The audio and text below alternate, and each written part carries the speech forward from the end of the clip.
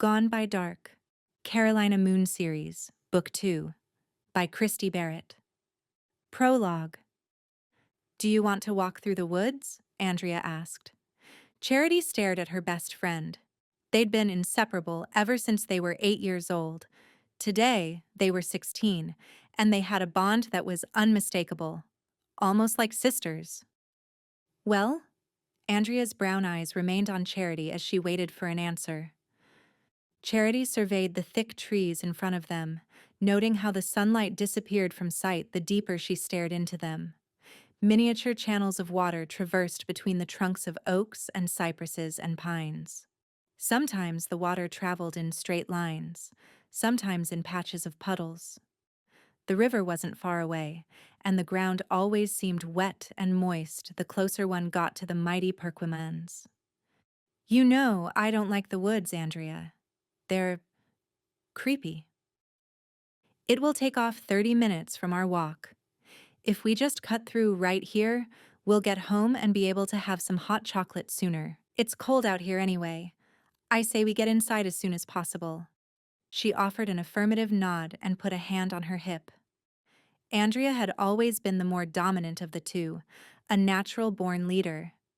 She was smart and decisive, and everyone knew she was destined for bigger things than the small town of Hartford, North Carolina, where they lived. Charity shivered as she stared at the thick trees in front of her. Her friend was right. The walk would be shorter. And it was so cold outside. But the woods? They seemed so isolated. Wild animals and thick underbrush and snakes hid in the shadows. We should have just waited for your mom, Charity finally said, rubbing her arms despite the thick coat she wore. It's getting dark. Even more reason to make this as short as possible. Andrea tugged at the knit hat on her head, proudly emblazoned with an Eagleton logo. Eagleton was a factory in town that employed two of Andrea's older brothers. Charity and Andrea had stayed after school for drama club and had missed the bus. Charity's mom was single and currently at work, so she couldn't pick them up for another 2 hours, at the earliest. Andrea's mom had a fundraising committee meeting until 5. Neither Charity nor Andrea was very patient, so they'd decided to walk home. Charity's throat tightened as she looked at the sinking sun. There was something about the dark that she'd never been comfortable with. Truth was, fear liked to dominate her life, liked to control her decisions. Andrea always pleaded with her to break away from that pattern. Andrea said her fears were keeping her caged, preventing her from flying away. Her friend was right. Her fear had held her back, from big things and small things. Even just last month, for example. Charity hadn't auditioned for the lead role in the school musical out of fear of failure, and Andrea, of course, had both auditioned and gotten the role. Charity knew she was a better singer and actress than Andrea. Plus, My Fair Lady was her favorite musical ever. She would have loved the role of Eliza Doolittle, but it was too late to change anything about that now. Somehow that thought jostled her into action. Okay, we can cut through the woods, but just this once, Charity finally conceded. I'll protect you, Andrea said, raising her chin and heroically putting one hand on her hip and flexing the bicep of the other arm. If anyone nefarious appears, I'll go all She-Ra on him. Andrea was such a goofball, and Charity loved her for it. She could always be counted on for a laugh, but she'd also been the one source of stability in Charity's life. Her existence so far had been a series of ups and downs, mostly downs, it seemed sometimes. She could always depend on Andrea's friendship, though. Her friend held out her hand. Come on. With a deep breath, Charity walked with Andrea toward the large swath of trees that separated their school from the lonely stretch of road where they both lived. Freshly cut grass stuck to their shoes, a result of the downpour last night. That also meant the woods would be particularly damp. Their walk would be short, and the darkness of the woods would only surround them for a few minutes. Then the thickness of the trees would break with light as the fields of cotton behind their houses came into sight. Charity was overreacting. There was nothing to be scared of. The first few steps weren't that frightening. The sunlight still permeated the canopy of tree branches overhead enough to reach them. The underbrush wasn't as thick. There was no murky water. But Charity knew that the deeper they traveled, the more likely it was that the elements would sneak up on them. Stagnant water filled with parasites and other critters would be hiding on the other side of logs or beneath low-lying shrubs. Spanish moss would tickle their faces, and spiderwebs just waited for new prey, human or otherwise. None of that was to mention the fact that the two of them could easily get turned around. One wrong move, and they could be lost in this patch of woods. There it was again. Fear. If Charity weren't careful, the emotion really would consume her. "I think this is kind of nice," Andrea said, holding down a branch and glancing around in curiosity. "It's enchanting." "Spooky," Charity corrected, noting that it was getting darker already. "It makes me feel like I'm in a fairy tale or something." "Bad things always happen in fairy tales." Charity frowned. "Bad things happen, but they're only as a launching pad for great things that are ahead." Charity would settle for just living a good life. It didn't have to be great. She'd accept that, if it meant there'd be an end to what she felt like was one tragedy after another. Suddenly, Charity's skin crawled, and she grabbed Andrea's arm. They both paused by an old cypress tree, one absent of any foliage. It was spindly and bare, almost like a skeleton in a graveyard of dead trees. The thought made Charity tremble. "Did you hear that?" "Hear what?"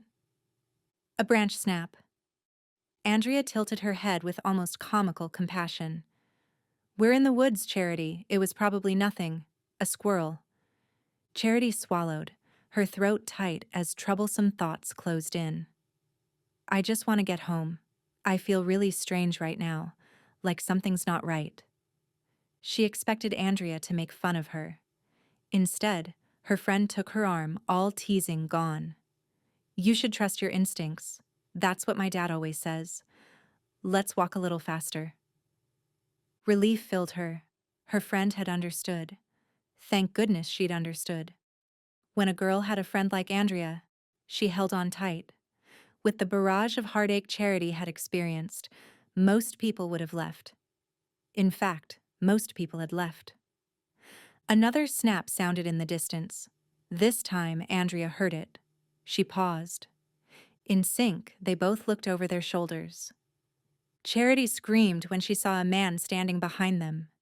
He wore some kind of black mask that only showed his eyes, and he stared at them, his large arms projecting menace.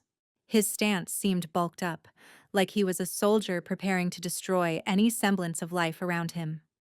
"Charity, run!" Andrea shouted. They took off through the thick underbrush. Tree limbs slapped their faces. Logs tried to trip them. Mud suctioned their feet to the ground, but they kept going. Andrea kept a firm grip on Charity's arm. Charity dared to take a glance over her shoulder. Curiosity, self-preservation, terror, maybe, had propelled her to do so. The man.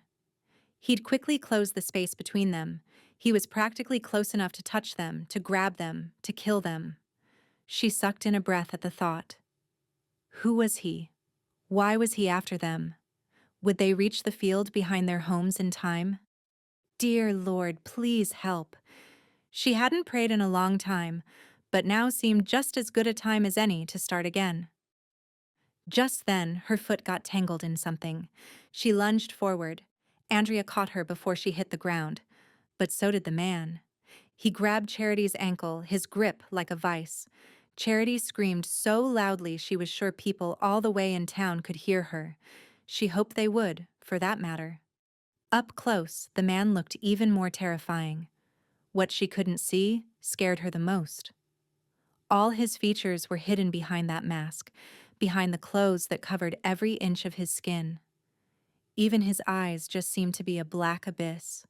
He said nothing, just clutched her ankle with a grip tighter than any she'd felt before.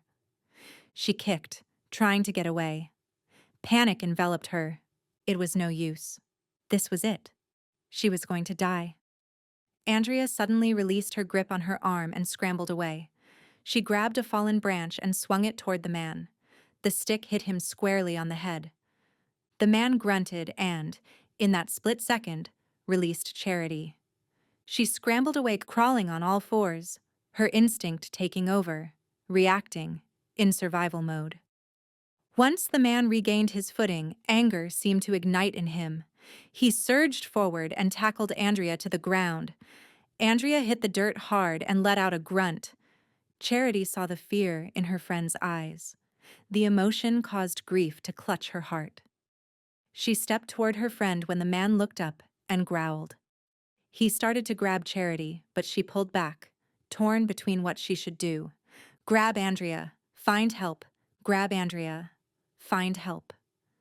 The man pulled Andrea to her feet and wrapped an arm around her neck. Andrea! Charity gasped, indecision tearing her apart. Go, Charity! Run! Get help! Andrea shouted, her hands balled into fists. I can't leave you! You have to. Just then, the man covered Andrea's mouth with his large, gloved hand. Only there was something clutched there. A syringe. He plunged it into Andrea's arm, and her friend went silent. Charity panicked, freaked out, didn't know what to do. So she ran. She left her friend behind and went to get Andrea's father, praying that he'd be able to help. Chapter 1. 10 years later. Charity White's hands trembled as she attempted to start the rusty old lawnmower. She'd lived in an apartment for so long now that she'd forgotten the basics of lawn care. But the grass at her childhood home was overgrown, and this seemed as good a place to start as any. The house had been abandoned for years. 3 years, to be exact. That's when her mom had died, and the last time Charity had been here in North Carolina was for her funeral. She'd sworn then she was never coming back again after that day. She no longer had any reason to return. Yet here Charity was, already in over her head and questioning her decision to come here, and she'd been in town less than 24 hours. Funny how one unexpected, unsigned letter had turned her plans upside down. The 12 powerful words inside had been enough to lure her here again. I have answers for you in Hartford, but you must come now. She instinctively knew that the sender had been talking about Andrea. Charity only had to think about her options overnight.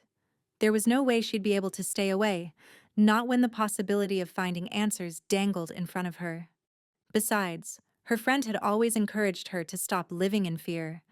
Coming back to Hartford was one way of doing that. All these years, fear gripped her. Its hold on Charity had tightened and tightened until she could hardly breathe. Until panic tried to rule her life. Until worry churned in her stomach. Charity couldn't live like this anymore. She'd taken a leave of absence from her job, knowing she needed to put closure to this chapter of her life once and for all. As long as questions lingered over her, she'd never feel any sense of peace. Wasn't that what she constantly told her clients? That, to the best of their abilities, they needed to tie up loose ends and move on? It was time that she applied her own advice. Now she just hoped that whoever had sent that letter would reveal himself or herself, because Charity had no plan on how to find answers on her own. She'd had 10 years to think about ways to track her friend, but none of them had offered a smidgen of hope. She'd sketched out timelines, followed news articles, and even started an anonymous website. She'd even tried praying, but nothing had happened. Maybe that letter was her last hope of gaining her life back. Until then, she needed to tidy up her affairs here. She'd get this house in shape and put it on the market. Finally, she'd cut all ties with this town that brought back so many bad memories for her. Charity jerked on the cord attached to the lawnmower again, but nothing happened. With a sigh, she hung her head. The heat was stifling, and even such a minute action caused sweat to sprinkle across her forehead. She lifted her hair from her neck, trying to cool off.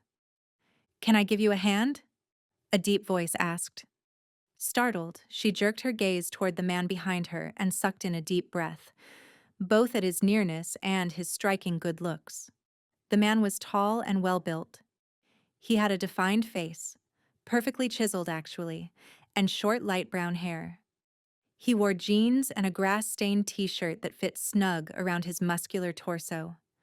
Where had he come from? She looked down at the lawnmower, suddenly flustered. Flustered at her cluelessness, at the realization of how she must look with sweat pouring across her skin, her blonde hair a tangled mess, and her old cut-off jean shorts and tank top. No, I'm fine.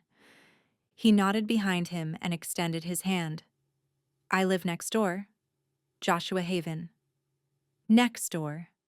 That was Andrea's old house. The family had moved about 5 years ago. Charity supposed that was when they'd accepted that Andrea was never coming back and that the memories of being there were too strong. Last Charity had heard, there had been some renters living there, and when they'd moved out, it was abandoned. She'd thought the house was still empty. She hadn't seen anyone there since she arrived yesterday afternoon, and she'd been listening for any more cars coming up the lane. Of course, it was hard to hear anything over the box fans running in the house. Her childhood home had never had central air conditioning and had relied on window units, none of which worked anymore. Charity was thankful she'd been able to get the power and water back on, for that matter. I'm Charity, Charity White. She might as well get that out in the open. Her neighbor didn't even flinch, though. He didn't recognize her name. That could be a good thing. Instead, he pointed to the old, neglected house in the background. You buy this place? She shrugged, not wanting to give too much information. Soon enough, everyone would know she was back in town. She didn't recognize this man, which meant he'd probably moved here sometime after she left. The town was small, and everyone seemed to know everyone, unless something had changed in the last decade, which she doubted. Certainly the gossip chain would reveal her story soon enough. He'd asked her a question. You buy this place? Not exactly, she finally said, swiping a wayward hair behind her ear. He stared at her another moment, and she realized how illegal what she said might have sounded.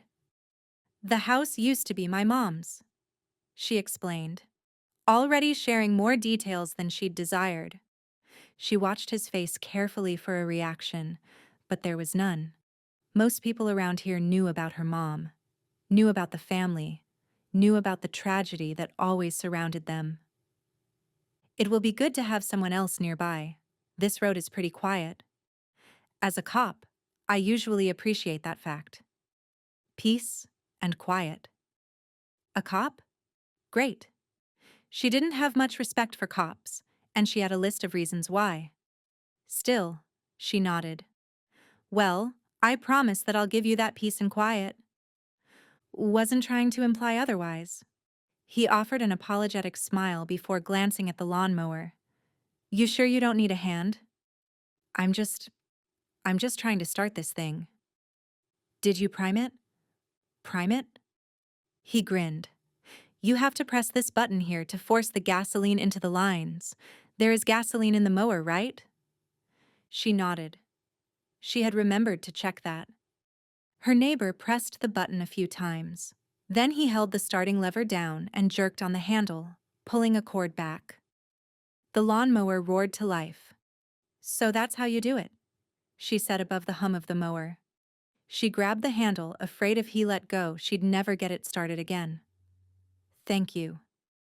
No problem. He drew his hands back and hesitated a moment. Charity just needed for him to go away. She needed to compose herself, to build her little fortress of self-preservation where she felt safe and untouchable. Being around Joshua Haven already made her feel off balance. Thank you again, she told him over the rumble of the mower. She took a step forward but could hardly push the machine through the thick, overgrown grass. Her cheeks heated at the thought of having an audience here to witness her absolute failure. She gave the mower another shove, but the machine wouldn't move through the thick grass. She released her grip on the handle and the motor went silent again, filling the air with uncomfortable, awkward silence. Charity hated feeling off-kilter. She'd worked hard to overcome her past, to remain in control of her persona. It had worked too. She was a professional woman, respected in her field of work. She was known as quiet and private, but compassionate and trustworthy. She had to stay in Hartford and hold her own, even if it meant feeling out of her comfort zone, even if it required facing her worst nightmares, facing memories of Andrea. Her heart lurched at the thought of her best friend. Even after all these years, the pain still hadn't subsided.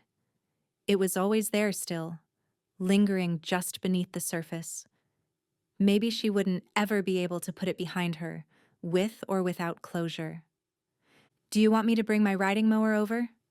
Joshua asked, eyeing her with a touch of concern in his eyes. "I couldn't ask you to do that. I'll manage." "It's really not a problem. I could have your yard cut in less than an hour. It's going to take you all day." She ran a hand through her tangled blonde hair, wishing she'd taken a moment to fix it. The humidity of the late August day blanketed the area, causing her hair to curl more than usual.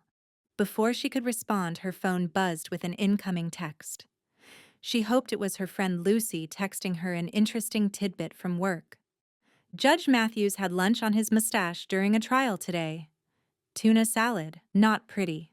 Defense attorney Al Hastings got the case files mixed up and called his client by the wrong name.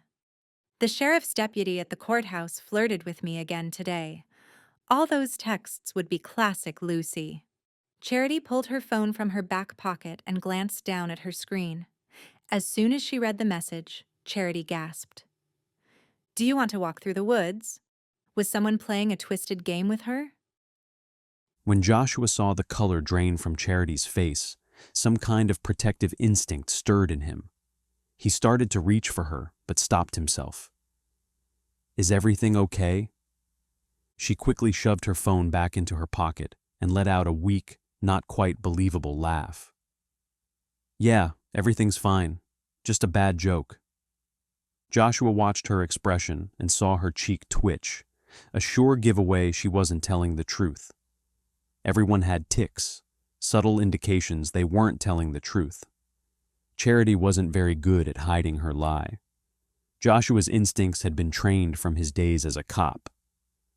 Charity looked away, obviously feeling self-conscious. As she turned, Joshua's gaze traveled from her cheek to her collarbone. A scar stretched across the skin there. His throat tightened. How had she gotten that? The mark looked big enough and painful enough that there had to be a story behind it. She must have noticed Joshua studying her, because she tugged the strap of her tank top over the scar. At least she tried to. The mark was too large to conceal. "Well, it was nice to meet you," she said, offering what appeared to be a forced smile. "I'll only be in town for a short time, long enough to get my affairs here in order before I go back to Tennessee." He nodded. "Well, if you need anything while you're here, let me know. The offer to cut your grass still stands. I don't know if your old mower here is going to cut it, literally." Charity offered what looked like a dismissive smile. "I'm sure I'll manage just fine. Thank you, though." Joshua walked back to his own yard so he could continue pulling weeds from his small but ample flower bed. It had been a long shift with the police department, and he was glad to be home and outside doing something semi-relaxing. He'd spent his shift as a mediator between two neighbors squabbling over free-range chickens, had pulled someone over for a DUI, and had worked with social services in a custody dispute case. But his conversation with his new neighbor still remained foremost in his mind, no matter how hard he tried to push it aside. What had that been about? Charity had seemed so skittish. Her eyes had widened, her hands shook, and her breaths came in hurried little gasps. Something on that phone had shaken her up. Even with her stubborn, perhaps foolish determination, Joshua had to admit that the woman was appealing. She had a pleasant, heart-shaped face and a pert nose, and was so petite that she almost looked like a teenager. Tendrils of silky blonde hair clung to her neck, and dirt was smudged across her face. Not that any of that mattered. Any attraction he felt had to be nipped in the bud. Though he was a changed man now, different than he'd been 2 years ago, the effects of his last relationship still lingered heavy in his heart. He was better off remaining single and focusing on his job. Just then, he spotted his friend's truck bumping down the gravel lane, coming toward his house. Ryan Shields hopped out and strode toward him. "Hey man, what's going on?" Ryan called. Ryan owned the local car repair shop in town, and the two had bonded over their love of vintage cars. Later, they'd started going to the same church. They'd been fast friends since then. "I just had the strangest experience," Joshua muttered. He glanced over at his neighbor and saw her steal an uneasy glance his way. "Do you know her?" Ryan followed his gaze and frowned. "I can't say for sure, but she looks like Charity White." "Should I know that name?" Ryan shook his head and pressed his lips together again. "No, I haven't seen her in years, since she graduated high school. Probably. Never thought she'd be back, but I heard a rumor she was in town." "I tried to help her with her lawnmower, but she acted uncomfortable," Joshua finished, collecting various weeds he'd thrown on the sidewalk and stuffing them into a lawn bag. "Something just isn't sitting right with me about our conversation." "Yeah, well, she's had a tough time, to say the least.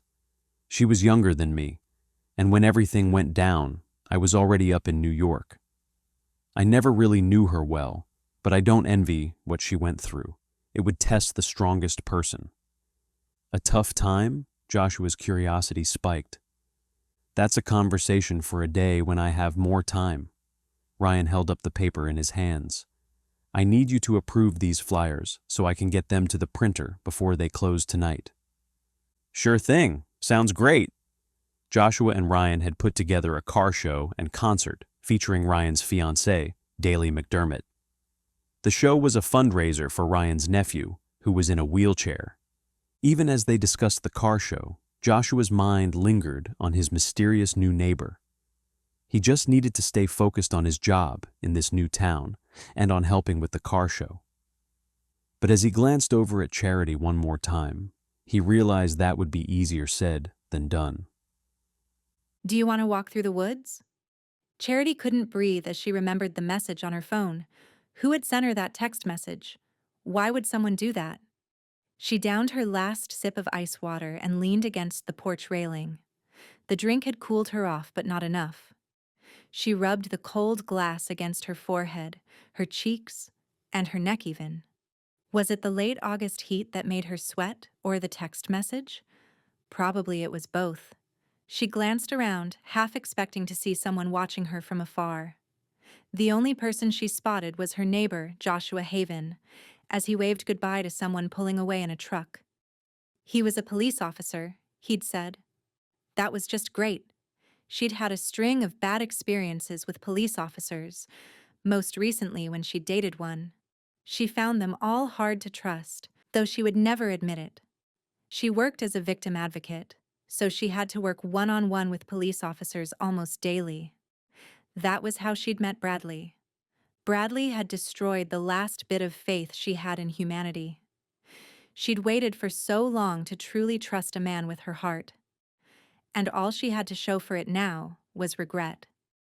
She put those thoughts aside and drew in a deep breath of pure country air. From where she stood, she could see the gravel road stretching along beside a fortress of woods. The road led to a stretch of lazy highway that cut through eastern North Carolina. Beside this property was Joshua's house. Andrea had grown up there, and the two girls had instantly bonded as children. They'd made mud pies and picked cotton from the neighbors' fields, and had watermelon eating contests between just the two of them. Those memories had been so powerful in her life for so long. Now they brought so much pain. Joshua had done a good job keeping the place up. There were neat little flower beds, a nicely mowed lawn, and clean paint on the exterior walls. To the right was a field full of cotton. Last Charity knew, a man in town leased the property for farming. Behind the house was a small shed where she'd found the lawnmower. Even farther back were the woods where Andrea was abducted. She frowned. Who even knew that Andrea had said those words to Charity before their jaunt in the woods that day so long ago? No one did. No one but Andrea. But it couldn't have been Andrea who sent the message. That just wasn't possible. Besides, only a few people had Charity's number, and most of them were back in Tennessee. So how had someone gotten it? Oh, God, what's happening? She looked to the sky, as if that's where God watched her from. A distance, only watching but not really caring. Almost as if human life amused him. Like people's lives were simply TV shows. Maybe that's what we all are. God's soap opera. Her heart beat out of control. Her chest was tight, and she could hardly breathe. When she finally got herself under control, she pulled out her phone again. Thankfully, it hadn't broken. As she read the message there again, fresh terror washed over her, as if she'd just seen the message for the first time. She forced herself to look beyond the words to the phone number. It was unlisted. She had to think this through. If not Andrea, then who could have sent the message? The man who'd abducted Andrea, maybe. But why? She had so many questions. Coming home had already only proven to offer more puzzling mysteries and less of the answers she so desired. She wanted to run, to leave, but she couldn't do that. She'd been running for the past 10 years. She couldn't do it anymore. She had to face her fears, even if her fears killed her. Chapter 2. The next morning, Joshua reported for his shift at the police station. He wasn't supposed to work today, but the other officer, Isaac, had to take a trip to visit his mother, who was recovering from minor surgery. As of now, it was only Joshua, Chief Rollins, and their dispatcher, Lynn. Joshua hadn't been able to stop thinking about his new neighbor since their encounter yesterday. Though it was none of his business, curiosity burned inside him and made him want to know more about her, especially after the cryptic conversation with Ryan. If he'd had more time last night, Joshua would have done some research himself. Instead, he'd gone to see his 4-year-old son, Ryder, and taken him out for pizza and ice cream. Ryder was leaving for vacation today with his mom and stepdad. They'd be gone for 2 weeks on a cruise and a trip to Disney. Joshua wasn't sure what he'd do with himself not seeing his son for that long. "Good morning," Chief Rollins called as she walked into the station, her perfunctory cup of chicory coffee from the Have a Nice Day cafe in hand. Everyone said the chief reminded them of Reba McEntire.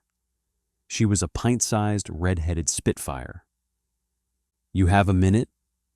Chief Rollins raised a thin eyebrow as she crossed to the other side of the desk and sat down. "I have about an hour before I have to be in court. Come into my office." Joshua sat across from her and lifted a prayer that he'd remain respectful. The chief was a nice woman, but he didn't always agree with her tactics. She acted like being police chief was equivalent to being an elected official, which made sense when considering her background was as a sheriff's deputy. She too often made decisions based on how people in town would look at her, or what they would think. Overall, she did a good job, he supposed. He cleared his throat. "I wanted to ask if you knew anything about a woman named Charity White." "Is she your date this weekend or something?" The chief's eyes sparkled. "She's actually my neighbor. I have the impression she has some kind of history here." The chief leaned back in her chair, wrinkling her lips in thought. "Charity White, of course. It's been a long time since I've heard her name. You said she's back in town?" "She is. What's her story?" "I wasn't the chief when everything happened. I was working as a deputy over in Beaufort, as a matter of fact. But everyone in North Carolina knew about the case. It made national news. National news! Now he was really eager for answers. Was it because he'd moved from the busy metropolitan area of Atlanta to sleepy little Hartford? He supposed there was a part of him that missed the excitement of the police work he'd done back in Georgia. Hartford wasn't even close to the same. Charity White and her best friend, Andrea Whitaker. Whitaker? Any relation to Ron Whitaker? Ron Whitaker was the former police chief. The town had gone through a string of officers-in-chief over the past decade, but Joshua had had numerous run-ins with Ron.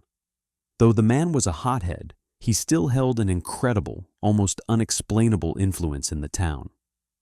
Since leaving law enforcement, he'd opened a bar called Kicking Cotton. Trouble always seemed to brew there. Andrea was Ron's only daughter, youngest child. Her disappearance is what broke the man. Then he lost his wife 2 years ago in an auto accident. I don't like the man, but I feel sorry for him. That's a lot of loss. Anyway, the girls decided to walk home from school. It was cold outside and getting dark, so they cut through the woods in order to shave some distance off their walk. His skin pricked at the foreshadowing of what would happen next. Long story short, a masked man appeared and abducted Andrea. Charity barely got away. Did anyone ever find Andrea? The chief shook her head. Never did. To this day, no one has seen her. Of course, we all assume she's dead. It's the most logical conclusion.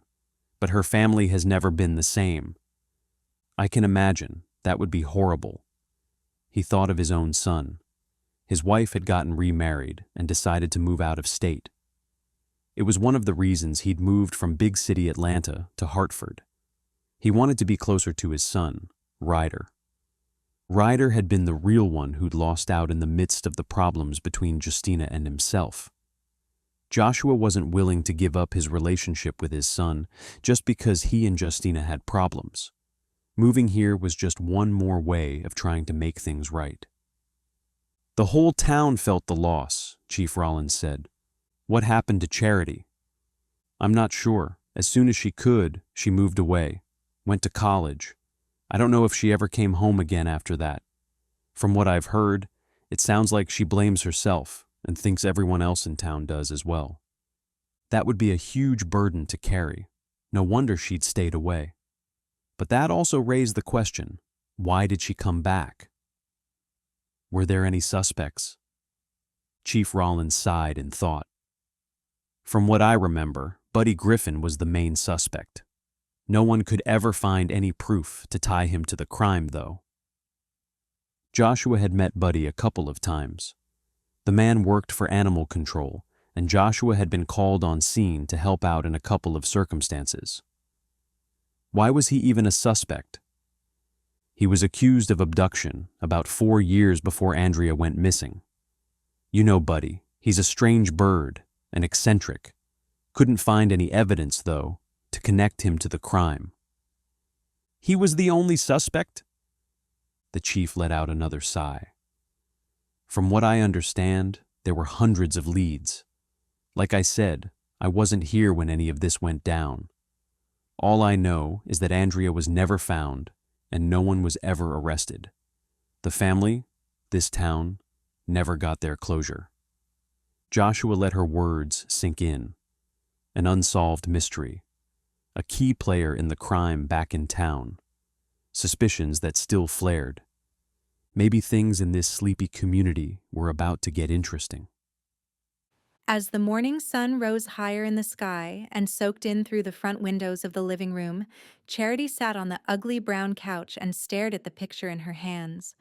A sad smile brushed across her lips as memories flooded back to her. Being here in Hartford, her emotions felt even stronger and more vivid. The photo was of her and Andrea. They'd both participated in a Christmas parade downtown. In the picture, they were wearing Santa hats and red sweaters. Their arms were around each other and huge grins were stretched across their faces. That had been such a fun day. The two of them had planned on being in the parade again the year Andrea disappeared. But that never happened. She traced the outline of them with her fingertip. Andrea was tall and thin, but not so thin that she looked fragile. She was the picture of healthy and vibrant with her long brown hair that was naturally highlighted by the sun. Her eyes were big and brown and her features full. She'd been beautiful. Charity, in this picture, had blonde hair to her shoulders. She looked slightly awkward, like she hadn't come into her own yet. She was super skinny, almost painfully so. The fact was only emphasized by a sweater that could have fit better, and jeans that were a little too faded to be stylish. She still preferred to look natural rather than overdone, but she'd figured out which clothes worked on her petite frame and which hairstyle was more flattering.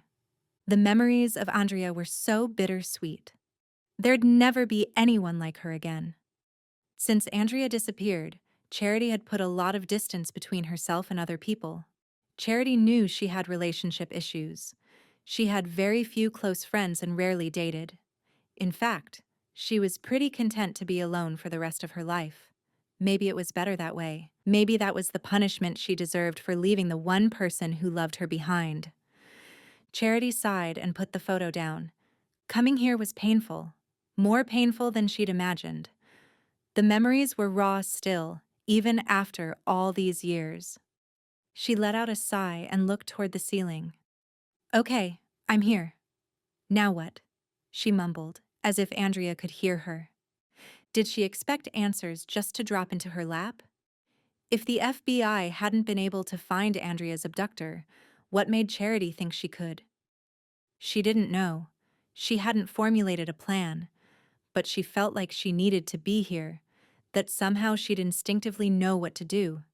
She hoped that would happen sooner rather than later, because she only had 2 weeks of vacation time before she needed to be back at her job in Tennessee. She'd come here to get answers. That meant she couldn't stay locked up inside the house for the entire time she was here. Even though she'd gotten groceries last night, she'd opted to travel to a town 20 minutes away so she could remain hidden. Again, that would get her nowhere. Gathering all her wits, she decided she would go into town. She'd stop by the town's pharmacy and get a sandwich at the deli counter in the back. It was a baby step, but maybe that was all she could handle right now. She pulled her hair back into a sloppy bun, checked to make sure her cotton sundress was in place, and then stepped out. She paused on the crumbling porch and scanned the area. Was the man who abducted Andrea out there watching her? Had he been living for this day, when he could finish what he started? Rattled now, Charity hurried to her car, slipped inside, and locked the doors. Her hands trembled on the entire trip into town. It only took 10 minutes to get there. As soon as Main Street came into view, her trembles intensified to the point of nausea. But she couldn't avoid facing people forever. A cafe, a travel agency, and several gift shops composed Main Street. There was also a court building and the police station. Finally, what she'd been seeking came into view. A vertical black and white sign for a local pharmacy appeared on the corner. Apparently, the place had a new owner, but it still retained all the old-fashioned coziness it always had. As soon as Charity walked into the old-fashioned pharmacy, she was swept back in time. The scent of— what was that? Ice cream, she supposed, along with creamy milk and gooey hot fudge filled her senses. In the background, she could hear the swish of whipped cream being doled out on sundaes and banana splits. She had a few vague memories of her grandmother bringing her here as a preschooler. When her grandmother died, all the good memories had died with her. Charity firmly believed her past had made her who she was today. She only wished there wasn't so much pain in the process. Suddenly, Charity froze. There at the counter talking to the cashier was none other than her neighbor Joshua Haven, dressed in his official law enforcement uniform, one he filled out very nicely. He spotted her at the same time she spotted him. "And we run into each other again," he said with a grin. She paused, eyeballing the ice cream and sandwich counter in the back and weighing her options. The joys of small-town living, I suppose. I hope you're adjusting well. She shrugged as she attempted polite conversation. I'm just trying to tidy up the property so I can put it on the market. No adjustment needed. I see. Something in his gaze seemed to indicate he knew more. Had he already heard her story since they met yesterday? It wouldn't surprise her, yet he'd been kind to her. There was no need to be abrasive toward him now. She shrugged again. Coming home it's hard. I can imagine. She nodded toward the back, almost desperate to get away. Well, I'm going to grab a bite to eat. Have a good day. Joshua was definitely attractive, but Charity didn't date cops. The one she had dated back in Tennessee had decided to dig into her past. It almost became like she was a case study for him. In the end, he hadn't been interested in her at all. She'd been a potential stepping stone for his career. No more. It was better if she just kept her distance. From Joshua and from the rest of the town. Joshua turned away from Charity before he got caught staring. Instead, he grabbed a bottle of soda from the cooler and started toward the front of the pharmacy. It was his lunch break, and he'd stopped by to pick up a couple of things. He liked to make himself visible around town, especially since he was the new guy. People needed to see his face, needed to know he was trustworthy. Two older ladies were gathered near the register in front of him. He saw the women cast secretive glances at Charity before whispering to each other. They were obviously gossiping about the past. He bristled. Was this what Charity went through whenever she came into town? There was little he could do, he reminded himself. He couldn't change the social dynamics in the small town, and gossip wasn't exactly a crime. But he wanted to know more about what had happened 10 years ago. An unsolved abduction in such a small town had gotten a lot of attention. He even vaguely remembered hearing about the case. Had it been recreated on one of those TV crime dramas a couple of years ago? From his brief research this morning, he'd discovered that even the FBI had gotten involved. He could only imagine how the crime had turned the community upside down. One of his first cases when he worked as a detective in Atlanta had been a teenager who'd disappeared. They'd searched for her for 10 days. On the 11th day, they'd found her body. He remembered how agonizing it had been for the girl's family. At least they finally had answers and were able to move on. That case had solidified Joshua's calling as a detective. Through careful police work, Joshua had been able to track down the man guilty of the crime. He'd arrested him and taken a sicko criminal off the street before he could do more harm to society. Before Joshua had taken the job here, he'd considered applying for the FBI and their missing persons unit. That had changed when his wife had left him for another man. Somehow the judge had granted Justina full custody, and she'd packed up his son and moved to this area with her new boyfriend, the man she'd cheated on Joshua with. Maybe that's why this cold case involving Charity's friend continued to linger in his mind. He'd always had an interest in missing persons cases. It wasn't because he was drawn to Charity. He offered one last glance at Charity before stepping outside into the sunny summer day. His steps slowed as a man across the street from the pharmacy caught his eye. The stranger wore a baseball cap and sunglasses, and he leaned against a tree near the courthouse. There was nothing illegal about the man lingering there. But something struck Joshua as odd about the man's mannerisms. He just seemed out of place, though Joshua couldn't pinpoint why exactly. Maybe it was because the man's gaze seemed fixated on the pharmacy.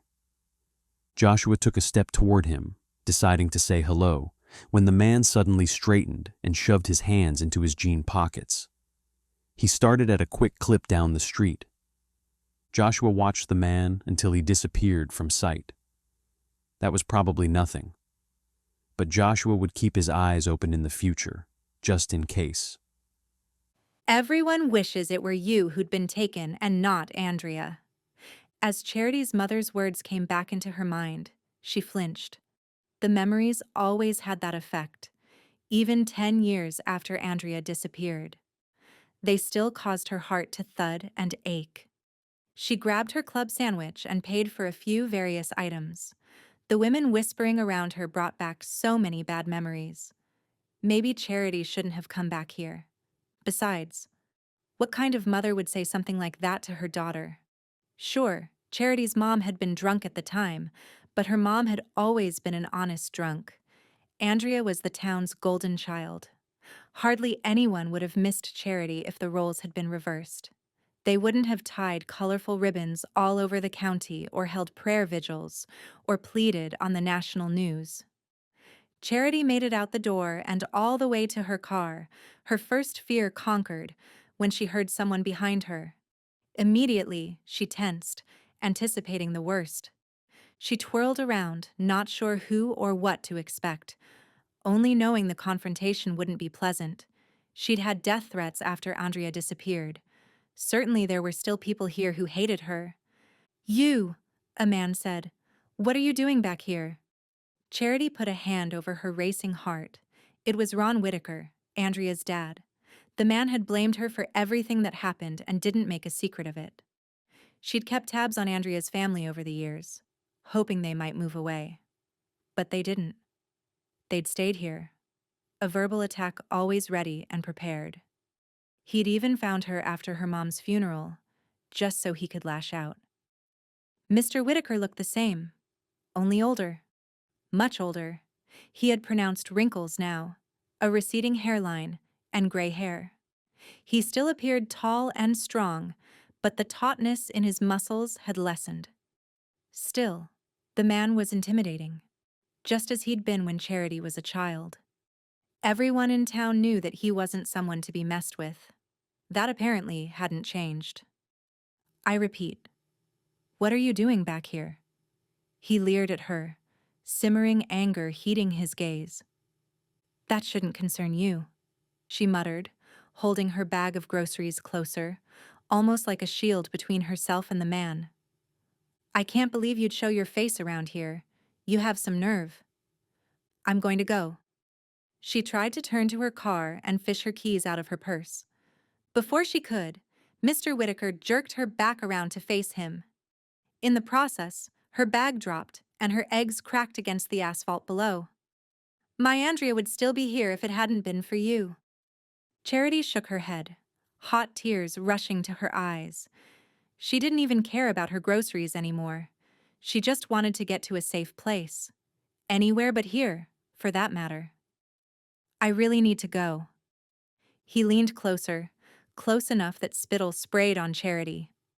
"I pray every day for bad things to happen to you, that God will find some kind of justice fit for you." Charity's throat clenched. "I've prayed the same things," she whispered. Before he could stop her, Charity thrust her sandwich into his hands, grabbed her keys, and quickly unlocked her door. She jumped into the car and locked the door. Mr. Whitaker still stood there as she pulled away. Being here was going to be one of the hardest things she'd ever done. It wasn't too late to run, but that would be cowardly. No, it was time to own up to her mistakes. Make peace with herself. Maybe even make peace with this town. Charity hurried home, ready for the reprieve she'd find there. She needed an escape from people's judgments. Her own judgments of herself were heavy enough to try to endure. She rushed toward her door, knowing full well she was being irrational. No one had followed her here, waiting to exact God's judgment on her and take justice into his or her own hands. But seeing Andrea's dad had only confirmed her fears. Everyone still blamed her. The town's precious poster girl had been taken, while the town's misfit had survived. It had seemed like the ultimate injustice for so many people here. The daughter of a woman who'd had more boyfriends and one-night stands than people could count had lived, while the daughter of the town's revered police chief had disappeared. As she reached her porch, Charity stopped. There on the stoop was a blue knit hat, just like the one Andrea had been wearing when she disappeared. Chapter 3. Joshua had just gotten back to the station when Lynn, the dispatcher, handed him a slip of paper. "The chief asked if you could take this," Lynn said. She was in her 50s, with platinum blonde hair and lots of makeup. She proudly told anyone who asked that she had 10 grandchildren, and she hadn't let age slow her down. Joshua always called her the glue that held the department together. He took the form and looked down at it, mumbling, "Sure thing," before he even read any details. "It's from Charity White," Lynn continued, her voice tinged with curiosity. "I heard you and the chief talking about her earlier. Charity thinks she found some evidence tying in with the old case." His pulse spiked. Charity. Again. Was God trying to tell him something? How many times within 24 hours could two people be thrown together? "The old case? You mean the abduction of Andrea Whitaker?" Joshua clarified. Lynn nodded, a little more bounce in the motion than usual. "That's right." Joshua crossed his arms a moment, sensing Lynn was eager to share what she knew. "Were you in Hartford when that happened?" Lynn sobered. "It was awful, just awful. Andrea was such a wonderful girl. The town hasn't been the same since then. And her poor family. They fell apart, especially Ron. He only lasted as police chief for about a year after Andrea was abducted. Then he was asked to resign. He lost all his good judgment, though you could never tell him that." "So you were working here when Andrea's father worked for the department?" She nodded. "That's right. Andrea and Charity used to come in sometimes. Charity was just the sweetest little girl. I remember one time a woman came in to file a report because her little boy had gotten lost in one of the cornfields. Charity was probably only 10 at the time, but she came and sat beside this grieving woman. The girl didn't say anything. She just held her hand and let her cry. That's just the way Charity is." The mental image warmed Joshua's heart. "So you don't have any hard feelings toward her?" "Toward Charity? No, of course not. I just wished she had a better home life. Her mom was pretty worthless, and I don't say that very often. But there were so many men in and out of the home, so much substance abuse and neglect. I even called social services one time, but nothing ever came of it." Joshua's heart squeezed as the new facts were revealed. There was more to his neighbor than he knew. He wanted to ask more questions, but before he could, he noticed Lynn squirm and swipe a piece of blonde hair behind her ear. "What?" Joshua asked. "Speaking of which, I thought you should know that someone reported a confrontation in the parking lot off Main Street." "Okay." He waited for her to continue. She shifted as if uncomfortable again. "It was Mr. Whitaker. He and Charity were talking, apparently. It was heated." "Is everyone okay?" What he really wanted to know was Charity okay? He wasn't sure why he was so concerned about a woman he barely knew. Maybe it was the trauma she'd endured as an adolescent, or the way people had treated her in town today. Whatever the reason, he sensed she needed someone to be in her corner. He wasn't saying that person should be him. He wasn't saying it shouldn't be either. Lynn nodded. "From what I understand." He didn't want to waste any more time. "I'm going to go check on Charity, see what's going on." He took off down the road. This should be interesting. Even for a small town, the amount of run-ins he and Charity had with each other was uncanny. And what kind of possible evidence could Charity have found in the time since he'd seen her at the pharmacy? He pulled up to her house, and when she opened the door, he immediately noticed she was pale. Her hands trembled, and her eyes had that blank expression that only grief and shock could cause. He'd seen it too many times. It reflected how she'd looked yesterday when she'd gotten that message on her phone as well. "Thanks for coming," she murmured, pushing the screen door open. "Come on in." He stepped into her home, instantly noting how stifling hot it was inside. A single box fan sat in the window, attempting to move air through the room, It didn't help. He turned back to the woman. You had evidence of a crime that you wanted to report. She nodded, her arms pulled tightly over her chest. She nodded toward a plastic bag on the coffee table. It's right there.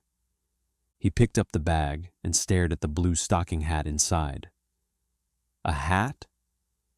I need to sit down. She fanned her face. He caught her elbow, afraid she might pass out, and he kept his hand there until she reached the couch. He sat down in the chair near her and waited until she composed herself. Finally, she nodded to the hat again.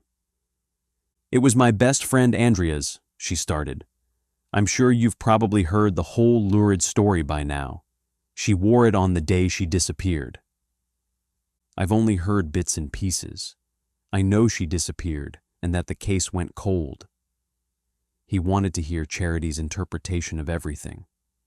She glanced his way, a fleeting emotion in her blue eyes, and finally nodded.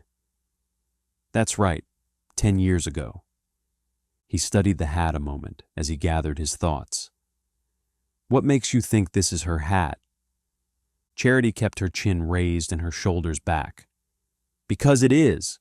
It's blue, and it has the Eagleton logo on the front, the old logo. It changed the year after Andrea disappeared. As much as she seemed convinced, Joshua had to stay objective and think this through. But still, there could be others just like that around here, right? Other people work for that company. But Andrea's had a tear on it, right below the logo. She got it caught on the swing out back one time, and it pulled the stitching out. If you examine that hat, you'll see that the rip is still there. That hat is Andrea's. He needed to buy some time as he processed that information. I'm new in town, but I understand that no evidence has turned up for a very long time.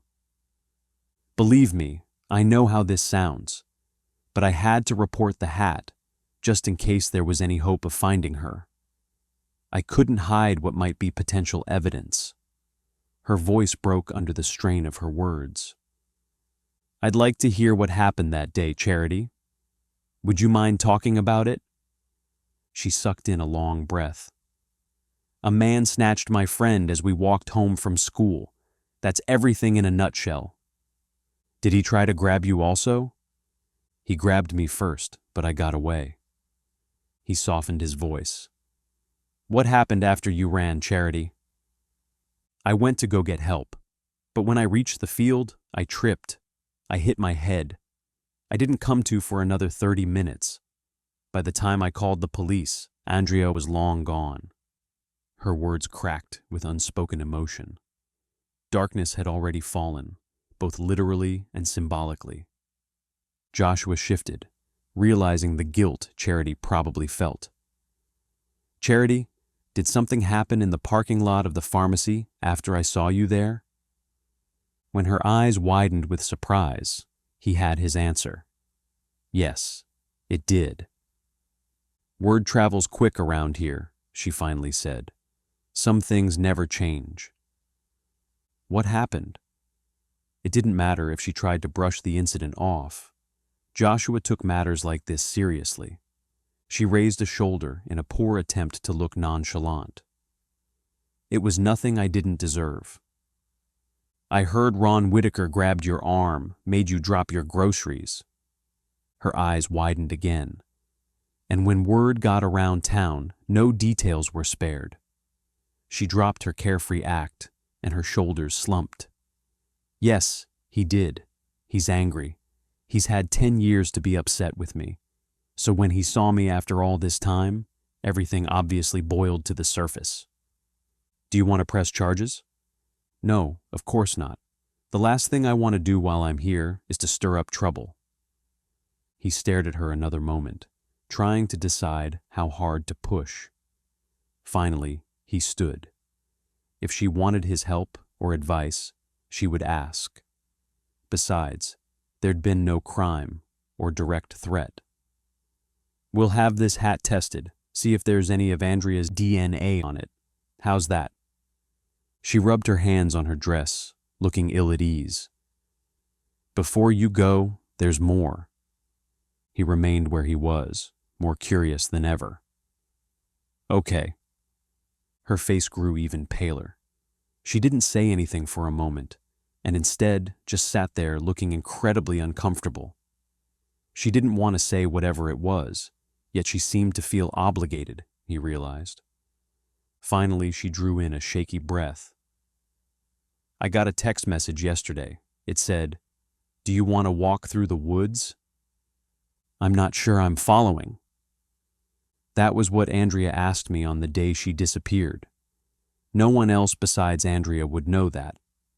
It was never important to the investigation. I never told the police, or anyone, for that matter. But I've never forgotten that conversation with Andrea. It's burned into my mind.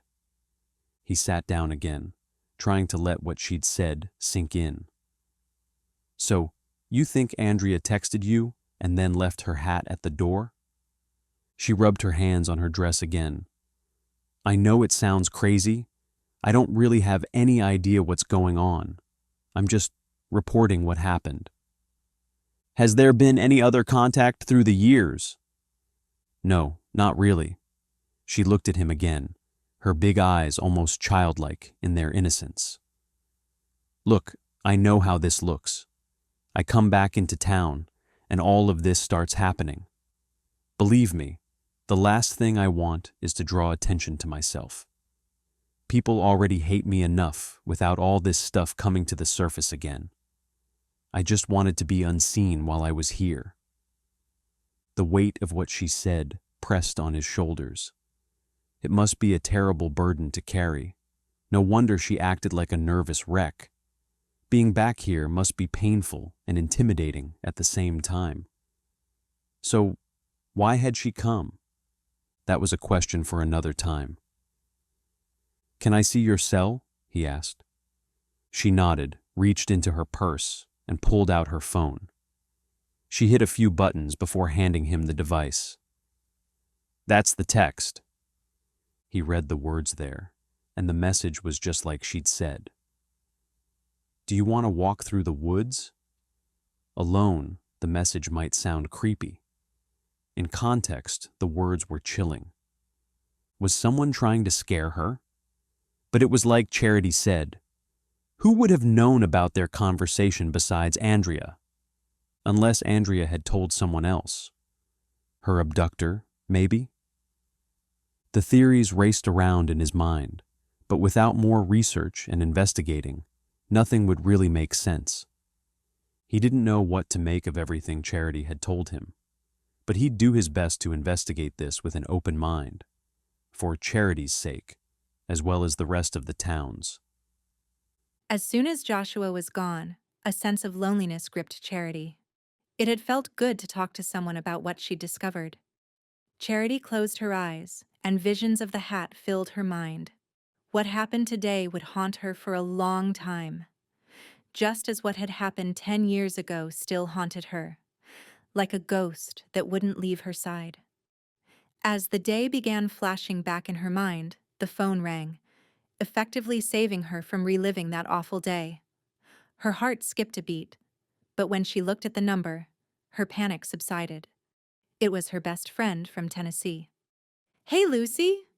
Charity leaned back into the couch, trying to stay cool, both physically and mentally. She didn't want her friend to know just how hard all of this had been. Lucy worried about her coming back here enough already. Her friend had seen the effects of her childhood on her adult life. That was the problem with having friends who were also counselors. They could see past the facades and lies. Charity, I hadn't heard from you, and I was starting to get worried. Her friend's warm voice always made her feel better. It's been crazy since I've been here. I've thought many times about packing up and going back to Tennessee. Take today, for example. You're always welcome to do that. It's not the same around here without you. Charity's heart longed to be back there, but she knew she couldn't do that. Not yet. I can't even describe the internal urging I had to come back here to North Carolina. I couldn't ignore it anymore. I don't think I'll ever be able to move on until I have peace with my past. Lucy's voice changed from light-hearted to dead serious. You making out okay? Everything that had happened raced through her mind. Charity shut her eyes, wishing it was that easy to shut out her memories. I want to say yes, but what's going on? Concern and compassion etched her friend's voice. She told Lucy everything. There were few people she could talk to like Lucy. They'd met right after college when they both began to work as victim advocates. Their friendship had been slow to develop, but it had lasted through the years. Sounds scary, Charity. Even more reason for you to come back. Sometimes confronting our pasts isn't the answer. Sometimes we just have to accept them and move on. Her words sounded like the counselor she was, always perfectly measured and well thought out. I don't know, Lucy. Charity absently twirled a piece of her hair, her mind still racing. Why is all of this happening now that I'm back? It can't be a coincidence. It's almost like someone was just waiting for you to return. Charity shuddered at the thought. The idea had lingered in the back of her mind also, but she hadn't dared voice it aloud. The notion seemed too crazy. Even more than that, it seemed frightfully scary, like something from her nightmares. I just don't know what any of this proves, Charity said, trying to sound logical. Did the person who snatched Andrea wait for 10 years to bring the case back into the spotlight? Why didn't he just track me down in Tennessee and terrorize me there? Nothing makes sense. I don't know what to tell you except be careful. Is there anyone there who can watch out for you? If there is some kind of psycho out there, I'd hate for you to be alone. Someone needs to keep an eye on you. Charity frowned. No, there's no one. Not anymore. You haven't talked to anyone since you got back, you mean? What would you tell one of the clients on your caseload if she was in your shoes? I'd tell her it was important to have people in her life she could depend on. Charity sighed as Joshua's face flashed through her mind. I have made contact with a police officer who just happens to be my neighbor. We've run into each other several times. Well, at least you've interacted with one other person while you're there. Don't be a hermit. Remember, there comes a time when we all need other people. Sometimes our survival depends on it. Lucy knew her all too well. Charity had a tendency to draw into herself and become secluded from other people. It was a byproduct of everything that had happened in her life. Her trust in other people had been shattered. It took her a long time to allow herself to open up to anyone now. Girl, as much as I'd like to talk more, I have to run. I have a counseling session coming up, Lucy said. But I will be calling often to check on you. Maybe I am a mother hen, but I won't sleep at night if I'm wondering if you're okay. After they hung up, Charity paced over to the back door and stepped outside onto the deck, hoping some fresh air might calm her down. The old wooden structure was dilapidated and green, and the land stretching behind it was a tangled mess. Random trees, oak, pine, and apple, were scattered here and there, surrounded by both patches of dirt and layers of weeds. An old swing was almost impossible to see through the unkempt nature between the house and the woods that started about an acre beyond that. There was also a shed that had been painted a lovely shade of red at one time. She and Andrea had taken to fixing it up once for a summer project. Today, the paint was peeling and faded, a grim reminder of the fact that time could heal, or it could bring further destruction. This piece of property really could be lovely with some TLC. So many people craved this kind of peace and solitude. If only Charity didn't have so many bad memories here. Charity's gaze traveled to the woods at the back of the property. What she saw there between the trees stopped her cold. Someone stood at the edge of the woods. Andrea. Chapter 4. Charity blinked, certain her eyes were deceiving her. That couldn't be Andrea. Yet her friend stood there by a tree, staring right at her. She was taller now, and just as slender as ever. Her hair was longer, and she wore jeans and a plaid shirt. Her hands were tucked into her pockets, and a blank expression remained on her face. Andrea, she whispered. Charity took a step closer, her knees close to buckling. It couldn't be, but that really was her. It was Andrea. She was alive. She was okay. She was here.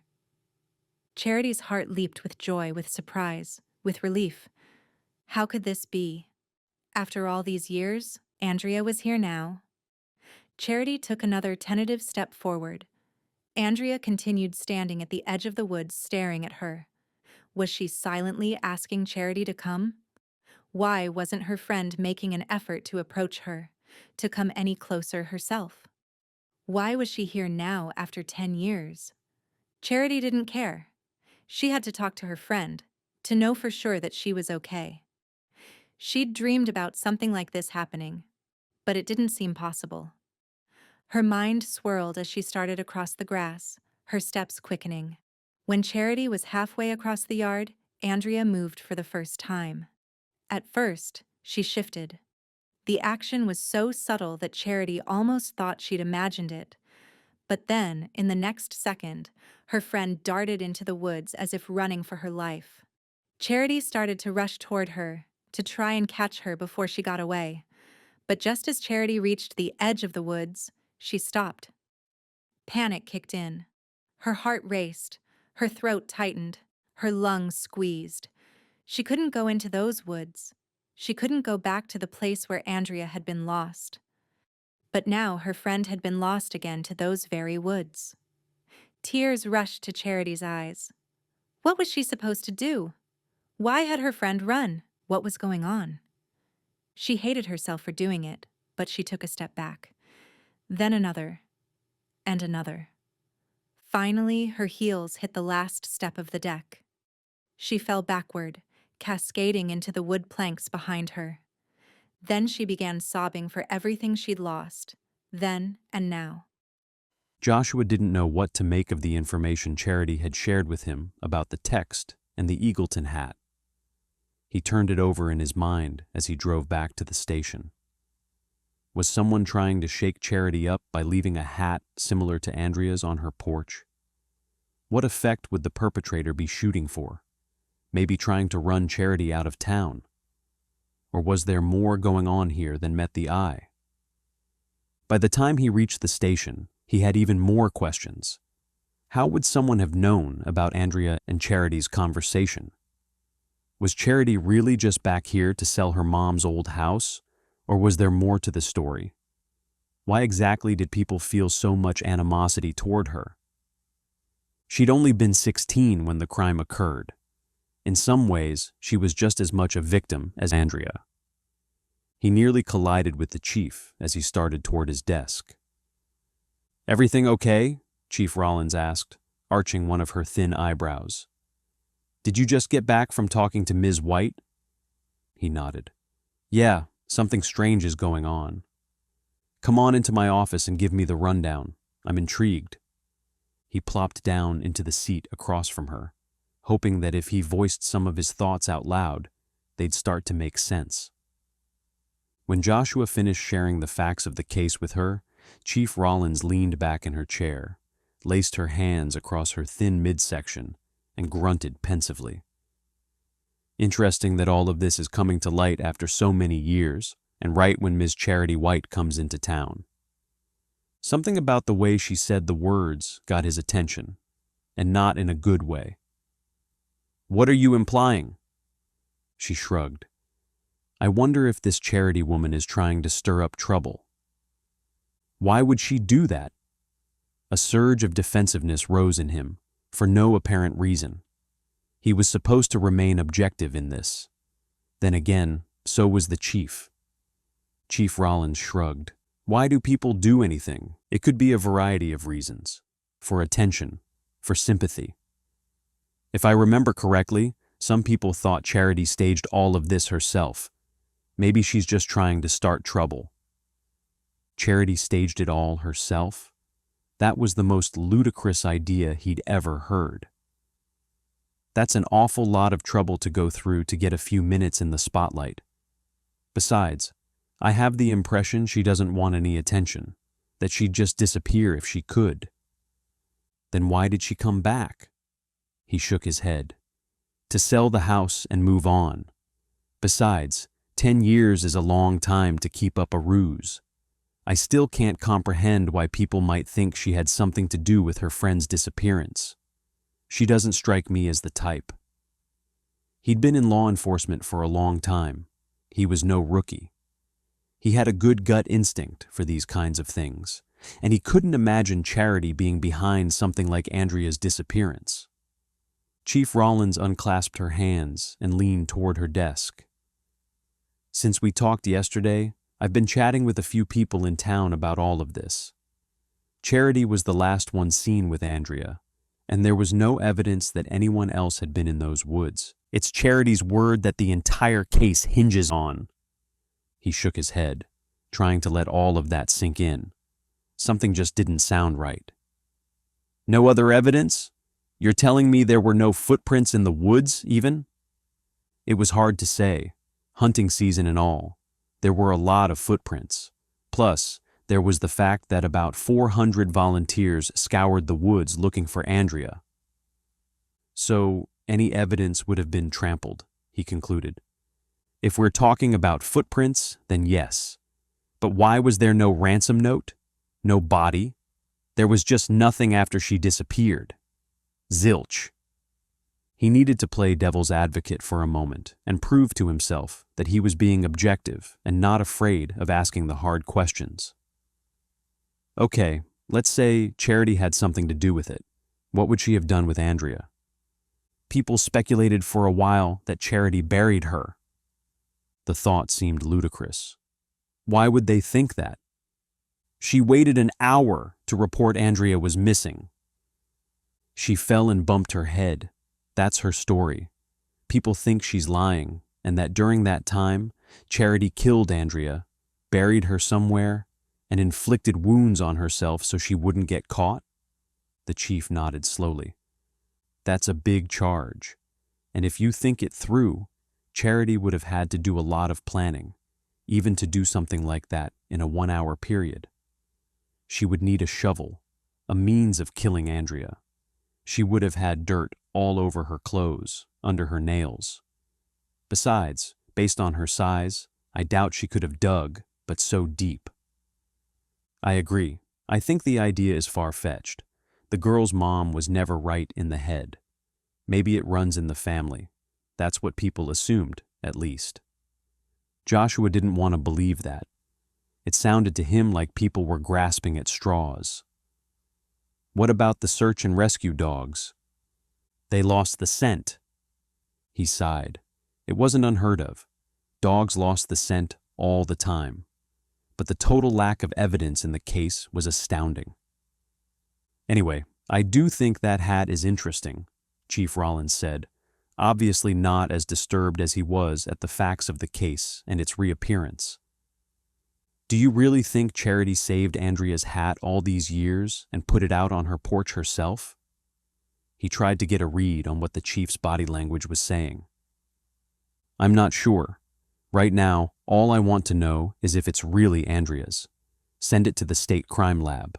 Let's see what they find out. It will take months to get results, he argued.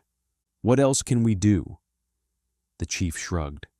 She obviously didn't think this was going anywhere. A plan of action solidified in his mind. I'd like to revisit the facts of the case. You okay with that? The chief twisted her head before nodding as if impressed. I know this town would love some answers.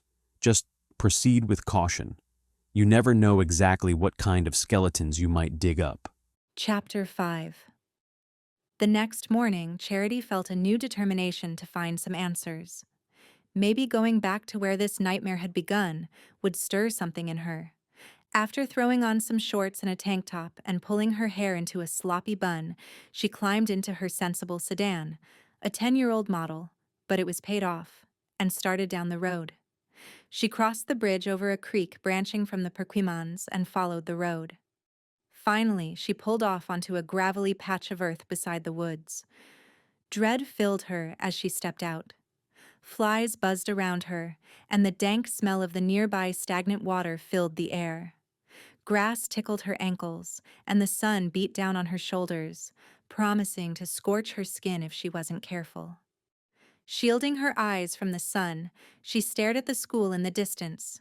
It seemed like a lifetime ago she'd been a student there. Despite how hard life was at home, she'd enjoyed the reprieve of being at school. She felt safe there. It was a shame that a girl didn't feel safe at home, but her mom's choices had ensured that. Instead, Charity had excelled at academics. She'd been active in the drama club and vice president of the school's service club. She didn't get approval at home, so she'd worked hard to receive it at school. After Andrea disappeared, that had all changed. Her grades slipped. People looked at her differently, even her teachers. She couldn't handle the responsibility of being VP of anything. Charity let out a long sigh. Turning away from the school, she glanced at the woods. A shiver ran up her spine, and her throat went dry at the sight of this spot. This was where all her nightmares had begun. She'd wished a million times that she could do it over again. She would have insisted she and Andrea wait for a ride. She wouldn't have left Andrea when the man grabbed her. She would have paid more attention so she could have given the police more clues. But it was too late to do any of that. She stepped closer to the tree line. The landscape hadn't changed much, except now the terrain seemed both thicker and murkier. Apparently, they'd had a rainy summer here in Hartford, and the woods proved it. Huge puddles lingered between the trees. Charity closed her eyes a moment, traveling back in time. She could clearly see Andrea. Her friend had that carefree look on her face that was always there. Her eyes had glimmered with adventure. Nothing had scared her. "Do you want to walk through the woods?" Andrea asked.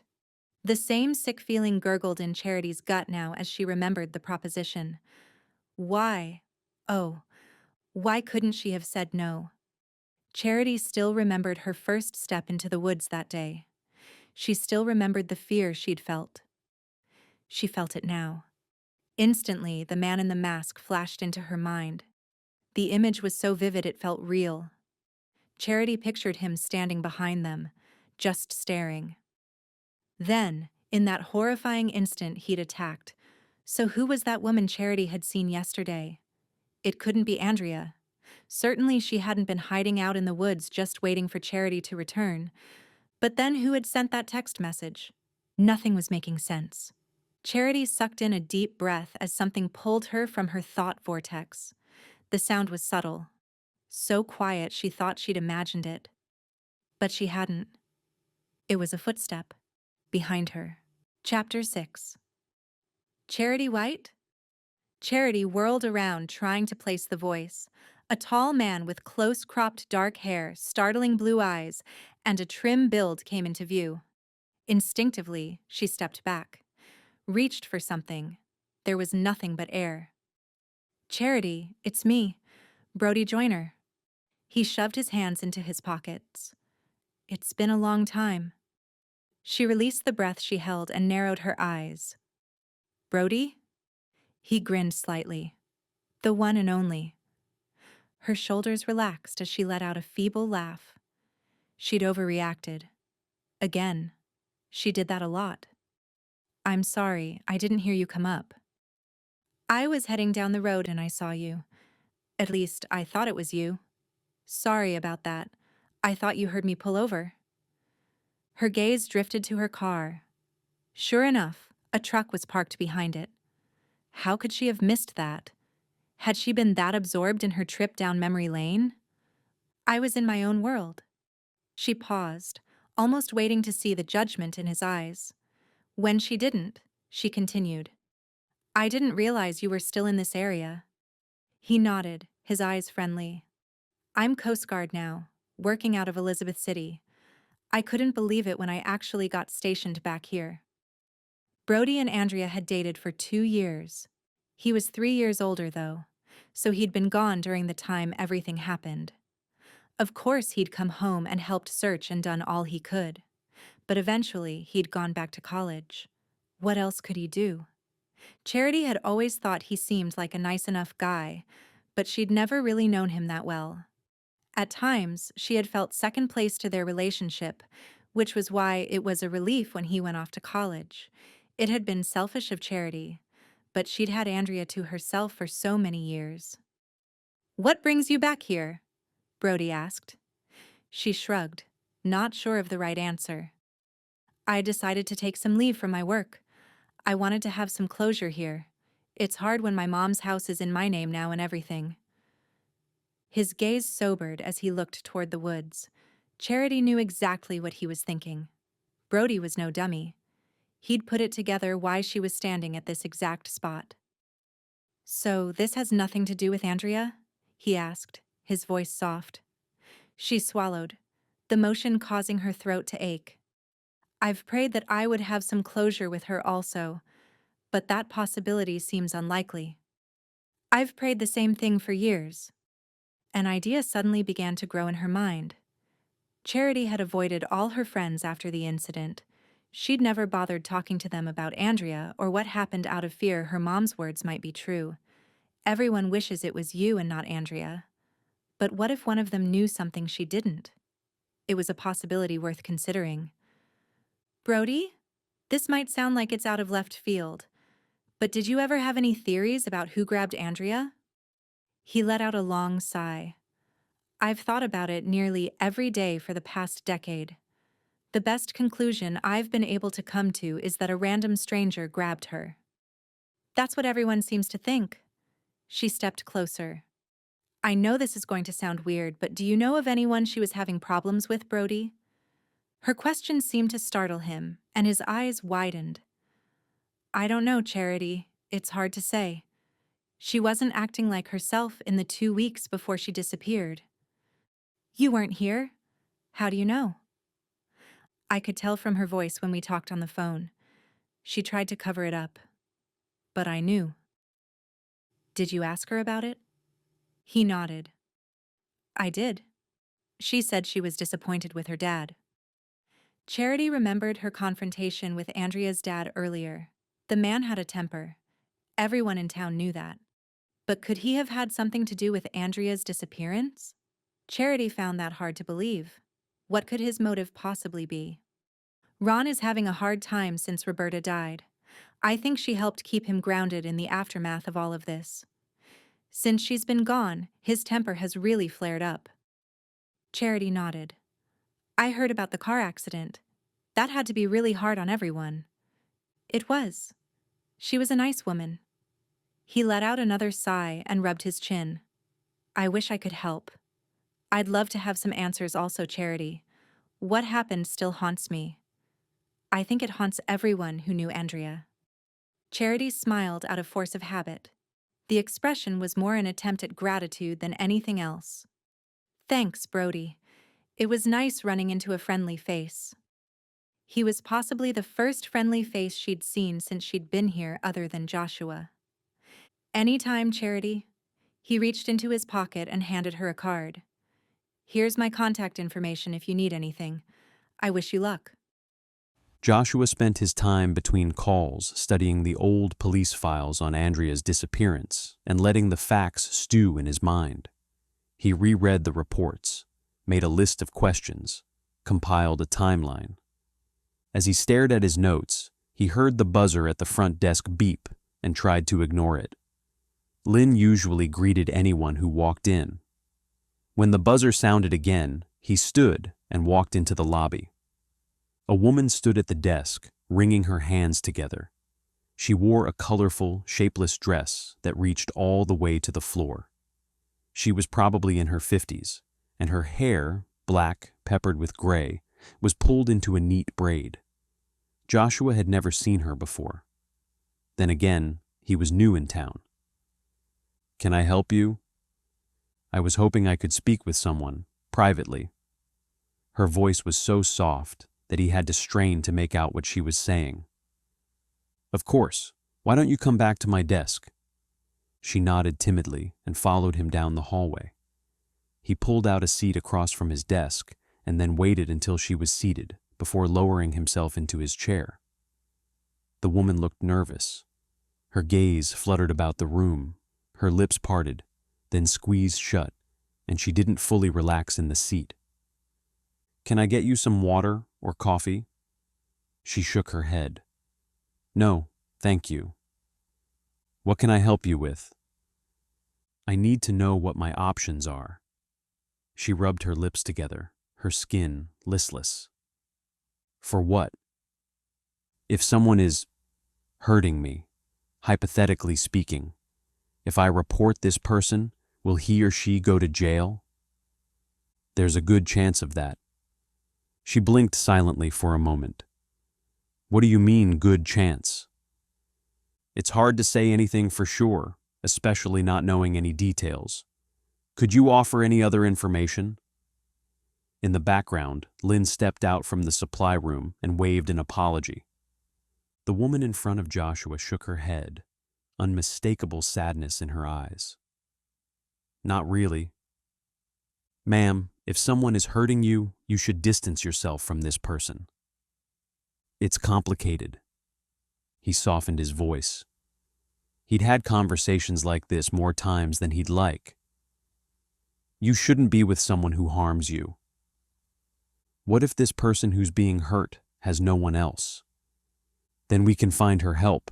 We just need her to file the report." She suddenly stood. "I can't do that. I need to think, figure things out. It's not that easy."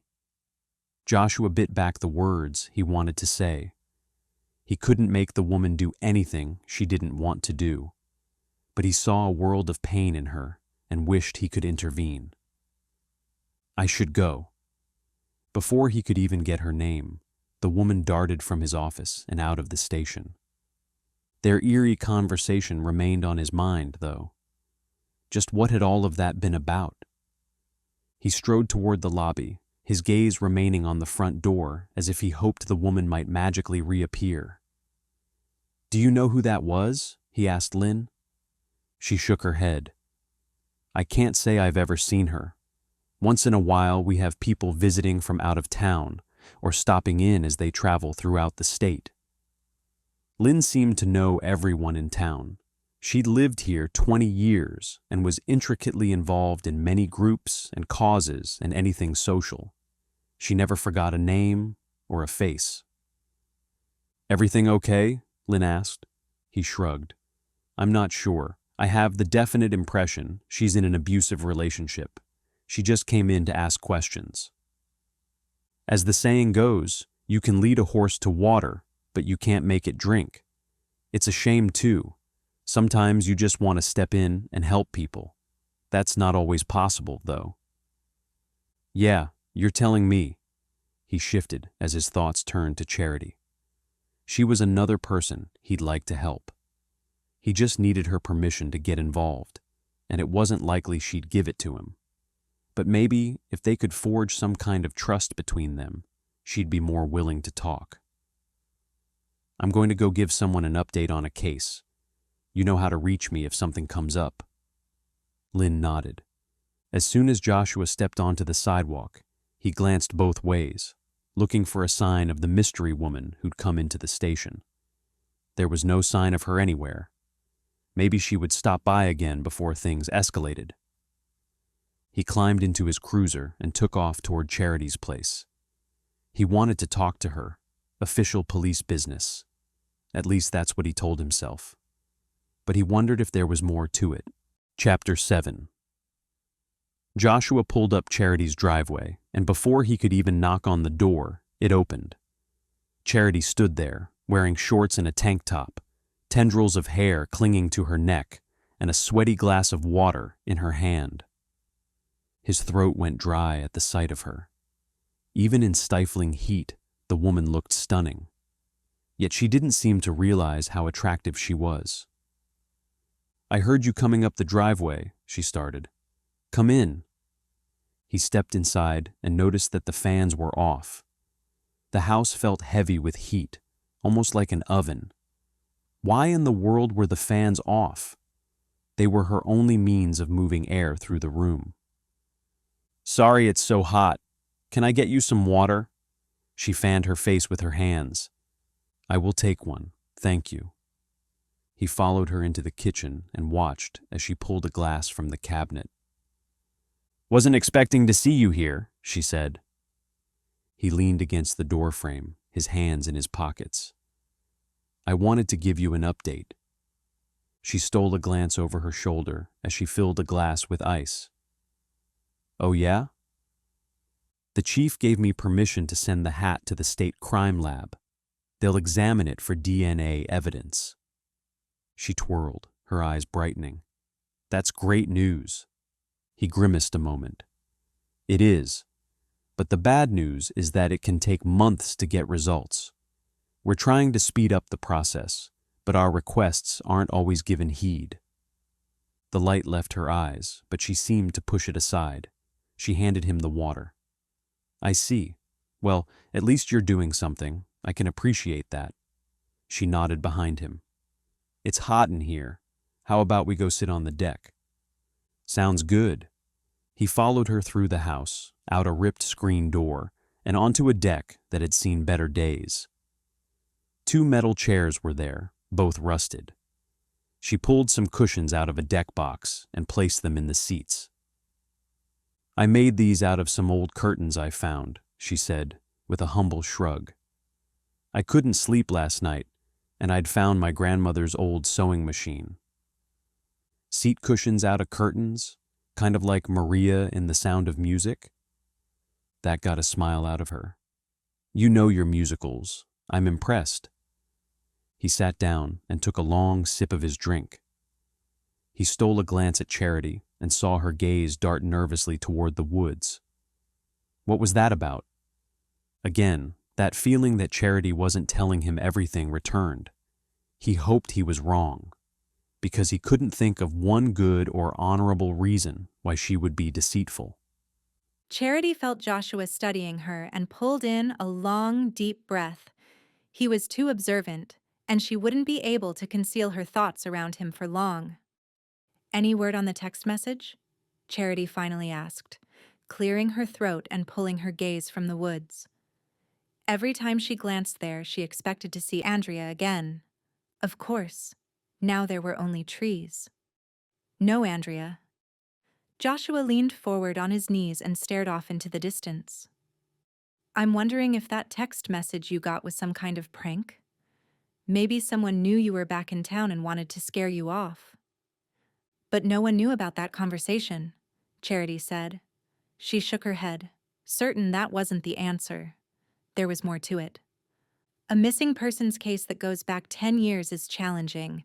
I've heard emotions in town still run high. Her heart panged with compassion. I know, and I appreciate what you're doing.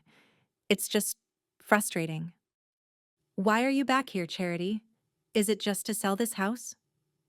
His question startled her, made her straighten. It's a long story. She hoped he would let it stop there, but she knew better.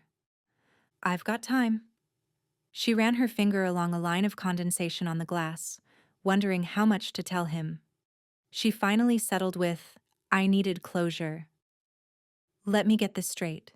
You need closure, you come home, and you just happen to find Andrea's hat and get a strange text message? He swung his head slowly. Listen, I'm not saying I don't believe you, but for an investigator, that raises some red flags. She swallowed hard, wanting to deny what he said but knowing she couldn't. The truth is that I got a letter in the mail. What kind of letter? She steadied her breaths, determined not to get flustered. It was only one sentence. It said, I have answers for you in Hartford, but you must come now. His face remained neutral. What had she expected? Shock? Outrage? Scoffing? And you think Andrea sent it? He said evenly. Charity shook her head. I have no idea. He sat up and dragged in a breath, staring off into the distance for a moment. I admit that it sounds like someone was calling you back to Hartford. I doubt it was Andrea, though. You know that, right? You know the statistics go against that notion. She wanted to tell him about the figure she'd seen in the woods yesterday, but she knew how it would sound. He'd think she was going crazy, and she couldn't really blame him. Her story sounded crazy. If anyone is full of doubt, it's me. I realize how insane this all seems, but I can't keep avoiding my life here forever. That's why I took leave from my job to come back. I need to tie up any loose ends to the best of my ability. What do you do for a living? I'm an advocate for crime victims. He seemed to perk when she said that. Really? I was able to work with a few victim advocates while I was in Atlanta. In fact, I've been trying to talk the chief into hiring one here. I've seen the benefits they can have on a victim's life. I like to think that what I'm doing is making a difference. How'd you get into that line of work? Scenes from her past flashed through her mind, each one nearly like a blow to the gut. But she'd learned to withstand it. She didn't want to be a victim. No, she wanted to be a survivor. But she couldn't tell Joshua all of that. Not now. She opened her mouth, not sure what would come out. That's when his phone rang. Joshua pulled his gaze from her and answered. A moment later, he rose, a frown pulling at his lips. That was the chief. I've got to go. Maybe we can finish this discussion another time? Charity forced a nod. Maybe. And he was gone. Joshua was still processing his call with the chief. In some kind of impeccable feat of timing, Buddy Griffin had just confessed to killing Andrea Whitaker and burying her body in his backyard. As Joshua pulled away from Charity's place, he glanced at her house in the rearview mirror. Why was all of this coming to the surface now? Someone was stirring things up. The question was who? He tried to piece everything together. Charity returns home after receiving a mysterious letter. She gets a strange text message containing a line of conversation only her abducted friend would know, and she claims a hat that magically appeared on her porch is Andrea's. Shortly after, a man who was once a suspect in Andrea's disappearance confesses to killing her and concealing her body on his property. Why was this case dead for years, only to resurface in two different instances like this? Something was going on, and Joshua needed to figure out what. He pulled up to a house about 10 miles out of town. The place was more of a compound. Instead of a fence, a wall of old car parts lined the edge of the property. Atop the tires and engines was a rickety layer of barbed wire, which lent a redneck feel to the whole place. Beyond the makeshift gate was a white clapboard house with broken shingles and window screens lying against the walls. A dog run, a large one, stretched across the property to the west, and 5 hyper-Dalmatians snarled at the chain-link fence upon Joshua's arrival. He spotted Chief Rollins's car parked in the driveway, lights still flashing. The chief and Buddy stood near the front door, looking like they were in the middle of a heated discussion. Joshua slammed his door and strode up to the two. Buddy Griffin was a skinny man with pointy features, a receding hairline, and a mullet. He was probably in his 50s, and he liked to wear wife-beater tank tops with faded, ill-fitting jeans. "Chief," Joshua said, nodding to her as he approached. "Officer Haven, thanks for coming," Chief Rollins said. "Mr. Griffin here just confessed to killing Andrea Whitaker and burying her body in his backyard. Read him his rights." Joshua tensed, something not seeming right. But he knew better than not to listen to his commanding officer. He slipped some handcuffs from his belt and grabbed Buddy's arm. "You have the right to remain silent," he started. "Take him to your car and leave him in the back. Then I need you here," the chief said. What was going on? Joshua would find out soon enough. He tucked Buddy into his cruiser. The man smelled like alcohol. Blood dribbled from the corner of his lip, and his eyes were bloodshot. The tension and curiosity in Joshua continued to increase. He strode back over to the chief, arriving just as she got off the phone. She shook her head as she tucked her phone back into her pocket. "A crew from Elizabeth City is on their way." "What do you mean? What exactly is going on here?" Buddy apparently had too much to drink down at the local bar. He started mouthing off, In the process, he announced that he'd gotten away with abducting and killing Andrea. He said he'd buried her body here on his property. Joshua rubbed his neck. Really? Just out of the blue, all of this came out. He had a confrontation with Ron Whitaker. Apparently, Ron is having a lot of confrontations lately. What's that mean? The chief asked. He confronted Charity also. Joshua slapped a mosquito that buzzed around his arm. Ron has had some anger issues in recent years. No one can really blame him, all things considered. First he loses his daughter, then his wife in an auto accident. The man's a walking time bomb. He was mouthing off about Charity being back in town when Buddy got involved. Is this his first run-in with the law? Who, Buddy or Ron? Ron. He's had some squabbles in the past, usually when he's been drunk. You think Buddy is telling the truth? Loose lips sink ships. Maybe he just needed some liquid courage before spilling the beans. Maybe this Charity girl being back in town stirred up something in him. We'll find out soon enough. The team should be out here soon enough to start digging up the land. Do you want me to talk to Buddy? She shook her head. Give him some time to sober up. The important thing right now is that he gave us permission to search for evidence here. That's more than we had in the past. Chapter 8. 4 hours later, an excavation team had dug up a large portion of Buddy Griffin's yard. The only thing they'd managed to find was a skeleton. Unfortunately, it was canine and not human. Andrea was not here, at least not in the area of the yard Buddy had indicated. Had all of this been a wild goose chase?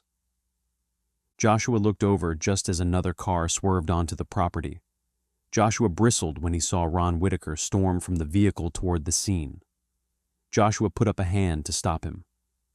I'm afraid you can't go any closer. I have a right to know what's going on. It's my daughter we're talking about here. I realize that, but there are certain protocols we have to follow. You remember that from your days on the force. The man narrowed his eyes at Joshua and jabbed a finger in his chest. I want to speak with the chief. As soon as she finishes speaking with the excavation crew, I'll see if she can talk. Before Joshua finished the sentence, Ron Whitaker charged past him, right toward the chief. Wait! Joshua grabbed his arm. As soon as he did, Ron jerked back and slammed his fist into Joshua's jaw. Chief Rollins rushed toward the scene. What do you think you're doing? She asked Ron. It's my daughter. I need to know if you found her. Joshua, are you okay? Chief Rollins asked, keeping one hand on Ron's chest to hold him back. Joshua rubbed his jaw, casting a look of warning toward Ron. Yeah, I'll be fine. You know we can arrest you for assaulting a police officer? She turned her attention back to Ron. Everyone keeps playing games with me. I'm tired of it. I demand some answers. Ron, as soon as we know something, you'll be the first one we tell. The chief began leading him away from the police tape and back toward his vehicle. I'd like to get a statement from you about what happened earlier. I've done too much talking over the past 10 years. I'm ready for action. Chief Whitaker, you know how this works. It's never fast. But I promise you we're exploring every possibility and taking this very seriously. You need to calm down, though. You're not doing yourself any favors right now. Something about what she said seemed to register with Ron. Finally, he nodded. Whatever I need to do. Great. Officer Haven, use my car. Get his statement. Then check on Buddy. Joshua nodded, rubbed his jaw one more time, and walked with Ron toward the chief's cruiser. They climbed in the front, and Joshua pulled up a form on the computer there. I understand this is very emotional for you, Joshua started. Sorry about what happened back there, Ron said. The man's words slurred. He'd been drinking too, Joshua realized. You have no idea what it's like to live under this kind of distress for so long. You're right, I don't. Sorry about that punch to the jaw. The spot still ached, but Joshua wasn't going to tell him that. I'll be fine. Now, what can you tell me about what happened earlier? Ron drew in a long breath. I was at my bar having a drink when Buddy came in. The two of us have avoided each other for years. Never did like him. Liked him even less when it seemed like he had something to do with Andrea's disappearance. Why did people think he was guilty again? He abducted someone 14 or 15 years ago. That person just happened to be his daughter. He was in the middle of a nasty custody dispute. Ron rubbed the skin between his eyes, the numbing effects of alcohol obviously fading. Anyway, his ex-wife got custody, but Andrea would have been around his daughter's age. That's why we thought he had something to do with it. However, we had no evidence, couldn't even get a search warrant for that matter. So, nothing ever came of your suspicions? The man claimed he had an alibi. He was supposedly in Virginia, buying a dog to use for his breeding business. That's how he makes his living. Someone verified he was in a town called Suffolk at about 3:30. That wouldn't have given him enough time to get back here. But if this person's timing was even slightly off, then he may have been able, if he sped, to get back here in time. So, what happened at the bar? We'd both had too much to drink, I admit that. He moaned and rested his head back against the seat. We had words with each other. Then the man had the nerve to smirk. He said, I took your daughter, I killed her, and I buried her in my yard. That's when I punched him. He punched back. Before the chief got on the scene, he left. Now, here we are. You think he was telling the truth? Why would he lie? Why would he admit this today of all days? You'll have to ask him. Joshua nodded. If you're calmed down enough, you can go wait on this side of the police line to see what investigators find out. But if you give us any trouble, I'm going to have to take you down to the station. Ron nodded.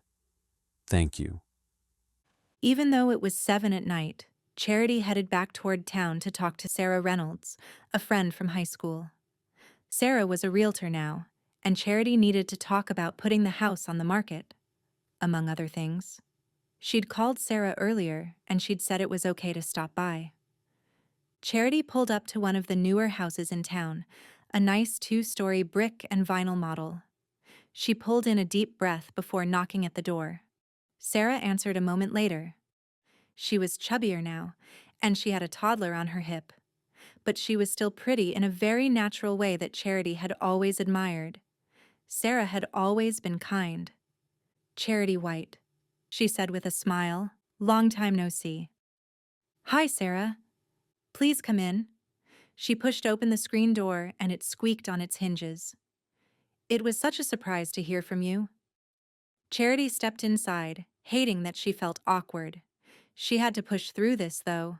This was no time to be a shrinking violet. Thanks for letting me stop by at the last minute. Thanks for calling. I'm sorry my place is a mess, but I have 3 kids, all preschoolers. So feel free to have a seat, if you can find somewhere clutter-free. Charity moved some dolls from the couch and carefully lowered herself there. 3 kids, huh? Sarah beamed. It's a lot of work, but I wouldn't trade them for anything. What about you? Are you married? Any kids? Charity shook her head, an unusual sadness settling in her chest at the thought. No, not even close. But I have a nice little life in Tennessee, so I can't complain. Good. I'm glad to hear that. You look great. Can I get you some tea or something? No, I'm fine. I know you have a lot going on. I just wondered if I could have a minute of your time. Of course. It's been years. Charity absently straightened the edge of her dress. I'm thinking of putting my property up for sale, and I heard you were a real estate agent. You're going to sell your old property? It's been in the family for generations, hasn't it?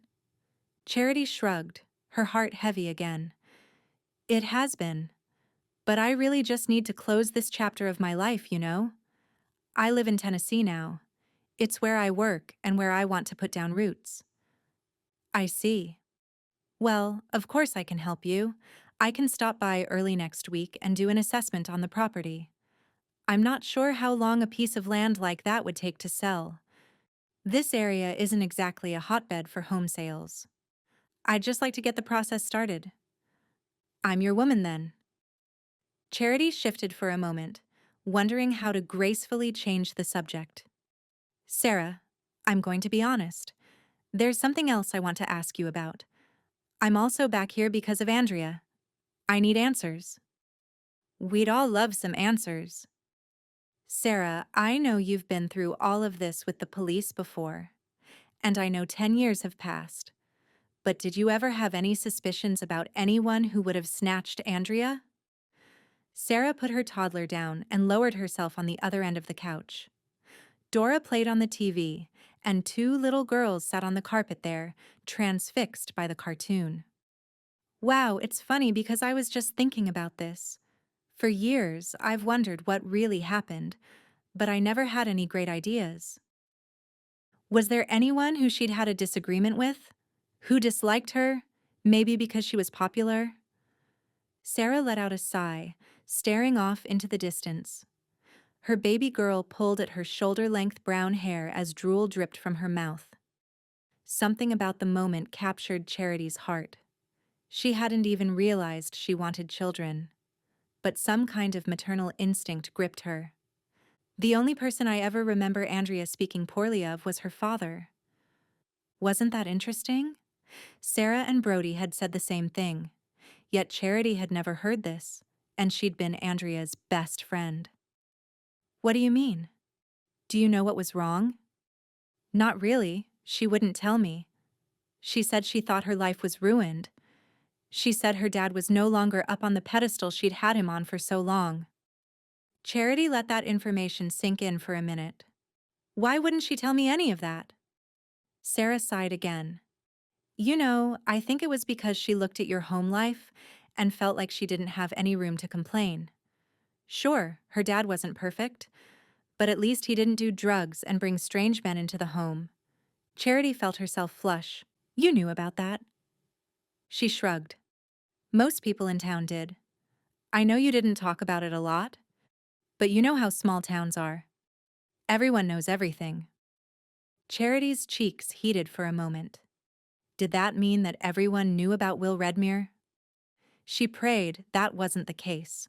How much more scrutiny could she endure? I just can't believe it.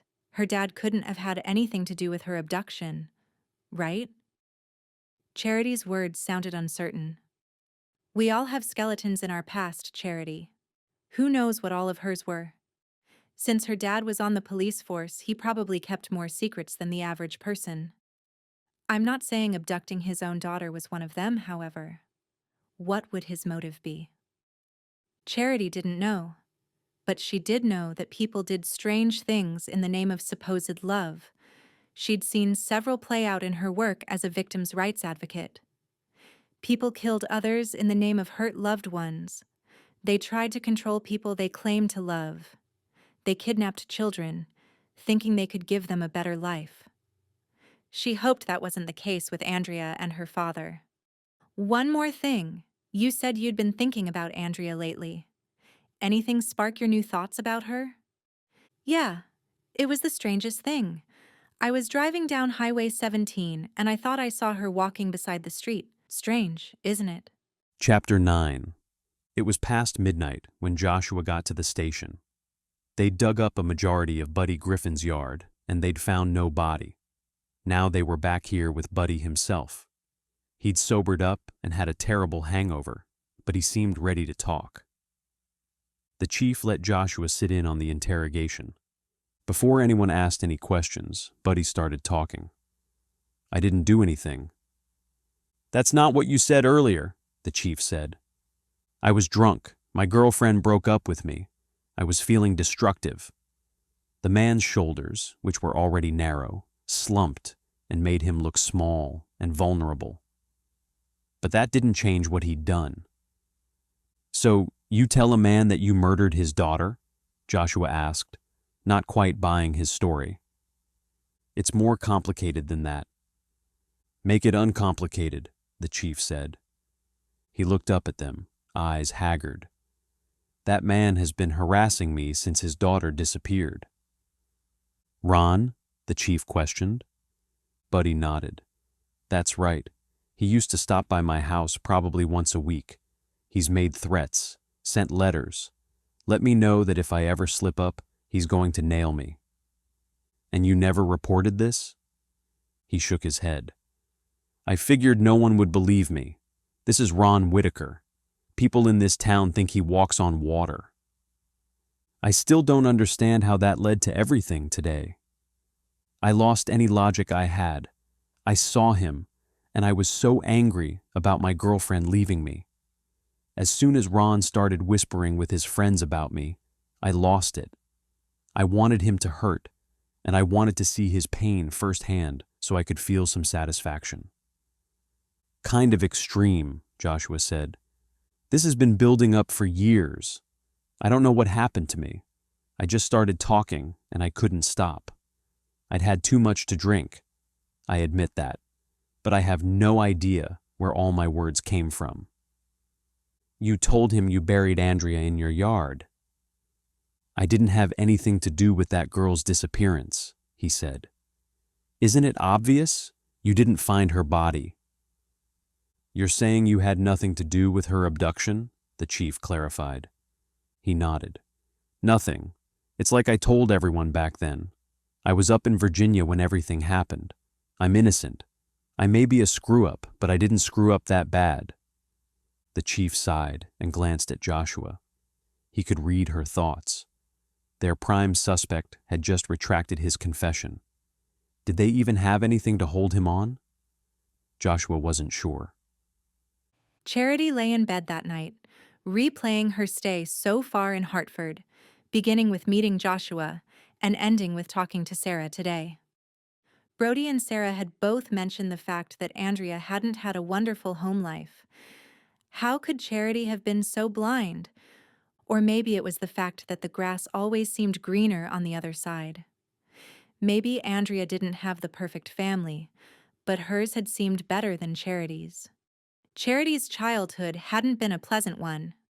Her mom had strings of boyfriends come and go. Most of them were no good. After Charity hit puberty, a few of them hit on her. One took it a step further. Meanwhile, her mom was always too preoccupied with her own problems to notice the unwanted attention or to care. Her mom had drunk away her sorrows. When that didn't work, she'd found a new man. When that didn't work, she turned again to alcohol or drugs. Charity squeezed her eyes shut. Thinking about her childhood would do no good. What she needed to think about was everything that needed to be done before she could leave Hartford behind once and for all. No one would want to buy this property the way it looked now. She still had grass to cut, junk to purge, walls to paint. But at least after that, she could truly leave and not look back. Even if Andrea had appeared in the backyard and possibly sent her a text. And she had to stop thinking like this. Someone was obviously playing a game with her. She couldn't be naive. A sound outside the window caught her ear, and she froze. What was that? The wind? She thought she'd heard a snap, like a branch or twig had broken. She sat up in bed, clutching the covers closer to her. Part of her wanted to charge out of bed and check out the sound. The other part of her cowered and didn't want to move. When she heard another shuffling sound, she threw her legs out of bed. She had to do this. She had to see what was going on. Staying light on her feet, she moved against the wall near the window. She held her breath, fear threatening to dominate her. With her heart beating out of control, she nudged the curtain aside. Blackness stared back. Her heart slowed. Maybe she'd been hearing things. Just to make sure, she traveled down the hallway and into the living room. She blinked at what she saw there. Something bright flickered outside her house. With a feeling of dread, she realized what it was. Fire. Someone had set the house on fire. This whole place was going to go up in flames. The flames grew with each minute. The heat already made a sweat break out all over her skin. Charity hunched down low, trying to stay away from the smoke, which already filled the house. She was already coughing by the time she reached the hallway. Just then, a crack sounded above her. The roof. The roof had already caught fire. Also. Fear shuddered through her. She grabbed the door leading outside and tried to twist. It wouldn't budge. What? Why was the door locked? She rattled it again, but it didn't budge. Was she trapped in here? She pounded on the wood. She coughed as smoke filled her lungs. The haze was getting thicker. The heat was becoming stronger, and the flames began to lick the ceiling overhead. The door still wouldn't budge. She had to find another way out. Just then, a burst of fire engulfed the wall behind her. Her time was running out. She had to think of a way to get out of here. Before she could think any more, the ceiling collapsed. That was the last thing she remembered. Chapter 10. Joshua pulled down the lane leading to his house and felt his heart skip a beat. Flames were coming from Charity's house. He pressed the accelerator and gravel kicked up beneath his tires as he sped toward his neighbor's place. Thinking quickly, he dialed Lynn and instructed her to send a fire truck out. He pulled into the driveway and threw the truck into park. He darted toward the front door and tugged at it. It didn't budge. What? Looking closely, he saw nails around the door frame. Someone had nailed the door shut. He'd have to think about it later. Now he hurried to the back door. He pulled his sleeve over his hand and pulled at the door handle. Heat seared his hand. The screen door opened, but the wooden door was also nailed shut. Someone was playing a twisted game. A little too twisted. Wasting no more time, he went to the window. He found a chair from the deck and smashed the glass. After wiping the shards away, he climbed inside. Smoke immediately filled his lungs and made it hard to breathe. It burned his eyes, his lungs. That didn't stop him. He pushed his way into the house, searching for Charity. Flames licked the walls around him. The whole place was going to go up in flames in a moment. If he wasn't careful, he and Charity would both be destroyed with the house. Remaining low, he exited the bedroom. The hallway appeared in front of him. It looked clear.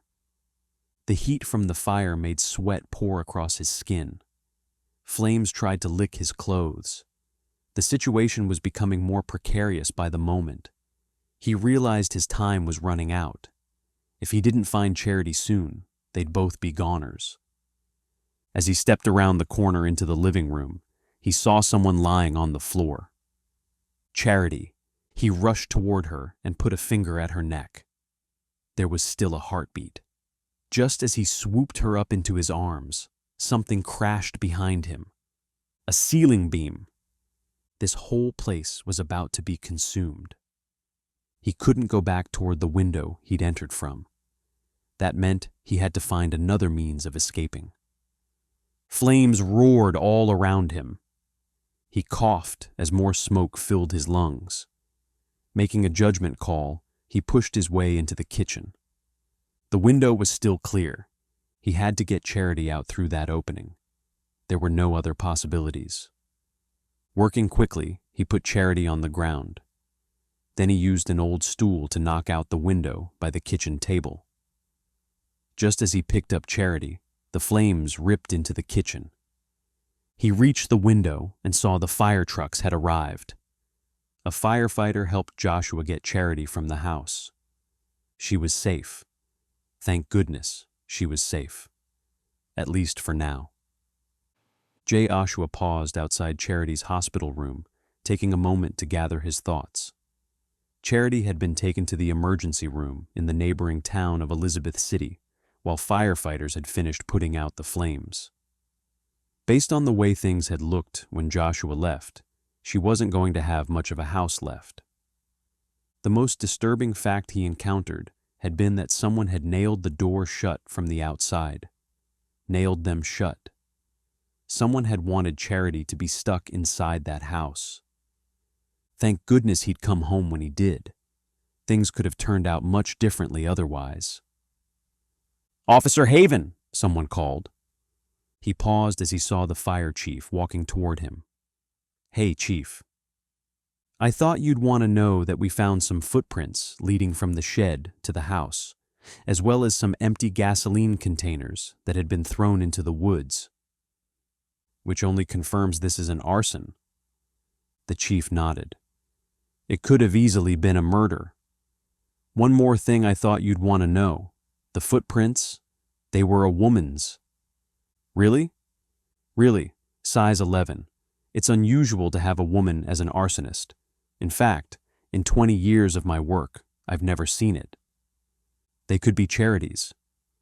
We'll want to check her shoe size, but the way the prints are lined up makes it evident the person who left them also set the house on fire. Anyway, I'll keep you updated if I hear anything else." Joshua stored that information away. A woman's footprints? What woman would have set the house on fire? This whole investigation was getting stranger by the moment. He knocked at Charity's door and heard a surprisingly strong "come in" from the other side. He stepped into the room and saw Charity sitting up in bed. He'd expected her to look broken or hurt. Instead, she appeared wide awake. "Hello, Charity." She smiled softly. "Joshua, how are you feeling?" "I'm alive, thanks to you."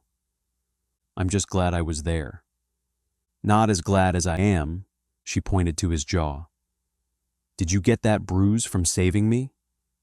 He rubbed his jaw, remembering his encounter with Ron Whitaker yesterday. The spot was still sore and slightly swollen thanks to the town's former police chief. "No, not exactly," he paused. "I need to ask you a few questions, Charity." Charity pulled herself upright in bed. "Go ahead. I'd like to hear your account of what happened." She let out a contemplative sigh and leaned her head back into the pillow. "I was trying to sleep when I heard something outside my window. I got up to investigate. That's when I saw the flames outside the house. I tried to get out, but the door was blocked. The next thing I knew, the whole house was on fire." "I see." She paused. "Is the house destroyed?" "It's..." How did he even tell her? "It's going to be difficult to restore. My guess is that the county will condemn it." "I see." She rubbed her lips together and stared off into the distance. "Maybe this is just a sign that I need to put this town behind me, permanently." Something about the thought caused Joshua's heart to pang. She was only here temporarily. It was a good idea to keep that fact in mind. The nurse shuffled into the room. "I have discharge papers. The doctor said you're going to be fine. If you start having any problems, come back, of course." "Great." Charity signed the papers and then rose.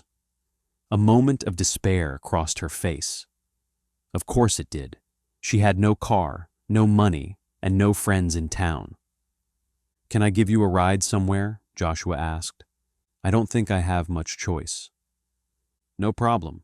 He held his arm out, directing her into the hallway. They walked silently side by side for a minute. A question kept pressing on Joshua, though, to the point where he couldn't ignore it. "Where will you go tonight, Charity?" She shook her head, a few smudges of ash still dusted across her cheek. "I'm not sure."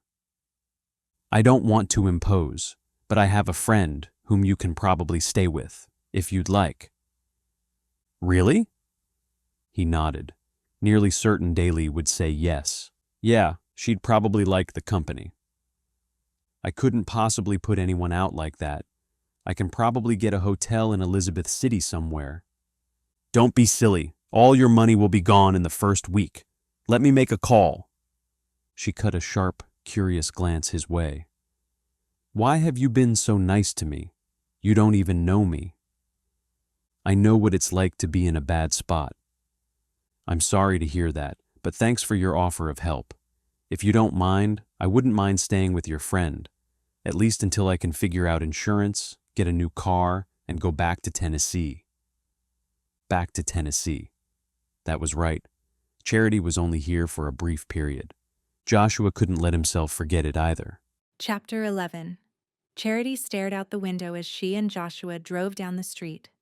It was still black outside, though she suspected that any time now the sun would begin to peek over the horizon.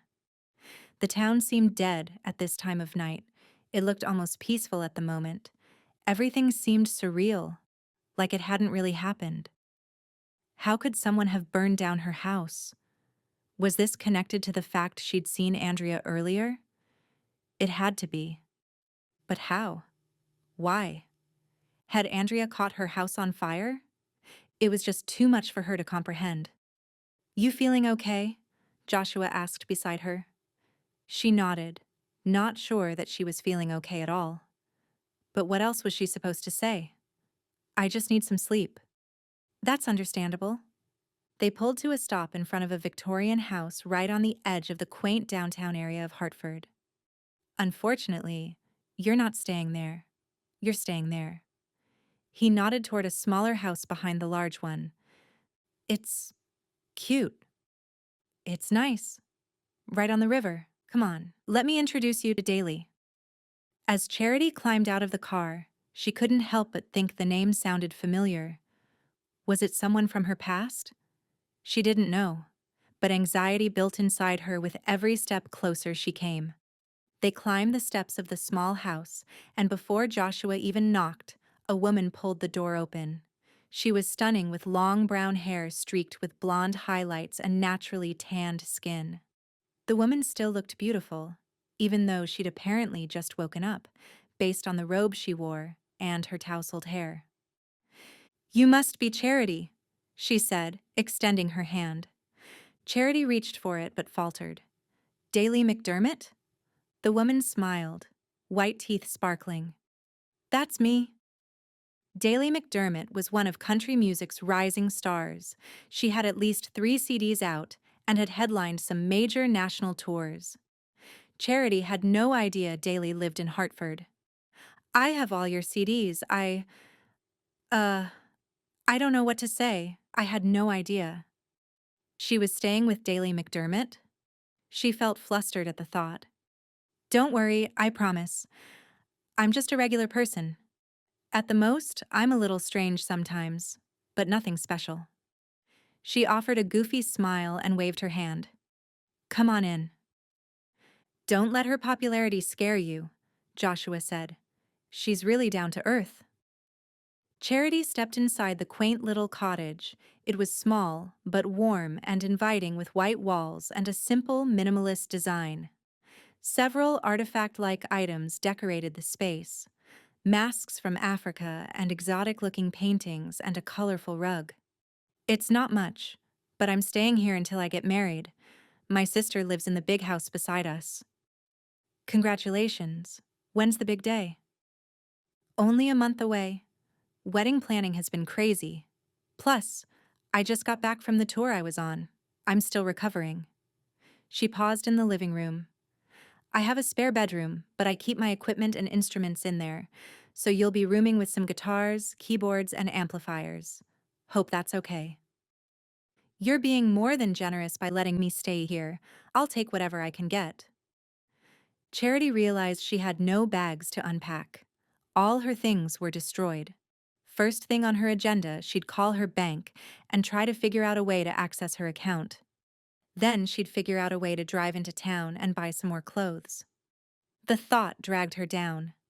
This really was more overwhelming than she'd initially anticipated. She literally had nothing right now. No identification, no money, no car, and no house. She'd hit rock bottom before, but right now she couldn't imagine sinking any lower. She felt like she couldn't breathe. She had no choice at this point in her life except to accept the help of strangers. It was something she wasn't good at doing, not by any stretch of the imagination. "Charity, could I talk to you a minute before I go?" Joshua asked. She nodded, her throat constricting. "Of course." They stepped outside. Since her clothes were burnt and smoky, the hospital had let her use some sweatpants and a faded pink Hatteras Island t-shirt.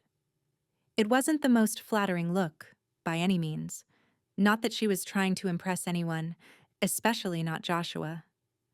At least she'd taken the time to pull her hair back into a semi-neat ponytail and made sure all the ash and grime were gone from her face. The smell of smoke still lingered on her, though, almost as if her skin had absorbed it. They walked over to a small pier and dock that overlooked the Perkimans. Spanish moss draped across the tree limbs, and the dark water gently lapped the shore. A full moon shone in the distance, the gentle orb reflecting into the ripples of water below. The scene looked so serene. Too bad nothing inside Charity felt the same way. "Charity, there's something I wanted to tell you," Joshua started, shoving his hands into his pockets. The moonlight hit his face, bathing it in a soft glow. He was handsome, she reflected again. She'd tried to ignore it. She'd tried to ignore his kindness, even. But the fact remained that he was like someone who'd stepped out of her dreams. The thing was that she'd worked her entire life to ensure she didn't follow in her mother's footsteps. Her mom had turned to men for her every comfort. She'd gone through them like tissues. Or, should she say, they'd gone through her mom like a dog going through the trash. "What is it?" "When I got to your house, the doors had all been nailed shut." "What?" Shock rushed through her. Had she heard him correctly? As if reading her thoughts, he nodded. "It's true. There were nails around the doorframe that prevented you from getting out." "So someone wanted to—" She couldn't even finish her sentence. "Someone wanted you either hurt or dead." Her hand went over her mouth. "I can't believe it.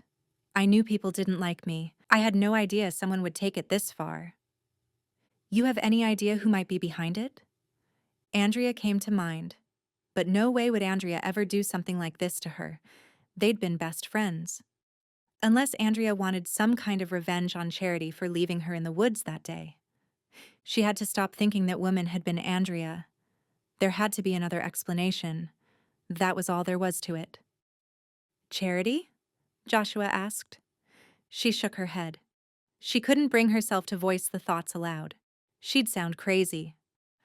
"I suppose you could take your pick. As you know, Mr. Whitaker isn't very fond of me. He has a whole legion of followers he may have been able to influence to do his dirty work." He nodded. "I'll look into it." He shifted. "What about women? Do you know of any specific women who have a grudge against you?" The question surprised her and made a sick feeling gurgle inside. She briefly thought about mentioning Andrea, but she couldn't do it. "No, I can't say I do." "Why do you ask?" "Because the footprints leading from the shed to the house, they belong to a female."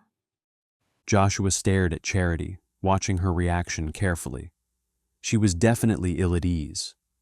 There was something on her mind, but he could see the walls coming up around her. She didn't trust him. "I don't know what to say," Charity said. "Are you sure the footprints weren't mine?" "They were for a size 11 shoe. Your feet are much smaller." She rubbed her lips together and shook her head, as if fighting some kind of internal thought. Even in the oversized clothing she wore, she looked lovely. Her eyes had the soft hue of someone who could be trusted. But her body language said otherwise. She was uptight and jittery and jumpy. "What are you thinking, Charity?" Joshua wished he could get inside her head long enough to figure the woman out. "Andrea wore size 11, she whispered, her gaze fluttering up to meet his. "She always said she hated her feet, that they were too big." Andrea?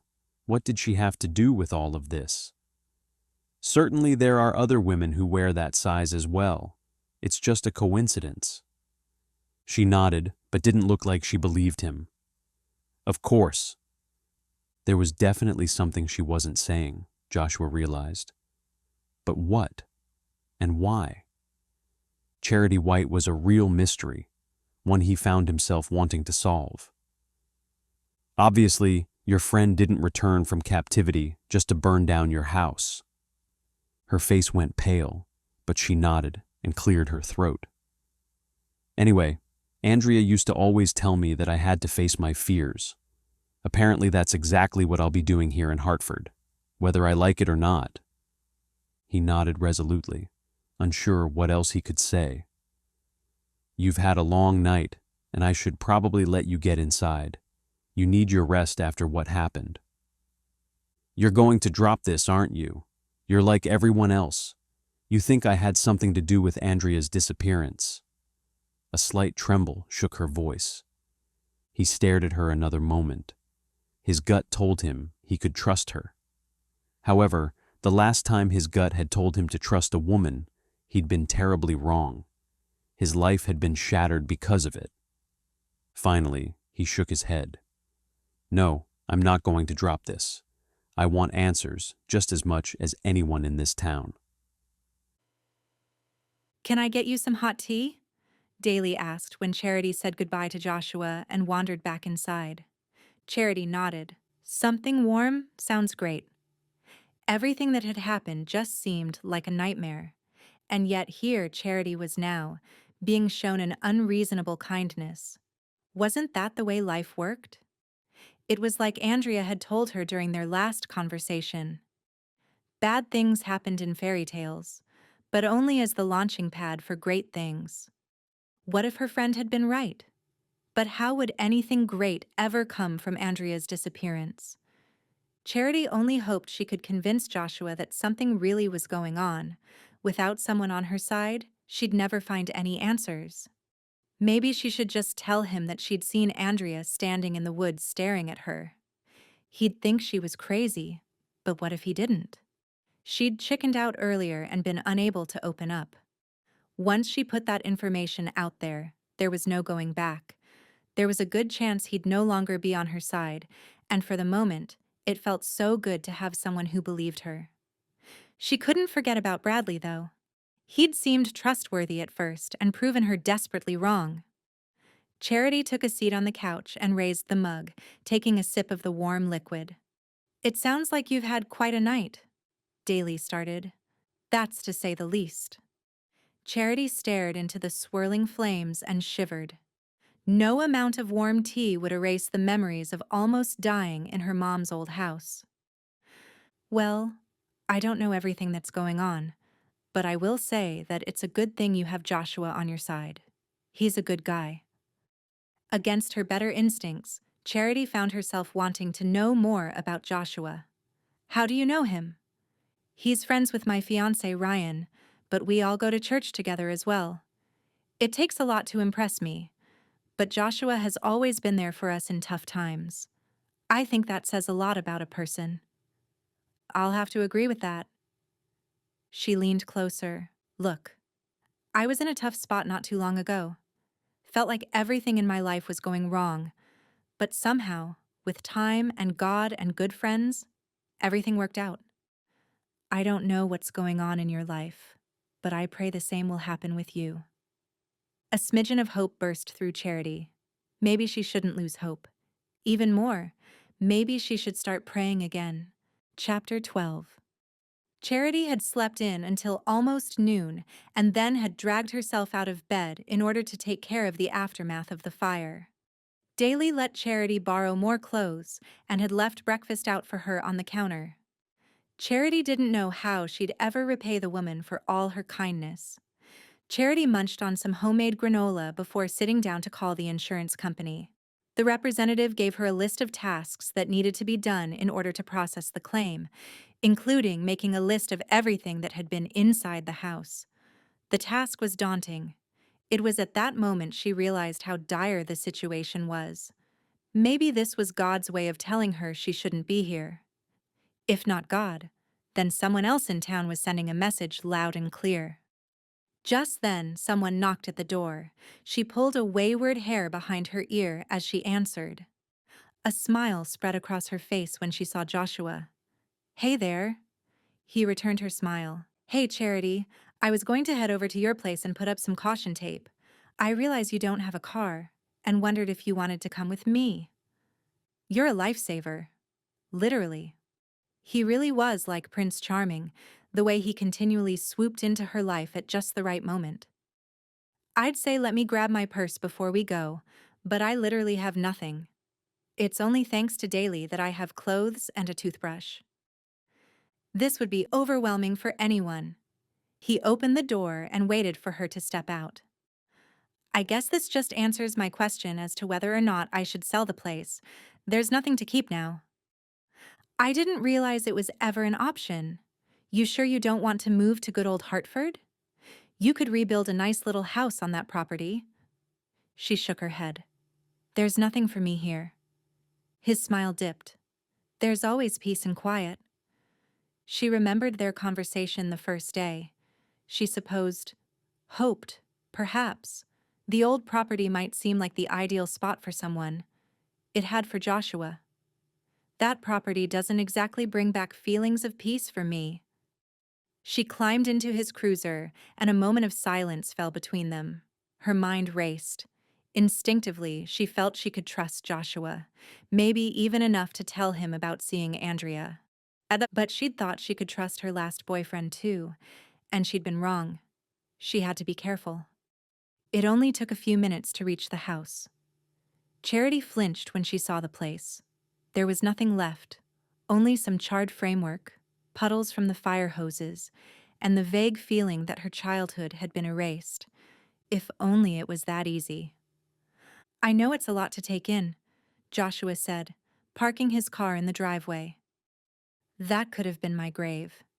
She shivered as she said the words. Thankfully it wasn't. Thankfully, she repeated. Joshua held up some caution tape. We need to put this around the perimeter of the property, as a precaution in case anyone gets nosy. I'm sure the insurance company probably mentioned it to you. She nodded. They did.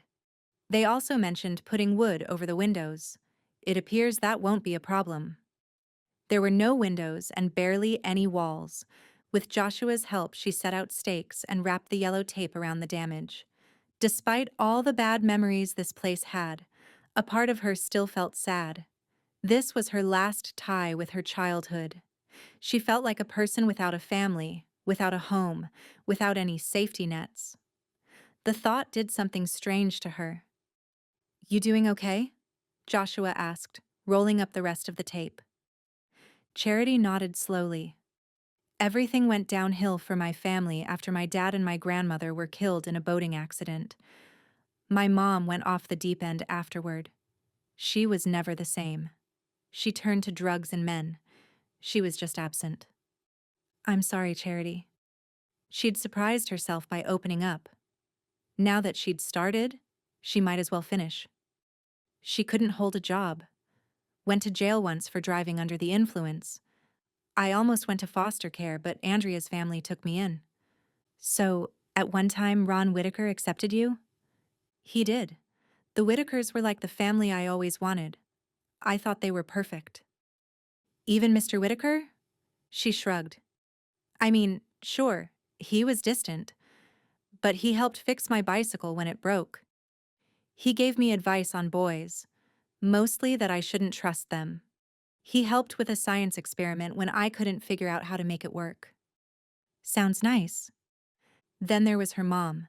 She was the one I talked to about boy problems. You know, when I didn't listen to Mr. Whitaker's advice. She helped me get ready for junior prom or showed me how to put on makeup. That day that Andrea disappeared, I not only lost my friend, I lost my second family. You've had a lot of loss, but you also have a lot of strength because of it. Strength? I don't always feel strong. You're here, aren't you? She nodded. Yeah, I guess I am. For another week or so at least. After that, I'm done. I've got to let this go. I want you to find the answers you need, Charity. She smiled, a real smile. Thank you. So do I. Joshua dropped Charity off with his truck in case she needed to do any errands.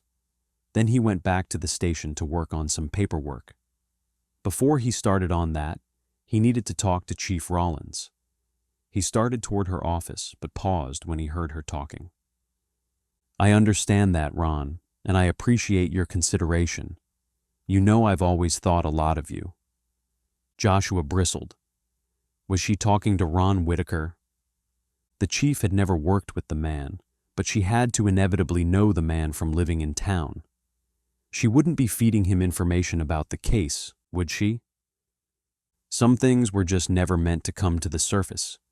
You and I both know that. Anyone in our shoes would. Pause. Of course I'll keep you updated. You can always count on me. Something didn't sit right in his gut. He knocked at the door, and the inside of her office went quiet. A moment later, he heard a "come in" from the other side. Chief Rollins looked up at him, phone back on its cradle, and no evidence of her conversation visible.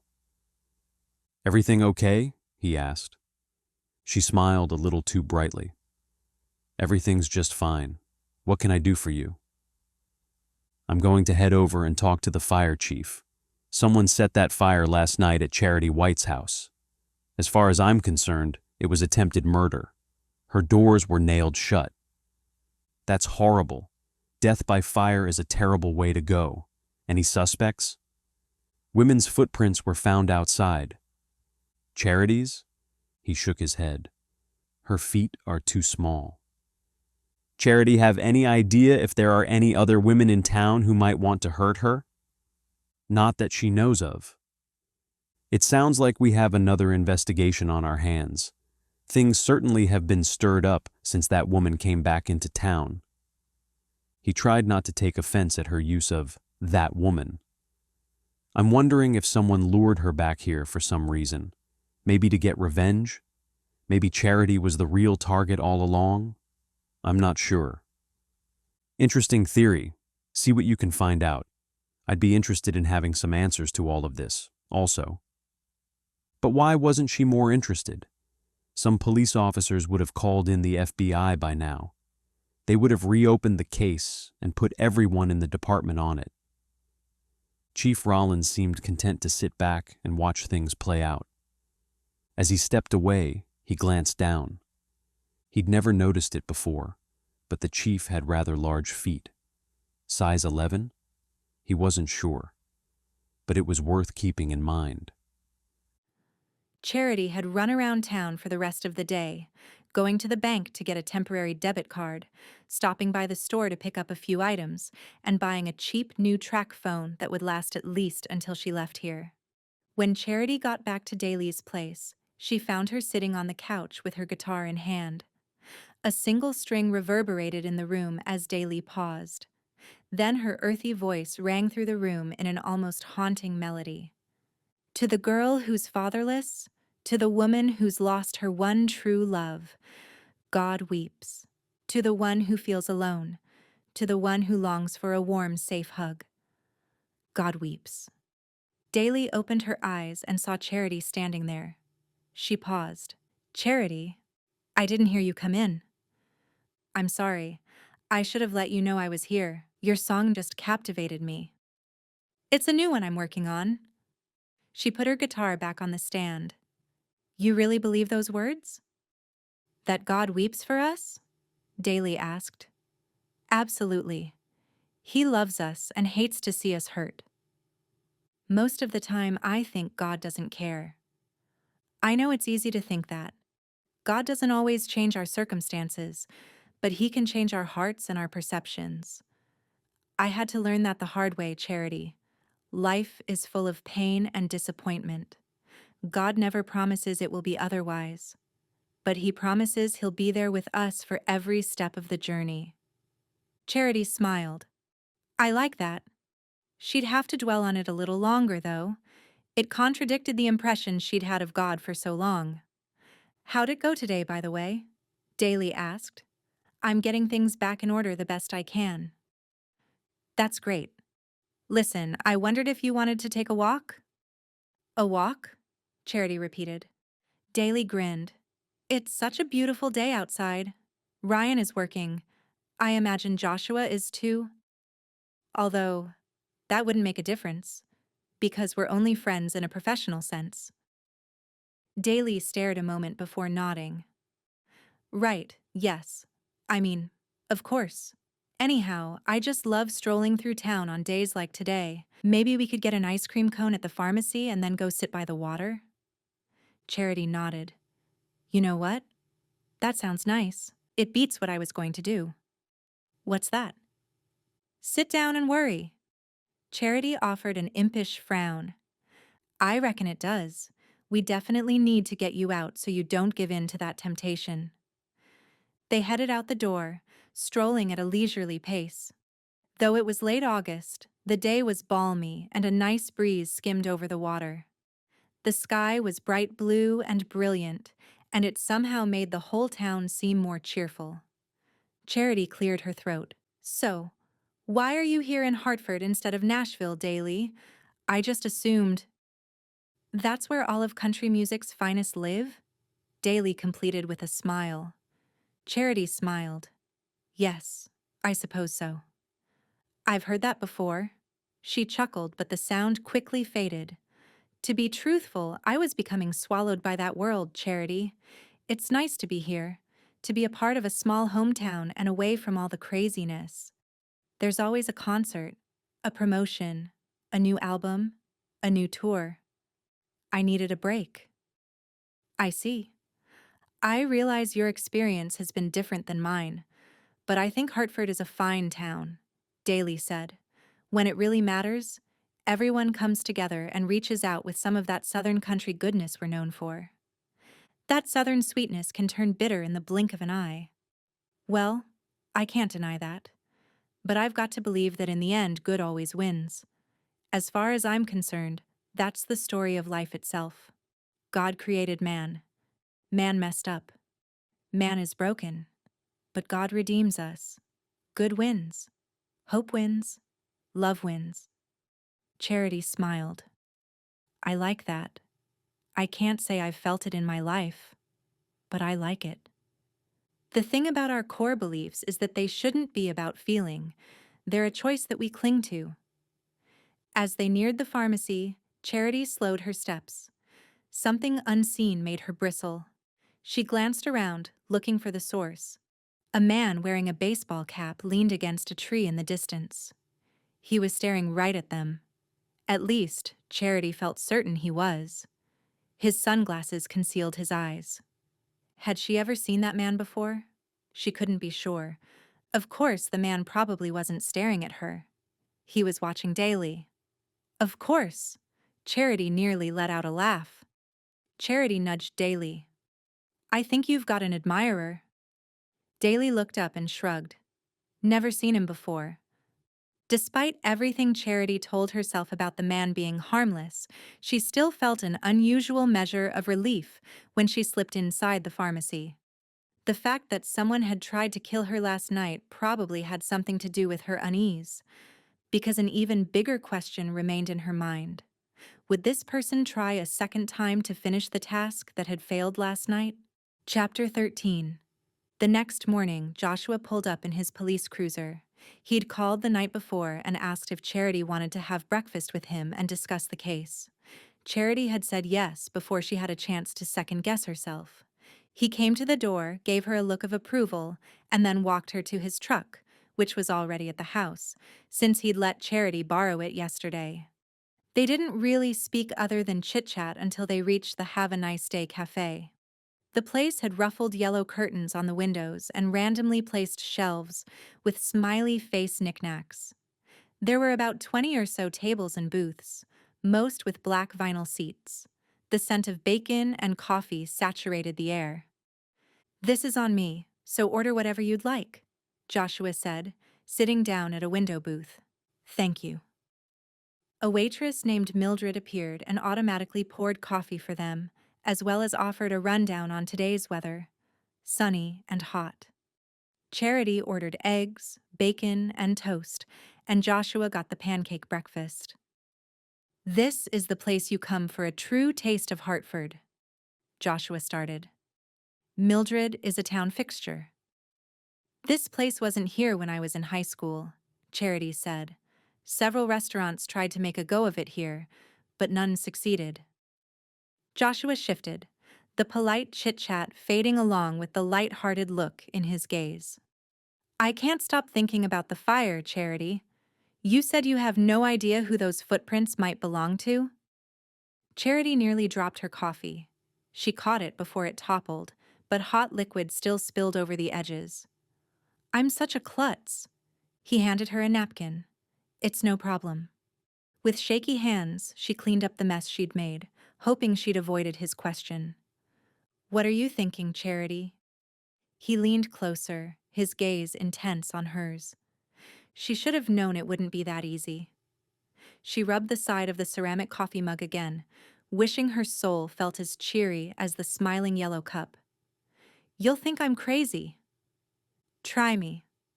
Let it be known that I tried to warn you. Of course. Her gaze flicked up to his. I thought I saw Andrea the other day. Andrea Whitaker? He blinked as if he hadn't heard her correctly. She nodded. I know how it sounds, but I don't have any explanations for it.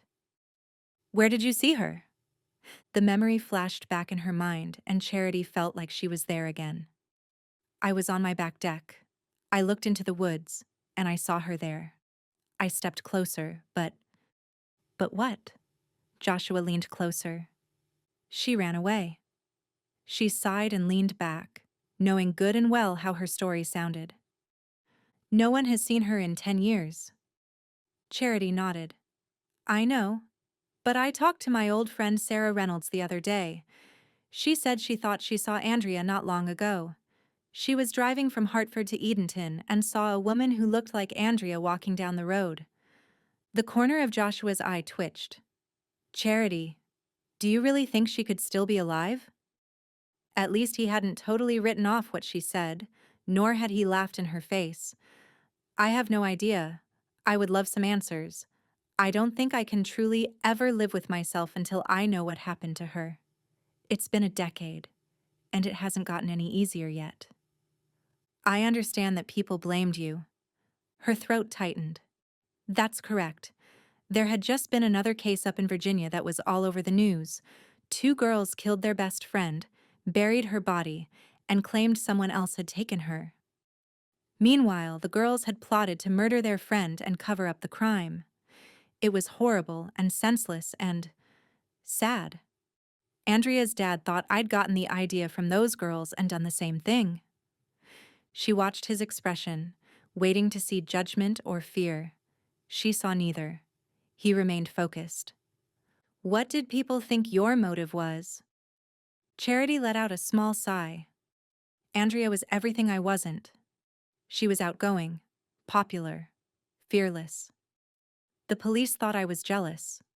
Mix my family life into that, and I seemed like a sure bet. You mentioned you had a rough childhood. She pressed her lips together for a moment. My mom was messed up.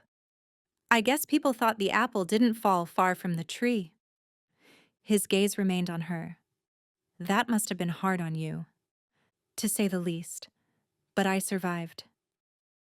Living with guilt every day, unnecessary guilt, is just barely surviving. Well, you do what you have to do to make it through. I'm still breathing, right? He eased up on his intense stance and finally leaned back in his seat, letting out a breath of air. It must have taken a lot of courage for you to come back here. I don't know what's worse, other people's judgments of me or my own. Just then, their food arrived. Joshua closed his eyes in what must have been a prayer. Out of courtesy, Charity also paused, waiting until he finished before raising her fork. It must be nice to believe in a God who had everything under control, who had a plan for people's lives, to believe like Daly believed. Did God really weep? Did he really care that much? Charity wasn't sure if that would make her experience easier or harder to accept. If God were in control, that meant he'd let all of this happen, which made him seem cruel and heartless, loveless. But it also meant that somewhere in this mess, there was hope that good could come from bad. Let's assume for a minute that the person you saw, the person who left the hat, who sent the text, isn't Andrea. Who else could it be? Suddenly, Charity's appetite started to vanish. She forced herself to swallow the bite of toast in her mouth. I've asked myself that before. Many times. I wish I had a great answer. Maybe it's the person who actually abducted Andrea. Why risk being discovered by reappearing now? This person has gotten away with the crime for so long. You're a cop. You know how it is. Some people like to hurt others for the attention it gets them. They don't want to get away with it. He raised his eyebrows. True. As I told you earlier, I work as a victim advocate in Tennessee. Maybe I thought that if I helped other victims reclaim their lives, I could find a little peace in my own. She shrugged, uncertain why she'd shared that. Anyway, I know that there's a lot of evil out there, a lot of people who destroy just for the sake of destroying. If not the person who abducted Andrea, is there anyone else who'd want to play mind games with you? She shuddered. We've already established that there are a lot of people in this town who don't like me. I'd say maybe one of them was trying to prove a point. Make me pay. But then I have to ask myself where they got Andrea's hat. There are no easy answers here. I wasn't privy to all the information on the case. Of course, Andrea's dad knew everything that had been discovered because he was the police chief at the time. But the former chief, Chief Owens, he might know something. Chief Owens had taken over the investigation when it became apparent Ron Whitaker couldn't handle it. He'd been chief before Ron and had acted as lead on the case until the FBI stepped in. Today's my day off. I say we go pay him a visit. She pointed to herself, certain she hadn't heard Joshua correctly. You want me to come? I want to see how he reacts to you. Does that make you uncomfortable? Everything makes me uncomfortable, Joshua, but I'll do it. Joshua wasn't sure this was the best idea, but he'd already thrown it out. He wanted to pursue more of this case. Chief Rollins had left the investigation in his hands when he'd been assigned to investigate the hat left on Charity's porch. So he was just pursuing answers about whoever had left that clue. Normally, he'd never, ever take either a victim or a suspect with him. But he did honestly want to see how both the chief and Charity reacted to each other.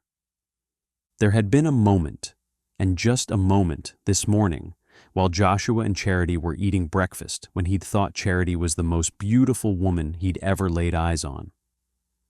He'd seen the pictures of her in high school. She was pretty back then, but had still looked awkward. Her hair had been short and unruly. Her gaze had looked uncertain, and her clothing hadn't quite fit correctly. Today, her hair was long, almost too long. It was still unruly, but in a way that made her seem free and uninhibited. Her gaze still remained uncertain, but now more mysterious. Her clothes were comfortable, but showed off her pleasant figure. The fact that Joshua was attracted to her scared him. He hadn't been attracted to anyone since Justina.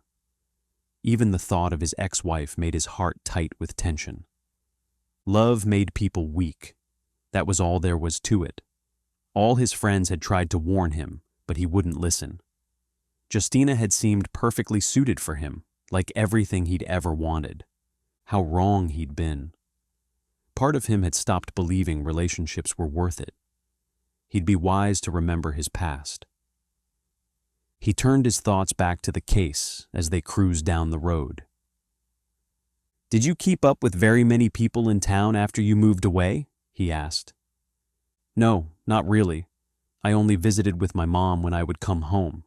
She died of cancer a few years ago."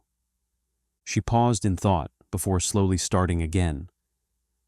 "I suppose I did keep up with Mr. Johansson also." "Who is Mr. Johansson?" "Our drama teacher. I think he was the only one who believed I was innocent and encouraged me to keep my chin up." "How often did you correspond with him?" "Maybe once or twice a year, hard to say. He would email to check in on me." Something didn't sit right with Joshua about what she was saying. "Tell me more about him." She slanted her gaze toward him. "You don't think he's guilty, do you? He was a great teacher." I'm just asking questions. After all, the man's name hadn't been in any of the files that Joshua had looked through. Charity let out a long breath, as if the memories exhausted her. Andrea and I were at drama club rehearsing for My Fair Lady. Neither of our parents could pick us up until later, so we decided to walk home. Anyway, Mr. Johansson was probably the last person, other than me, to see Andrea. He always liked both of us. Was this Mr. Johansson married? Charity shrugged. You know, I'm not sure. He was younger than most of my teachers, I suppose. He didn't have kids, at least not back when I was in school. If he did, he didn't mention them, or a wife. I don't suppose he's still in Hartford. You know, I'm not sure. I haven't heard from him in probably 4 years. Any idea what changed? Charity shook her head. I have no idea. Life, I assumed. Joshua chewed on those thoughts. It seemed strange for a male teacher to keep in close contact with a student. To Joshua it did, at least. Maybe other people wouldn't think it was inappropriate. Charity certainly didn't seem to think so. But Joshua kept that name in the back of his mind, curious to see if it would come up again. Chapter 14. Charity pushed down her anxiety as they pulled to a stop in front of a stately home near downtown Edenton, one of the neighboring communities. This was where Chief Owens lived now. The house looked nice, almost a little too nice for a former small-town police chief. An American flag flapped in the wind on the front porch, and a pickup truck waited in the driveway. Joshua must have noticed her curiosity as he followed her gaze. Apparently, his wife came into some money when her parents died a few years back. He decided to move here. He spends most of his time fishing and serves on the board for one of the local banks. That's the rumor, at least. She nodded, still feeling uncertain. I see. You ready for this? Joshua asked. She heard the compassion in his voice and immediately felt grateful to him. Most people wouldn't go out of their way as Joshua had done. She appreciated both his efforts and his kindness. I guess I'm as ready as I'll ever be. Sometimes you just have to make yourself move forward, right? Just as he put his hand on the doorknob, she called to him. Joshua, I apologize in advance. He paused. Why? This might be ugly. You've been kind to me, and I really don't want to drag your name through the mud. I know you have a professional reputation to uphold. A personal one, too. You hanging out with me around town might not be the best thing for you. I'm just doing my job. No one can argue with that. Something about his words felt like cold water had been thrown in her face. His job. Of course. What had she thought? That he was doing this for some other reason? Of course not. Not that she had any interest in that. She nodded, grateful to know where they stood. Okay then. Let's do this. They ascended the steps to the massive front porch. Before they even rang the bell, the door opened and Chief Owens stood there. The man was short and pudgy and had hair that looked like Caesar's. His skin was wrinkled with sunspots. He had bushy eyebrows, and the scent of something frying lingered behind him. His eyes weren't on Joshua, but Charity. I didn't think you'd ever show your face around here again, he muttered. She raised her chin. I need some answers. You're the only one who has the answers. If I had the answers you claim, I would have run far and never returned. The man had always been on Ron Whitaker's side. Always. He stared at her another moment before turning his gaze on Joshua. You must be the new officer. Joshua Haven, he said, extending his hand. His voice had lost its friendly tone. The chief quickly shook hands before returning to business. What brings you two out this way? Not a social visit, I presume. Someone seems determined to bring the disappearance of Andrea back into focus. I was hoping to ask you some questions. Joshua started. Did all of this start when Charity returned back to town? He asked the question as if Charity wasn't standing right there. That's correct. Joshua didn't flinch. He just remained focused. That should be your first clue. The chief raised his chin, the same arrogance he was known for shining in his eyes. Charity pressed her lips together. It had been a bad idea to ever come here. Why had she thought otherwise? Could we ask you some questions? Joshua continued, undeterred by the man's rudeness. Only if you come down to the pier with me, he finally said. The fish are biting today. I can feel it. Charity and Joshua exchanged a quick nod. Great. Let me get my things. I'll meet you around back. When he closed the door, Joshua turned to Charity. Should be interesting. You can say that again. They stepped around the house and into the backyard, where the river reached the grass, separated by a bulkhead. A nice deck sat at the end of the pier. Chief Owens was already walking down the wood planks there, fishing rod in hand. The water beyond him looked rough with whitecaps crashing every few feet. Once they settled on the wooden bench there, the chief pulled out his fishing gear and hoisted the line into the water. What do you need to know? He asked, staring into the distance. I've read the reports, but I want to hear your thoughts. Who were the suspects? Joshua started. Chief Rollins wasn't here when the investigation was going on. Chief Rollins wouldn't recognize her own hand if it slapped her in the face. He let out a deep, quick laugh. Who were the suspects in your opinion? I'm not looking for an official word on the case. I want to know your thoughts, what your gut told you. Joshua continued, undeterred. He sighed, like he didn't want to talk about it. Buddy Griffin. But we couldn't find anything specific enough to tie him to the crime. We kept him under surveillance for months, and there was no proof that he'd done anything. Good old Buddy. His name just kept coming up, didn't it? Anyone else? Most people thought it could be a random stranger. That was almost the worst-case scenario, because there's so little chance of finding someone who's random. It's what everyone fears. Those cases are the hardest to solve. If it was a random stranger, he had impeccable timing, Charity said. Andrea and I had never cut through those woods before. We got out of practice early, so the timing was even off. It just seems like too much coincidence. Chief Owens looked back and nodded, as if surprised by her insight. That's correct. Of course, he could have been keeping an eye on Andrea, waiting for just the right moment when she was vulnerable enough to grab. The FBI got involved, correct? Joshua asked. They did. They started a task force. But they didn't get any further than we did. Those bigwigs. They think they can come in here and save the day. They were wrong. They ain't nothing but a bunch of hotshots who think they're the cream of the crop. You really don't think Charity is guilty, do you? Joshua asked after a moment of thought. His question surprised Charity. She watched Chief Owens, waiting for his response. He let out a sigh and his shoulders slumped. No, but I think she could have done more to help. She was only 16. The chief nodded.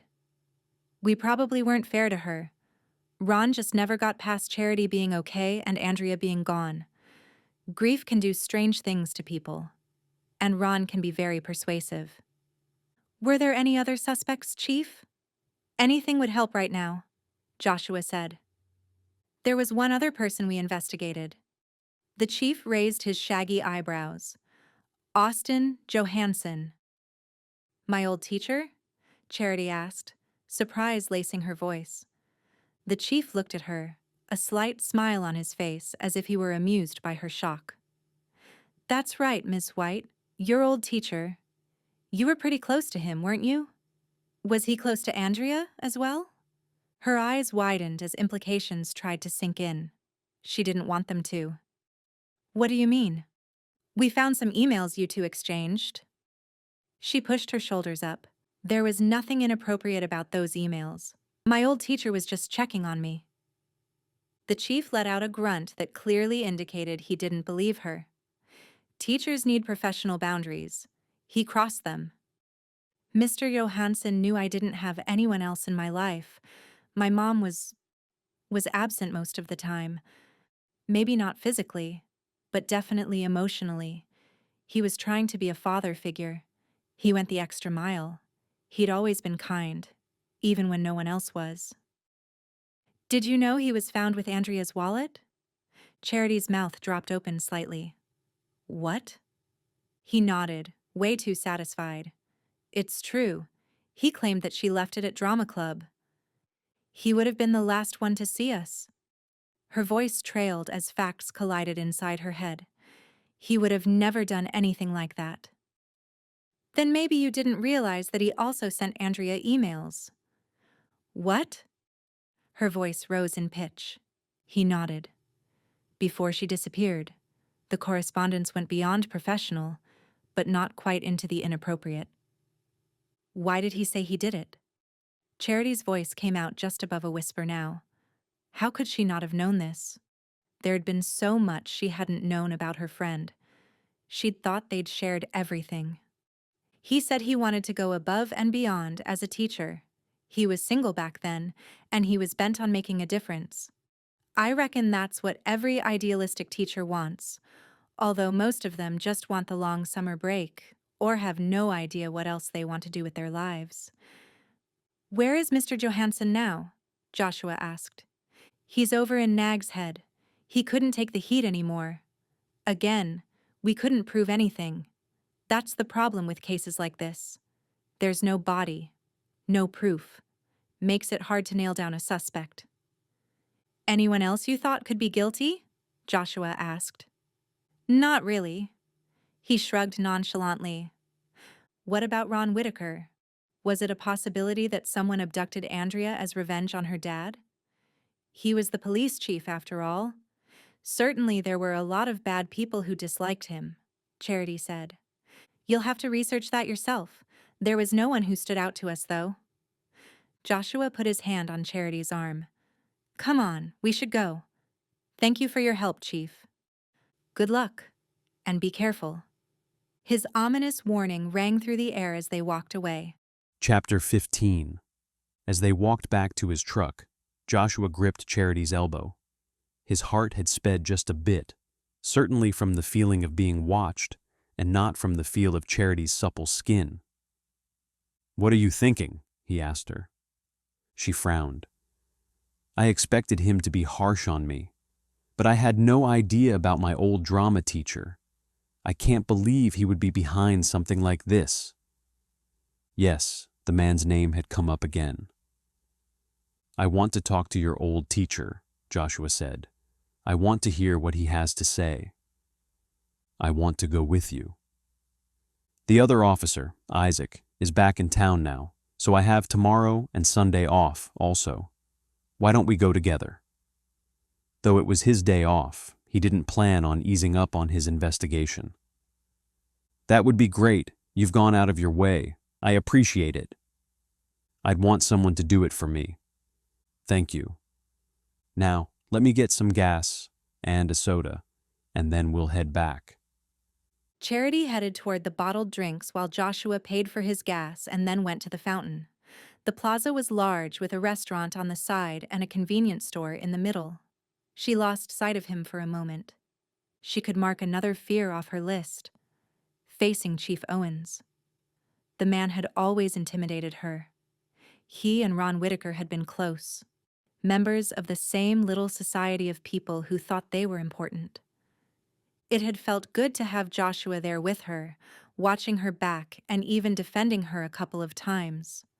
If God was as loving as people claimed, then Charity would have to thank him for sending Joshua to her. He'd been a real lifesaver ever since she arrived. As Charity turned back around to find Joshua, someone in the distance caught her eye. Not Joshua. Andrea.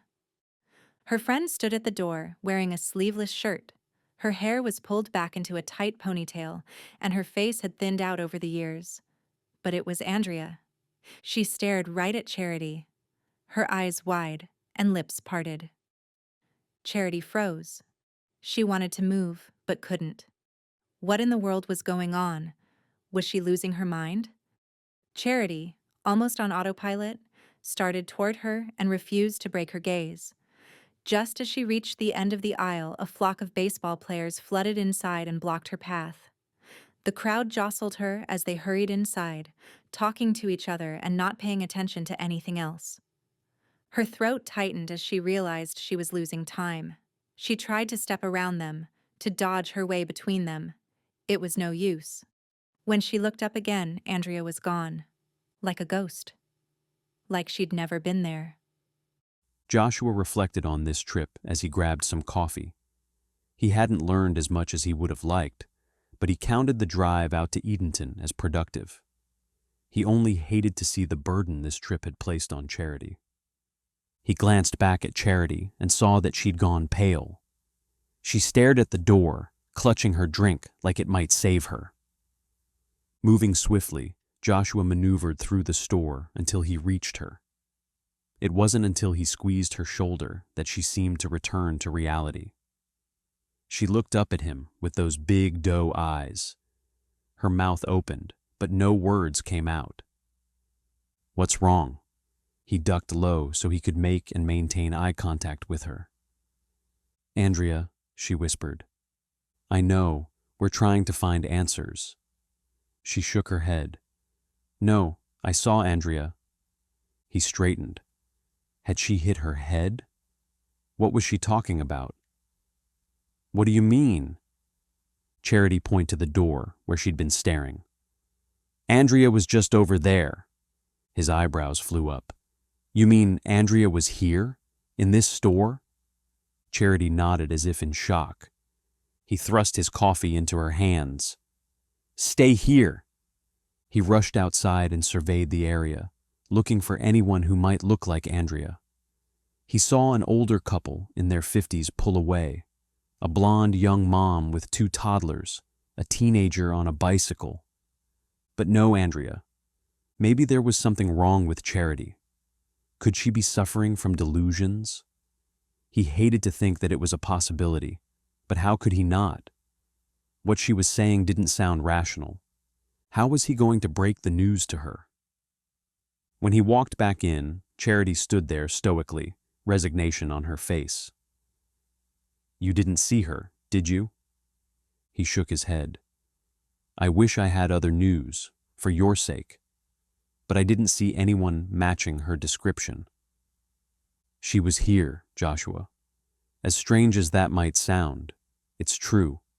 She looked right at me." "I don't know what to say."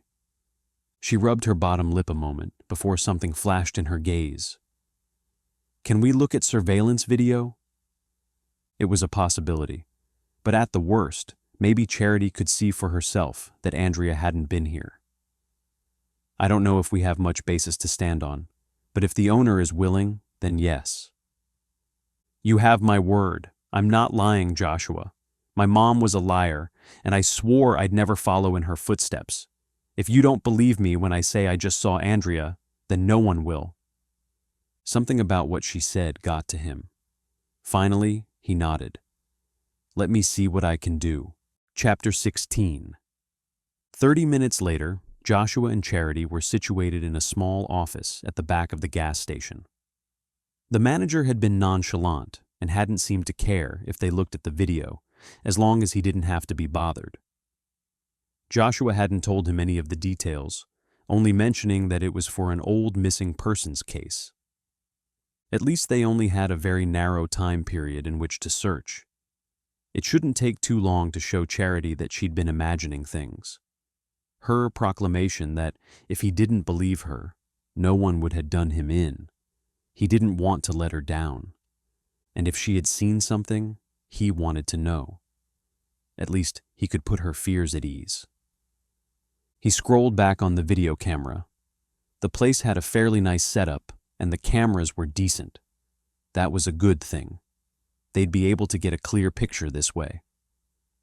He slowed down as the time got closer, found the right camera for that door Charity had pointed to, and let the recording play.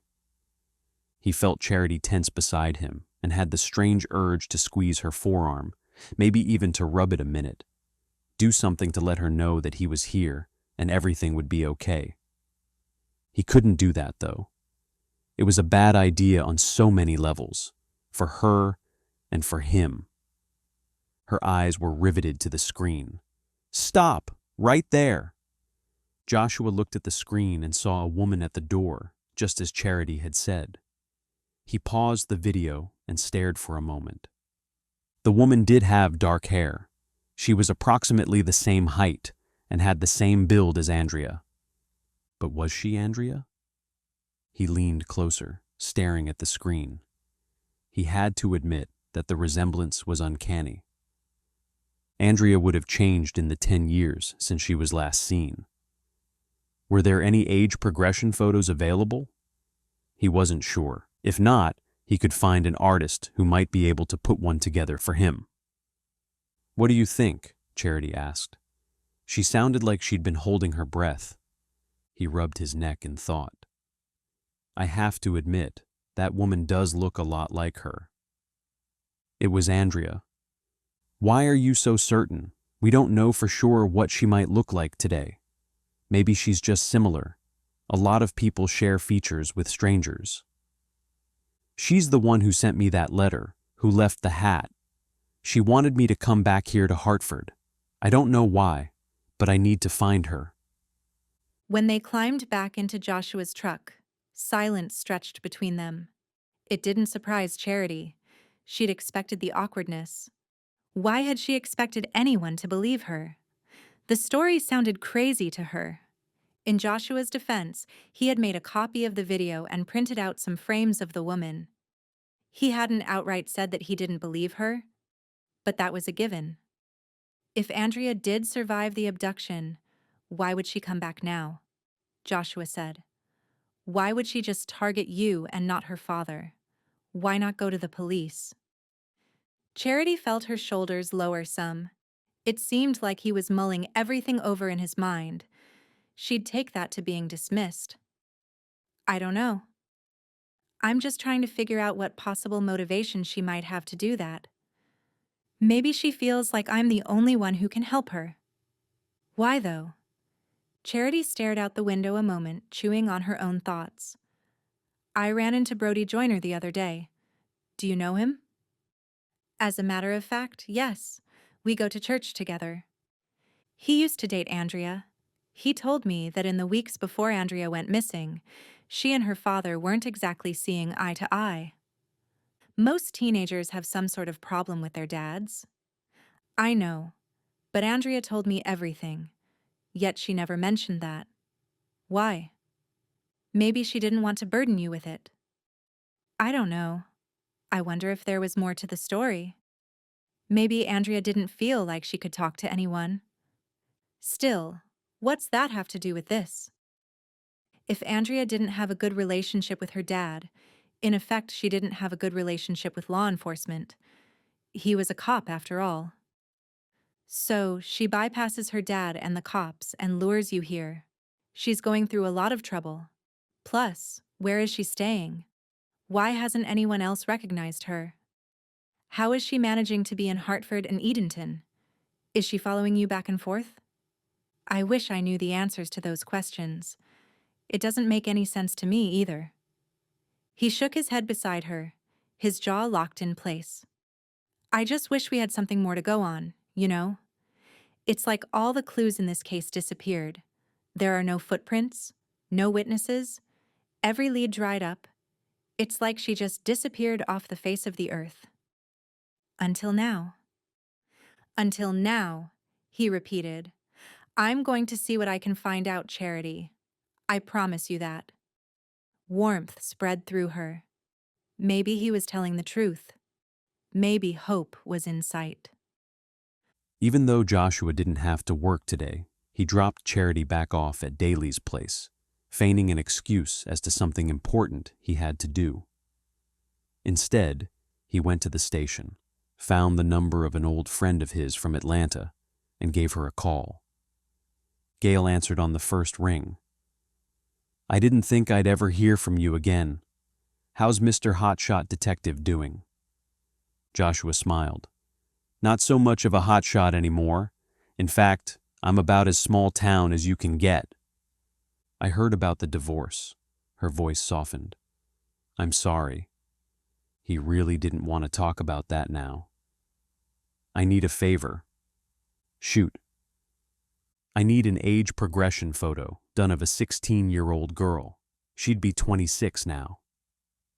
You have some photos? He glanced at the file on his desk. Several pictures of Andrea as a teen filled the folder. I do. Can you scan them into your computer and send them to me? Absolutely. I'll see what I can do for you. Is this for a case you're working on? It's a cold case, but I have permission to work on it in between everything else. Does the name Andrea Whitaker ring any bells? Sounds vaguely familiar. She's a teenager who went missing in North Carolina. There were never any solid leads. The FBI even got involved, but it's like this girl was wiped from the face of the earth. You know what? She sounds familiar because I think I already did an age progression on her. Are you sure? There's nothing in our files, Joshua said. I'm not 100%. Send me those photos. I'm going to look through my files, but I feel certain I've worked this case before. Joshua hung up. Strange. Why wouldn't something like that be in the files? For that matter, there should be pages and pages of notes and reports about Andrea's abduction. Instead, there was just one box. Unease stirred in his gut. He needed to keep his eyes open. As far as he was concerned, no one was off limits. Chapter 17. After Joshua had dropped Charity off at Daly's place, she got busy attending to details of the house fire. As she looked up some phone numbers on Daly's computer, her mind raced through everything she'd learned today. Could her former teacher, Mr. Johansson, really be guilty? He'd always been so kind. But behind his kindness, were there other ulterior motives? She didn't want to believe it.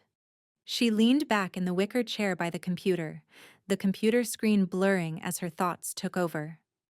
But Mr. Johansson had been found with Andrea's wallet. Would her friend really have left something that important behind? It was hard to say. Andrea was always so careful. But rehearsals that day had been exhausting with lots of choreography. Maybe she really had accidentally left her wallet behind. There was so much she didn't understand. But now her life was on the line, and she had to find answers or she might not survive. All of this was so unnerving. She needed a break from her thoughts, so she grabbed the track phone she'd purchased and dialed Lucy's number. Her friend answered on the first ring. I tried to call you yesterday, but there was no answer. I was getting worried. My old phone is what you might call destroyed. She explained the fire to her friend. Maybe you should come back here, Lucy said. Forget everything you might believe about the importance of tying up loose ends. Just come back. I wish it was that easy. Lucy, I think my friend Andrea might be alive and well. Her friend didn't say anything for a minute. What? You heard me correctly. I know how crazy it sounds. But I've seen her. I think she texted me. I think she's the one who sent me the letter in Tennessee. There's no logical explanation as to why that might happen, Charity. Did she waltz out of captivity, and now she's hiding out, secretly trying to correspond with you? Lucy had always been logical, a trait Charity usually admired. I don't have any answer still. In fact, I'm even more confused now than I was before I left. It almost seems like someone planned this, Charity. Charity trembled upon hearing her friend's words. What do you mean? I just mean be careful. I'd hate for you to find out this whole scenario was just a ploy to get you back in Hartford. Why would someone do that? You and I have both seen a lot of evil, Charity. Take your pick. After work, Joshua stopped by Daly's place. As Ryan opened the door, the scent of peppers and onions drifted out, making Joshua's stomach growl. You're just in time, Ryan said. The ladies are fixing dinner. There's enough for you, too. I was just coming by to check on Charity. Well, it's a good thing you did, because now you get dinner, too. Ryan extended his arm behind him. Joshua grinned. You know I can't turn down homemade meals. As he stepped inside, his gaze connected with Charity's. Her cheeks flushed, and she smiled, almost looking shy. Was she feeling something between them too? That was even more reason why he should stay away. He'd both failed his last relationship and been burned by it. But Charity had no one else to help her. She deserved answers, especially in light of these recent developments. He just had to remember to keep his heart in check. He needed a lot of boundaries, lest the past repeat itself. "Joshua Haven, have I ever told you how handsome a man in uniform looks?"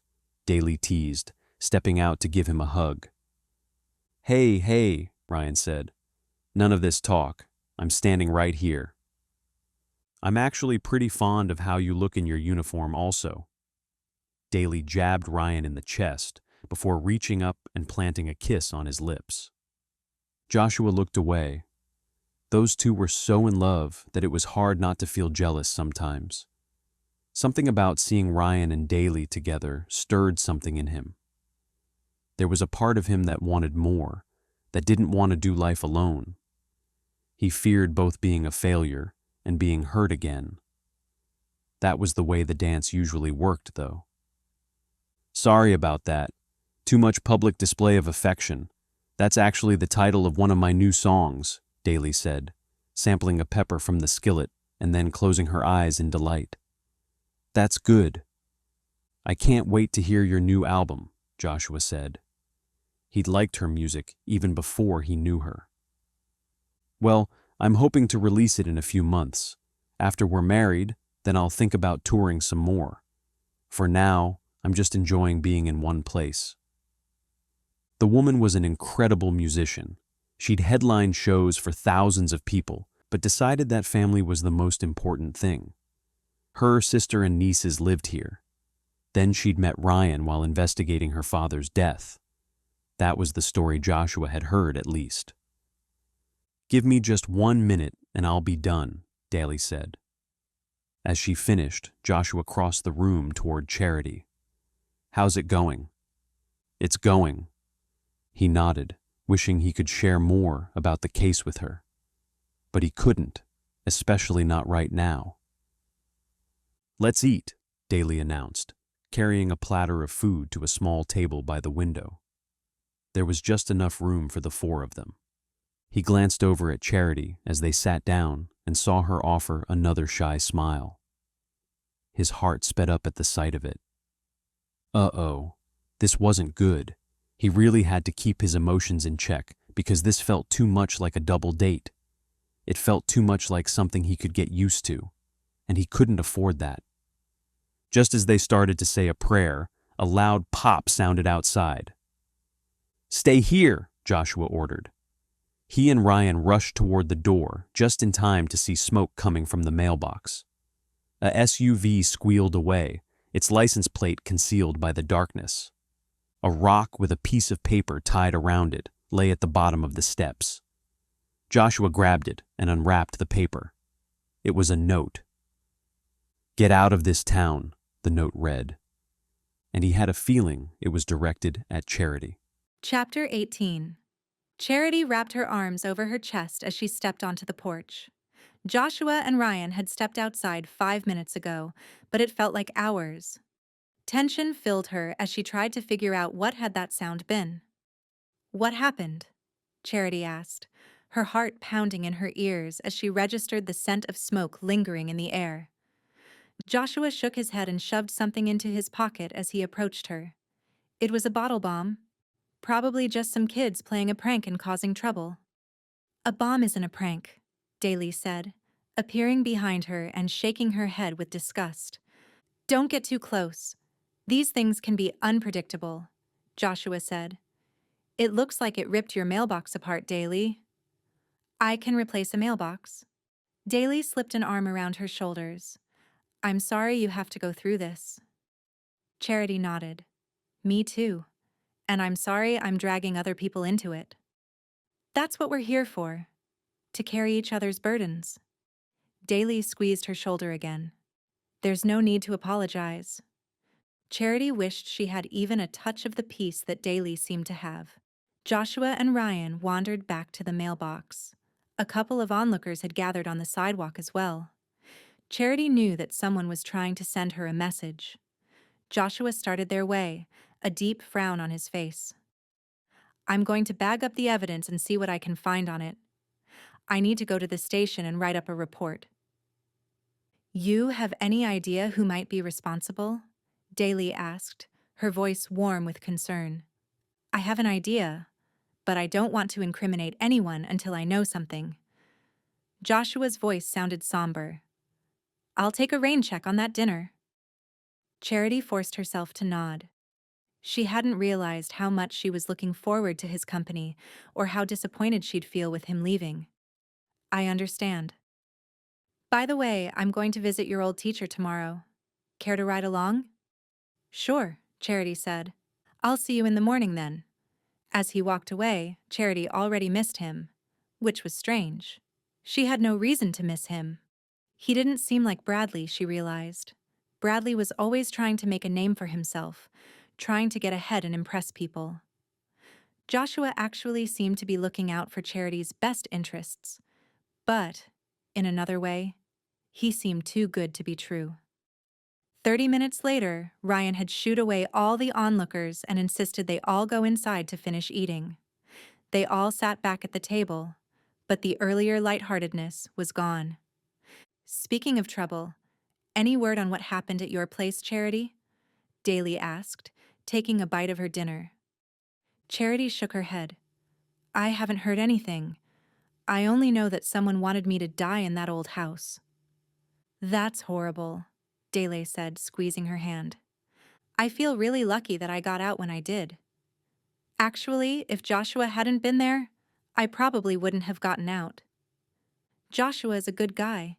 He's dedicated to his job, to God, and to his son." "His son?" Charity asked, not bothering to hide her surprise. Daly tilted her head. "You didn't know?" "Yes. He has a 4-year-old boy. He's the cutest thing ever.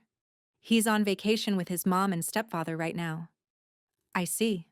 She cleared her throat, needing to get the subject off Joshua. For some reason, it hurt that he hadn't told her. But that was crazy. He had no obligation to get personal with her. He'd made it clear earlier that he was just doing his job. The rest of dinner, they talked about the upcoming wedding, a car show, and Daly's new album. Charity was grateful for the lighthearted topics. It was better than thinking of the things her mind wanted to go toward, things like the bomb. She hoped that wasn't a warning directed toward her. And if she didn't heed this warning, what would be next? Would someone go to even more extreme measures to get her out of this town? Joshua waved to Isaac, who was busying taking a report from a woman hysterical about her neighbor's loud music. That was good, because Joshua needed a moment. He sat at his desk and pulled the note from his pocket. The crudely written words there made him pause. "Get out of this town." If he had any doubt before about how much hostility there'd been directed toward Charity, he was absolutely certain now. The note had burned in his pocket. Why hadn't he told Charity about it? He knew the answer.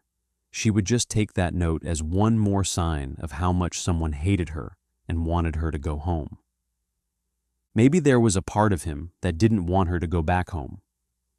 Or maybe he just wanted to protect her from the emotional hurt an incident like this might cause. It wasn't that he didn't think Charity could handle reality. It was just a lot for anyone to swallow. She had enough on her plate as it was. Joshua grabbed a kit and dusted the paper for fingerprints. There was nothing. It appeared whoever had written this was well versed in wearing gloves to conceal their identity. He frowned and leaned back in his chair. Someone was going out of his or her way to get this message across. With a sigh, he pulled up his computer. He logged in the information for the vehicle he'd seen earlier. All he could tell was that it was a new model black Explorer. A list of matching vehicles registered in the county popped up. He narrowed the search to Hartford. 12 registrations were listed on the screen. He scanned the list. His gaze stopped by one, Lawrence Whitaker. Could he be related to Ron Whitaker? It was worth finding out. 5 minutes later, Joshua pulled up to a house not far from the police station. There in the driveway was a black Explorer. As Joshua walked toward the front door, he put his hand on the hood.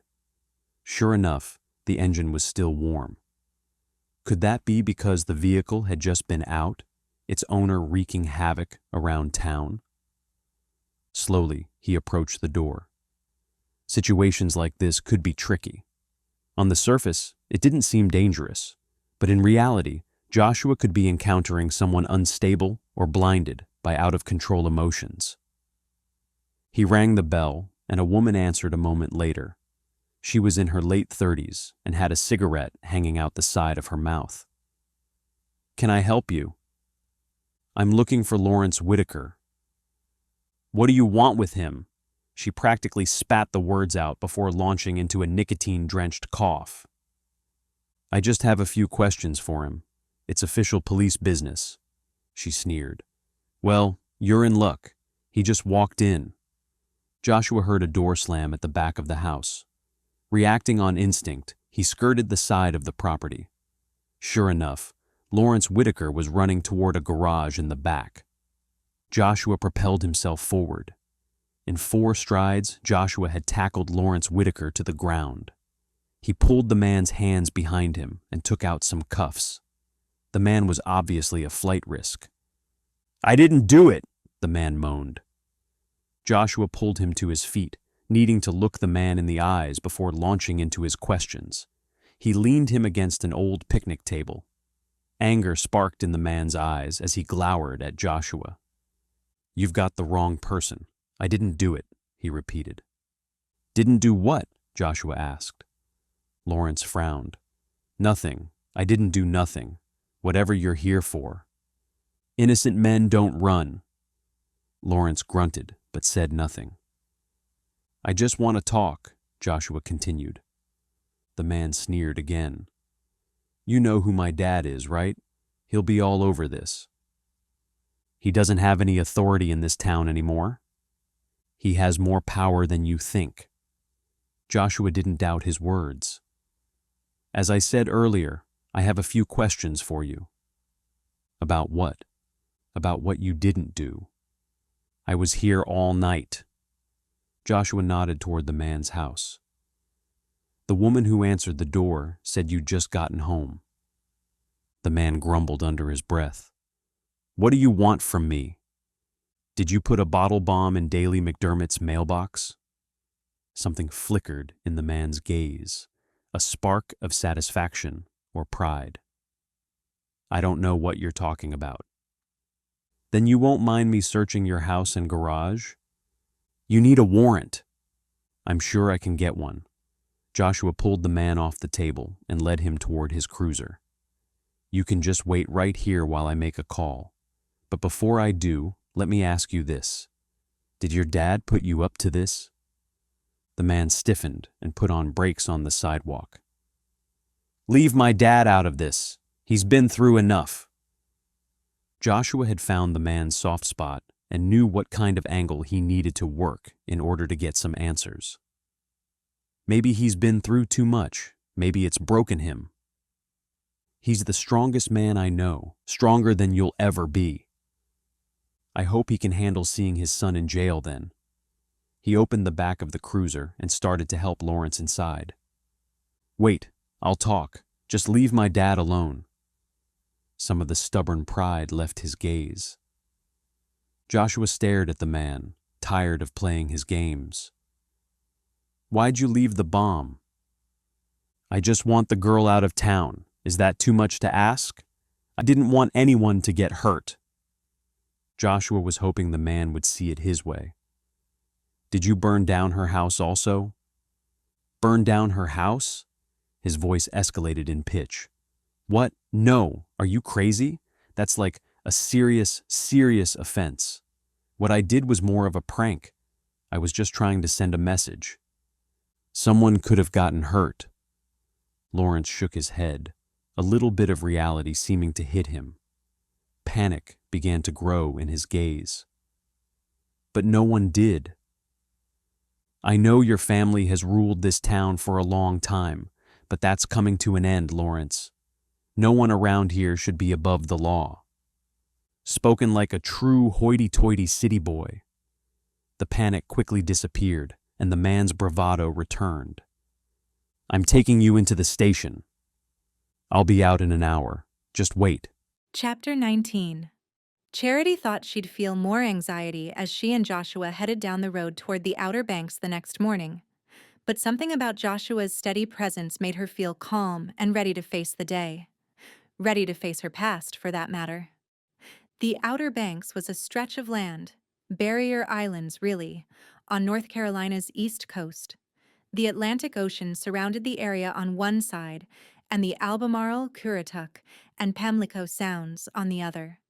In the summer, it was a thriving tourist destination. In the winter, it seemed more like a graveyard of empty rental houses. I thought I'd give you an update on the bottle bomb, Joshua started. Charity felt some of her familiar tension return. Okay. I arrested Lawrence Whitaker last night. We found the materials in his garage, and he confessed. Lawrence? Andrea's brother? She shook her head. Wow. I shouldn't be surprised. But I am. The bad news is that he's already out on bail. He saw the judge this morning, and as I suspected might happen, the judge found favor with him. The amount he had to post was relatively low. You think that amount has to do with Ron Whitaker's influence in the town? I know it does. It's also stirred up some hard feelings between Ron and me. He seems to think I'm targeting him. But you said Lawrence confessed? I didn't say any of this was logical. I think for so long no one messed with the Whitaker family. Ron feels like I'm intruding on his territory. I had to remind him that I'm not privy to small-town politics. I err on the side of the law. I bet he didn't like that. Joshua chuckled. That would be an understatement. I hope you're not stirring up trouble for yourself. I can handle myself, Charity. Don't worry about me. She had no doubt that Joshua could handle himself, but she hated thinking about him being in danger. She turned her thoughts back to the questions haunting her. Do you think Lawrence is the one who burned down my house? Lawrence was out of town when the fire was started. He was visiting his wife's family down in Florida. Charity shivered. I guess that's a relief. Except that it means someone else is out there trying to scare me. They're trying to do more than that, Charity, Joshua said. Someone wanted that house to be your grave. She shivered again. There's something about me being in this town that's toxic. Silence passed for a few minutes, and Charity knew she had to get her thoughts off what Joshua had just told her. Turning the new realizations over in her mind again and again was getting her nowhere. It only increased her level of stress. So, how long have you been here in Hartford, Joshua? Changing the subject seemed like the best idea. Only 6 months. Not very long. She leaned back in her seat. You're from Atlanta, right? Why'd you decide to pick up and move at all? Like she had any right to ask that question. A lot of reasons. Divorce, mainly. My wife, her new husband, and my son were stationed in Elizabeth City. Against everyone's advice, I decided to move here so I could still be close to my son. That's sweet. She frowned. But I'm sorry. I shouldn't have pried. She'd expected a more outlandish reason, not something involving pain. She should have known better. You weren't prying. Life has a lot of ugly parts that I'd love to ignore. The ugly parts make us real, right? And the nice parts redeem us? He shrugged. Maybe. I kind of like that idea. Aren't we all a balance of our good and bad qualities? You have bad attributes? Unfortunately, I might have a few. The corner of his lip curled. Why did everyone advise you not to move? It gives my ex a lot of control, I suppose. I mean, I can't follow her all over the country if she decides to move again. But I think I'm right where I'm supposed to be for the time being. That makes sense. How about you? Did you grow up in Hartford, or did you just live here as a teen? I lived here until I graduated. Then I couldn't get out quickly enough. It was just my mom and me, and a string of fill-in dads. As I mentioned before, my real father died when I was a toddler. He and my grandmother were in a boating accident. I'm sorry. Charity held back a frown.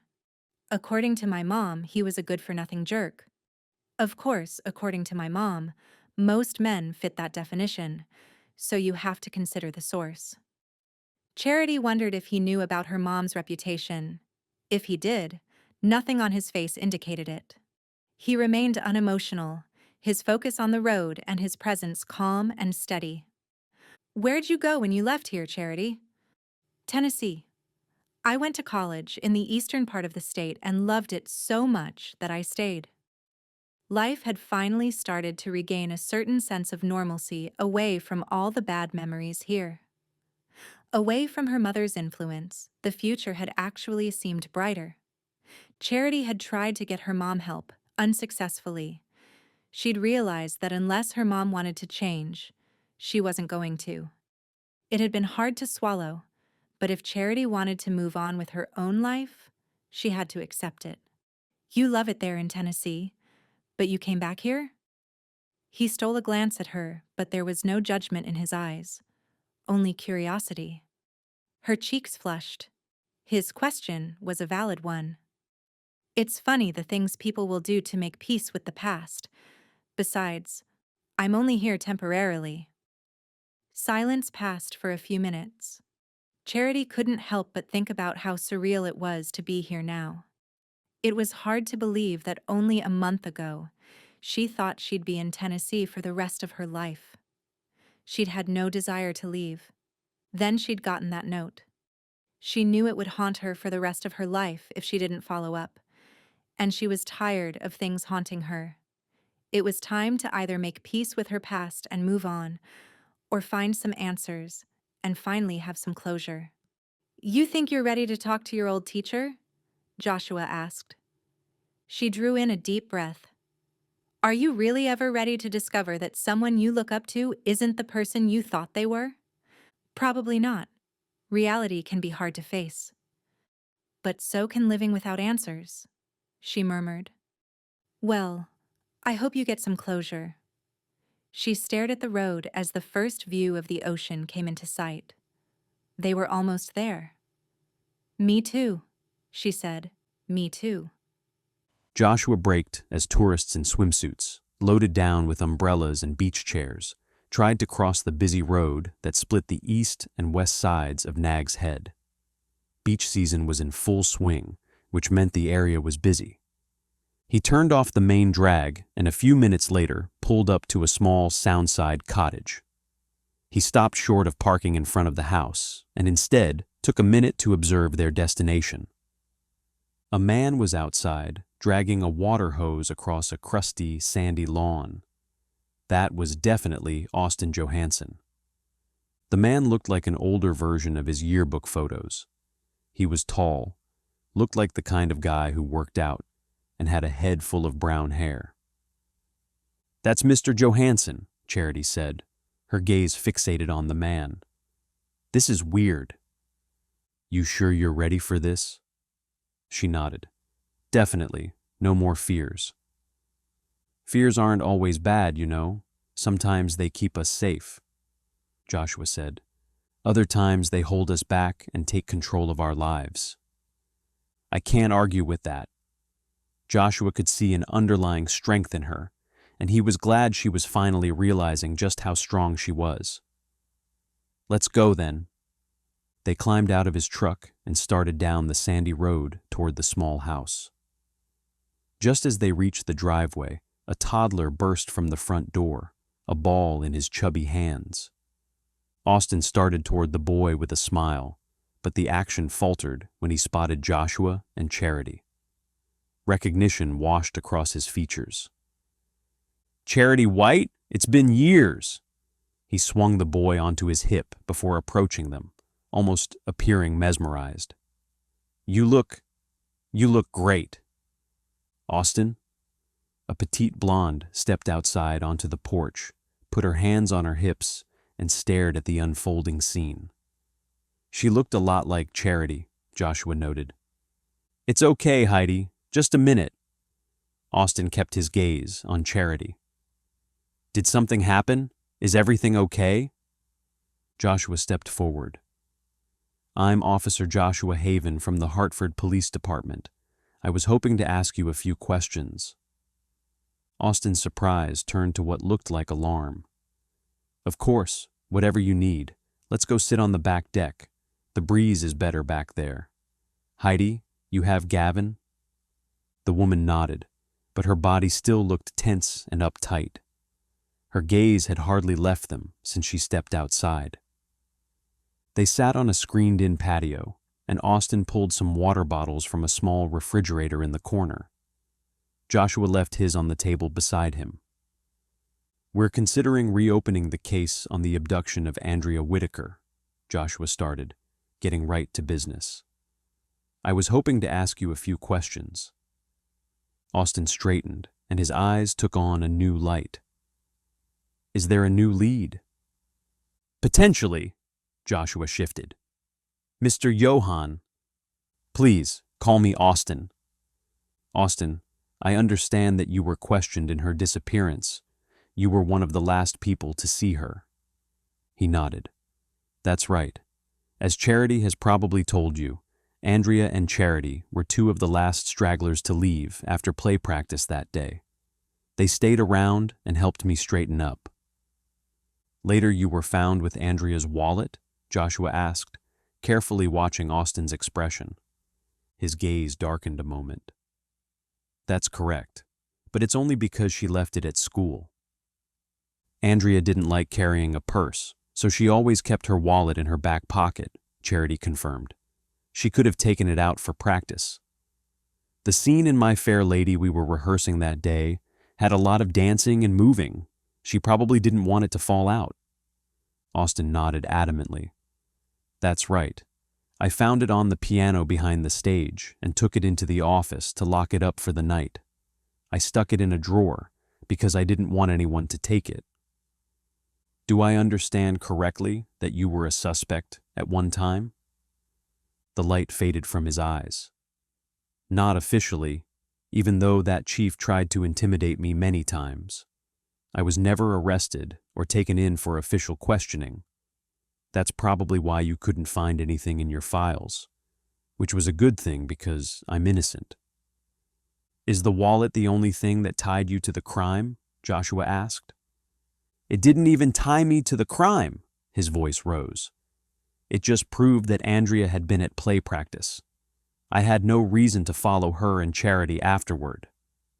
But I understood there were some emails." His cheeks reddened. "It wasn't a big deal. I just tried to encourage some of my students. There was nothing inappropriate about what I wrote." "Why'd you stop emailing me, Mr. Johansson?" Charity asked. "I got married, and it didn't seem appropriate anymore." "But it did seem appropriate to email them when they were in high school," Joshua clarified. The flush on his cheeks deepened. "I was a little young and naive back then. I thought I could change the world, and I thought the way to do that was by getting personal with my students." "But there were professional boundaries in place?" Joshua asked. "Of course, my heart was good, but my actions just needed a little refining. Looking back, I would have done things differently." "Did you ever have any theories about what happened to Andrea?" Joshua asked, taking a sip of water. He leaned back, obviously a little more comfortable now that the attention was off him.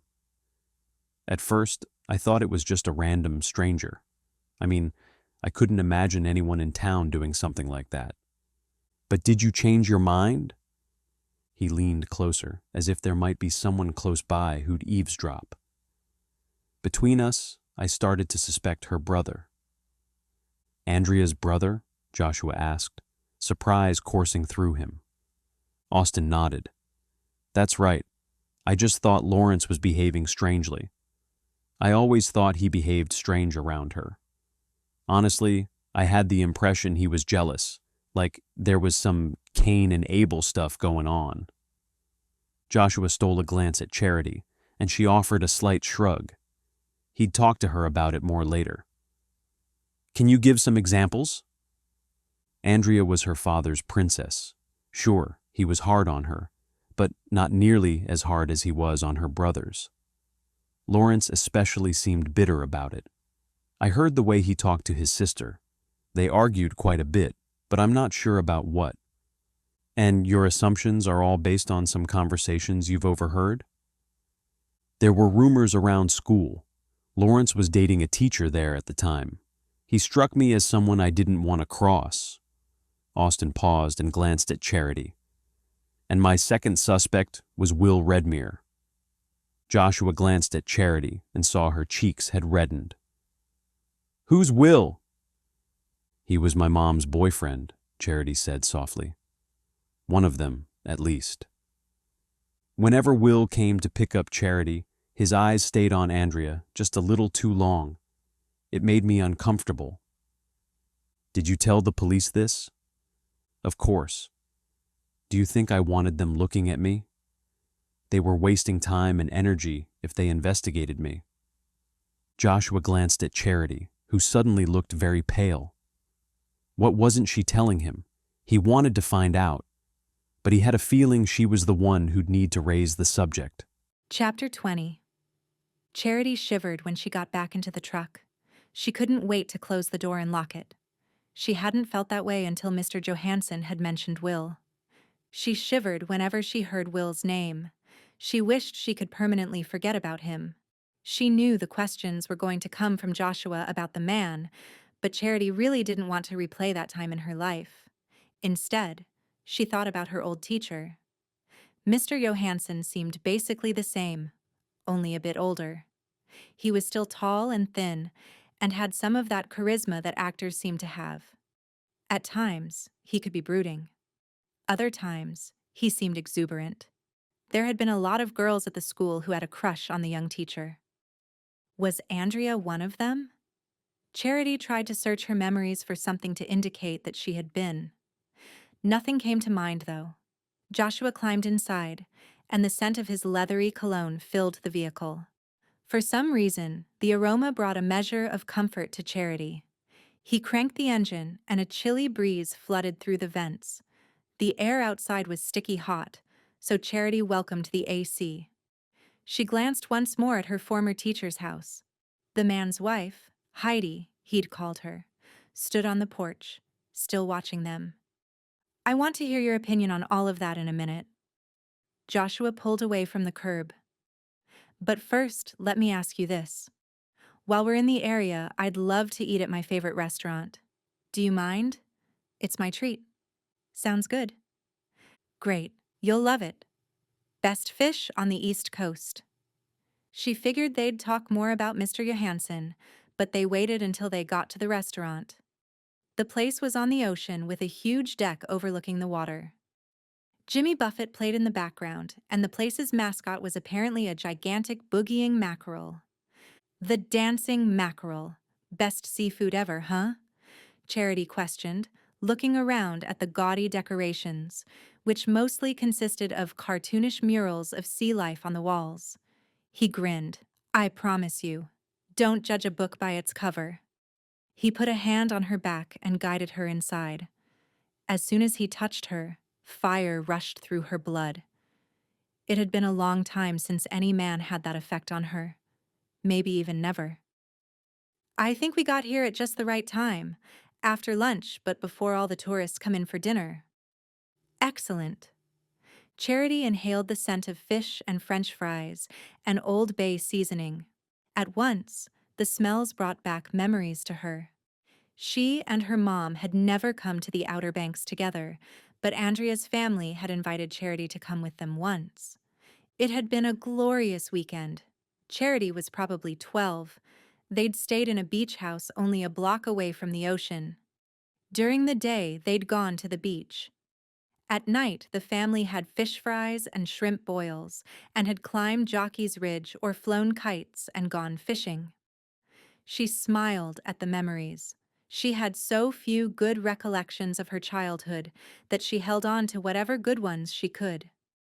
The waitress seated them outside at a table by the water. Charity didn't miss how the woman openly admired Joshua. It wasn't surprising. The man was strikingly handsome and divorced. Charity wondered what had happened. Had he instigated it? Had he cheated? No, she had to stop thinking like that. It was the influence of her mom. According to her mom, every man cheated. Every man was disposable. Relationships were meant to be as temporary as a bad cold. As she snapped back to reality, she saw Joshua studying her across the table. "You look distracted." She shook her head. "Just a lot to think about." "I'd love to talk about all those things. Let's order first, though. I highly recommend the boatman's stew and the flounder." "That sounds good." When the waitress reappeared, Joshua ordered for both of them, glancing back at Charity several times to get an approving nod before moving forward. Finally, they both settled back to talk. "What did you think of that conversation?" Joshua started. Charity sighed and leaned back in her seat. "I don't know." Which probably isn't very helpful. "I always liked Mr. Johansson. I thought he was a good teacher. I thought he really cared about his students." That could all be true. And just because he sent me some emails, that doesn't mean he crossed any lines. There was nothing inappropriate. Besides, there were other people at that school earlier that day. The principal was there, the janitor, the lawn guy, and maybe even a few other students. "I had no idea there were that many people there," Joshua said. Charity nodded. "I assumed you knew that. I assumed it was all in the reports." He grimaced. "I think some information may be missing. I just can't figure out what might have happened to it or why." "Maybe the FBI kept it?" Joshua shook his head. "We should still have copies." The mystery deepens. Yet again. Maybe me being here isn't the best way to find answers. "Why would you say that?" She shook her head. "As long as the Whitakers are in town, I'm a target." "I'm sorry that things turned so sour between all of you. It sounds like the family meant a lot to you at one time." "At first, I think Ron and his family were angry with me because I left Andrea in the woods to get help." She shrugged, guilt pressing in on her again. "Honestly, I was angry at myself." Joshua reached across the table and put his hand over her wrist and gave it a little squeeze. "Nothing would have probably changed if you stayed in the woods, Charity, except that maybe you'd be either dead or missing also." She nodded. "I know, I tell myself that too, but the guilt just doesn't seem to go away. Anyway, I think after their initial anger at me passed, it grew into a different kind of anger because I couldn't remember enough about the man so that we could locate him." "That's a lot of pressure to put on a 16-year-old. She nodded again. "I know. Believe me, I know. But at the time, I thought I deserved any anger they had for me." She pulled her hand back and leaned toward him, her throat tightening. "Anyway, on a purely logical level, I wouldn't have had time to kill her and bury her body." "What do you mean?" "I called the police at 5:30. We left school around 4, and a witness placed Andrea and me walking near the bridge at 4:15. That must have been right before we decided to cut through the woods. I wouldn't have had time to kill her and bury her." "Even if you did, there was only a limited area where you could have buried her. I know the police searched that entire stretch of woods." Relief welled in her. He understood. "Exactly. I had dirt on me and even some blood. But that was only because we did struggle. I fell on the ground. I was the first one the man grabbed. If Andrea hadn't helped me, I wouldn't have gotten away. And that's where the survivor's guilt comes in." She swallowed hard, not sure her saliva was going to go down. "Exactly." Just then their food came. It was a relief, actually, because maybe now she wouldn't have to talk about this anymore. It had been harder than she expected it to be. Chapter 21. Joshua marveled at how easily their conversation came as they ate. They turned the subject from anything heavy and instead chatted about the beach, dream vacations, and favorite foods. Man, Charity is beautiful. Did she even realize how gorgeous she was? Her blonde hair blew in the breeze, wild and free. Her smile, when she gave it, could stop someone in his or her tracks. She was a sight to behold, for sure. The best part about it was that she didn't even realize it. She tucked her hand under her chin and looked at him a moment. "Do I have part of my lunch stuck somewhere on my face?" Great, he'd been staring. He looked away before she saw the truth in his eyes and shook his head. "No, not at all. Are you ready to head back?" She nodded. "That would be great. Thank you." He dropped some money on the table and headed back to his truck. The name Will Redmere lingered in his mind. He wished that Charity would open up to him, but he tried to give her space, sensing that she needed it. When Charity was tucked safely inside, he climbed in also, catching a quick whiff of fruit. Her shampoo, maybe. Whatever it was, he felt like he could inhale the scent all day and never grow tired of it. "Thank you for lunch. It was lovely." "You're welcome." She stared out the window for a few minutes in silence. Finally, she cleared her throat and looked down at her hands for a moment. "So, as you know, Andrea saved my life that day in the woods when she was abducted. But there's more." "What's that?"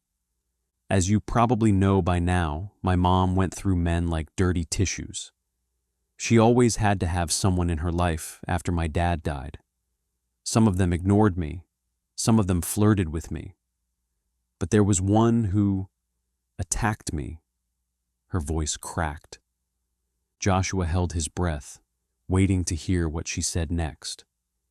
Part of him didn't want to know, but only because it was hard to think about what Charity might have gone through.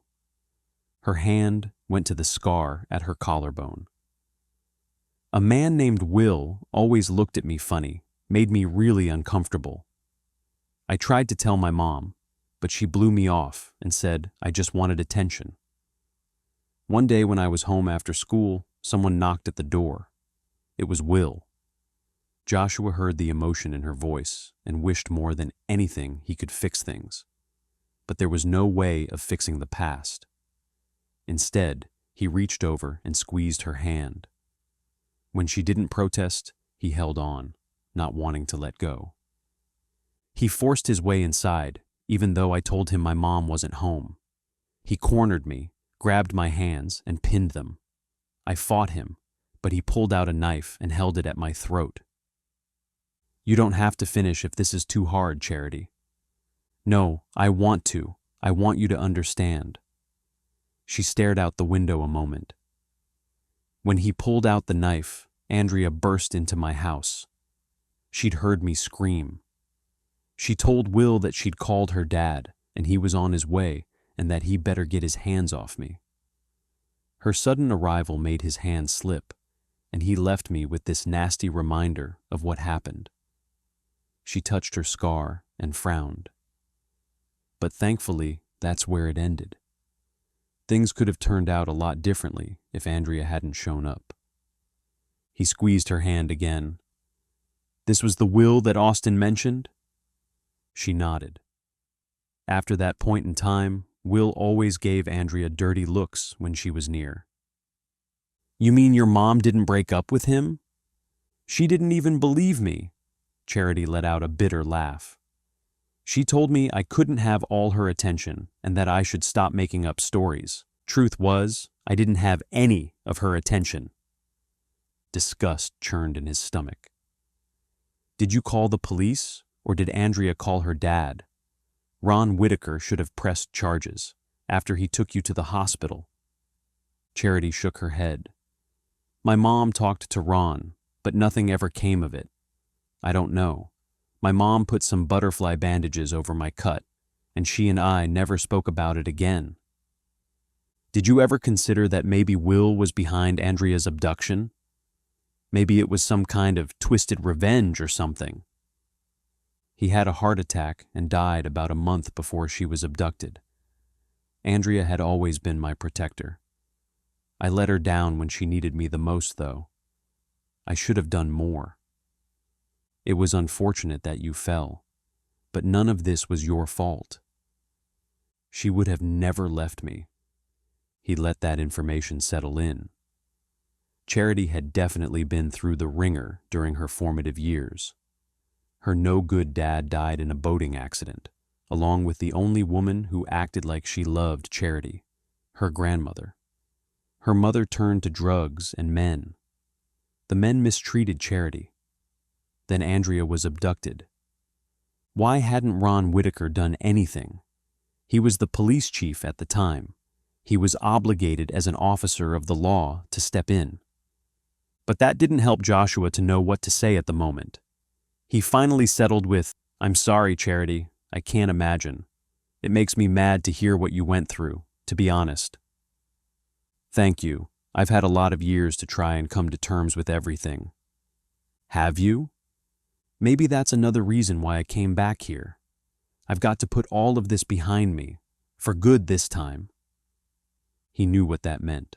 She had to leave Hartford. She wasn't here to stay. Joshua also knew that he couldn't move away from his son, that even if something came of this attraction, he had to Charity. The likelihood a relationship would work out was slim to nothing.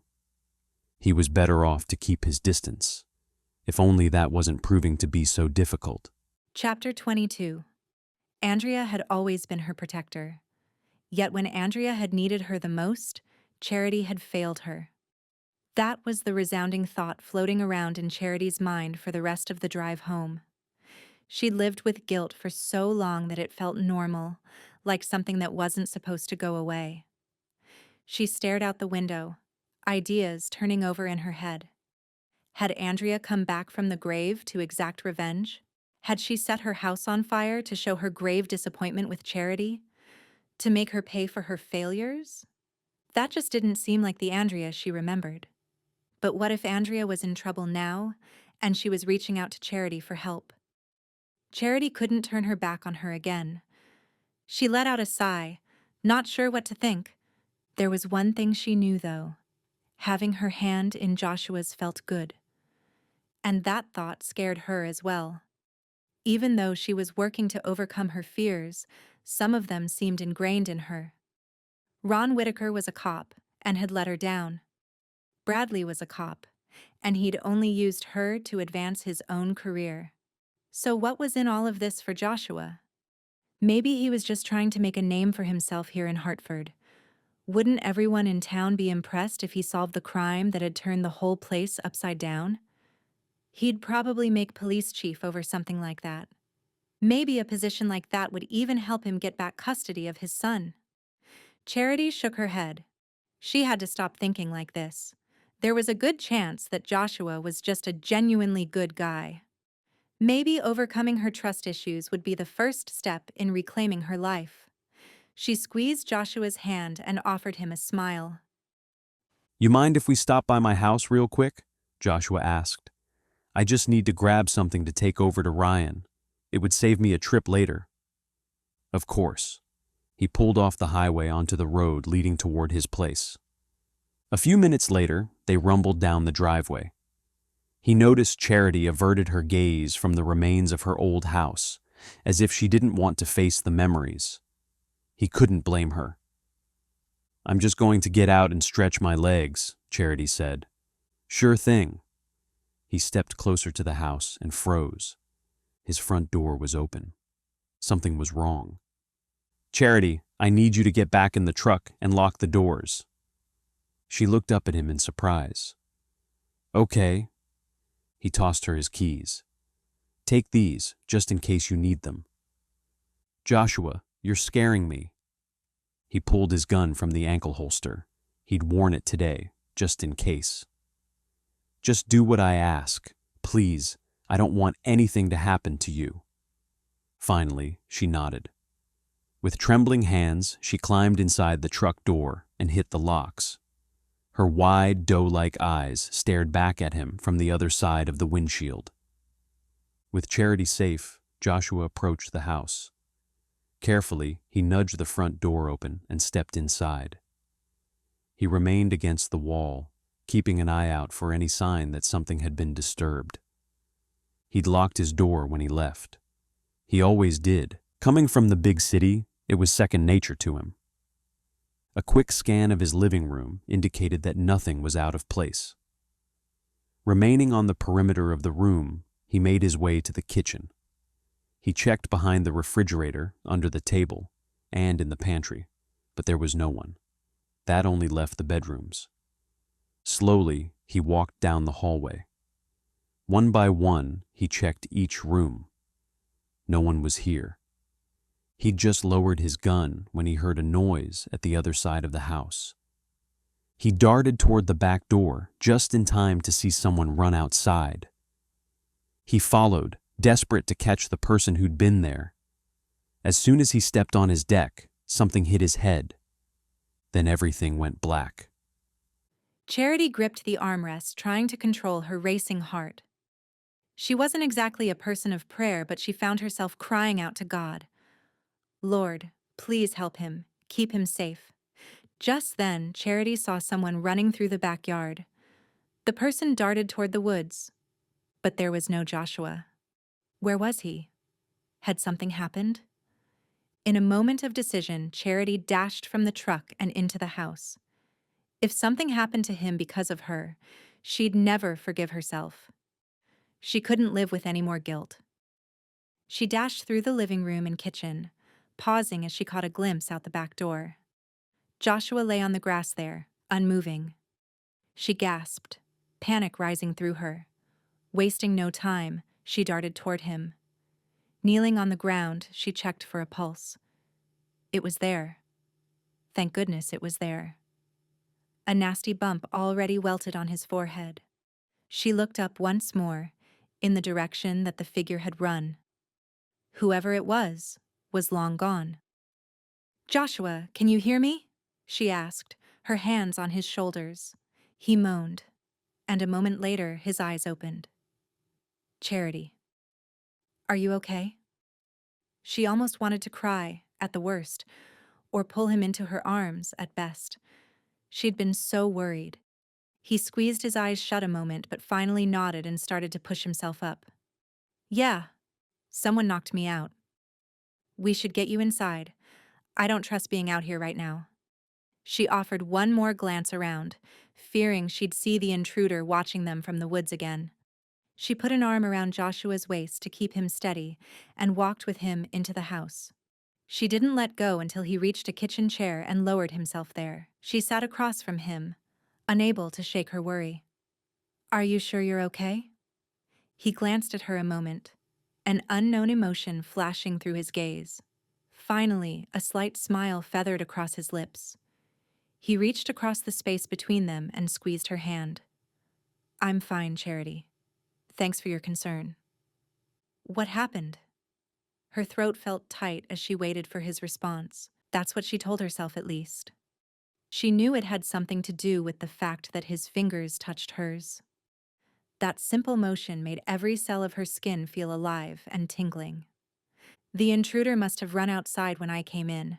When I stepped onto the deck, someone clobbered me over the head." "Any idea what he was doing here?" Charity asked, even though she knew in her mind that this had something to do with Andrea.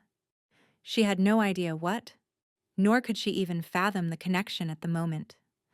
But it was there. She just had to figure out what it was. Only guesses. As far as I can tell, nothing was taken or destroyed, but there had to be some reason this person was in the house. She swallowed hard. Maybe he wanted to send a message, let you know he was out there. Joshua's gaze locked onto hers. "There's something else, Charity. That intruder. She was a woman." Chapter 23. Joshua watched Charity's expression as it turned from curious to shocked to fearful. "What do you mean?" He shook his head, which only made it ache more. "I need to see a picture of Andrea. All the ones I had were destroyed in the fire." He stood, the motion again causing his head to wobble, and grabbed his laptop from a table in his living room. He didn't really need to confirm it was Andrea, but for his sanity and Charity's, he would. He did a quick search and pulled up a picture of Andrea. He studied it for a moment before nodding. The woman he'd seen had been a brunette. Her hair was long now, not bobbed like it was in her high school picture. The woman he'd seen had a more defined face, but that often happened as a person aged. He had no doubt about it. The woman in his house had been Andrea. "Maybe I'm not losing my mind," Charity whispered behind him. As a tear trickled down her cheek, he quickly rose. Without thinking about it, he pulled her into his arms. He expected resistance, but instead, she folded into his embrace. He couldn't help but marvel at how perfectly she fit into his arms. Her head rested snugly under his chin. Her petite frame fit up against him, and something about the moment felt right, made him want it to never end. That thought scared him. He had no desire to be in another relationship. So what was he doing right now? Despite the warnings in his mind, he continued to hold her. In fact, he didn't want to let go. Ever. Finally, Charity took a step back and ran her fingers under her eyes, as if to hide any evidence of tears. Then she dropped onto the couch and stared pensively at the wall. "I'm trying to put together what all of this means. Unless your friend has a twin, it looks like she is still alive and close by. But how could that be?" She turned those big, luminous eyes on him. There were too many questions there, too much pain. "While nothing would make me happier than to find out she's okay, there's so much that doesn't make sense. I'm hoping I can help you find some answers." She stared at him a moment before a smile cracked her face. "Thank you, Joshua. I need to make sure nothing was disturbed," he shrugged. "I've found that sometimes it's the subtle things that you don't expect. Do you want to wait here?" She stood, tilting off balance for a moment.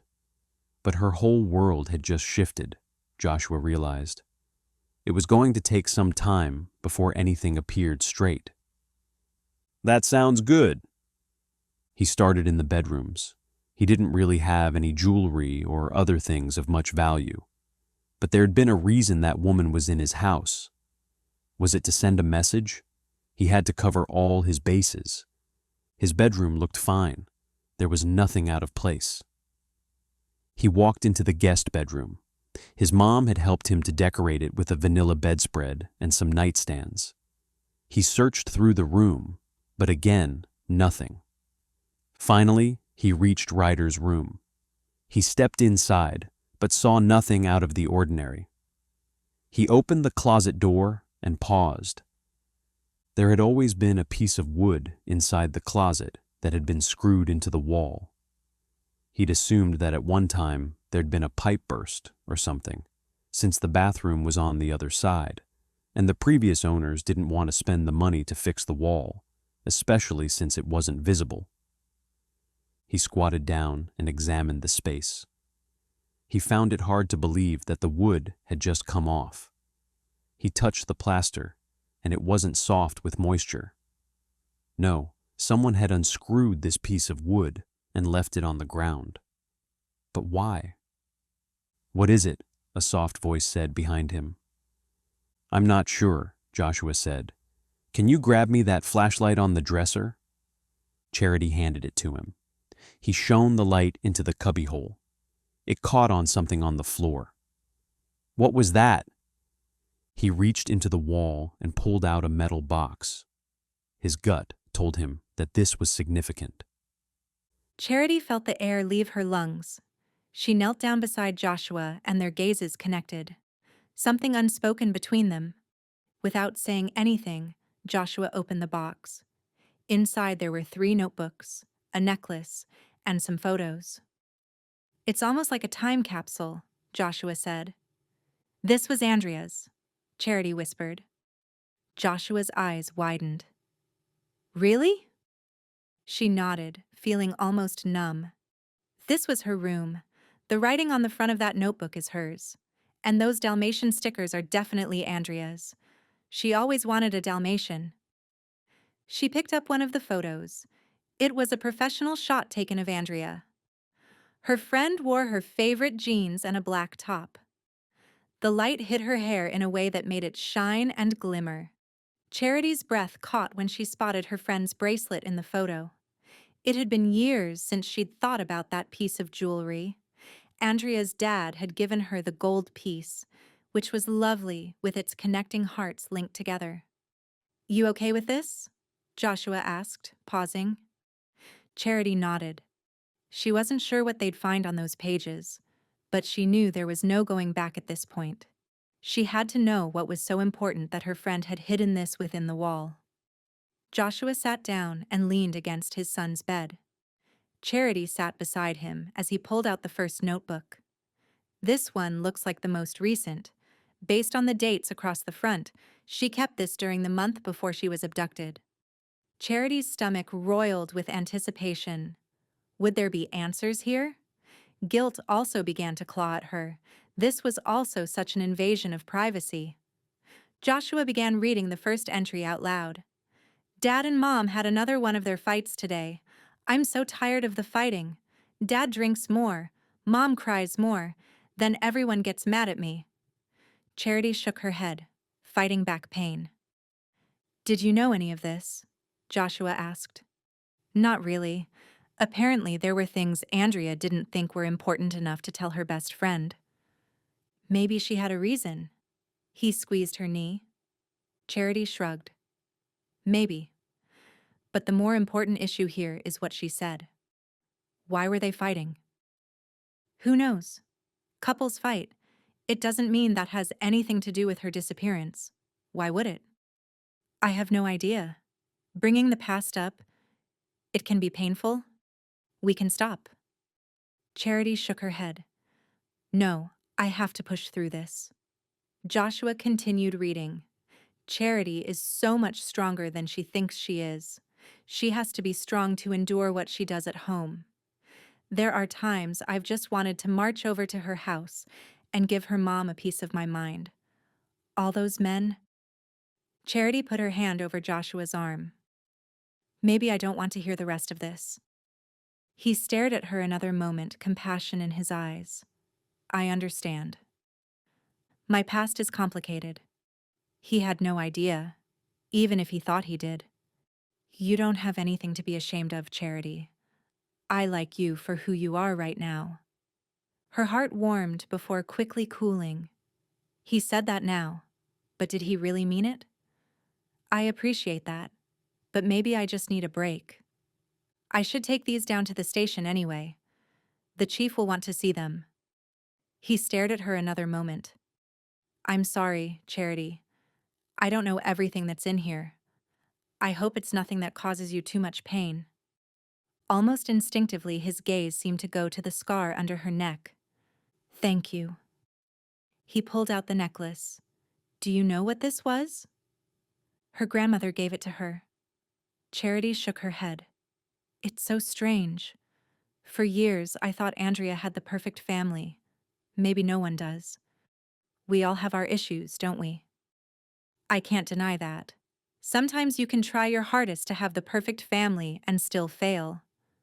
Was he talking about his own family? About his failed marriage and having to share custody of his son? Charity didn't ask. They'd had enough somber discussion for the moment. She glanced at the metallic box again. "There's one other thing," she started. "That woman who broke into your house, she wanted us to find these. Otherwise, she would have taken them herself." Chapter 24. Charity stared at Joshua a moment as they stood on the porch of Daly's place. She had the urge to reach up and plant a kiss on his cheek. Her cheeks flushed at the thought. The idea was crazy. She wasn't in a good place for a relationship. Joshua certainly didn't seem interested.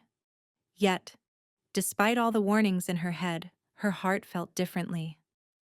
As she looked up at Joshua, she wondered if he felt the spark between them, also. He started to say something, but then stopped and took a step back. I'll keep you updated about those journals, okay? She nodded her goodbye, hesitating before taking a step back toward the door. No one was in the house. Daly was probably with Ryan, if she had to guess. She imagined the two of them making wedding plans and getting his house ready for her to move into. Charity used to have dreams of doing that sort of thing. She hadn't thought about it in a long time, but something about Joshua seemed to be fueling desires she hadn't known existed even. Being around him made her long for more. It stirred up desires for family and forever, and a chance at happiness. She saw a paper on the breakfast bar and wondered if Daly had left her a note, or maybe some instructions. She picked it up, and a scream lodged in her throat. It wasn't a note from Daly. It was a picture of Charity and Andrea. Words were scribbled across the back. You're the only one who can help.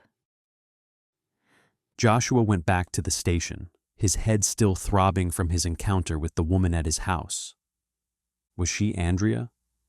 Something just didn't settle in his gut about the whole thing. The pieces didn't fit together. He put the box on his desk and opened the latch. Charity was right. That intruder had wanted them to find this information. But why? What was in these journals that was so important? He opened the first one, and his eyes adjusted to Andrea's flowery handwriting. August 29th. Charity and I picked some cotton today. Then we threw it in the air and pretended it was snowing. We even tried to build a snowman. It seemed so juvenile, like something we would have done when we were 8. There are some silly things that only girlfriends can do together. He smiled at the image that formed, the image of Charity being carefree. It was almost hard to picture. She just always seemed weighed down. But the few times he'd caught a glimpse of her genuine smile, it had delighted him. Those moments made him wonder what Charity would have been like if life hadn't taken the course it had. Another entry read, I found out something horrible today. It explains why my mom and dad have been fighting so much. I can't believe it. Part of me wishes I didn't know, but another part of me is glad. Reality can be hard to face, but dealing with truth is always better than dealing with lies. I confronted my dad with the information I learned. He was angry, so angry that I thought for a minute he might hit me. Lawrence overheard the conversation. He told me afterward that I needed to drop it and mind my own business. He said I was digging into adult matters that I needed to stay out of, if I knew what was best for me. Has my whole family gone crazy? At one time, I thought my dad was perfect, but he's fallen off his pedestal, and I don't know what to do about it. Should I bury this information or come forward? What had Andrea discovered? Had her father committed a crime? Had that crime remained hidden to this very day?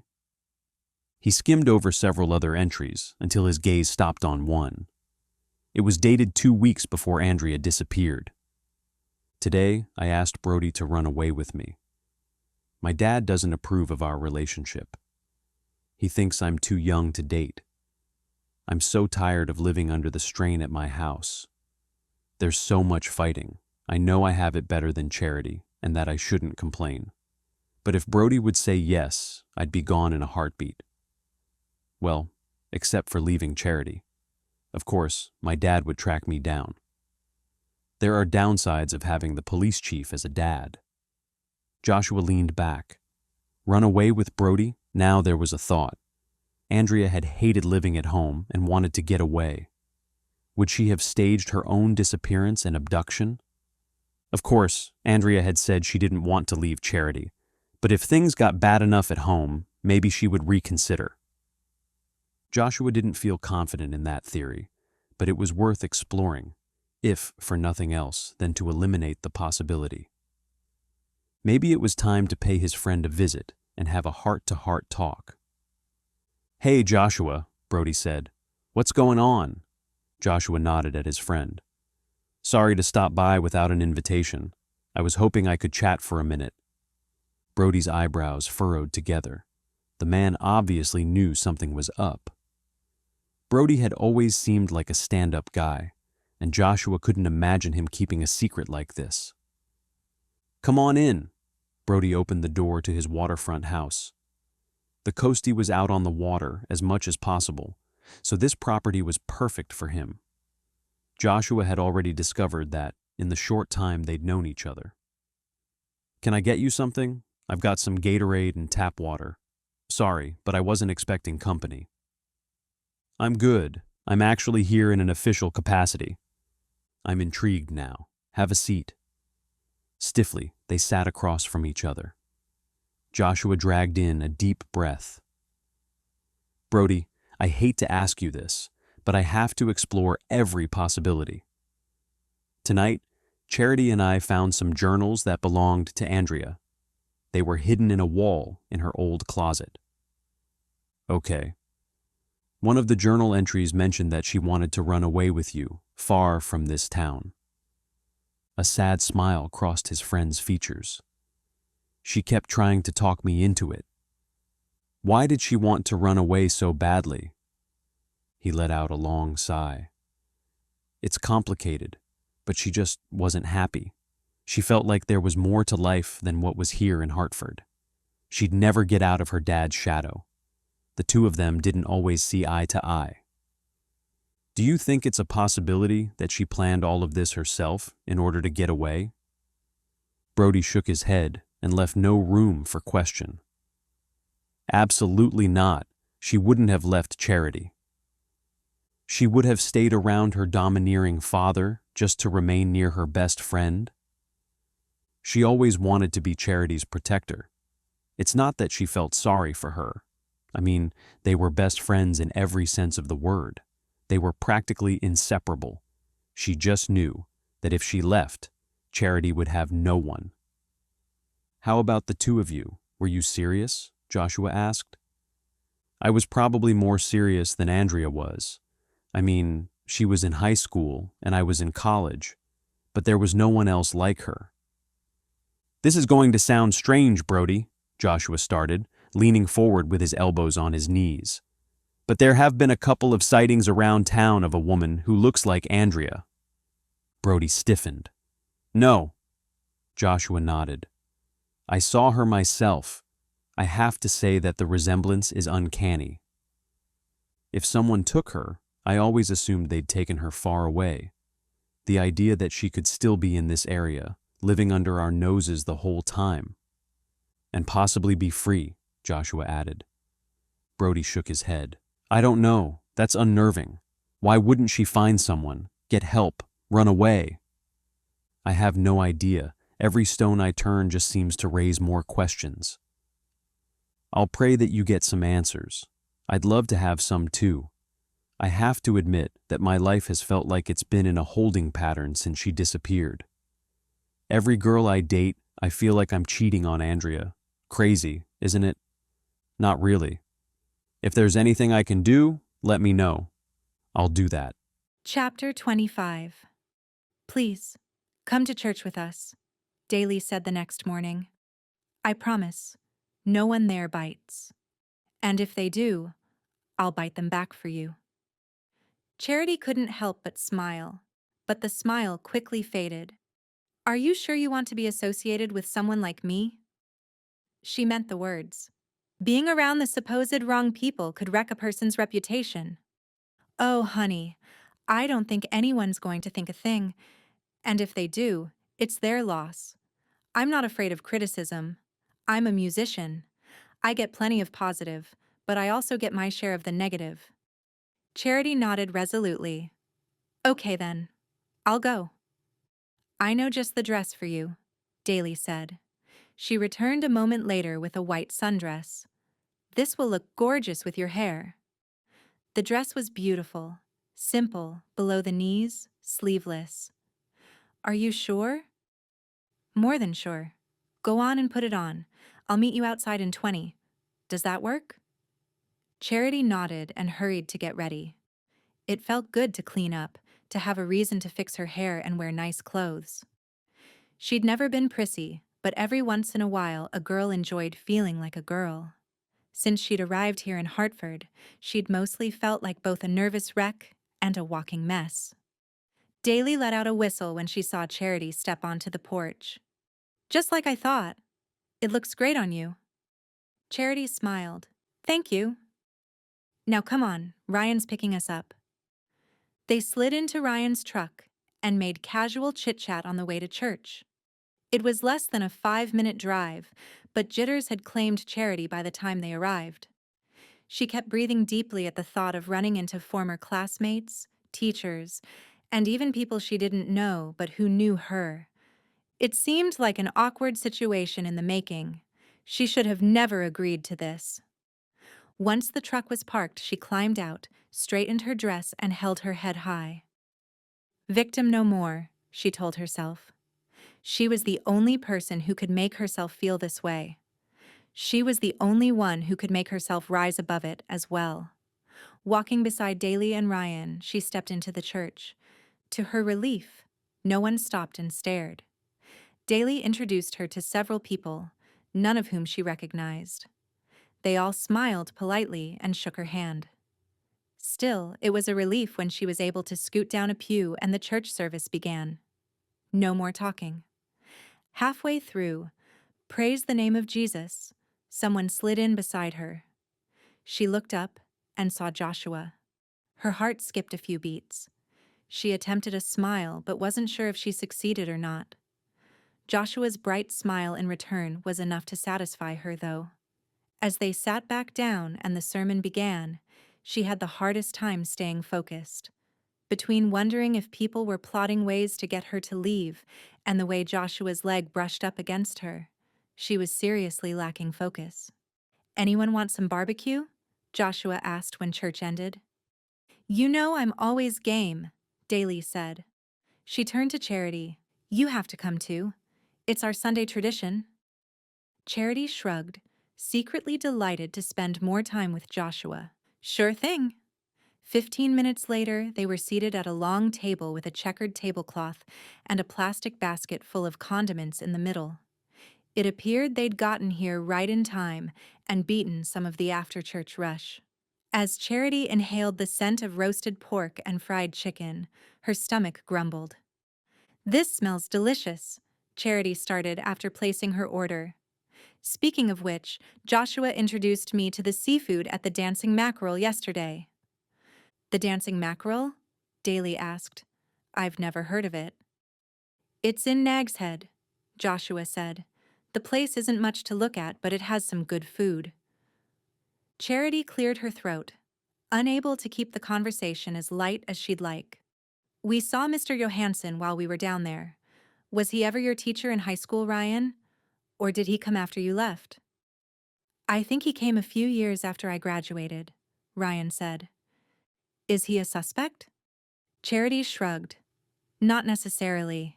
He was just awfully personal with a couple of his students, and he was the last person Andrea and I spoke with before she was abducted." "So is he a suspect?" Daly asked, taking a sip of tea. "I can't officially give any statements on the case," Joshua said. "I'm just revisiting some key players from the past. You never know when someone might share something that offers a new clue. I'm a fresh set of eyes in this investigation. The original people involved weren't objective." "You mean Ron Whitaker?" Ryan snorted. "I wouldn't think so." Joshua leaned closer. "You've been in this town longer than I have. Do you know Buddy Griffin?" "I think everyone does." "What's your impression of him?" "He's a strange one," Ryan said. "My gut tells me he's harmless. He's kind of a drama king and a recluse at the same time. But I've never seen him as being dangerous. In your line of work, I'm sure you'd tell me that anyone can be dangerous, though. Right? You'd be surprised at the capacity for evil people have inside them. It's just a matter of how much you feed those negative emotions. Eventually they grow and grow until they can't be contained any longer." Charity shivered at his words. Whatever that evil was, whoever it was coming from, Charity sensed it was growing. And that thought was enough to make her want to run. Joshua offered to drive Charity back. The two of them being together just seemed natural. He'd even begun to forget some of his fears about trusting again, as he realized that Charity wasn't anything like Justina. Charity cared about people other than herself. Still, he had to remind himself that Charity would soon be leaving. As they were sitting in Joshua's truck, Charity turned to him. "I found something strange in Daly's house last night, Joshua." He bristled in anticipation. She pulled something from her purse. "It was this picture." Joshua glanced at it. The photo was of Charity and Andrea. They were covered in mud and had big, goofy smiles on their faces. The chilling part was the words on the back. "You're the only one who can help." "This was in the house when you returned?" he clarified. Charity nodded. "It was on the table." "Was there any sign of forced entry?" "There was a window open."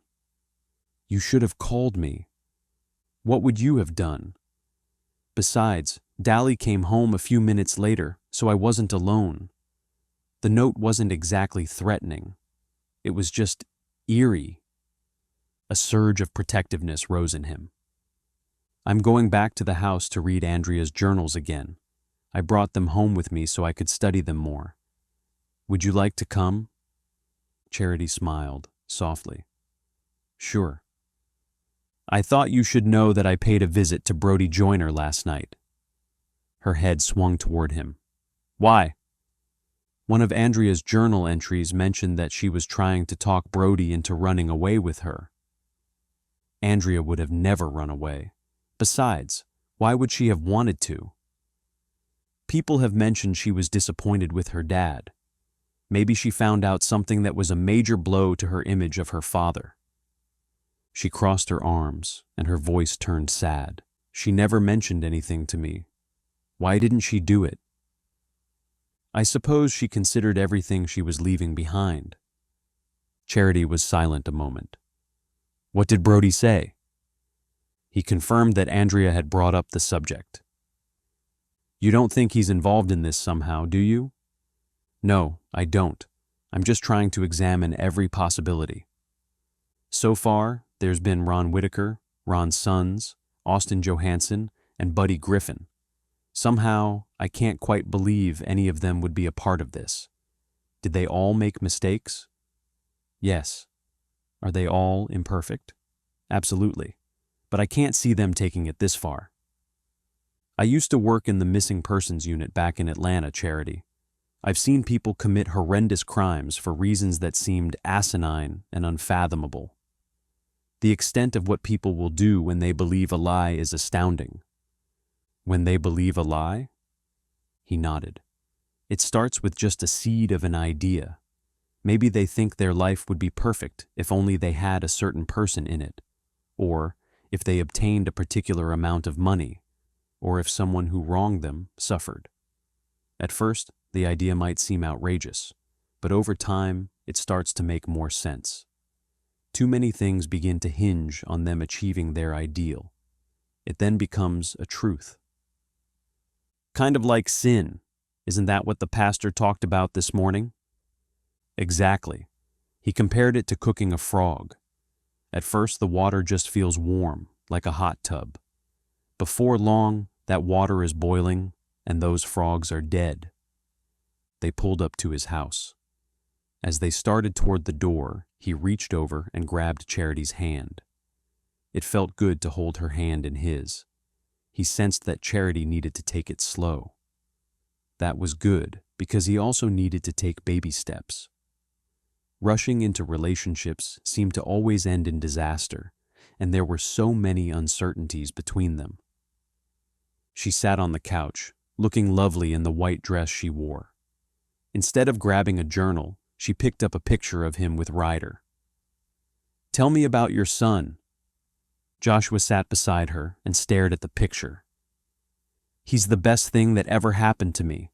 He's 4, he loves trucks, and he talks non-stop." "Do you get to see him very often?" "I have custody every other weekend, more in the summer and on holidays. He's on vacation with his mom and stepdad right now." "You miss him?" "Every day. Life wasn't supposed to turn out like this for him." What happened? He squeezed his lips together a moment. I was working, a lot. I'd applied for the FBI and been accepted to their academy. But in the process, I lost my family. I suppose I should have seen the warning signs, but I didn't. I came home one day, and my wife and son were gone. She'd moved in with her new boyfriend. That had to be hard. More than you could imagine. If I could go back and do it over again, I would. But life doesn't work that way.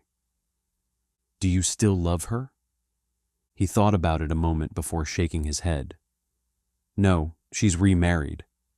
We actually only knew each other 2 months before we tied the knot. It was truly a whirlwind relationship. 3 months after we were married, we found out she was pregnant. Everything happened quickly.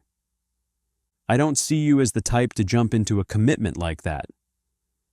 I'm not usually. I haven't always been the person I am today, though. I have a hard time seeing that. When Justina left me, I turned my life around. I started going to church and got my priorities straight.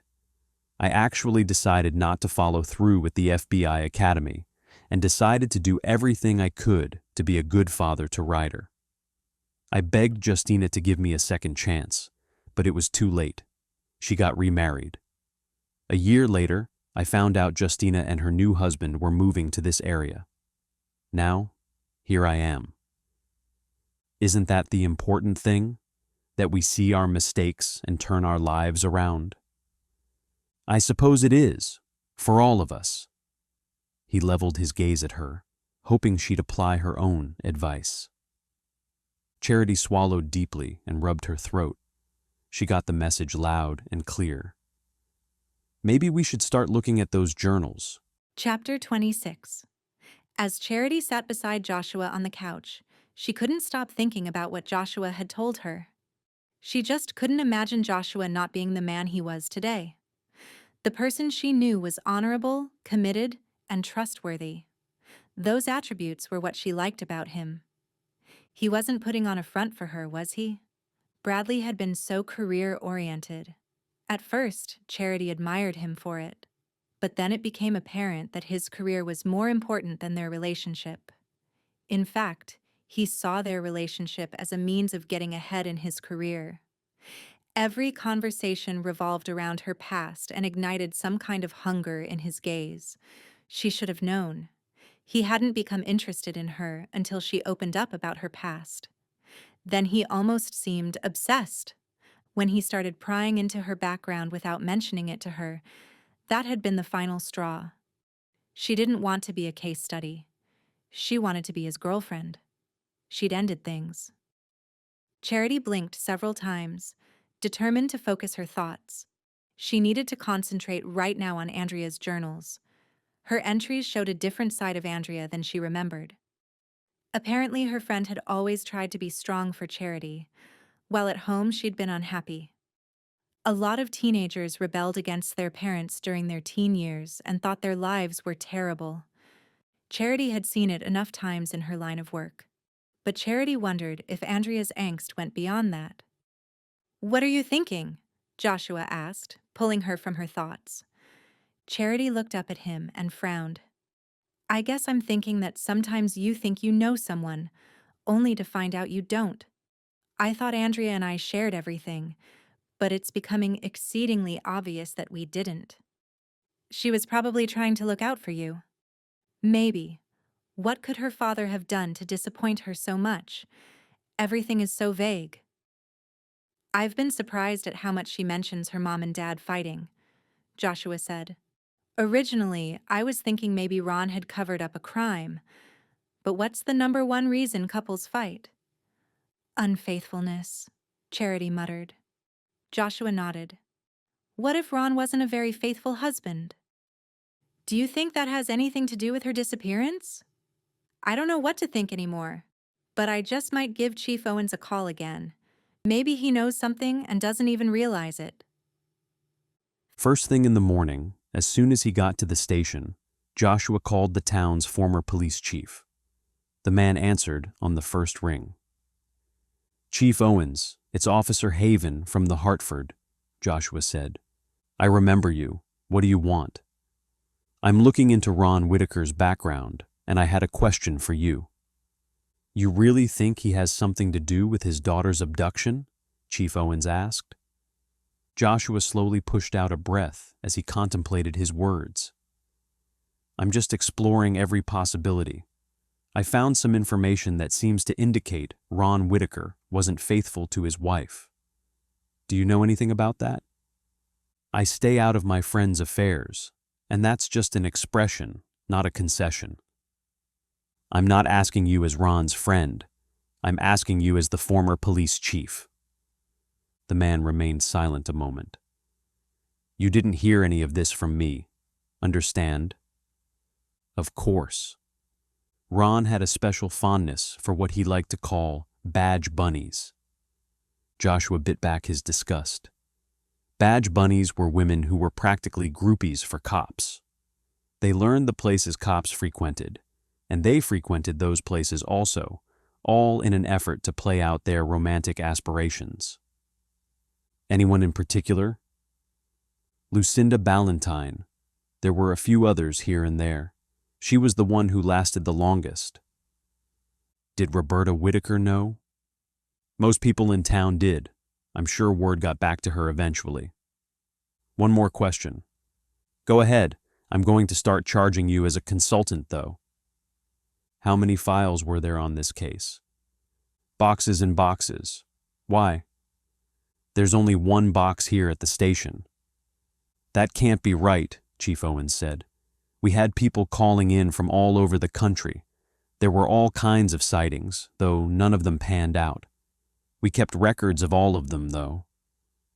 That's what Joshua had thought. So what had happened to all that information? Thanks for your help, Chief. I hope you do find out what happened to Andrea, Chief Owens said. I'm a little older and wiser now. I wish there had been things done differently, looking back. Everyone deserves justice. Everyone. 15 minutes later, Joshua was on his way to see Lucinda Ballantyne. She actually didn't live in Hartford, but over in Elizabeth City, a town that was only about 10 minutes away and considerably larger than Hartford. He pulled up to an old house in the historical part of town. The outside was plain with no flower beds, but the exterior still remained neat. An old sedan rested in the driveway. Joshua walked up the faded steps and knocked on the door. A moment later, a woman in her 50s appeared, a cool glass of tea in her hands. The woman was blonde and trim and wore snug clothing that drew attention to her cleavage. I'm looking for Lucinda Ballantyne, he said. What can I do for you? She said, her voice almost having a purr-like quality. I'm Officer Joshua Haven with the Hartford Police Department. I'm hoping to ask you a few questions. Pertaining to? The disappearance of Andrea Whitaker. The light left her gaze. Andrea, I see. Yes, yes. By all means, come in. She pushed the door open. Joshua followed her past the foyer and into her living room. Can I get you some sweet tea? Everyone always says I make the best. She raised her eyebrows as she waited for his answer. I'm fine, thank you though. With a nervous swipe of hair behind her ear, she lowered herself into a chair across from him. How can I help you then? We're considering reopening the investigation into Andrea Whitaker. Your name came up today. Her head twitched ever so slightly. Did it? Ma'am, do you mind if I ask you if you knew Andrea's father, Ron Whitaker? She nodded stiffly. I did know him. We met at the Red Horse Inn. I was working as a waitress there, and several police officers used to frequent the place. What was the nature of your relationship? She lowered her lashes in mock modesty. Women of character don't speak of such things. It's important to the investigation, Mrs. Ballantyne. I realize it might be uncomfortable. I apologize for that. Her coy expression vanished, and she leaned back against the couch, some of her pretense disappearing. We fooled around, I knew he was married. I knew it was wrong, but I did it anyway. What happened? We weren't serious. He wasn't leaving his wife, and that was that. I'm not sure how this pertains to Andrea's disappearance. The man loved his daughter. He'd never do anything to hurt her. What did you think happened? She shrugged. I didn't know. I didn't even have any good ideas. Honestly, the whole thing just broke him. That's how I know he couldn't be behind it. But there is something I need to confess, just to get it off my chest after all these years. Joshua's neck tightened. What's that? When the FBI stepped in, I told them I was with Ron when the crime occurred. I didn't admit to having an affair with him. I just said he'd been at the Red Horse. The place was empty at the time, so there was no one else there to verify the story. Why'd you lie for him? He asked me to, said the police always looked at the person closest to the victim. He didn't want them to waste time examining him when the real kidnapper was out there. Interesting. When did the two of you break things off? She frowned and stared into the distance. About a month later, he began crumbling. He wasn't himself at all. Do the two of you still speak? We haven't in 2 years. 2 years? She nodded. He showed up at my door one day, said it was a mistake to ever let me go. Her frown deepened. The truth eventually came out. His wife was going to leave him for someone else. He just showed up here as some kind of revenge. His wife was leaving him? That was the first Joshua had heard of that. Was it relevant to the case? Probably not, but sometimes the most unexpected tidbits could lead to answers. She nodded. That's what he said. Who knows what happened? She died 5 days later in that auto accident. Chapter 27. Charity still had an hour before she was supposed to meet Joshua for lunch. He'd called her last night and asked if he could see her, and of course, she'd said yes. She'd finished with today's task earlier than she'd anticipated, though, and now had time to kill. This morning, she'd met with an insurance adjuster to go over the claim. She was surprised when he'd told her the amount she'd most likely receive because of the fire. It was more than she'd ever imagined. Not that she'd anticipated the money, but it would be nice if she was able to get ahead. She paced over to the small pier behind Dali's home. The small wooden structure stretched into the Perquimans River. In the distance, she could see the town's famous S Bridge, as well as the large memorial bridge that was a part of the ocean highway. The area felt like a little oasis. Cypress trees dotted the water, making the water look almost tea-like in appearance. Spanish moss draped the limbs, almost making it feel spooky, even in broad daylight. With the insurance money Charity might get back, she might be able to afford her own little oasis somewhere. But not here in Hartford, she reminded herself. It would never work for her here, even though she'd been trying to convince herself to believe that it could recently. Even if she could put closure to the tragedy surrounding Andrea, there were too many bad memories. Her mind turned to those journals and the intruder at Joshua's house. What if it had been Andrea? What if she'd wanted them to find those journals? Why? What was inside those pages that someone would want discovered? The longer Charity stayed here in Hartford, the more unsettled she became. She shook off the thoughts. Behind her, she heard a mower starting. She glanced over and saw a man with long hair in DeLay's sister's yard. Her sister, Hannah was her name, was also on vacation this week. School started next week, so more than one family in the area had that idea, apparently. The man looked slightly familiar, and he waved to her as he began pushing the mower. At least he hadn't shunned her the way some people in town had. So much for her peace and quiet, though. Maybe she should take a walk to pass some time. It beat turning over her thoughts again and again. As she started past Hannah's house, the lawnmower died. She looked over and saw the man looking at her. Immediately, her muscles tensed. "Sorry, I don't mean to stare," the man started. "It's good to see you back here." She paused. "Do I know you?" He shook his head. No, but everyone around here knows who you are. I always thought it was wrong that those people drove you out of town. I'm glad you're finally showing people what you're made of. Charity felt her cheeks heat with gratitude. Thank you. I appreciate that. He nodded and then got back to work. As she walked down the street, she had a new spring to her step. Funny how one little affirmation could do that. She stopped at a couple of shops, realizing that she was taking some kind of step toward overcoming her past by doing these simple acts by herself.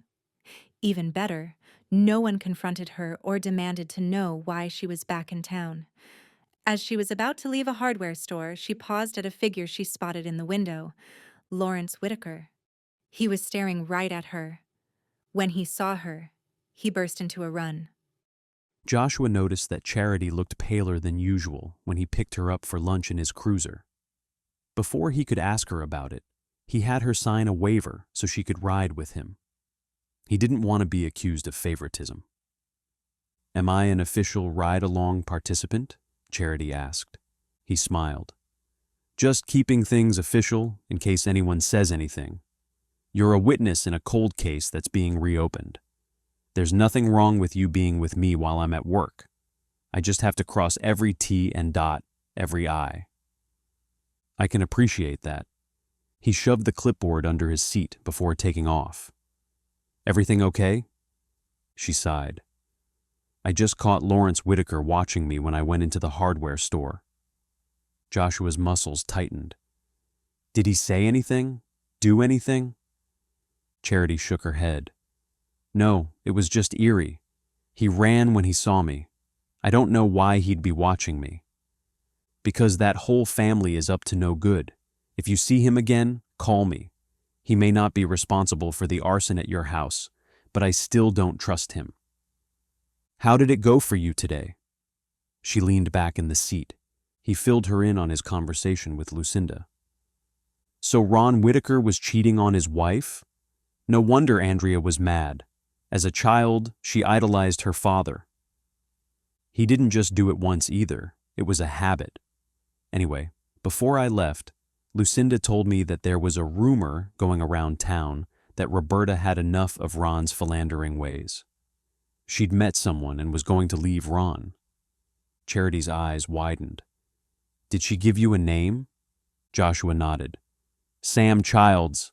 I plan on going to see him after lunch." Joshua wanted to speak with him, just to rule out any information that could help the investigation.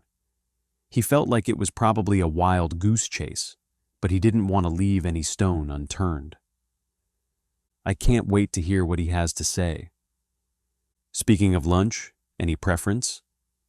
"You mean between the Have a Nice Day cafe, the pharmacy, and the barbecue restaurant?" She smiled, a teasing tone in her voice. "Hey now, there are a couple of other places on the outskirts of town, and we do have a few traffic lights here, so we're not that small of a town." "You pick. I'm just along for the ride." Just then, his radio crackled. It was the chief. "Our good friend Buddy Griffin is threatening to kill himself. Would you mind swinging by his place to talk him down from the ledge, so to speak?" "Of course. I'll be right there." He hung up and looked apologetically at Charity. "I'm going to need a rain check on that lunch." "Don't worry about taking me home. How about if I wait in the car while you handle the call? I know time is of the essence." "You wouldn't mind?" "Not at all."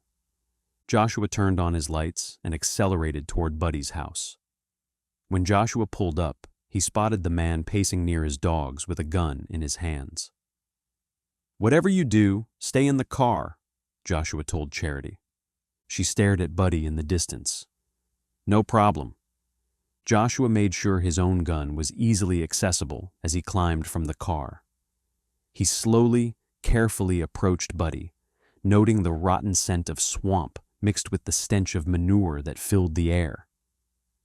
Buddy's house could easily be condemned. The conditions were practically squalid. "Why don't you put your gun down?" Joshua called. "Don't worry, I won't use it on you." Buddy spit on the ground and continued pacing. I don't want you using it on anyone. Buddy shook his head and continued pacing. I'm not going to use it on anyone. I'm just so tired. I can't catch a break from my lousy ex-wife who turned my daughter against me to my good-for-nothing girlfriend. I have nothing to live for anymore. The man must want a reason to hope. Otherwise, why would he have called the police to report what he was about to do? People did strange things in moments of desperation. Joshua had seen it again and again. Joshua's gaze fell on the dogs. You have your animals. They depend on you. The dogs were wound up, barking as if they knew something bad might happen. They each raced along the fence, teeth bared and hair raised. A smile cracked Buddy's face, but his eyes still looked sad. You think they love me. You know what they really love? They love the fact that I feed them and give them water. Love is still love. Buddy paused and chuckled, the sound lingering a little too long, to the point of feeling uncomfortable. You know, I used to want to be an animal trainer back when I was a teenager. I even went to school out in California for a while. I bet you wouldn't guess that, would you? I had no idea. People make animal training sound so normal, so decent. But you know what it really is? You know how to get animals to do what you want them to do? You deprive them of food until they become obedient. That doesn't sound very humane, does it? No, it doesn't. Then, when they're at their weakest, they'll do what you want. Then you reward them. They learn obedience must happen in order for their needs to be met. I've never thought that was the way to earn love, though. Now that you mention it, it does sound kind of harsh. My dogs are all I have. I never kept anything from them. But if they got desperate, I'd be the first thing they ate. Hunger and desperation can make all of us, even dogs, do terrible things. He squeezed the skin between his eyes. Did you do something terrible, Buddy? No, I've tried to do all the right things. I have nothing to show for it. People think I'm terrible, and I haven't done a thing to harm anyone. That's what I'm tired of. I'm ready to end all of this. There are better ways, Buddy. You're giving other people too much power in your life. I'm out of options. Have you been drinking again, Buddy? It's the only thing that makes me feel better. Put the gun down, Buddy. Just then, Joshua's phone beeped. He ignored it, not wanting to break up the conversation. Answering now would set back any progress they'd made. I don't want to. The man started pacing again. Don't do something you regret. I won't be able to regret anything if I'm dead. He raised his gun in the air as if going into battle. I don't know about that. There are people you can talk to, though. I can help you find support. He paused and instantly seemed to sober. I didn't have anything to do with that girl, officer. I know. His eyes brightened. You believe me? I have no reason not to. Joshua's phone rang again. He saw it was the police chief.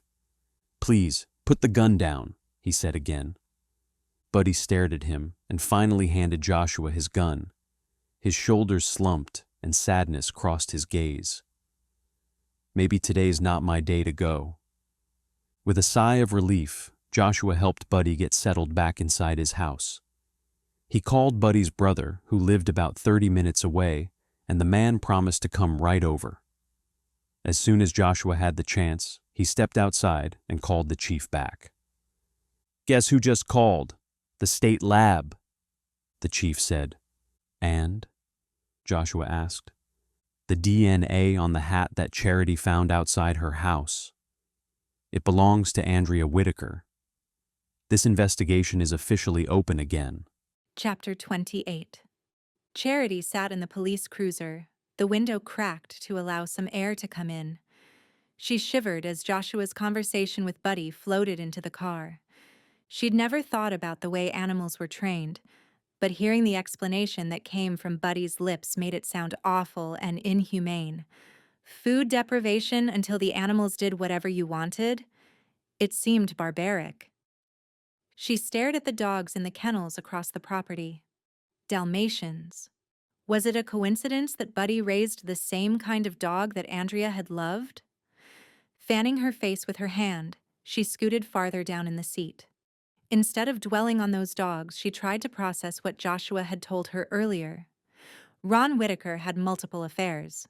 Mrs. Whitaker was possibly leaving her husband for someone else. It was true.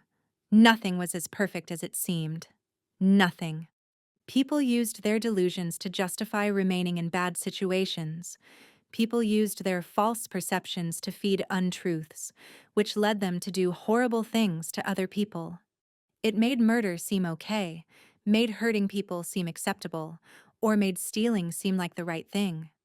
Charity preferred to live without any misconceptions. But was that possible? Maybe that concept was a delusion in itself. For so long she'd felt like God was a delusion. But then Joshua had talked about how deepening his faith had turned his life around. Daly had talked about living with a hope outside of this world. She'd sung about a compassionate God who loved his creations. Though Charity, in theory, believed in God, she knew she wasn't living as one of his followers. Maybe something inside her was starting to change. She desired to change her life, to see beyond her earthly circumstances. Just then, Joshua climbed into the car, bringing with him that scent that was becoming all too familiar, leathery aftershave. She could soak in that soothing aroma all day.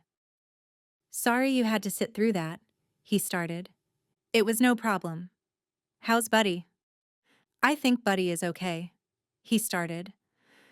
"The chief doesn't think I need to take him to the psych ward over in Elizabeth City. His brother is coming over instead." "I could talk to him. I've talked people down from the ledge before. I just don't want to intrude." Joshua shrugged. "I don't think he had any intention of ending his life. I think he just wanted someone to talk to." "Most people do." He started the cruiser.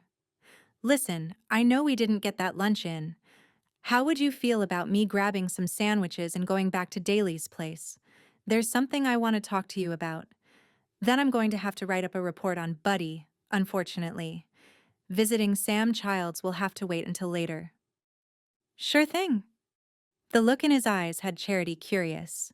He had news. She wasn't sure she'd like what Joshua had to say either. Joshua pulled up to the pharmacy and ran inside. He returned 10 minutes later with 2 bags saturated with the scent of toasty bread and gooey cheese. They didn't say much until they reached Daly's. They walked out to the pier and sat in the chairs there, but neither of them touched the food. Anticipation made Charity's heart beat in her ears, made her throat ache. A million worst-case scenarios raced through Charity's mind. "I didn't want to tell you this in public. I thought privacy would be better." Joshua drew in a long breath. "In light of everything that's happened recently, the chief was able to push through the DNA testing on that hat from your porch. We got the results back today." Charity's shoulders tensed. She couldn't decide what news she wanted to hear. That the DNA did or didn't match Andrea's. Both would have different consequences on her psyche. "Okay," she managed to croak out. Joshua's eyes bored into her. Something unspoken there. He rubbed the back of his neck and let out a small gasp of air. "Charity, the DNA matches Andrea's." She let out a slight gasp. "I know this is probably hard to hear," he murmured. She shook her head, the implications of what he'd said still racing through her head. Then Andrea really could still be alive. Maybe I'm not going crazy." Joshua hated to leave Charity, but the extent of her involvement in this official investigation couldn't go but so far without crossing professional boundaries. Right now, he needed to talk to the chief. Lynn waved from the filing cabinet when he walked in, and Joshua knew that Isaac was out on another call. He walked toward the chief's office and started to knock when he heard her voice ringing out on the other side. I understand that, but it's not best for this town if she's here. Look at all the trouble that's been stirred up." Silence stretched as Joshua imagined the person on the other end responded. "It won't matter soon anyway. Everything's going to change. I hope Joshua understands." He bristled. What was the chief talking about? This was the second suspicious conversation he'd overheard. The chief was definitely hiding something. His first instinct was to burst into the office and demand answers. But he had to be careful how he played his hand. In a split-second decision, he decided to hold on to this information and see what else he could find out before tipping off the chief. He tapped at the door with his knuckles. Silence stretched another moment. Or was she whispering? And finally, Chief Rollins called for him to come in. "Officer Haven." Her face was unusually absent of emotion, almost as if she was trying too hard to look innocent. "What can I do for you?" "I wanted to talk to you about that DNA." She shook her head slowly, as if in awe.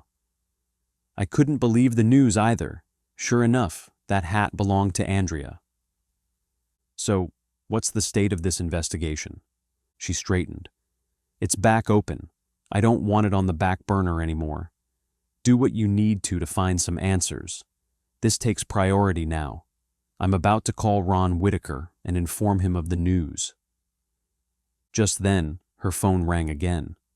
She put her hand over the mouthpiece after she answered and whispered to Joshua, "If you'll excuse me a moment."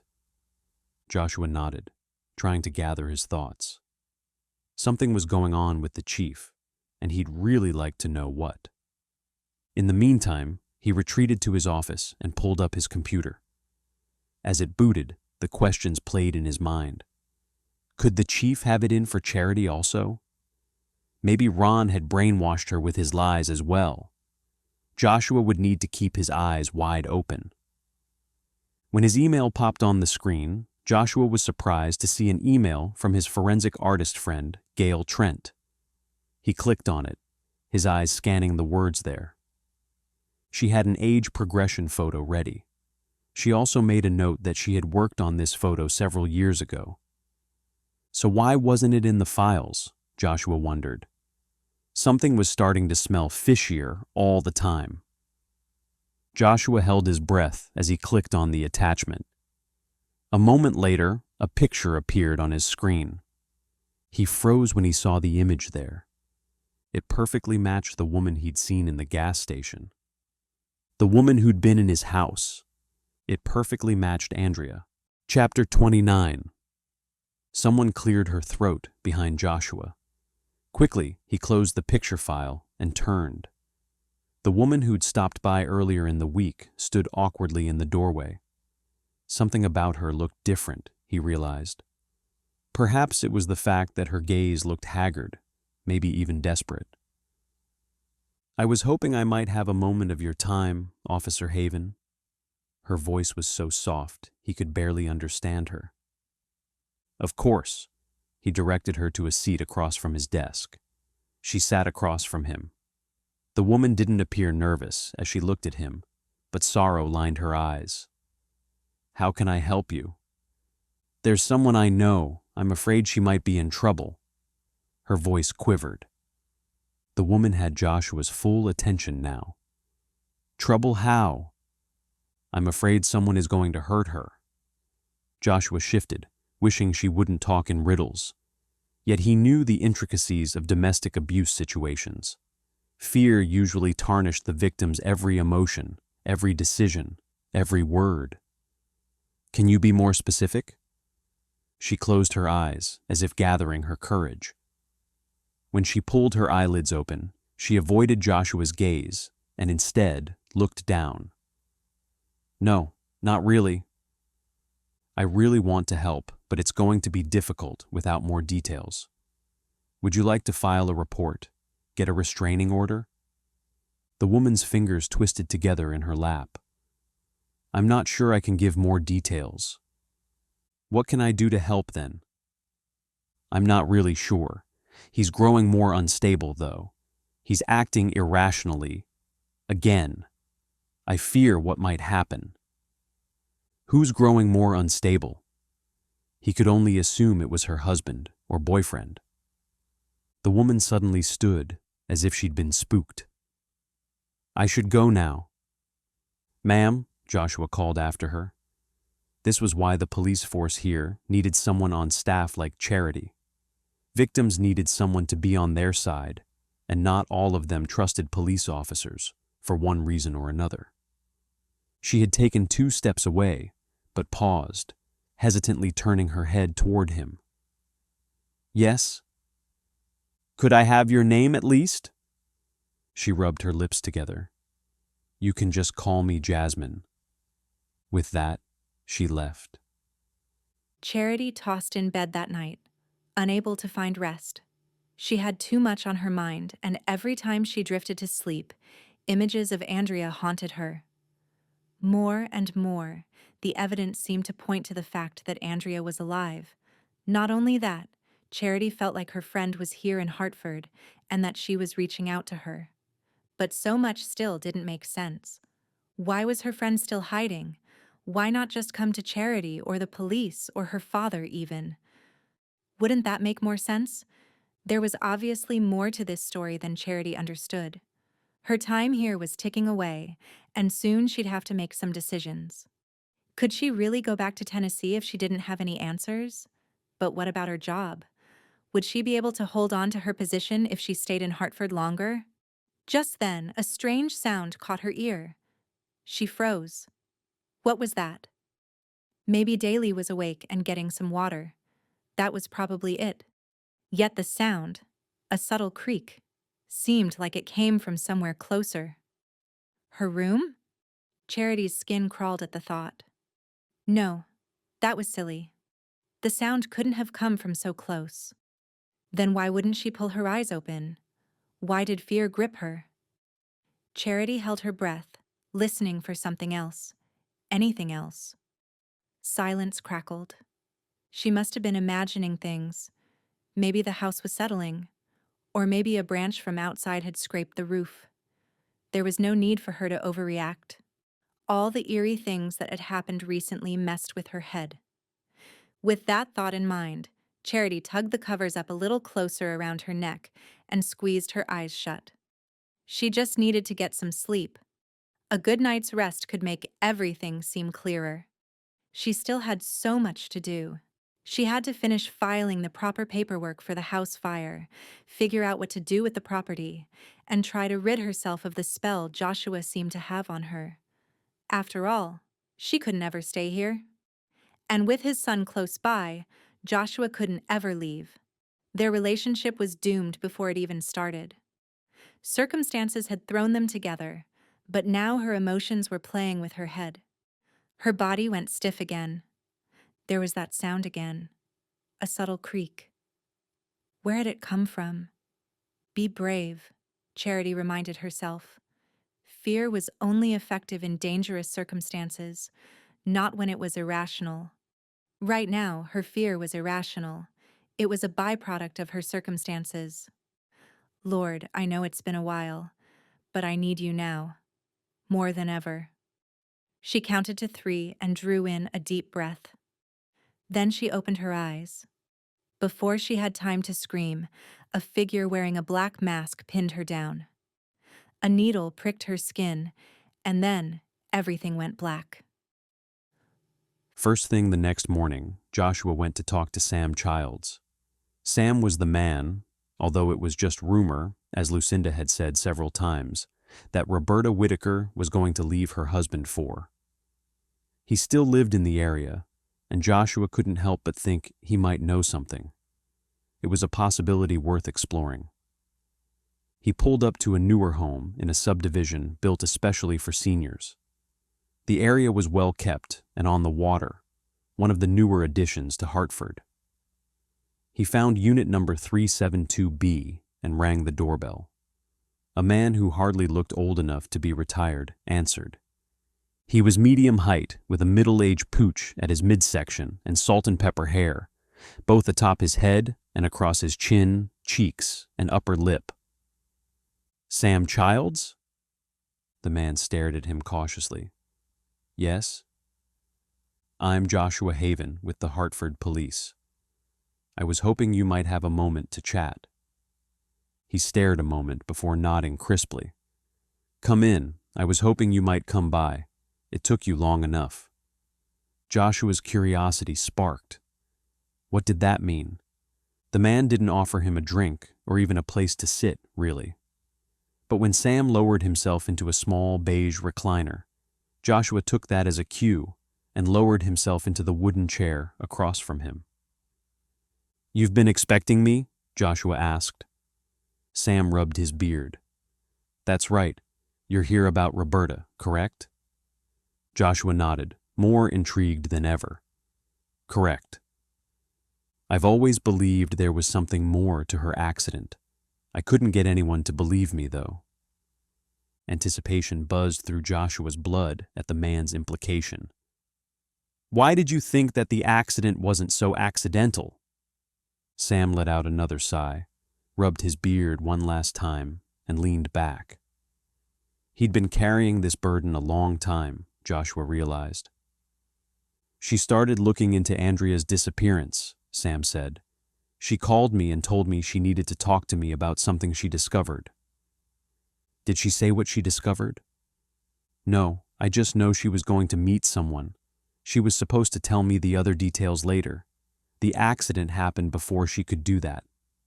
He swung his head back and forth, a certain melancholy washing over him. I guess I'll never know. Mr. Childs, what was the nature of your relationship with Roberta Whitaker?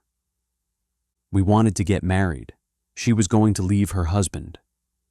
His voice caught, and he looked away. Joshua could see that Sam was struggling, and he softened his voice. How did the two of you meet? A faint smile feathered the man's lips. Believe it or not, we met on a dating website. You knew she was married? His smile disappeared in an instant and was replaced with a scowl. She was miserable. Why? Ron was never the same after his daughter disappeared. All his negative qualities were amplified. He drank more, worked more, and cheated more. She couldn't take it anymore. She should have left him years earlier. Maybe this would have never happened if she had. While Joshua let that thought settle, another question came to mind. Did Ron know that Roberta was leaving him? Sam rubbed his hands against his legs. This was obviously hard for him to talk about. She'd just told him 3 days before. He wasn't happy. He said she couldn't leave him. They had too much history together, and she was his rock. Did that sway her? Sam shook his head. No, she was done and ready to announce to the world that she loved me. She wasn't afraid to go public with everything she'd been hiding for so many years. On the outside, everyone thought they were a perfect family, but they weren't. They were as dysfunctional as families come. How so? Cheating. With the cheating came fights, distrust, arguments. They tried to protect Andrea from all of that. When she was gone, there was nothing to hold them back. In fact, they blamed each other. Ron blamed Roberta for being at a meeting and unable to pick Andrea up. Roberta blamed Ron for not being able to find her. It was a mess. What did you mean when you said you could never get anyone to believe you about the accident? I reported what I knew to the police chief. Chief Rollins? Bitterness stained his eyes. That's right, she brushed it off, said my story was the most ridiculous thing she'd ever heard. She didn't exactly use those words, but I got the message loud and clear. Did you have any evidence? Sam locked gazes with Joshua. Roberta told me her husband threatened her. Isn't that enough? Joshua didn't bother to tell him no. That wasn't always enough. The man wasn't in the right mental state to hear that revelation. But there was more to it. I think the reason Chief Rollins never followed up on my suspicions was because of Ron. She thinks a lot of him. Ron has a lot of people under his belt. What purpose would it serve to stage a car accident? Maybe it was the whole, if I can't have you, no one can mentality. Joshua had seen it happen before and knew that could be a real possibility. That does happen. Sam leaned toward him, his gaze still intense. A new emotion appeared in his eyes. Outrage, maybe? Suspicion. Hatred. The only other possibility was that Roberta discovered something about Andrea's disappearance that someone didn't want her to know. Maybe someone killed her for it. Chapter 30. Charity sensed something was wrong, even before she was fully conscious. She tried to open her eyes, but they were still so heavy.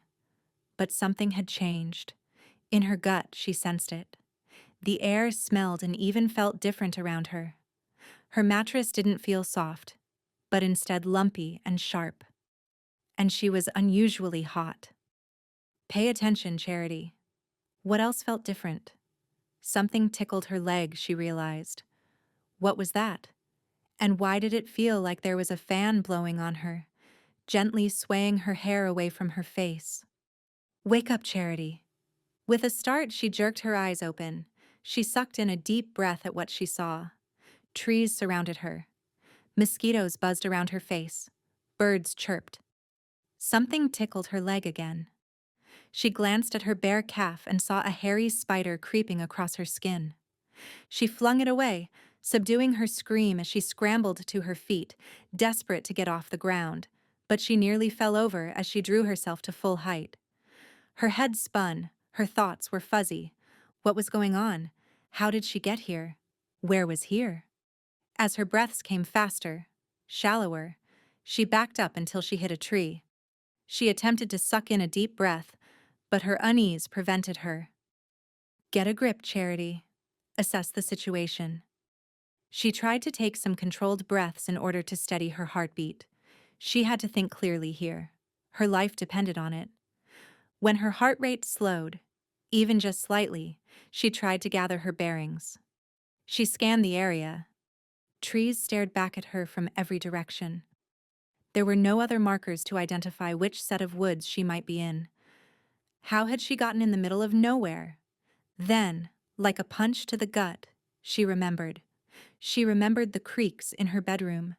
She remembered sensing movement. Then someone was on top of her, covering her mouth. She'd felt a prick.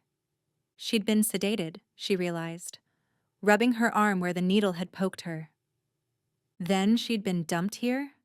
At once, she realized exactly where she was.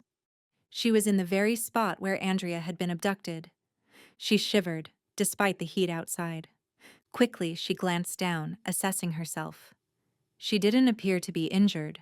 Her clothing was intact, and there were no obvious signs of struggle. At least she could be thankful for that. She had to get out of here. But which way should she go? Calm down, Charity. Think. Breathe. She closed her eyes a moment. The river ran north to south.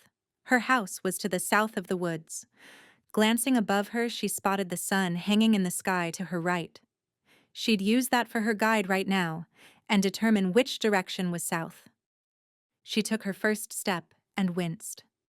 All she'd worn to bed was an old tank top and some flannel shorts, so her bare feet weren't protected from the rocky, gnarled soil beneath her. Despite her discomfort, she kept moving forward. With each step, she listened for the sound of anyone nearby. What if the person who'd done this to her was still close? What if he watched her now? The thought caused nausea to churn in her gut. Just keep moving, Charity. Keep moving. She reached the area where the woods turned swampy. Her gut roiled again as she inhaled the rotten, putrid scent of the wetlands. There was no way she'd get through this part without sinking her feet into the stagnant water. She could do this. She had no choice. Holding her breath, she tried to step across the first puddle. Her feet sank into the mud on the other side. She squirmed as imaginary critters raced across her skin. The swamp was no place to be barefoot, but that was the least of her worries right now. Who had left her here? Why? What message was this person trying to get across? It couldn't have been Andrea. She wouldn't have been able to lift Charity and carry her here. But who? Lawrence Whitaker, maybe? Just then, something slithered in front of her. A water moccasin. Charity drew back just as the snake coiled and prepared to strike. Joshua slowed as he passed Kicking Cotton Bar after leaving Sam Childs' house. The chief and Ron Whitaker exited the building, talking like old friends. What exactly was the chief doing at the bar at this time of the day? He glanced at his clock. It was only 10 a.m., so the bar wasn't even open. He started to pull in to get some answers once and for all when his phone rang. He saw Daly's number and took the call. "Joshua, have you seen Charity?" Panic laced Daly's voice. Tension pulled between his shoulders. "No, why?" "She's gone." His heart skipped a beat. "What do you mean, gone?" "I thought she was sleeping in, and I didn't want to disturb her. But a few minutes ago, I decided to check on her, to make sure she was okay. Her bed was empty." "Could she have gone on a walk?" "Joshua, I've been awake since 7. No one has come or gone since then. Besides, her window is open and all her things are still here, including her phone." Fire rushed through his blood. Something was wrong, majorly wrong. He should have seen this coming, but he'd have to address that later. "I'm on my way to your place right now." He turned on his lights and sped down the road. Quickly, he dialed the chief, putting aside for the moment the fact that he'd seen her with Ron. "Charity White is missing," he told her, his heart hammering with each word. "I'm on my way to the scene now." "Missing? I'll meet you there. I'm just leaving a meeting now." Joshua's mind raced. Charity. What had happened to her? A sick feeling gurgled in his gut. If someone had hurt her? He shook his head. He couldn't think like that. He had to remain in control of his emotions. His knuckles whitened as he tightened his grip on the steering wheel. "Lord, watch over her. Protect her. Open my eyes and help me see how to find her." He reached Daly's place in under 5 minutes, hastily threw his car into park, and then hurried toward the house. Daly stood on the porch, her arms pulled tightly across her chest. Ryan was with her. The tension etched across his friend's features deepened his own apprehension. "We didn't touch anything because we didn't want to mess with the scene," Ryan said. "Show me her room." Daly led him down the hallway of the small house. He paused at the doorway and observed the space. The bed sheets were tangled. The window was open, all the way open, and the screen was only partly on the window, probably shoved back in place in someone's haste to leave. "You didn't hear anything?" he asked Daly. She shook her head. "I sleep with music playing, though. I should have thought ahead and realized—" Joshua shook his head, cutting off her thought before she had time to develop it. "Don't blame yourself. You couldn't have known." But he should have. "We did have the windows open earlier. The breeze coming in from outside was so nice. She may have kept her window cracked as she slept. She said something about loving fresh air." He walked to the other side of the bed, looking for a clue about what could have happened. As he leaned down on the floor, something under the bed caught his eye. It was a syringe. Had someone drugged Charity and then abducted her? He had to find her, as soon as possible. He knew with certainty that her life depended on it. Chapter 31. As Charity stared at the snake, goosebumps covered her arms. The snake stared back. Her blood went cold as the standoff continued. Slowly, Charity took a step back. The snake looked poised to strike at any minute. She wouldn't stand a chance out here if the moccasin's venom seeped into her blood. These woods would be her death. Her nightmare had started here. Would it end here also? Trying to keep her nerves at bay, she scooted back ever so slightly. Her foot hit something wet. She didn't care, not at the moment. The snake remained unmoving. She took another step and water covered her ankles, the mud below it suctioning to her feet and causing willies to race across her skin. When she reached the other side of the dirty muck, the snake lowered its head and finally slithered away. She let out the breath she held. That had been close. Too close. She had to get out of these woods. If the elements didn't kill her, anxiety would. Charity burst into a run, moving as fast as she could across the uneven ground. Thorny underbrush, unseen roots, and nearly invisible spiderwebs met her at every step. Her feet were bleeding and sore, but she didn't care. She just had to get out now. Her lungs burned under the strain of her run. Sweat poured down her neck and forehead. Her hair clung to any available skin. All she could think of was getting to safety. If she were honest with herself, all she could think about was finding Joshua. Somewhere along the line, she'd begun to think of him as her shelter. "Don't be like your mom," an internal voice said. Her mom had always turned to men as the answer. Charity didn't want to be that woman, didn't want to follow in her mother's footsteps. But at some point, the lines blurred. At some point, people had to depend on others, not out of weakness, but out of wisdom. Finally, rays of light broke through the foliage ahead. She pictured the field behind her house and prayed that her instincts were correct. In her haste to get to safety, her foot came down on something sharp. She jerked her leg up and saw a broken stick, one of its ends raised in the air and now covered with blood. She checked, and sure enough, the bottom of her foot had a large gash. She clenched her eyes shut. The wood had gone deeper than she'd thought. She picked some splinters from the wound, biting back the pain, resisting the urge to squirm. Using a nearby tree, she pulled herself up. She tried to put pressure on her foot, but pain rushed through her. She wanted to cry, but couldn't allow herself that luxury. It was going to take some time, but Charity was going to move. She was going to get out of these woods if it was the last thing she did. And it very well might be. The chief and Isaac were both on the scene at Daly's house. Isaac took photos and dusted for fingerprints, while Chief Rollins took plaster impressions of the shoe prints outside the window. Joshua had interviewed some neighbors, searched Charity's phone records, and begun to put together a rough timeline. But similar to Andrea's abduction, there was little evidence to go on. He couldn't stop pacing as his mind ran through possibilities. Ryan put a hand on his shoulder. "What can I do for you?" "I wish I knew. I have no idea where someone might have taken her, but I feel like I'm not doing anything right now.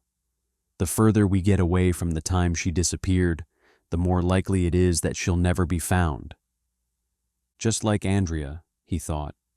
He didn't voice the thought aloud. "You can't think like that," Daly said. "I know, but this is what I did for a living for 5 years. I know the statistics." "Statistics are wrong all the time. I used to work the stock market, so I should know," Ryan said. An idea began to form in his head. Chief Rollins said yesterday that she was going to tell Ron Whitaker about the hat. What if Ron blamed Charity again? What if he thought she'd planted that hat when she came back into town? The man wasn't rational. Could he have recreated Andrea's abduction in order to teach Charity some kind of morbid lesson? He started to tell the chief his theory, but then changed his mind. He didn't trust the chief right now. Until then, he needed to stay quiet. "I'm going to pay a visit to someone," he told his friends. "Don't do something you'll regret," Ryan said. "You want me to come with you?" "No, stay here, just in case you hear something. I'll keep you updated." Charity reached the edge of the woods and spotted Joshua's house in the distance. If she could make it there, maybe she could get inside and call for help. In the very least, she could wait for Joshua to get home. It beat being lost in the woods. Besides, she wasn't going to make it much farther on her own. Her body ached. Her head swam. Fear kept trying to creep in. She stepped onto the field, the grass rough and coarse beneath her. She limped along, trying to reach the house. His truck was out front, but she knew that was only because Joshua was in his police cruiser today. Her own house stood in the distance. At least the remains of it did. What was left of it almost seemed like a tombstone or a sad memorial to her past. She desperately wanted to be victorious, to change the course that seemed to have been set in motion for her as a child. When she finally reached the back door of Joshua's house, she nearly fell against it. Her foot was still bleeding, and it ached worse than ever. Her legs were covered with sludge and welts from mosquitoes and biting flies. She turned the knob, but it didn't budge. Of course, Joshua's house was locked up. He was smart enough to do that. But back when she and Andrea were children, the window to Andrea's room had never locked properly. The girls had been able to sneak in and out. As adolescents, it had seemed harmless. Looking back, it was anything but. That window was the only chance she had of getting into Joshua's house, other than busting out one of the glass panes on the back door. She pulled a wicker deck chair over to the area where Andrea's room was. Climbing up, she carefully pushed on the panes. To her relief, the window slid up. All these years, and no one had either checked it or bothered to fix it. She pushed it up high enough that she could climb inside. Using the last of her energy, she heaved herself into the opening and fell onto the floor on the other side. She was safe. For a moment, at least. Joshua pounded at the door to kicking cotton. He kept knocking until finally someone answered. "We're closed," Ron Whitaker started. When he spotted Joshua, he did a double take. "Officer Haven." Joshua stepped forward, making sure his foot blocked the door. "Did you do something to her?" "Do something to who?" The man narrowed his eyes, his voice rising. "Charity." Ron's hands went to his hips, and a knot formed between his brows. "Why would I do something to her?" "To run her out of town, to make her pay for mistakes she made a decade ago, because you think revenge will make you feel better." "Slow down now. I don't like the girl, but I wouldn't hurt her. What's going on?" Joshua tried to subdue the anger simmering inside him and remain a professional. Being a hothead wouldn't get him anywhere. In fact, it would make him take steps backward. But he knew time was of the essence right now, and he didn't want to play games. "Charity is missing, and I'm not convinced that you don't have something to do with it," he said, his voice even. Ron raised his eyebrows. "That's a big accusation. I know the chief told you about Andrea's hat. You think that I think Charity planted it?" Joshua waited for his response. "Do you?" The thought crossed my mind. None of this stuff started happening again until she came into town. You know the saying, "The apple doesn't fall far from the tree"? Well, Charity's mom was neurotic. Maybe Charity has some of that in her also. Joshua raised a finger, fighting the impulse to do something stupid, like punch Ron Whitaker in the face. "If you laid a hand on her, it will be my one and only goal to make sure you see justice." Ron stared at him a moment before raising his hands. "I've done some stupid things, but nothing that stupid." "Were you stupid enough to kill your own wife?" Joshua put the question out there, knowing it could be dangerous to bring up. But he wanted to see the man's reaction. Surprise flashed in his eyes, and then anger. "What are you talking about?" "The fact that her accident may not have been an accident, that you found out she was cheating and leaving you, and you couldn't stand it." "You best keep your mouth shut, boy." The man's hands clenched into fists, and he looked ready to snap at any minute. "You have no idea what you're talking about." "I think I do." "How dare you come on my property with these accusations? You have a lot of nerve." The man's nostrils flared. He wished he had enough to bring the man in, but he knew he didn't. Not yet, at least. But Ron Whitaker remained at the top of his suspect list. Joshua started to reply when his phone rang. He squinted at the number on his caller ID. It was his own? As tension crept between his shoulders, he stepped back and answered. Hello?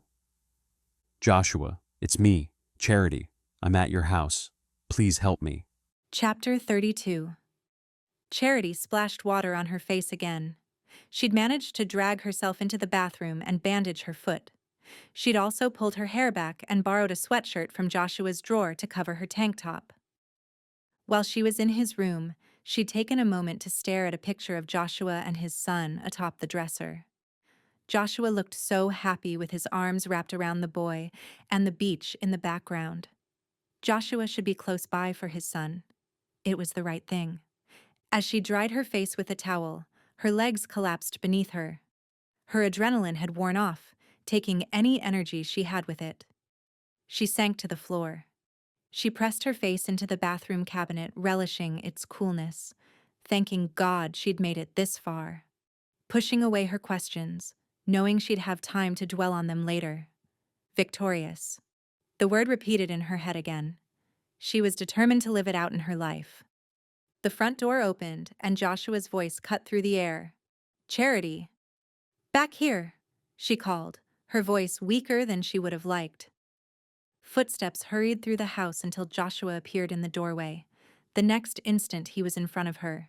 His hands grasped her face, his thumb stroking her cheek. Oh, Charity, are you okay? She nodded. Now I am. He quickly assessed her with his gaze. What happened? I need to get you to the hospital. No, I'm fine, really. I just need a shower and some clean clothes. He pulled her into his arms. Her head fit perfectly beneath his chin, like they were made for each other. He didn't let her go. She didn't pull away. And in that moment, she felt certain that Joshua was the kind of guy who'd give up his life for someone he loved. Maybe he'd even give up his life for her. Her heart twisted at the thought. He kept an arm around her and reached into his pocket. I've got to call the police chief, okay? She nodded. How about if I get you off this bathroom floor first? Before she could say anything, he stood and swooped her into his arms. He carried her to the couch and laid her there. The soft cushions had never felt so good. He stayed beside her, almost as if afraid to let go as he dialed a number on his phone. He mumbled a few things to the police chief, and when he hung up, his eyes were warm with concern. She squeezed his hand. Sorry about breaking into your home. How? He shook his head. Never mind. Let me get you some water. She nodded. Her heart felt full as she watched him walk away. She'd be a fool to ever let someone like Joshua slip by. She'd never really felt that way in her life about anyone. He appeared a moment later with some water and some crackers. She pushed herself up and took his offerings. The water had never tasted so good.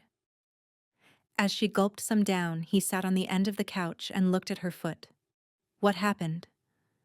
I stepped on a stick. I think I cleaned it out. You mind if I take a look? I suppose not. He started to unwrap the bandage. She squirmed even thinking about the injury. But all of this could have been worse. Much worse. Are you hurt in any other way?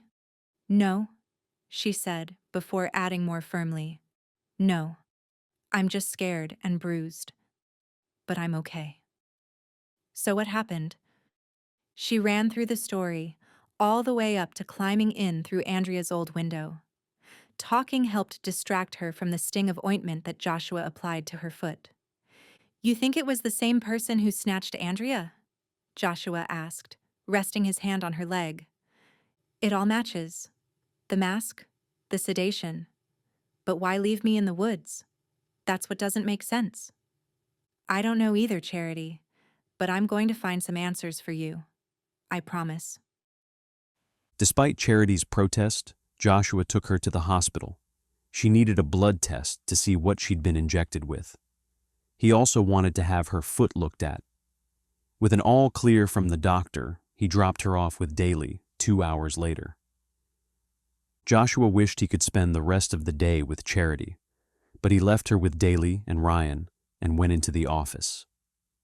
He had to find some answers, and with every second that ticked past, his chances diminished. As soon as he walked into the station, the chief came toward him. "Who do you think you are?" "Excuse me?" you questioned Ron Whitaker. "Someone had to." "What's that mean?" The chief's hands went to her hips. "It means Ron Whitaker should be our prime suspect in this case, and you seem to be protecting him." "That's not true." She raised her chin. "I saw you with him this morning at Kicking Cotton." Something flickered in her gaze. Surprise, maybe? Finally, she nodded slowly. "If you must know, I have been working with Ron Whitaker on a new initiative." "What kind of initiative would that be?" Doubt edged his voice. "I can't speak about it right now." He leaned closer and lowered his voice. "Are you covering up something?" Her eyes narrowed. "I thought you knew me better than that. And do I need to remind you that I'm your superior?" Joshua didn't back down. "Ron Whitaker has a hold on this town. He shouldn't be treated any differently than anyone else. I promise you, I'm not giving him any special privileges." "Then let me bring him in for questioning." "On what grounds?" "I have journal entries written by Andrea Whitaker as a teen that mention him. I have a woman who said she gave Ron a false alibi during the time of the abduction. And I have a man with anger and control issues." She stared at him a moment, puckering her lips in thought. Finally, she said, "We'd be opening a can of worms like you've never seen.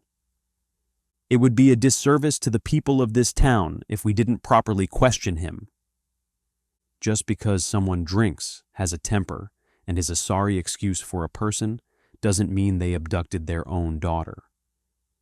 I'm not saying he did, I'm just saying he should be questioned. I'd also like to look at the accident report for Roberta and see if there was anything suspicious. "His wife?" He nodded. "She was investigating her daughter's death before she died." Her eyes widened with surprise. "Interesting. There's one other thing I want you to seriously examine. Charity White's involvement in all of this." "Why would Charity be behind this?" "She's the link that connects all of this. This trouble only started when she got back into town." "You think she set her own house on fire and nailed her doors shut?" The chief maintained her gaze. "She could have climbed in and out of a window." "Why?" "I heard she might receive a hefty insurance settlement." Joshua still wasn't buying it. "And she staged her own abduction?" She pressed her lips together for a moment. "I'm just saying to keep your eyes open." "I will, and I'm keeping them on Ron Whitaker." Ron Whitaker didn't appear happy when Isaac led him into the station. He stared at Joshua with open hostility as he was ushered into the interrogation room. Joshua sat across the table from Ron, noting Mr. Whitaker's stiff posture and cold, aloof gaze. "You don't know what you're stirring up," Ron grumbled. "I'm not afraid of you, Ron," the man glared. "You should be. If you're so innocent, you won't mind answering a few questions. Are you behind the attempts on Charity's life? Haven't we been over this?" "Just answer the question," Joshua told him. "Of course I wasn't behind the house fire. I'm not stupid." "Your oldest son did place a homemade explosive device in Daly's mailbox when Charity was there. Your family is the most likely ones who'd want to run her out of town." Ron's face went pale. "You've got nothing to prove it. I know my boys. They'd never take it that far." Joshua leaned toward him. "I've also discovered that some of the files in the case have mysteriously disappeared. There's no way there's only one box of reports on Andrea's disappearance. There aren't even any records of leads that have been called in recent years. Something about that doesn't ring true." Anything you want to tell me? Ron raised his chin. I don't know what you're talking about. I think you do. He held his gaze with Ron until the man looked away. Joshua didn't speak. Silence pressured people to say things they might keep quiet about otherwise. I may have taken a few things home with me, Ron finally admitted, his jaw clenched. Bingo, just as he'd thought. I need to see them, and you could face charges for stealing police property. I'm sure you already know that, though. I was just trying to find out what happened to my daughter. Everyone else moved on and forgot, but I haven't. I can't. I need to see them, Joshua repeated. Ron seemed to sober and nodded begrudgingly. I'll bring them in, and I promise I didn't hurt Charity. Like you didn't hurt her by not reporting when one of her mom's boyfriends attacked her? His eyes widened. You know about that?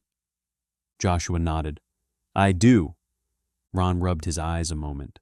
That was a hard day. I still regret that. So why didn't you do it? It's complicated. I have time.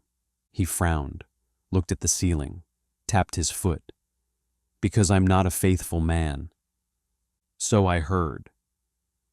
I'd fooled around with Charity's mom once, Ron continued. She threatened that if I took action against Will, she'd tell my wife that I'd been unfaithful. I didn't want to lose Roberta. Despite everything I put her through, I loved her. Outrage flashed through Joshua. So you let a teenage girl suffer? He closed his eyes, his shoulders slumping. I know it wasn't right, but at the time, we were fighting all the time. I was trying to look out for my own little girl and salvage what was left of her childhood. Ron's words made him sick to his stomach. How could the man live with himself? Someone tapped on the two-way window behind him. He pushed away from the table, giving Ron one last dirty look. Then he stepped outside. It was the chief. The hospital's on the phone. You're going to want to hear what they have to say. Chapter 33. Charity had to fight the tremors that quaked from her soul the rest of the day. Every time she closed her eyes, sometimes even when she didn't, she remembered the terror of waking up to find someone in her room, of waking up again and not knowing where she was, of trying to fight her way out of the woods in order to find help. Daly wouldn't let her do anything except sit on the couch with a book in one hand and the TV remote in the other. It was just as well with Charity. Her foot still ached, and whatever she'd been injected with caused lingering lethargy. Daly came and sat across from her, a cup of hot tea in hand. She patted Charity's leg before leaning back with a sigh. So, just for the record, I'd like to say that I've never seen Joshua so worried about someone. He was beside himself this morning. It's his job to worry, Charity said. He was a police officer. She couldn't let herself forget that. I don't know about that. Daly shrugged. I mean, sure, he's a cop. But I think he's going above and beyond for you. I think he really cares about you, Charity. Charity's cheeks heated, yet she couldn't deny that the idea made her insides feel warm. She had to keep reality in the back of her mind, even though her heart kept taking her in a different direction. Joshua makes it easy to want to trust. I've been let down every time I put faith in someone, though. I can't say I'm in a hurry to do it again. I know it's hard. Believe me, I know. But Joshua is a good guy. I promise. If there's anyone you can put faith in, it's him. Back in June, he helped to coach a local Little League team. He's always the first to volunteer when something needs to be done at church. You can't fake that kind of sincerity. Though the images warmed Charity's heart, she reminded herself again that she couldn't let her emotions run wild. He is a good guy, but even if I didn't have trust issues, our lives could never merge together. I live in Tennessee. That's where my life is. I couldn't ask him to move away from his son. That relationship is too sacred.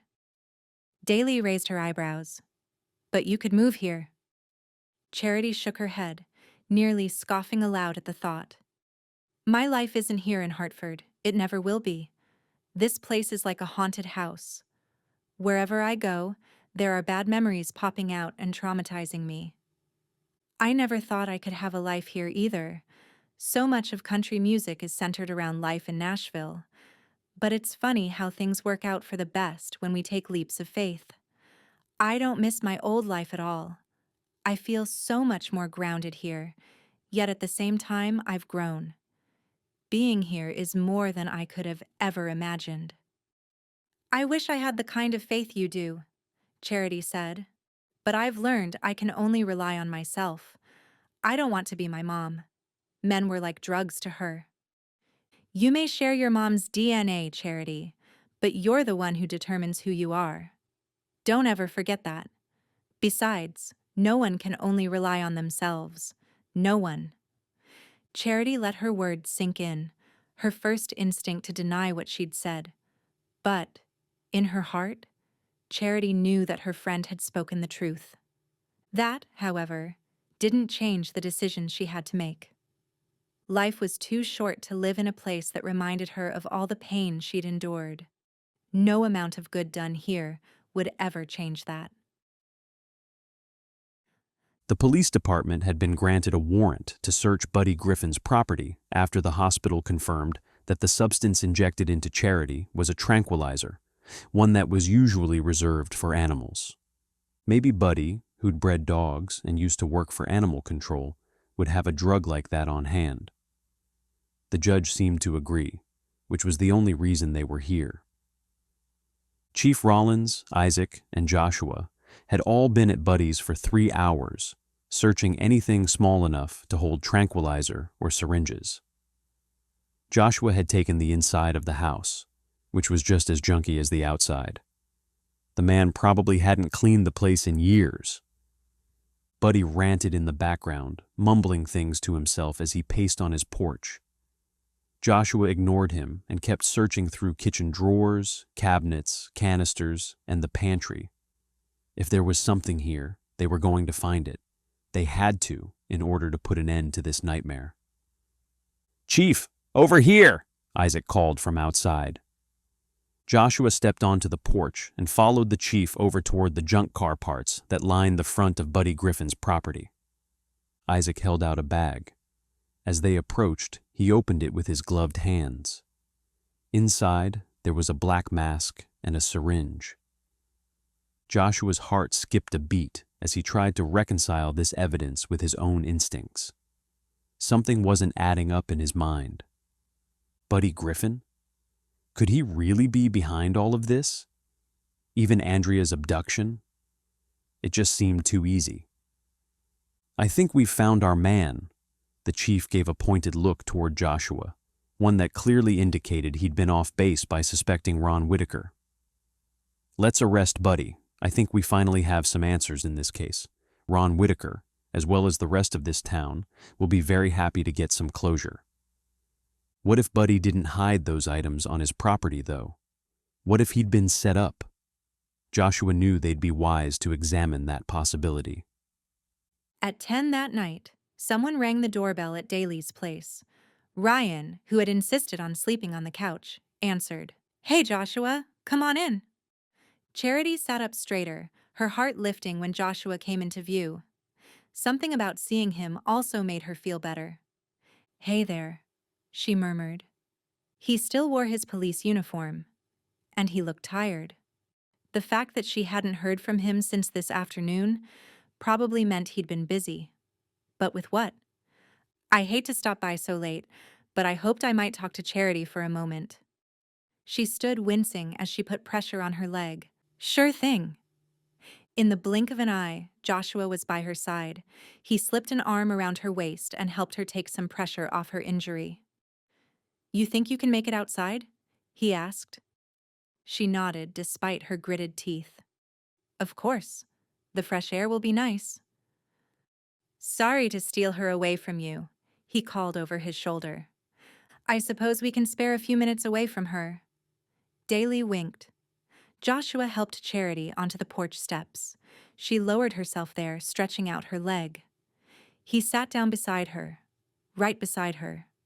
close enough that their legs brushed and she could feel the body heat coming off him. Something about that realization made her cheeks warm. Joshua Haven definitely had an effect on her, whether she liked it or not. The attraction between them was real and fluid and electrifying. The night around them seemed perfect, too perfect almost. Crickets chirped and frogs sang their nighttime song. A gentle breeze brushed over the water, making the temperature comfortable and keeping away any nocturnal critters. The smell of approaching rain tinged the air with a sweet scent, and being beside Joshua made it even more perfect. "How's your foot?" he asked, his voice soft. "It will be okay.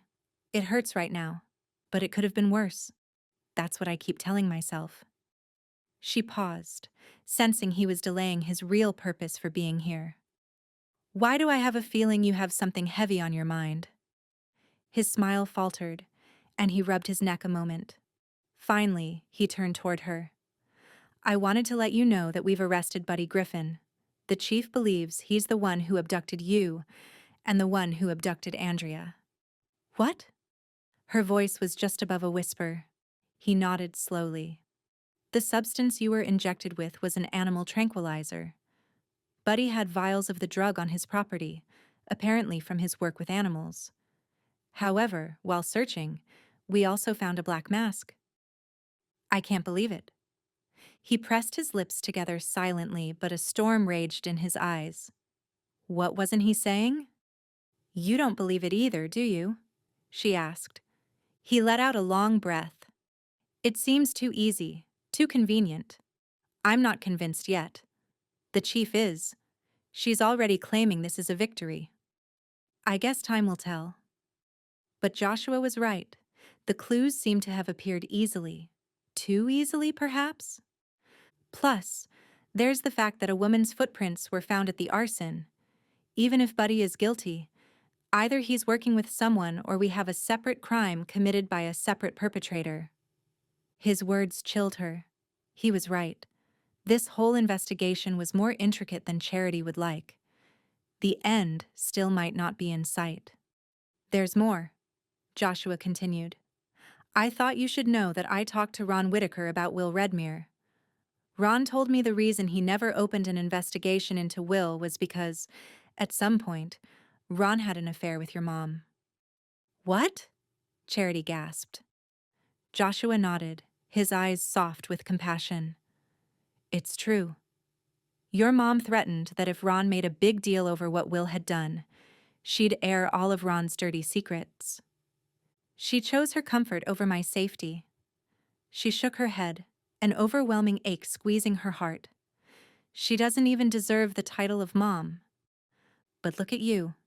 You turned out well, despite everything." "Thanks, but I can't believe my mom would stoop that low. She didn't ever care, did she?" He squeezed her knee again. "I didn't know your mom, Charity, but I know drug addiction can change nice people into monsters. You okay?" Charity nodded. "I wanted to know, even though it was hard to hear. I just want to put that part of my life behind me." "I knew you were strong enough to handle it," Joshua said. "In the meantime, we still have to be careful. I'm glad Ryan's staying here tonight. I'm going to be working late, maybe all night even, to process all the evidence from today." "I understand." He let out another long sigh. He looked tired, and Charity wished she could offer something to help. But short of making him a cup of coffee, there was little she could do. "I should be getting back, Charity," he said, his voice low and almost apologetic. "Thanks for stopping by." She didn't want Joshua to leave, yet she knew he had to go.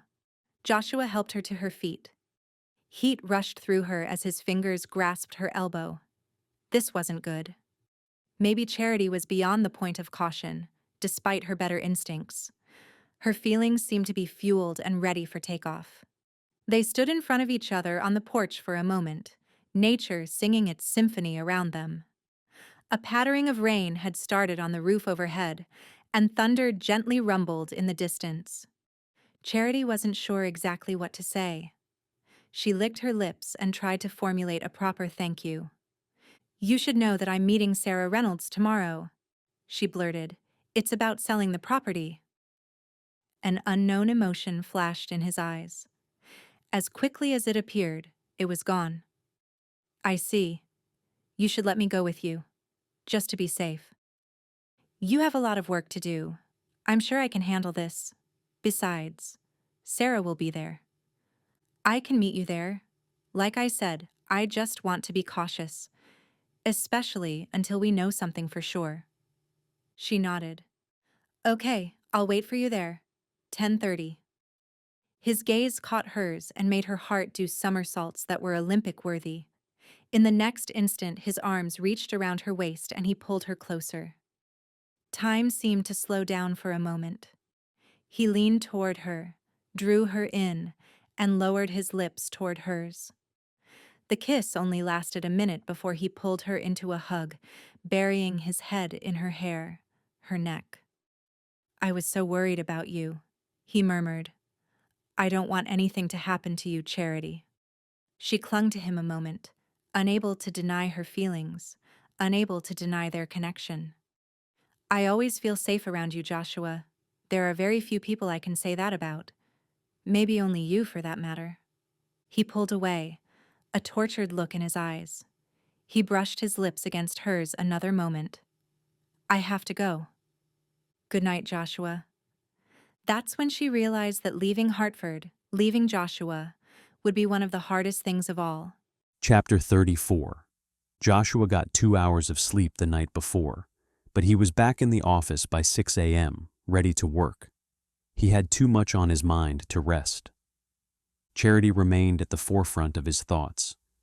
He'd thought about her all night, wondering how she was, remembering his fear when he'd heard she was gone, replaying how his heart skipped a beat when he found her on his bathroom floor, relishing the tender, honest look in her eyes as they'd shared their lives over the past several days. One thing was certain: Charity wasn't Justina. It wasn't that Justina had been a bad person. It was mostly that Justina veered on the side of being superficial and selfish. The moment things hadn't gone her way, she'd looked for greener pastures. If only they could have talked things out, if she'd made him aware of the way she was feeling before it was too late. But all of that was water under the bridge now. Justina was remarried, and he'd gotten over her. Charity, though, seemed so much deeper and more natural. She was beautiful without all the hair and makeup and fancy clothes.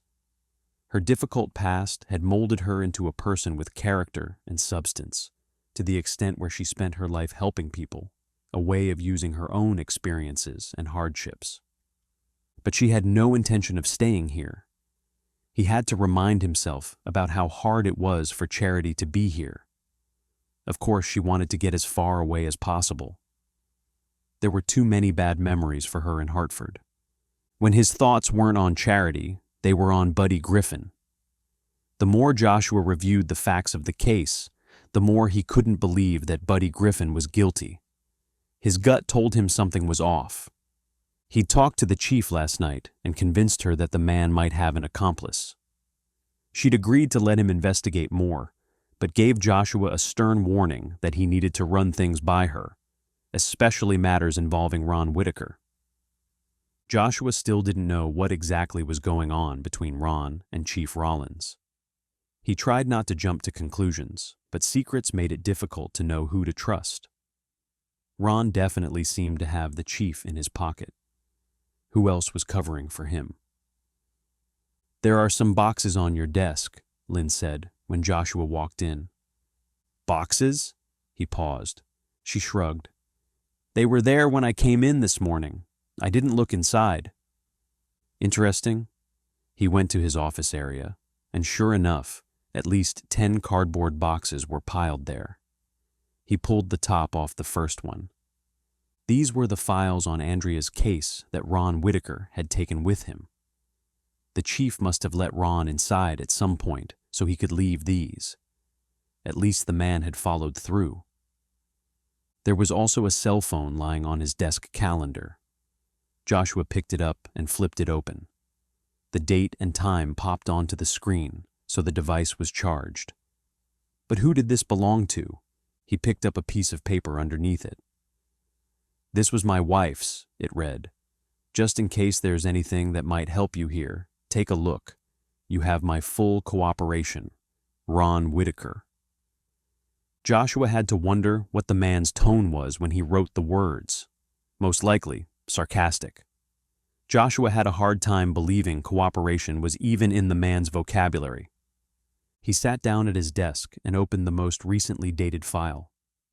Sure enough, there were hundreds of Andrea sightings throughout the years, some from here in North Carolina, others in California, and one even in the Philippines. This was going to take some time, which Joshua might not have, especially if the chief considered this case closed. 2 hours later, Joshua had sketched some notes. There had been several witnesses interviewed that Joshua had never heard about, including the school's principal, janitors, landscape crew, and even the superintendent for the county school system. Though he didn't see anything revealing in the notes, Joshua wanted to follow up with everyone possible. Maybe someone would remember something. Maybe there'd be some new piece of evidence that would blow this case wide open. Because Joshua couldn't live with knowing the wrong person was behind bars, or that there was an accomplice out there who'd gotten away with this crime.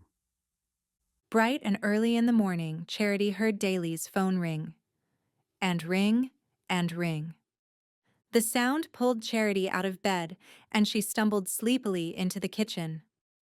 Daly stood at the kitchen counter, a cup of coffee in one hand and her phone in the other. She rolled her eyes as she hit end. "That's unbelievable," Daly muttered. "What's going on?" Charity asked, pressing her hands into the cool granite countertop as she braced herself for whatever Daly was about to say. "The media somehow caught wind of what's going on here in Hartford. They've been calling all morning and trying to get in touch with you for an official quote on the arrest of Buddy Griffin."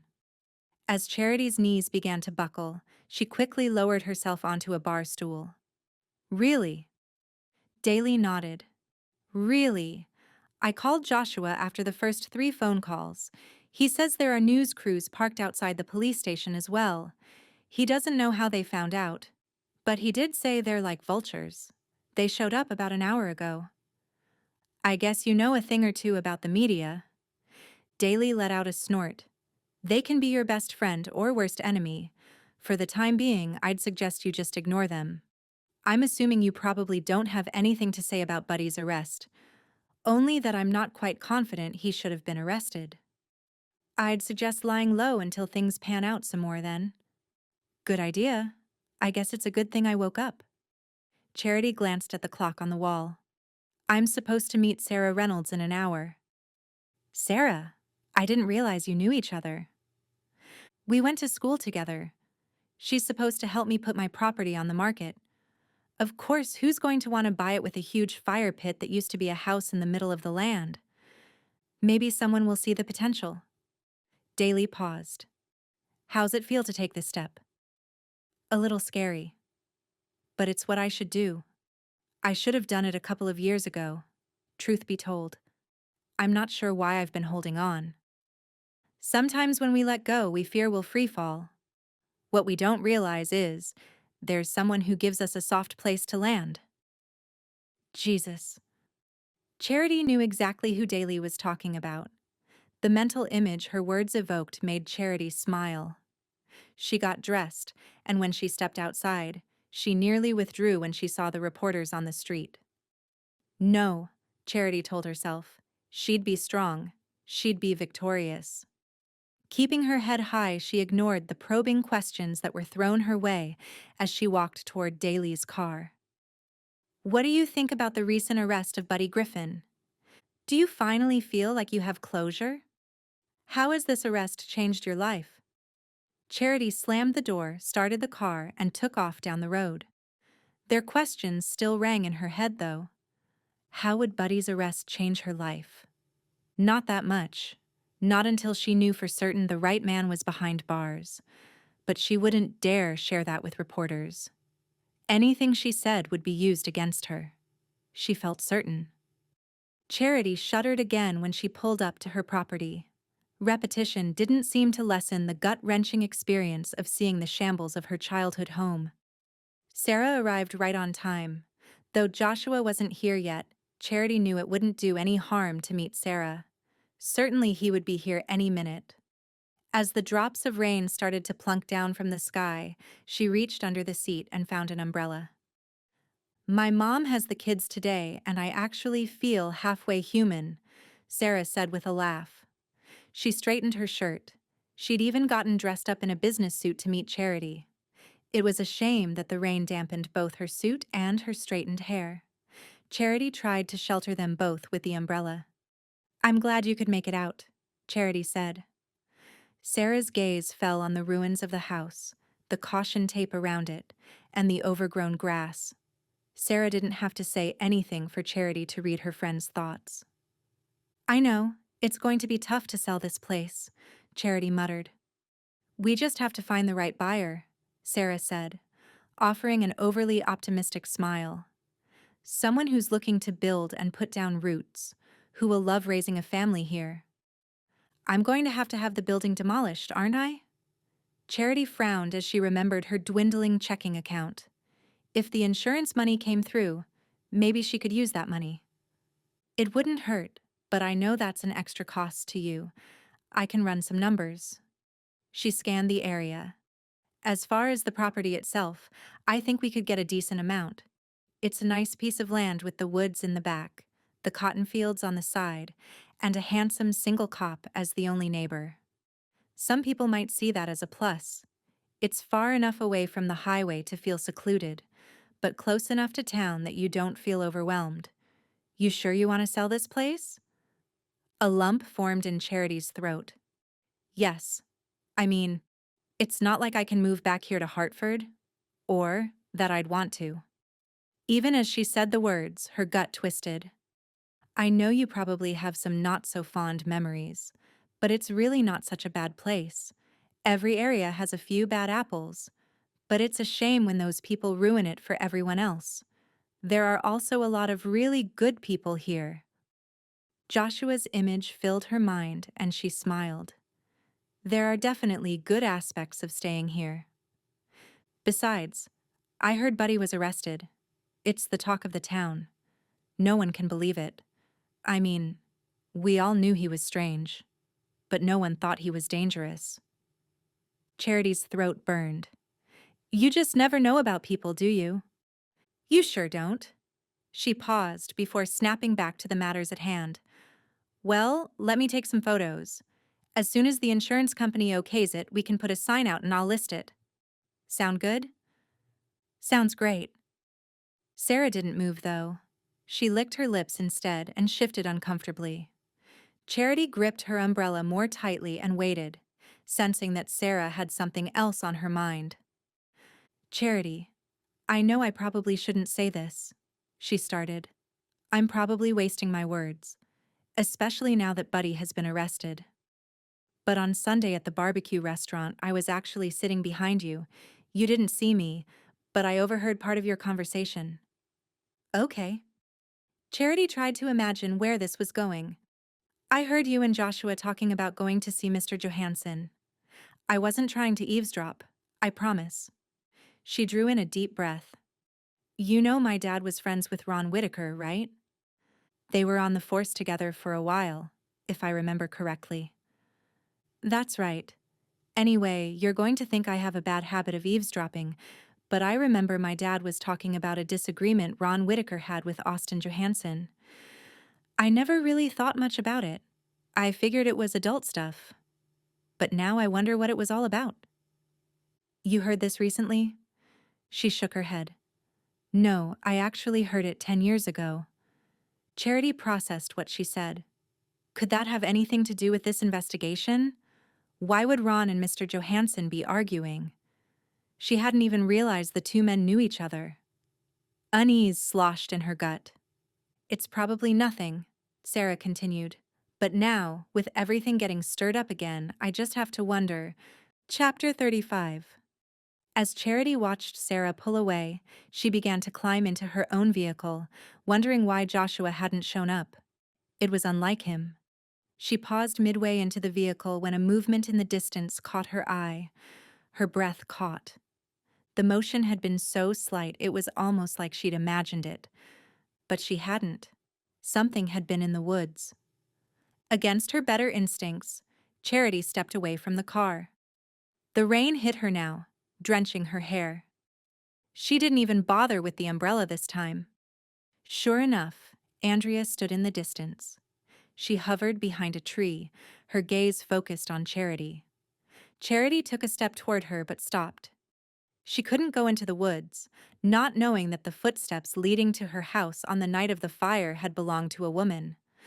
Not after being abducted. Not when someone seemed determined to kill her. Something wasn't right. Yet Charity couldn't pull her eyes away either. Her emotions clashed inside. She wanted answers, yet she valued her safety. "Charity," Andrea said. Her throat clenched. Andrea was calling to her, trying to draw her out. As if to shoo away any doubts, Andrea looped her hand in a circle, urging Charity to come closer. Charity started to take another step forward but stopped herself. She had to give heed to the warning bells sounding in her head. There was too much that didn't add up, too much that didn't make sense. Besides, why wouldn't Andrea come to her? Why hide in the woods and call to her? "Please, Charity," Andrea said, her hand moving in faster circles. Even from where Charity stood, she could see the desperation that began in her friend's eyes. She'd always had expressive eyes that easily conveyed her thoughts. This was Andrea. Charity felt certain of it. The DNA on that hat had proved it, right? Before Charity could ponder her choices, a car rumbled down the road. It was Joshua. He stopped beside her and climbed out. "I'm so sorry I'm late. The chief had a press conference and—" Charity glanced toward the woods again. Andrea was gone. She frowned. "What's wrong, Charity?" Joshua asked. She pointed in the distance and shook her head, perplexed by the way Andrea came and went. "Andrea?" "She was here?" Joshua asked. "Just until you pulled up. Now she's gone again." "I've got to see if I can catch her. Stay here, in the car." He burst into a run toward the woods. Charity closed her eyes and lifted up a prayer. Would he catch her? If he did, maybe Charity would finally have some answers. Was that too much for a girl to ask? Joshua reached the edge of the woods and paused to scan his surroundings. He saw no one. But Charity had said Andrea was just here. She couldn't have gotten but so far away. He needed some answers. This craziness had gone on for too long. He slowly stepped into the forest, listening for the sound of anyone moving. All he heard was the tappity-tap-tap of rain hitting the leaves. Everything else seemed eerily still. He glanced at the ground. Footsteps led away from the area. Size 11s? He wasn't sure. But someone had been here. He followed the impressions until they ended at a puddle of water. He searched the ground on the other side, looking for where the footsteps picked back up. He saw nothing. Strange. The person couldn't have just disappeared. So why weren't there any footsteps? He continued to search the area, looking for something, anything, that would give him a clue. But all signs that the woman had been here disappeared. Finally, he turned around. By the time he got back to Charity, his uniform was soaked and his shoes were muddy. Neither of those things compared to the disappointment he felt at losing the trail. Charity climbed out of the car when she spotted him and met him halfway in the field. The rain made her hair cling to her face and neck, made her cotton dress hug her skin. His thoughts went where they shouldn't, and he had to look away. "Well?" Charity asked. Her eyes were full of hope. His gut twisted. He'd been so close, so close.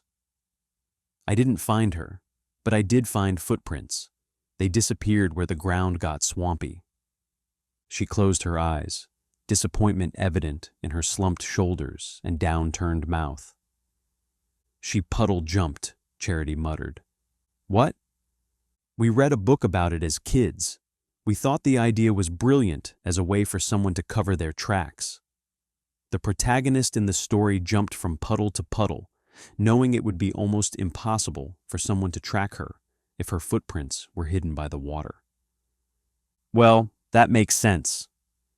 Charity stared toward the woods again and shook her head. I just want some answers, Joshua. I feel like this woman is playing games with me, and I don't understand why. He pulled her into a hug.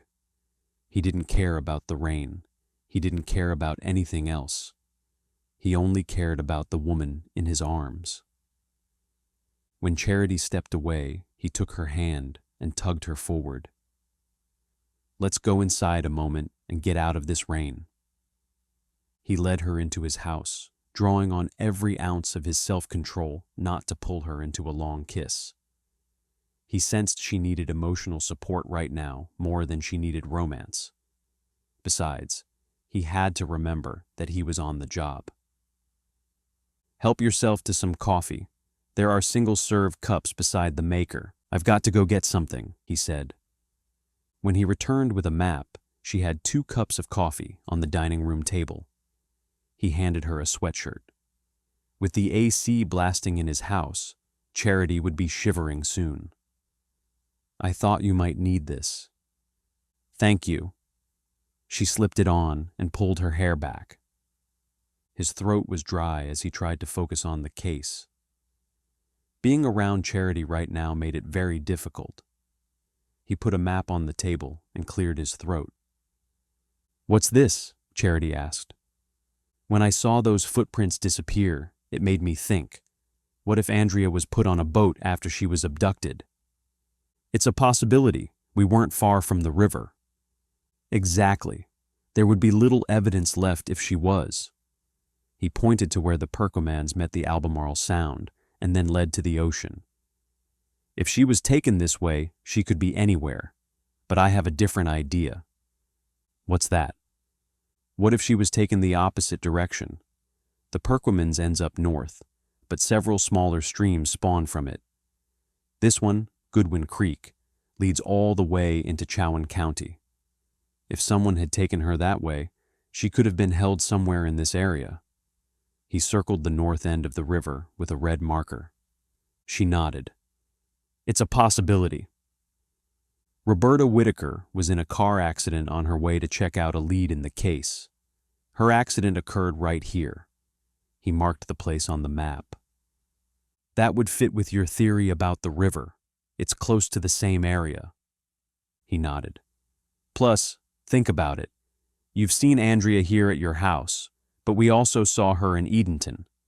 The area where I've marked is right in between the 2 counties. I think you could be on to something, Joshua, but isn't that where Buddy Griffin lives? Does this just prove that he's guilty? Joshua shook his head. He claims he's not. Plus, his property is far from the river and much closer to Hartford. Are there any suspects who live in the vicinity? That's what I need to find out. I have almost a dozen boxes of case files that Ron Whitaker thought were his own personal property. I'm in the process of weeding through everything. There's one more thing. This might not mean anything, but Sarah Reynolds told me that she overheard her father, a former police officer, saying something about an argument between Ron Whitaker and Austin Johansson 10 years ago. I'll look into it. He reached across the table and squeezed her hand. I wish I could stay here with you longer, but the case is too hot right now. I understand. I appreciate everything you're doing, Joshua. Hearing the gratitude in her voice was enough motivation to keep him going for a long time. Chapter 36. Back at the station, Joshua extended his hand as he stood from his desk. Thank you again for coming in, Principal Watkins. I appreciate your time. Maybe we'll finally have some answers in this investigation, Principal Watkins said. It's been too long coming. You can say that again, Joshua said. He walked the principal to the door. Joshua knew the man from church. Unfortunately, he hadn't learned any new information through speaking with him. Joshua had also talked to 3 other people this afternoon, and he had 2 more people lined up to come in. Everyone seemed overly willing to help out. Maybe they wanted to be a part of this story, or get a sense of what was going on with the investigation. Either way, he didn't complain. Before he got back to his office, he heard the door open behind him. He turned and saw a man with hair to his shoulders standing there. "You must be Larry Davis," Joshua said. Larry was Joshua's 5:30 appointment. The 50-something man nodded stiffly. "I am. Come on back to my office." They settled there before Joshua started. "As you've heard, we're questioning people about the abduction of Andrea Whitaker. I appreciate you coming in." "Happy to help, but I thought it was odd. Didn't you make an arrest?" Joshua nodded, noting that the man smelled like grass and dirt. He seemed like the outdoorsy type. "We're just trying to eliminate the possibility that Buddy was working with someone." "I see. Well, what can I do?" "You worked on the facilities team for the school system, correct? And you were at the school on the day Andrea disappeared?" The man nodded again. "Correct, and correct. I worked for the school system for about 6 years. Mostly worked outside. But I was at the high school that day. I'll never forget it. The report I read said you actually saw Andrea and Charity walking away from the school." He nodded again, his stoic personality not showing much emotion. "I did. It was unusual to see them walking home. The school is a bit off the beaten path, so most kids catch the bus." "And you also said you saw a car pull away not long after they did, a 1998 Toyota Camry?" The man shifted, seeming like the type who preferred working alone rather than being social. "Yes, nothing ever came of that lead, however. I assumed it hadn't checked out." Joshua glanced at the file. Apparently, no one at the school had a vehicle that matched that description. "Do you remember seeing anyone strange at the school that day?" The man shifted again. "Anyone strange? Can't say I did. Just the normal after-school folks. The principal, the football team, the custodian, and Mr. Johansson, of course." Interesting that the man had called out the teacher specifically. "Did you know Mr. Johansson very well?" "Can't say I did. He didn't give much attention to someone like me. I wasn't pretty enough." The statement stopped Joshua's thoughts. "Are you saying he gave attention to girls in the school?" He nodded. "Especially Andrea and Charity. They seemed to be his favorites. It was really surprising considering the man had a girlfriend." "I wasn't aware of that. Do you remember her name?" This could be his most revealing meeting yet. Larry shook his head. "I don't. All I remember is that for such a small woman, she had big feet." Joshua straightened.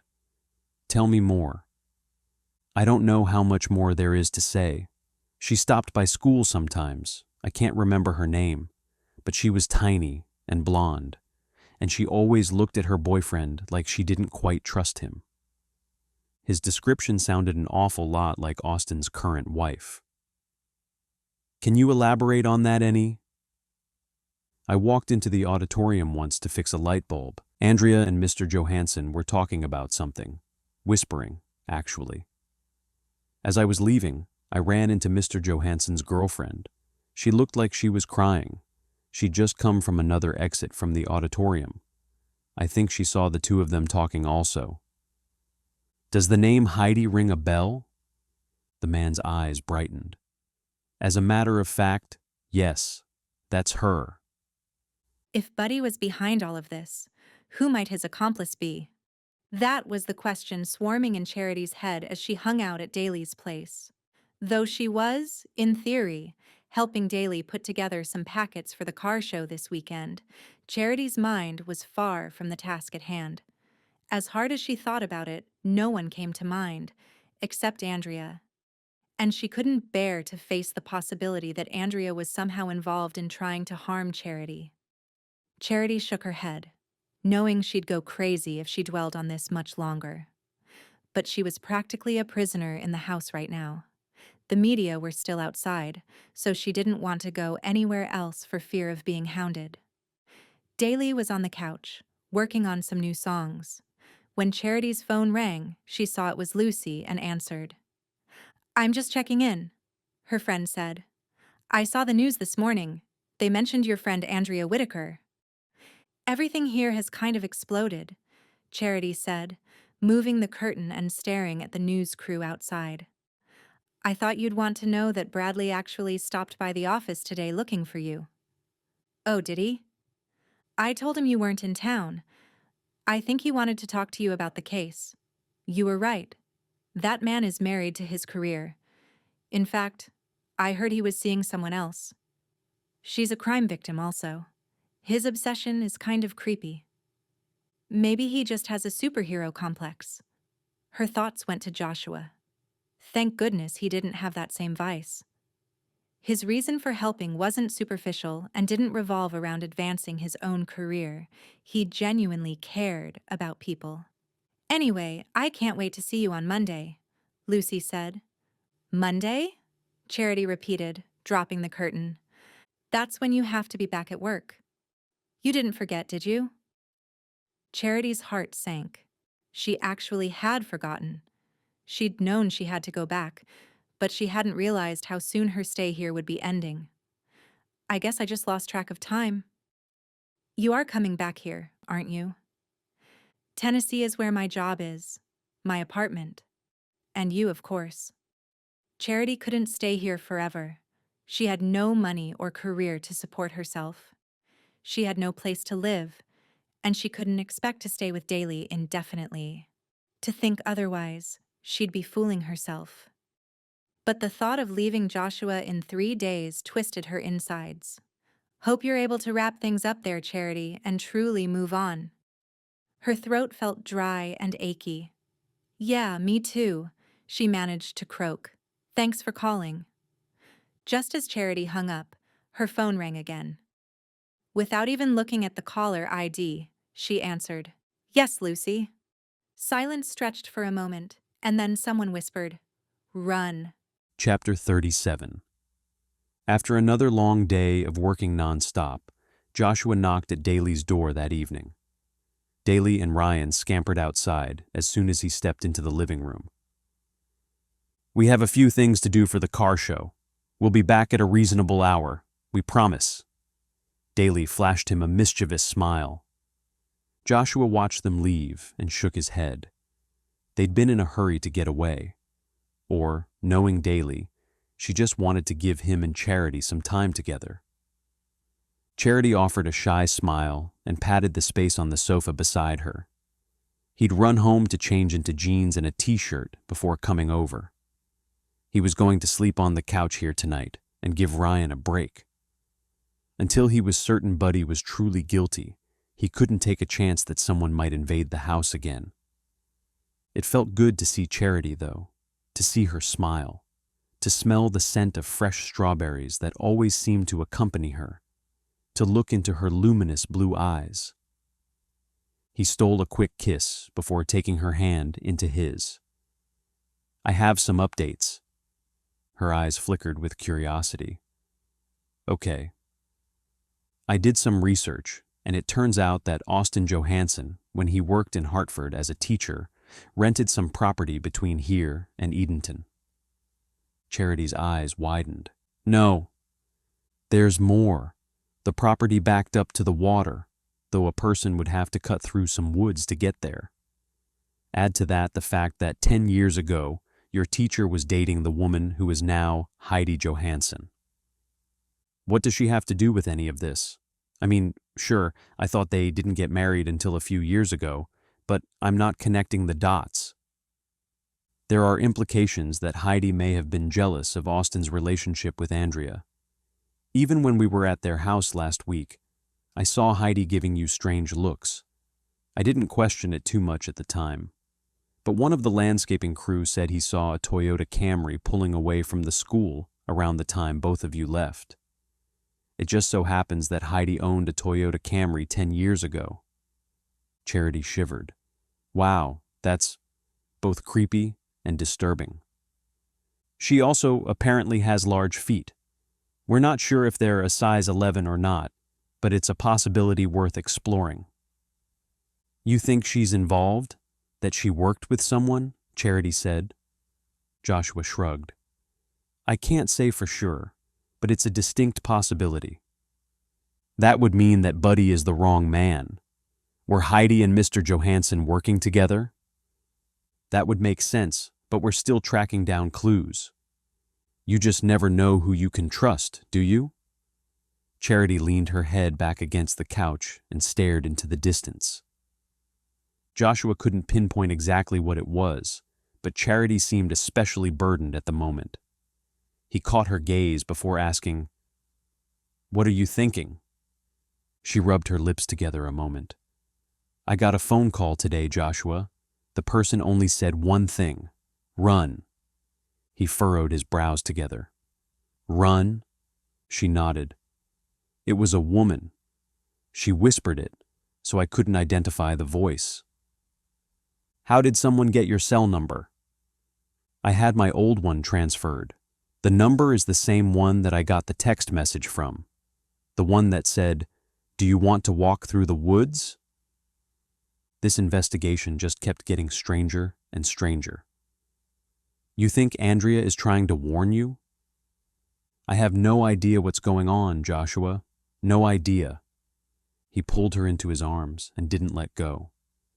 She can't stay here forever, Joshua reminded himself. But at the moment, he didn't care. All he wanted was to somehow help take away Charity's pain, despite the impact her departure would have on his heart. Charity opened her eyes with a start. Just like the previous morning when she'd awoken in the woods, she knew something wasn't right, wasn't familiar. She blinked as the living room came into focus. Her hand was flung across Joshua's chest.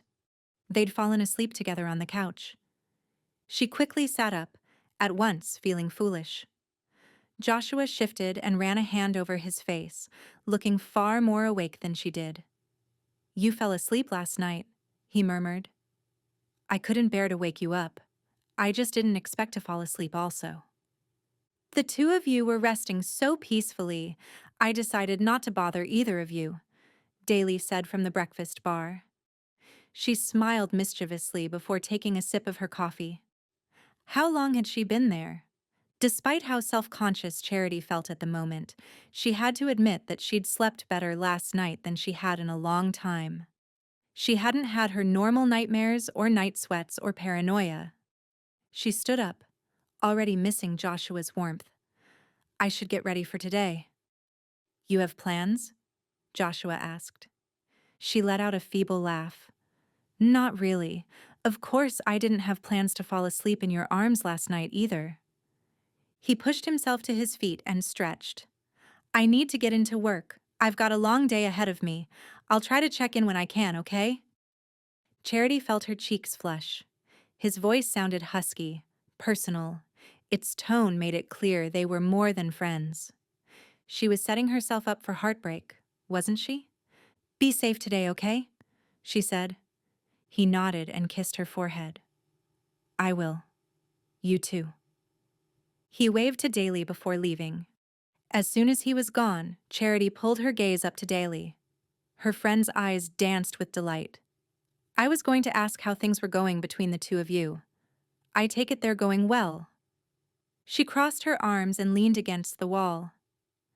I'm not sure why either of us are exploring something that won't work. But when I'm around Joshua, it just feels right. Daly smiled again, almost as if she knew something Charity didn't. I pray that you'll find some of those answers, Charity, and soon. But I have to say that I know the real thing when I see it.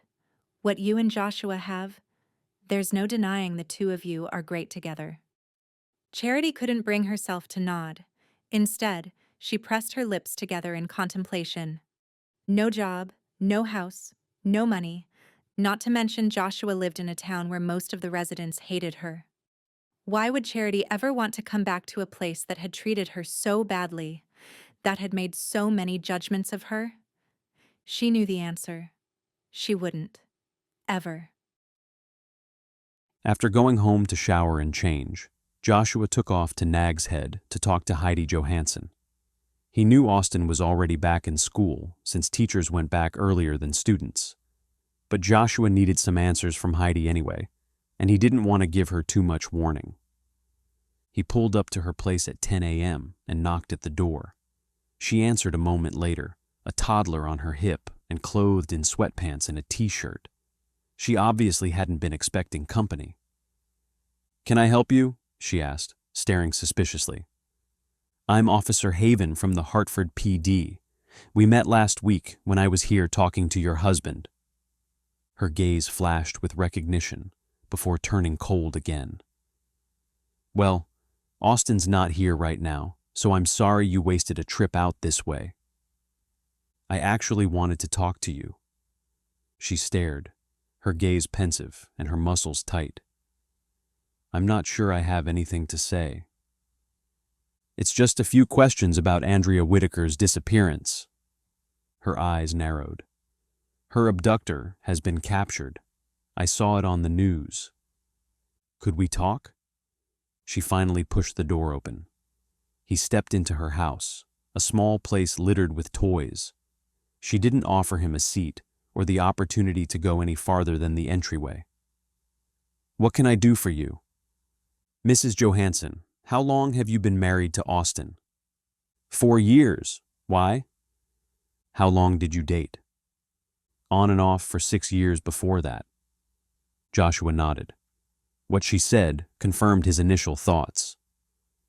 "I understand you didn't care for Andrea Whitaker. Is that true?" "Go play, Gavin." Once the boy scrambled away, she crossed her arms. "Now why would you say that?" "Rumor has it you were intimidated by your husband's relationship with his student." She broke eye contact and looked away for several seconds, as if gathering her thoughts. "Yes, that's true. At first, it really bothered me. I thought he might have an inappropriate relationship with Andrea, but he explained everything to me later."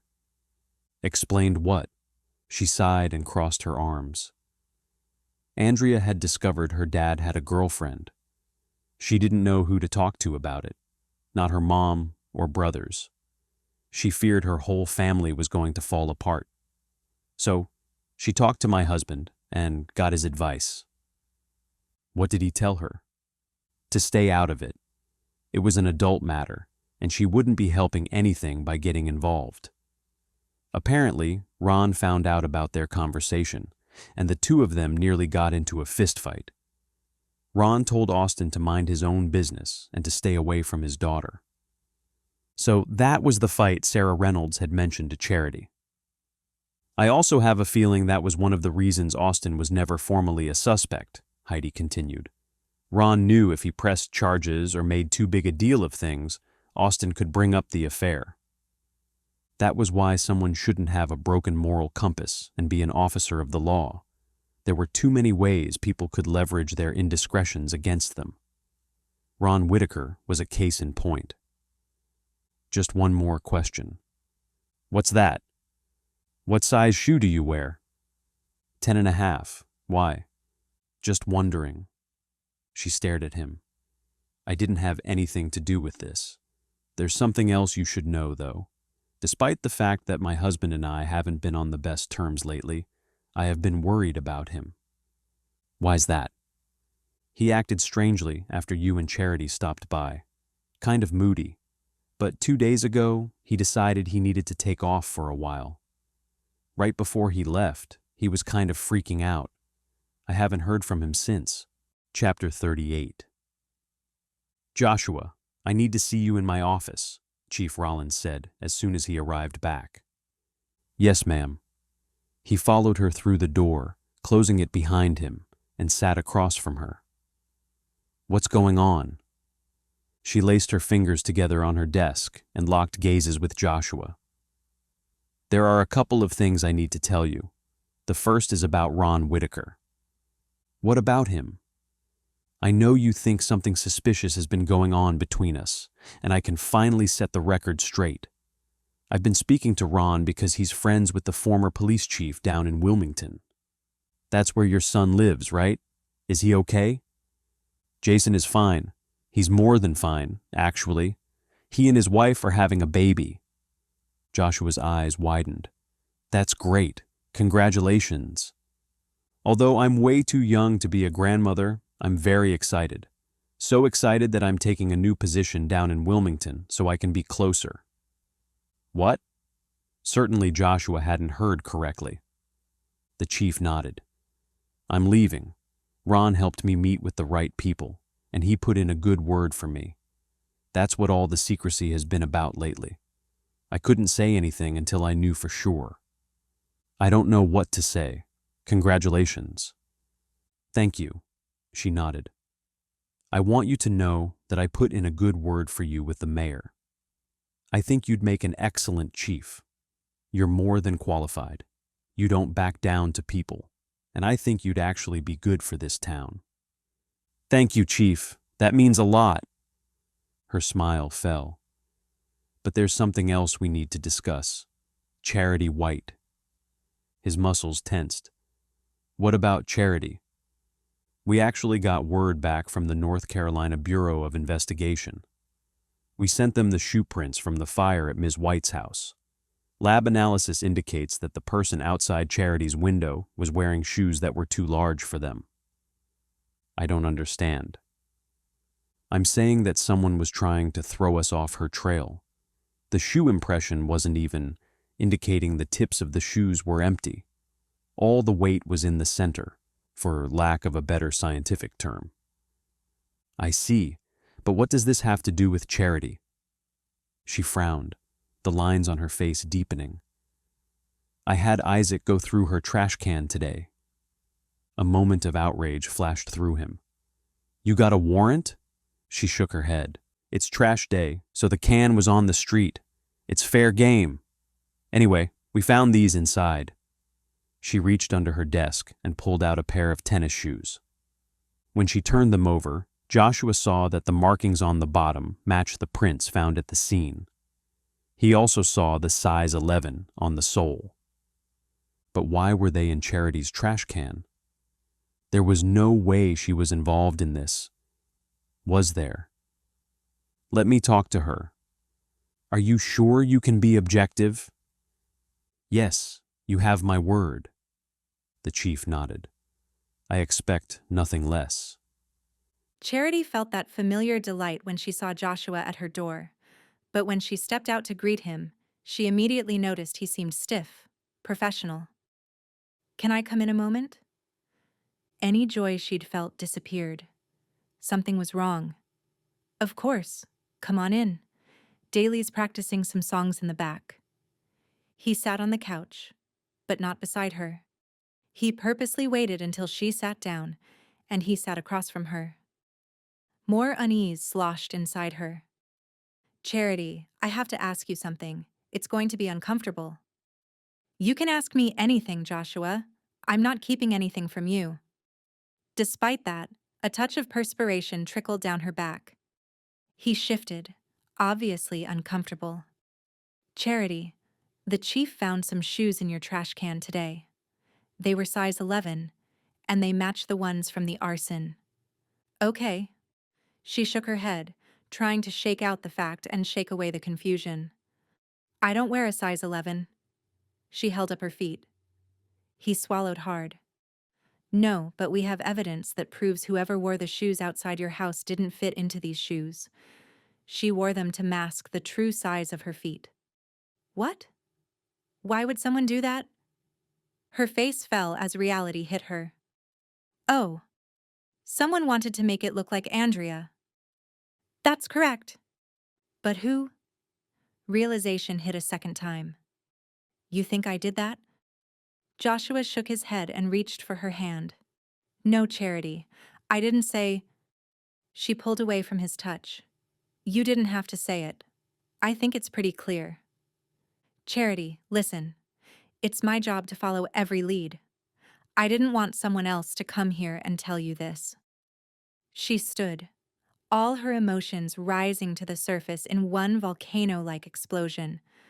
To tell me that I'm guilty? I don't think you're guilty. He said the words a little too calmly, almost like he wanted to placate her. Why was someone looking in my trash in the first place? Her hands went to her hips. She knew it would be an understatement to say she was feeling defensive. Charity, please, sit down. I don't want to sit down. He let out a quick breath. The chief found out you're receiving a nice insurance payout from the fire. She thinks you had the most to gain from the arson. But you saw Andrea. What does she think? That I hired someone who looks like my friend and asked her to show up at random times? Joshua didn't say anything. Charity sank back to the couch and buried her face in her hands. I can't believe this. Joshua moved closer. Charity. She shook her head. Save it. I thought you were different. I don't think you're guilty, Charity. I don't know who to believe anymore. This town thought I was guilty 10 years ago, and now they're still trying to think of reasons I might be guilty. She looked at him, her gaze hot. Are you taking me into the station? Joshua shook his head. No. Then I think I'm going to lie down. Before Joshua could say anything else, she hurried back to her bedroom. Suddenly, Monday seemed like a really long time away. Chapter 39. Despite the craziness this week, Joshua felt like he had an obligation to help with the fundraiser the next day. His heart felt heavy as he replayed his conversation with Charity yesterday. He couldn't stop thinking about it. The hurt in her eyes had been enough to give him nightmares. How could Charity think he wasn't on her side? Hadn't he proven that? Things had been going so well between them. Couldn't she see he was trying to look out for her? Of course he didn't think she was guilty. She'd been set up. Maybe Buddy had been set up also. By who? Austin Johansson? There was an APB out for the man, but he hadn't been spotted yet. Joshua needed to question him. The man had disappeared for a reason. Did it have to do with this case? Joshua manned the grounds at the car show as Daly warmed up on stage. The weather was looking perfect for the day. Warm, but not too humid or hot. A good number of people had shown up for the event, so he hoped it would be a good fundraiser for Ryan's nephew. That's what this was all about. As he patrolled the area, he stopped to greet several people. He glanced over at the ticket booth and saw Charity there, smiling at a family at the entrance. His heart warmed quickly before cooling. His gut twisted when he thought about her leaving, when he thought about their fight. He'd known from the start that Hartford was only a temporary stop for her. Charity's life was back in Tennessee. Yet a part of him had begun to hope. If he were honest, he'd admit that he couldn't stop thinking about her. She'd surprised him. The emotions Joshua felt when he was with her surprised him. He didn't think he'd ever feel this way again, not after Justina broke his heart. Yet here he was. Despite the pain in his past, he hoped for love again. At least, he had until yesterday. Charity caught him watching her and narrowed her eyes at him. She was still upset. Would she ever forgive him? He sighed and paced around the perimeter of the property, making sure everyone was behaving in an orderly manner. Isaac was here somewhere also, but both had their radios on, just in case something popped up somewhere else in town. Joshua paused and scanned the area. Why did a bad feeling churn in his gut? Everything appeared to be going smoothly, yet he couldn't help but think that maybe this would be the perfect place for whoever was behind the recent crimes in town to strike again. He wanted to keep an eye on Charity, just in case trouble stirred. Daly began crooning from the stage, her smooth voice quieting the crowds. People began migrating toward the stage area with every strum of her guitar. So far, so good. "How's it going?" Ryan asked. "Everything is running smoothly. almost too perfect. He kept that part to himself. Good. That's how I wanted everything to play out. His friend paused and looked at him. What are you thinking? What do you mean? He hadn't wanted anything to ruin his friend's day, especially since he was so excited about helping out his nephew. I know we've only been friends for a few months, but I can already tell something's bothering you, Ryan said. He glanced over at Charity again. She still stood there at the ticket booth, smiling warmly and looking surprisingly at ease. I hope no one will use this venue to advance their own agenda. You know what I mean? Ryan nodded slowly. Unfortunately, I do. With everything that's happened, you never know when danger will strike again. I'll help keep an eye on Charity for you. Does that work? I'd appreciate it. I heard the two of you had your first fight yesterday. You did? Ryan shrugged. I guess Charity was pretty upset. Despite that, I know she cares about you. Just give her some time. Thanks, man. Ryan's gaze zeroed in on someone in the distance. I was kind of hoping he wouldn't show his face around here. Joshua followed his gaze. Ron Whitaker. Yeah, I was thinking the same thing. But too many people in this town think the man walks on water. He's too prideful to hide away from the world. As if Ron sensed Joshua was talking about him, he stormed over to them. I take it you got my files. I did. He leaned closer, lowering his voice. I want to be in the loop. Joshua understood his implications, but knew better than to show his outrage.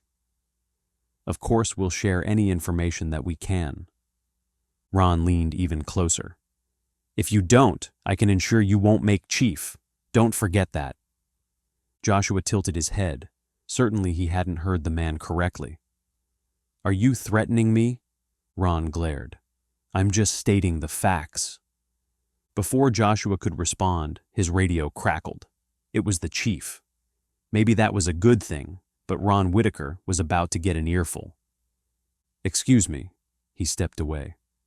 I just got a call from the Edenton Police Department, Chief Rollins said. They found a body. I need you to go and check it out, now. I'm helping with the car show, and that's out of our jurisdiction. It's important. You'll see when you get there. Charity looked up from collecting tickets and saw Joshua walking toward his car. Why was he leaving? Had something else happened? Yesterday crashed into her mind. She'd trusted Joshua, and he'd let her down. As if that wasn't bad enough, that evening she'd overheard Ryan telling Daly that Joshua was up for chief. Maybe he was just like Bradley and all about his career. How could she have been so blind? Hey, Charity. She looked over. Ryan and Brody had approached. She'd been so distracted she hadn't noticed them there. When she saw the looks of concern on their faces, she frowned. What's wrong? Joshua got called away on a case, Ryan said. We just wanted to check on you. Her eyebrow twitched with annoyance. Did Joshua put you up to this? He's worried about you, Charity, Ryan said. I don't know what to say. I really don't want to talk about it either. She took tickets from another family. This is a bad time. Well, if you need anything, just let us know, Brody said. Okay? I appreciate it. Thank you. Despite her hard feelings toward Joshua, knowing he wasn't here anymore made her feel more exposed. She didn't have much time to think about it, though. More families were coming through. She let out an inward sigh. She had more important things to worry about than Joshua anyway. Things like untangling the mystery of what had happened to Andrea. She felt like she was close. So close. But the answers kept slipping away, right before she could grab a hold. As the crowd started to die down, Sarah turned to her. They were working the ticket booth together. I'd say this event was a smashing success, Sarah said. I'm so glad. I know Joshua, Ryan, and Daly put a lot into this. Why don't you go take a break? Sarah said. Grab something to eat. Listen to the concert for a minute. Maybe even sit down. I don't want to leave you, Sarah waved her off. Oh, don't worry about me. I'll be fine. This is really a one-person job at this point. Most people who wanted to come are already here, since the concert has started. I think I will take a little break then, Charity said. I'd love to listen to Daly for a minute. Go and enjoy yourself. Daly is worth listening to. Charity stepped away. As she started toward the stage, she glanced over at the woods surrounding the property. A movement there caught her eye. She paused and shook her head. No, she was seeing things. Her throat tightened. Not this again. It couldn't be. But a figure slowly emerged from the woods. Andrea. Her friend stopped at the tree line and stared at Charity. How long had she been there? Had she come just to watch Charity? A chill raced down her spine. It was time to put an end to this, once and for all. She needed to talk to the woman who kept appearing. She didn't have time to tell anyone where she was going. If she did, her friend might be gone. Charity would only go to the edge of the woods and would maintain a safe distance. She took off in a jog and bypassed antique and classic cars. As she moved, she kept her eyes on Andrea, afraid she might disappear. But she didn't. Her friend remained right where she was. Charity pushed herself harder, afraid the opportunity to get some answers would vanish. She wanted to see her friend close up and confirm she was still alive. Surprisingly, Andrea still didn't move. Charity glanced back, just for a moment. Everyone was talking amongst themselves. There was no one to see where she was going, what she was doing. She hoped she didn't regret this. She reached the woods and sucked in a deep breath as she got her first close-up look at her friend's features. Andrea? She whispered. It is you. Chapter 40. Joshua blanched when he pulled up to the scene in Edenton. He knew he'd seen this address somewhere before. This was the property Austin Johansson had rented when he taught in Hartford. A swarm of police cars surrounded a wooded area of the lot now. Joshua walked toward the police line, flashed his badge, and then ducked under. He found the officer in charge and explained who he was. Officer Wagner was in his 50s and had a thick mustache and serious eyes. "We thought this might concern your police department, so we wanted someone here to check it out," Officer Wagner said. "At noon today, we received an anonymous call saying that there was a body on this property. An officer came to check it out. At first, he didn't find anything." The two of them started walking toward the woods. Joshua could see a sheet draped over something in the distance, something that looked an awful lot like a body. Two more officers came out, just to make sure the lead wasn't bogus. After a more extensive search, a woman's body was discovered. As they reached the edge of the woods, the officer pulled back the sheet. The face Joshua saw there made him suck in a deep breath. It was Andrea Whitaker, dead. Andrea. What happened? Why are you here? Where have you been? Charity asked. She started to reach for her, unsure if she could believe her eyes. But Andrea withdrew. Her friend looked both directions, as if fearful of being seen. Then she motioned for Charity to step deeper into the woods, deeper out of sight. "Just a little farther," she whispered. "Please." She seemed scared. Why would Andrea be scared? Answers seemed so close. After years of wondering what had happened, Charity could stop guessing. Maybe she could regain some of her peace. Just a step farther wouldn't hurt anything. Would it? Charity hesitantly walked into the woods. She looked behind her, noticing that she was out of sight now of most of the people at the car show. A shudder raced through her. "Let's go to the police, Andrea. You can explain everything there. Your family will be so happy to see you." She needed to reason with her friend before this went any further. "I can't," Andrea whispered. "Can't you see?" "I don't understand," Charity said. "It's so complicated, Charity. But I've thought about you nearly every day for years. I've been waiting for this moment." Her friend's face twisted in a bittersweet smile. You know I don't like the woods, Andrea. Can we go somewhere else? To Daly's house, maybe? Something flashed through Andrea's eyes. That's when Charity paused. This woman's eyes were brown.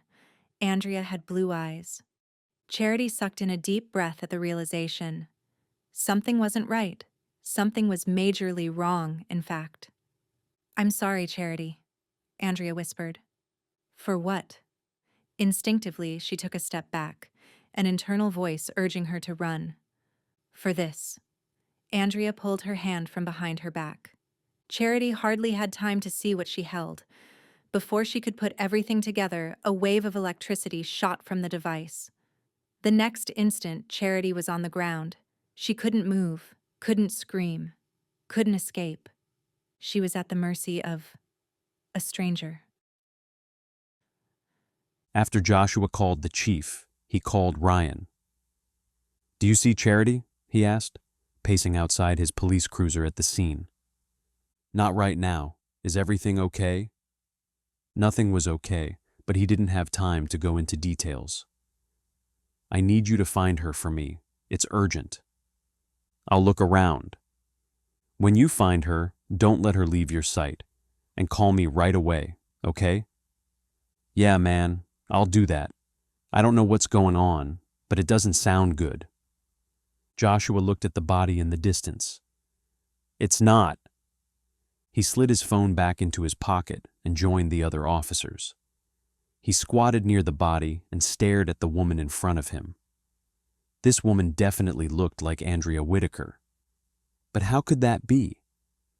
The body wasn't decaying at all, yet Joshua didn't think she died recently either. Something was off. Her clothes were damp, her hair looked sticky, and her skin had a blue tinge. There was no odor like he might expect from a body that had been left somewhere for an extended period of time. Rigor mortis hadn't set in, either. If Joshua had to guess, this body had been frozen. It was the only way to explain all the facts in front of him. So who was that other woman, the one he'd seen in the gas station? Unease churned in his gut. Something was majorly wrong. Any idea who called in the tip? Joshua asked Officer Wagner. We ran the number. It belongs to someone named Ron Whitaker. Joshua shook his head. I just saw Ron. He wouldn't have been that sloppy. He's a former police chief. Officer Wagner stared at him a moment. You think he's being set up? I think a lot of people are. His phone rang, and Joshua saw Ryan's number. He answered before the first ring ended. Ryan, what's going on? His friend's voice cracked. Joshua, it's Charity. She's gone. Chapter 41.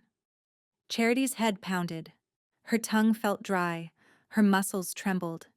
Everything rushed back to her, and she jerked her eyes open. Fear instantly gripped her. As her body worked faster than her mind, she scrambled to her feet. Something pinched her ankle. She glanced down and saw a metal cuff attached to a chain. The chain was anchored to a pole. A shudder rippled through her. She glanced around, feeling like none of this could be real. She was surrounded by a cage. Outside, a water bowl was on the ground. A bag of bread was in another bowl. She looked up. A canopy of trees stretched above her. She was in the middle of the woods, she realized, in some kind of enclosure. A small shed, one that looked like it had been pieced together with scrap wood, was in the corner. But otherwise, there was nothing as far as she could see. She remembered seeing Andrea. She remembered feeling a shock. She'd been tasered, she realized. Andrea had tasered her. But it wasn't really Andrea, was it? The woman had looked like Andrea, but there was something different. This had all been a trap. Had it been a ruse to lead her here? To this point? Her throat felt so dry. She stared at the bowl of water. It looked like something that would be left for dogs. Was that for her to drink? She took a step toward it, hoping to maybe splash some on her face at least. But she jerked to a halt. The chain on her leg didn't reach that far. The bowl was just barely out of reach. Her energy was waning already, probably an effect of the electrical charge her body had experienced. She slid down the pole, praying her head would stop wobbling. Lord, how am I going to get out of this? She pulled at the chain attached to her ankle. It was thick and heavy. There was no way she could break through. Despair tried to creep into her thoughts. She couldn't let it. She had to stay positive if she was going to get out of this. And she really didn't want to die out here, all alone. Joshua wove through the crowds at the car show. He, Chief Rollins, and Isaac were questioning everyone to see if anyone had seen Charity. "Officer Haven, can I speak with you a moment?" Ron Whitaker said. The man's eyes looked bloodshot, but instead of looking angry, as he usually did, he seemed somber. Chief Rollins must have broken the news to him about Andrea. Compassion pulsed inside him. Joshua nodded. "Of course. I saw Charity walking toward the woods about an hour ago." He nodded in the distance. "When was this?" "About 2 o'clock. Did you see anyone else?" "I didn't." He shook his head. Joshua stared at him. "How do I know you're not making this up to distract us from something else?" "You don't, but I am telling the truth. I meant it when I said I wanted to help you and that I didn't want to see anything bad happen to Charity." "Where's your phone?" Wrinkles formed in the corner of the man's eyes. "My phone? What's that have to do with anything?" "Just answer the question." "I lost it this morning. It disappeared while I was at kicking cotton." Joshua nodded, not having time to go into all of this now. There'd be time later to question Ron more thoroughly. "Is there anything else you can remember about Charity?" "She almost seemed like she was in a daze or something. She was definitely on a mission." "Did you think about following her?" "I did go after her, but by the time I got to the woods, she was nowhere to be seen." "And you didn't think to call the police?" "She didn't seem to be in danger, and I tried to go after her. Look, I'm sorry. I'm a lousy drunk. I always have been. Alcohol has messed up my life in more ways than I can express. I had a few drinks before I came, and I'm not as quick as I would like." "You want me to feel sorry for you?" He shook his head. "I've spent too much time feeling sorry for myself." He called Ryan and Isaac over. "We need to search these woods." "Let me help," Ron said. "I'm not sure I can trust you to do the right thing." "I promise, you can." Finally, Joshua nodded. "One wrong move, and I may have to take justice into my own hands, though." Joshua searched the edge of the tree line, around the area that Ron had indicated he'd seen her. He really hoped the man wasn't trying to lead him astray, but something in his gaze had looked broken. Joshua only hoped he wasn't making a mistake.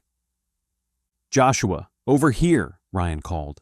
He ran across the grass toward him.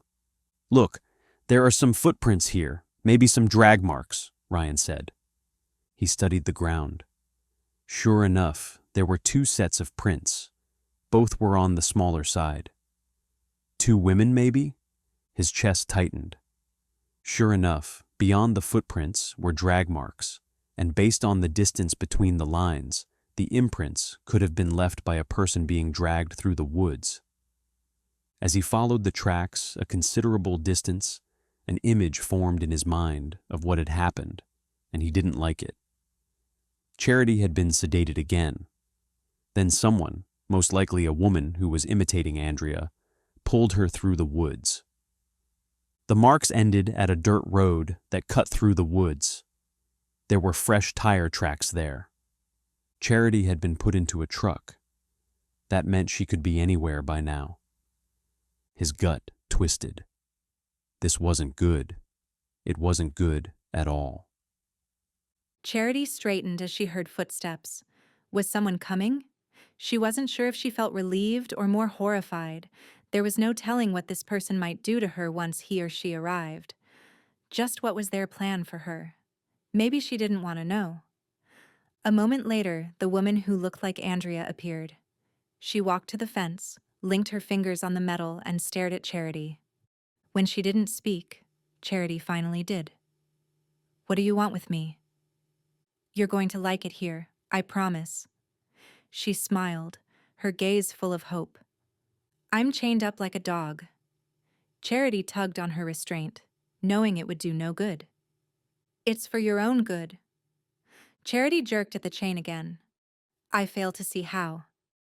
"We're going to be such good friends," the woman said, a puzzling smile on her face. Her gaze didn't quite register reality. "You'll see eventually." "Who are you?" She tilted her head. "You don't know." Charity shook her head. "No, I don't." "We're going to be like sisters, Charity, just like you and Andrea were. Every girl deserves to have a friend like you." "I don't understand." Charity tried to put the pieces together, but nothing made sense. "Andrea was my sister." Charity shook her head. "Andrea didn't have any sisters." The girl laughed a little too long. "But she did. Ron Whitaker is my father. That makes Andrea my half-sister." The man had a history of being unfaithful, but he'd fathered another child. That would explain the uncanny resemblance. Charity licked her lips. Who snatched Andrea? It wasn't possible that this woman had done it. A man had taken Andrea. A large man. But somehow this was all connected. "No, my father did." "Ron Whitaker?" "Ron Whitaker only gave me his DNA. My real father is a decent man who loves me." The sickening truth began to settle in Charity's mind. "Did you keep Andrea locked up here too?" The woman smiled that empty grin. She fought it at first too, but eventually she came around. She started to like it here. Didn't even try to run away. "You'll like it too." Charity took a step closer. "You've got to let me go.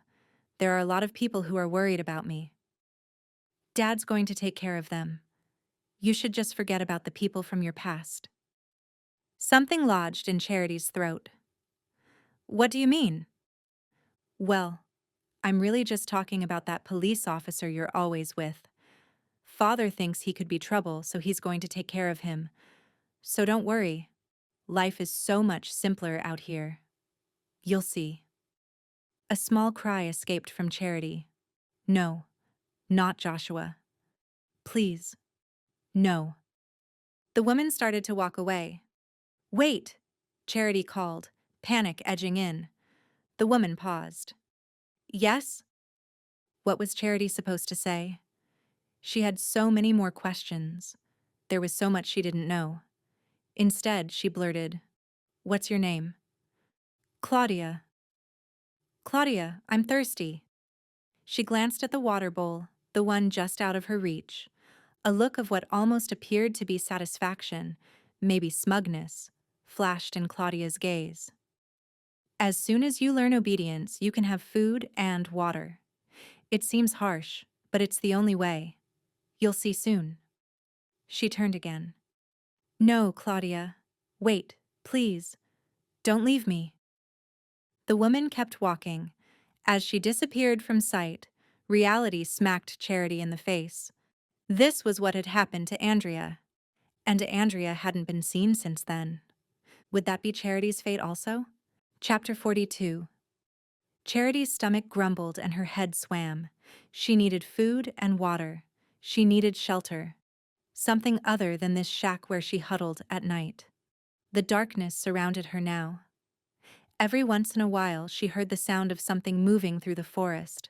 The sound was slight, the crackle of dry leaves or snapping branches. Maybe it was a squirrel or a raccoon or a possum. She had no idea. She had to figure out how to get out of this place. But with the chain attached to her ankle, she had no idea how. The words of Daly's song floated through her head. God weeps. Was God weeping right now? Somehow, instinctively, she knew that he was. He wasn't a God who relished suffering, but a loving God, a father. "Please, Lord, help me now. I don't know what to do. She leaned her head into the pole where the chain was attached. Sleep wouldn't find her, despite her body's exhaustion. Finally, the sun peeked over the horizon in the distance, patches of orange and pink appearing through the trees. What would today hold? Did she want to know? As the sun rose higher, a figure appeared in the distance. Claudia. A dog walked beside her. A Dalmatian? This was all too strange. Father requests you put this on. It's your first test of obedience. She held out a shapeless dress that had small flowers dotting the beige surface. I don't want to put that on, Charity said. Claudia frowned. It's your first test. You should do as he asks. Why can't I wear this? She pointed to her denim shorts and t-shirt. Please, just do as you're asked. Things will be easier. As Charity stared at the woman, her initial thought was reaffirmed. Something wasn't quite right with Claudia. It was more than this situation. There was a little bit of crazy in her gaze. Is this what Andrea had to do also? Charity asked. Claudia rubbed her dog's head. She resisted at first. But eventually she came around and lived a good life here with us. Charity's heart panged at the thought of her friend living like this. She must have been terrified. When do I get to meet your father? You're not ready yet, Claudia said, but you will when the time is right. Who was the father? Buddy Griffin. If you're obedient now, you'll be able to drink some water. Charity stared at her, weighing her options. She could wear that stupid dress.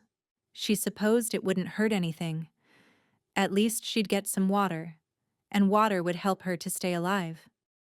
Fine, she finally said, but I can't with the chain on me. You're already wearing shorts. You'll be fine. Slip this on over your other clothes for now. Claudia stuffed the outfit through the fence. Charity glanced away. Her gaze zeroed on a camera perched on a tree in the distance. Someone was watching her. Her cheeks heated. How had she not seen that earlier? 1 minute, she muttered. She stepped inside the shed and pulled the new dress on over her clothes. As she looked at her new outfit, she realized that with every minute that passed, her pride was being stripped away. That was probably the purpose of all of this, wasn't it? The new dress looked like a pillowcase almost. It was sleeveless and came to her knees. It had no shape, and the material felt scratchy, cheap. Now I'll get you some water, Claudia said. She unlocked the padlock at the gate and then slipped into Charity's pen. She grabbed a cup and dipped it into the water that had been left out all night. Normally, the thought would turn Charity's stomach. Right now, she didn't care. You've been watching me, Charity said. Why? I've always wanted a sister. She handed her the cup. Charity took a long gulp before saying, So you lured me here? That's correct. Andrea always talked about you. I've been keeping up with you for years. What happened to Andrea? Charity finished the water and handed the cup back to Claudia, hoping for more. Instead, the woman dropped the cup on the ground. Claudia's smile dipped. She had a good life here. What happened to her? She got sick. She didn't make it. Tears glistened in her eyes. Charity's heart lurched. She got sick how? Claudia shrugged and shook her head sadly. I'm not sure, but she was so weak and pale. Did you take her to a doctor? We treated her ourselves. Lots of herbs and water and oils, but it wasn't enough. Oh, Andrea. When was that? 2 years ago. A small gasp escaped from Charity. Andrea had been held here for 8 years. 8 years. She could hardly stomach the thought of her friend living like this. Did you catch my house on fire? Claudia didn't answer. She clicked the padlock in place and stepped away. Until tomorrow. Tomorrow? Charity said. Please don't leave me here that long. You'll get used to it. Tears pushed their way to Charity's eyes. Living here might be worse than dying. Charity had been gone for 24 hours. Joshua knew the statistics, but he didn't want to think about them at the moment. He had to remain focused and positive. "Joshua, come look at this," the chief said. He joined her by her desk. "We ran the numbers on Roberta Whitaker's phone through the system as you suggested. This is the list we received. I did a search on some of the numbers. Do any of these look familiar?" He scanned the list and frowned. His gaze stopped by one name. "When did she call this number?" He pointed to one on the list. The chief looked over his shoulder. "The day she died." "I think I know where Charity is. I need some aerial views of the county." "You want to tell me what's going on?" "This name right here, he was one of the witnesses who saw Andrea as she left school before being abducted. He owns a landscaping business. According to these records, Roberta Whitaker also talked with him right before she died. That can't be a coincidence. We're going to need to call in some police teams from the surrounding cities. We can't handle this alone." "We don't have time." Joshua straightened, a plan already forming in his head. "We can't get sloppy. When we're sloppy, people end up dying. Just wait an hour and we'll assemble a team, get the proper warrants, and make sure everything is in place. Okay?" Hesitantly, Joshua nodded. Just then, the door opened, and the same woman who'd been in twice before came inside. The woman with the braid. Jasmine. His heart sank. He just didn't have time to handle this right now. "I was hoping we could talk," she stated, wringing her hands together nervously. As she stepped out of the shadows, he saw she had a black eye and a busted lip. "I would love to talk sometime, but I need to let you talk to our dispatcher, Lynn, right now. We have an urgent matter we have to attend to." He hated having to say those words, but he had little choice at the moment. With every second that passed, Charity could die. She glanced around, her gaze pensive. "I understand, but I only want to talk to you. Perhaps I'll come back next week." "You can definitely do that. But ma'am, if you are in a dangerous situation, I beg you to get out of it. I can give you the numbers of some shelters in the area. You shouldn't stay with someone who harms you." She nodded with a frown. "I'll come back next week. May I just use your restroom first?" "Absolutely." He showed her where it was and then headed to his office. He had phone calls to make and a rescue mission to organize. Any other day, someone like Jasmine would take priority. But Charity's abduction took priority at the moment. He only wished the woman would talk to Lynn. The landscaper was behind this? The man had mentioned Austin Johansson to Joshua just to throw him off his trail. How could he have fallen for it? "Joshua, we have a problem," Lynn said from the front. "1 minute." He ran the man's information through the computer. He had no prior record. There was nothing that would have made people suspect him. "I really think you should come now," Lynn said. Her voice cracked with tension. "I've phone calls to make. Are you sure you can't wait? There's a bomb in the lobby, and it's going to blow in less than a minute." Chapter 43. Charity tugged on the chain again. There was no use. It was too tight to slip off and too strong to break. She crawled forward, her fingernails clawing the supple ground as she tried to get the cup of water. Her reach was about 4 inches too short. She didn't bother to crawl back. She lay there on the ground, the dirt gritty under her cheek. Her head swam from dehydration, from the elements, from desperation. "Don't give in to despair," she told herself again. But the emotion was right there, on the cusp of her consciousness. It would be so easy to embrace it, to wallow in it. No, she couldn't think like that. Joshua would find her. But how? She still had no idea where she was. She was in the middle of the woods. Based on the canopy of trees overhead, the place wasn't visible from the air. She couldn't see any roads or structures in the distance. She was essentially in the middle of nowhere. Tears tried to push their way out. Finally, she forced herself to sit up. It took all her strength to keep herself that way, without something to lean on. How long would her body last like this? Without food? Water? You should just stop fighting, someone said behind her. Charity flinched and swung her head back. Claudia. Where had she come from? She wasn't supposed to be back until tomorrow morning. That's what she'd said. I have an update for you. Her throat went dry. About? Joshua Haven. The police station just exploded and he was inside. A small cry escaped Charity. She didn't believe her. She couldn't. This was just another attempt to strip her pride. You're lying. I'm not. I told you that we needed to eliminate him. Someone who was that cold and that calculating would go to extreme measures to get what they wanted. Charity shook her head. How could she have fallen for all of this? You were the one who set my house on fire. Claudia's smile slipped. I never wanted to hurt you. Then why did you do it? Father thought fear would drive you to obedience. Anger simmered in Charity. I could have died. But you didn't. You proved you were strong. And your father kidnapped me? He left me in the woods. I just don't understand why. I don't understand how this all fits together. Charity'd had plenty of time to think about it while she'd been here in her cage. He believes fear is a great motivator. With fear, you'll be more inclined to do what he wants. He wanted to scare you. It was only another test.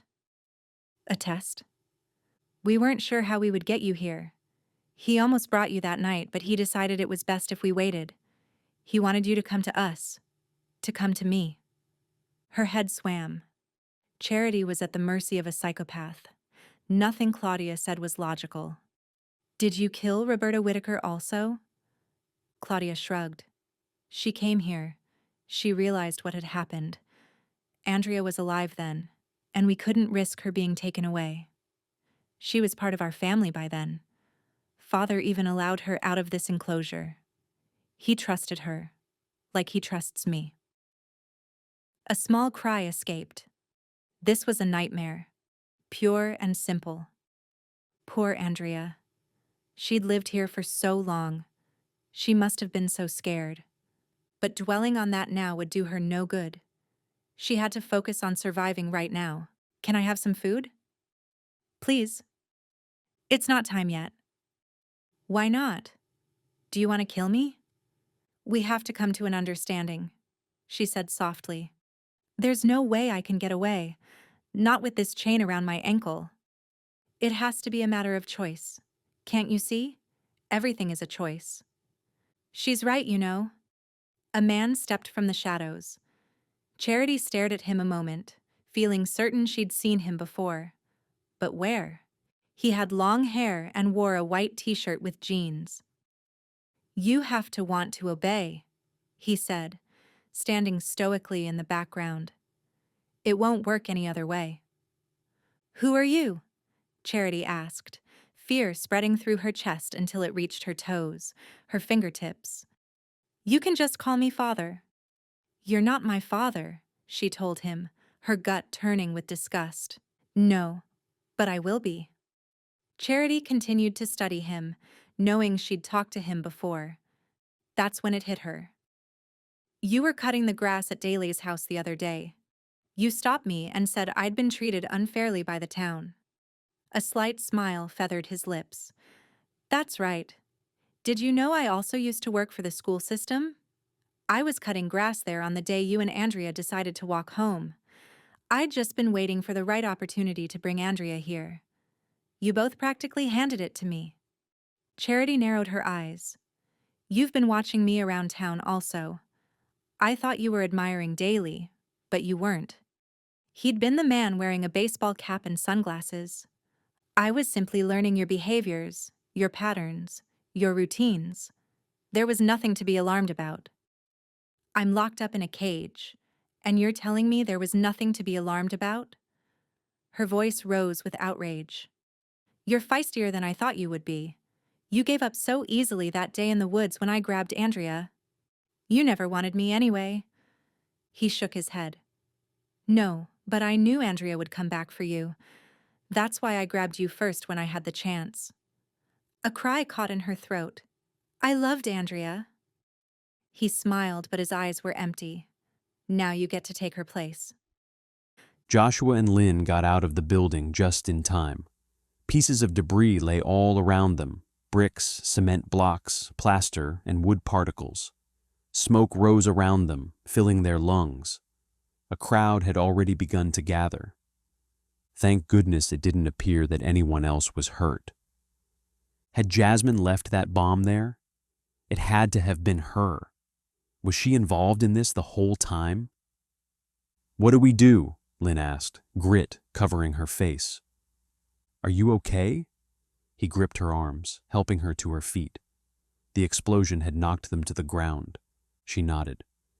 "I think so." "Lynn, I need you to call the chief and let her know what happened. I have to go find Charity." Isaac's patrol car squealed onto the scene, and Joshua ran toward him. "Isaac, I need your car."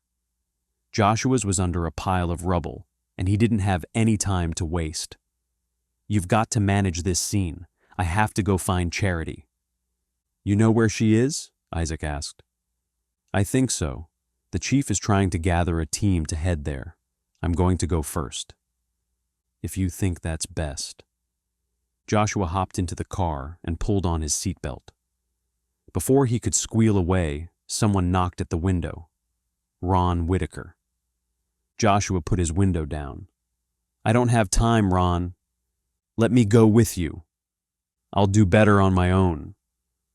Don't head out without backup. I promise. You can depend on me." After a moment of thought, Joshua unlocked the door. "Get in."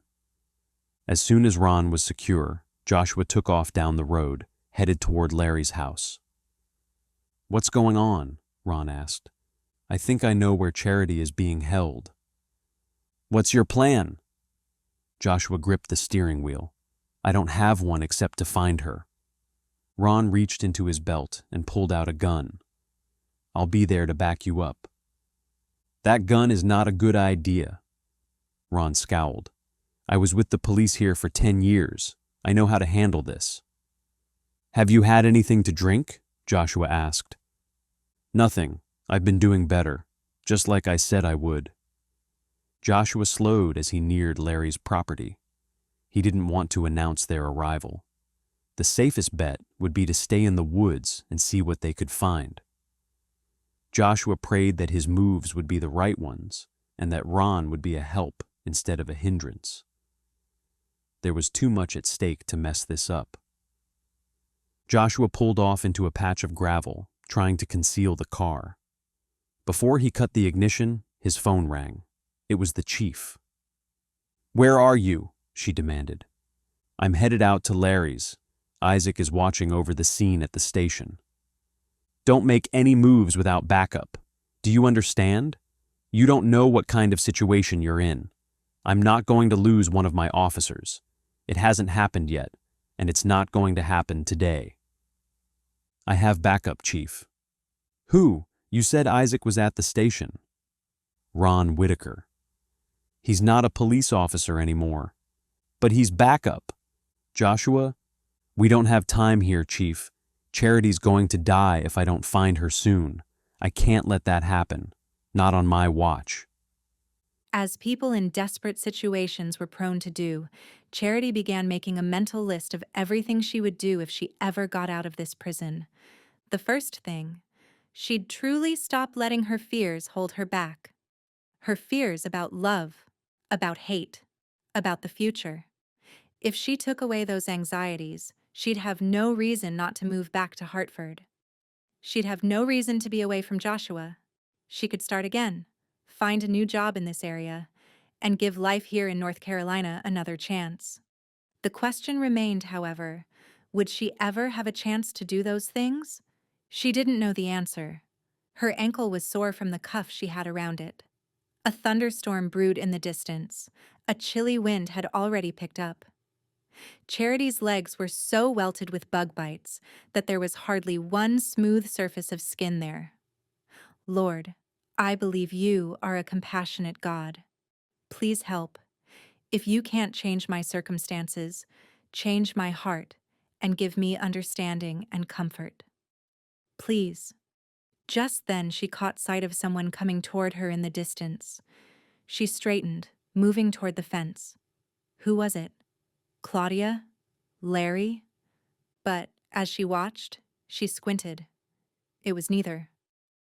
A woman she'd never seen before came toward her. She wore khaki pants and a cotton top, and her salt and pepper hair was pulled back in a braid. A bruise covered her left eye, and her lip was crusty as if it had been busted. The woman didn't say anything.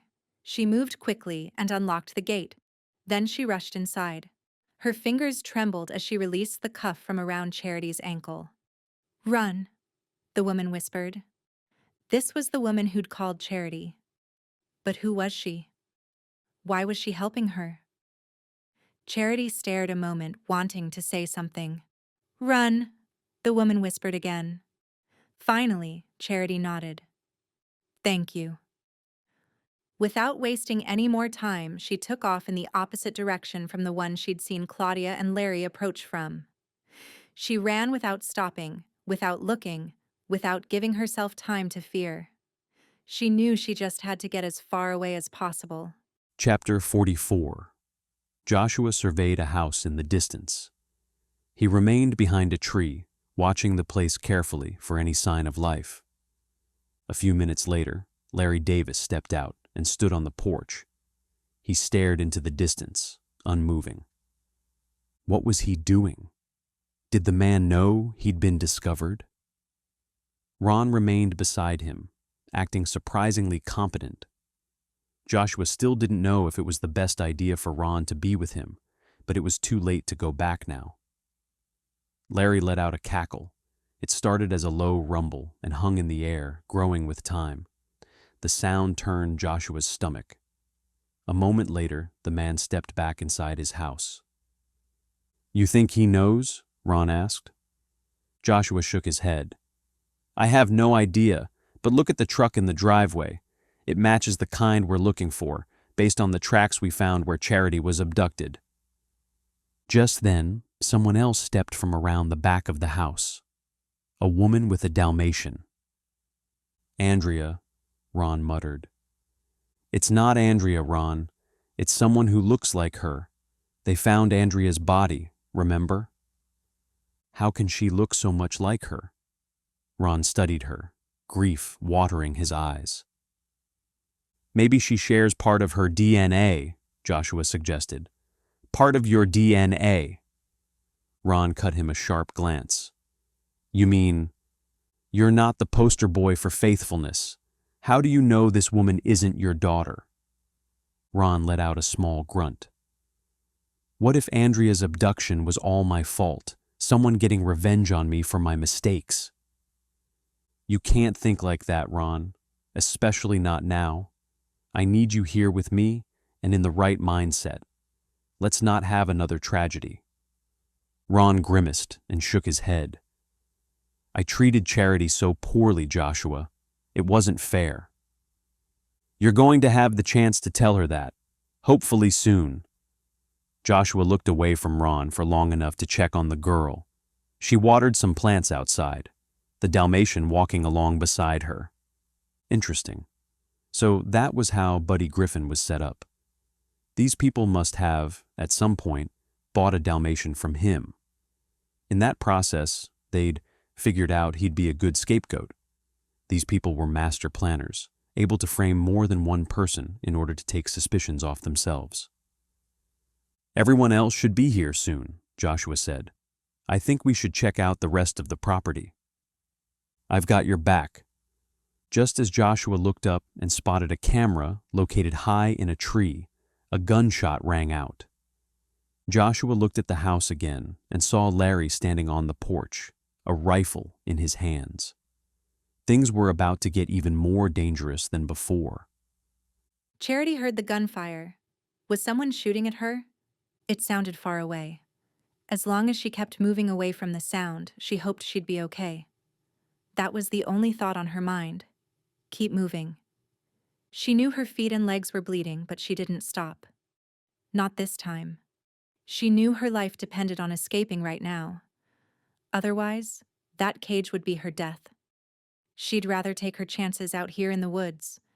If Joshua had been correct, this property was located between Edenton and Hartford. The total distance was probably 15 miles. Certainly she'd run into something in between. She had to believe she had a chance. Another gunshot rang out. What was going on? Who was that woman who'd let her escape? What had happened to her? What would happen to her now when Father Larry realized she'd been the one to let Charity out? A fence appeared in front of Charity, halting her in her tracks. A fence? Did it surround the entire property? The structure was probably 7 feet high and had barbed wire at the top. She'd never get over it. She had to find a gate, some way around it. Her heart pounded in her ears, both from the exertion of her run and from the adrenaline that burst through her. She'd been so close to getting away. Of course these people had thought ahead. They'd planned everything, hadn't they? Which way should she go? To the left or the right? In her mind, the right would lead to the road, or possibly back closer to her human kennel. The left would lead to the river. Were there any openings? Was climbing this even a possibility? There was nothing to grab onto to get to the top, and even if she did, the barbed wire would slice through her skin. In a split-second decision, she followed the fence to the left, praying there was a break somewhere. Movement in the distance caught her ear. Was someone following her? Tension pinched at her spine. Was that a wild animal? Or was it Father Larry? Claudia? She moved faster. But as she traveled farther, she still didn't see any openings. Was she just looping back around to where she started? Was there any way out of here? Tears threatened to push their way out. She heard another gunshot. This time, it was closer. People yelled, but she couldn't make out any words. Anxiety tried to squeeze at her throat. What was going on? "You'll never get out, you know," someone said. Charity paused and turned around. Claudia stood there, that psychotically carefree expression on her face. "You found me," Charity said, her voice trembling as every other part of her froze. She took a step closer. "I'm sorry Jasmine let you out. She shouldn't have. Father will make sure she's disciplined for her actions." "Who's Jasmine?" Charity continued to inch along the fence, trying to put as much distance as possible between herself and Claudia. "She's my mother." "Why don't you call her mother then?" "Father said Jasmine is a better name for her." How messed up were these people? She'd never willingly become a part of their clan. Never. "Claudia, I don't want to go back." "But you must. You're a part of the plan." "You leave sometimes. I saw you in the woods and in Edenton." She glanced around looking for something to defend herself with. A stick or a rock. Anything. "Father trusts me. But Edenton was an accident. I didn't know you'd be there. I only approached you from the woods." "How'd you know about puddle jumping?" Charity tried to keep her talking as she searched for a weapon. "Andrea told me." Charity saw a stick. It was 3 feet away, probably. She had to somehow grab it. "She told you she liked Dalmatians also?" "Of course. She told me everything. Anyway, Father gave me a task." "To lure me here?" She nodded. "Exactly. Does Jasmine ever get out?" "Only to do Father's will." She reached out her hand. "Come back with me. Let's make this easy." "No, I don't want to go back." Something changed in her gaze. "Then we'll have to do this the hard way." "Come out, or Jasmine dies," Larry said. Joshua watched in horror as the man dragged Jasmine onto the porch. Larry had been coercing her into his dirty work all along, hadn't he? She was probably talking about herself when she came into the station, but also trying to warn him about Charity. He felt certain about it. "Jasmine," Ron muttered. "You know her." "You could say that." Ron shook his head. Everything is starting to make sense now. We had a fling. I really messed things up, didn't I? Joshua turned his attention back to the situation at hand. He didn't have time to counsel Ron at the moment. Don't hurt her, Joshua called. Larry glared. Come out then. Joshua glanced at Ron. The best case scenario was that Larry didn't realize Joshua had backup. I'm coming out now, Joshua said. He stepped out of the woods and onto the patch of land between the trees and the house. Put your gun down, Larry ordered. Slowly, Joshua lowered his weapon to the ground. You'll never get Charity back, you know. She's mine, Larry said. You should have just left it alone. No one else would have gotten hurt. I can't do that. Charity is important to me. A bullet whizzed through the air. Before Joshua realized what was happening, Larry grabbed his shoulder, his face twisting with pain. A spot of blood appeared there. Before Larry could harm Jasmine, Joshua lunged toward them. He pulled Jasmine out of the way and grabbed Larry's gun. Moving quickly, he cuffed Larry, despite his protests and cries of pain. Are you okay? He asked Jasmine. She nodded, tears streaming down her face. Where's Charity? I told her to run, she whispered. Run where? She's back there somewhere, but Claudia went to find her. I'm sorry. Ron, take care of him. Can I trust you to do that? The man was with the person who'd killed his wife and daughter. The situation wasn't ideal, to say the least. Yes, you can. I give you my word. Ron stepped toward Jasmine and put a hand on her elbow. The woman seemed to melt toward him. I have to go find Charity. Joshua took off into the woods. A quarter of a mile back, he found what looked like a cage. His heart slammed into his chest.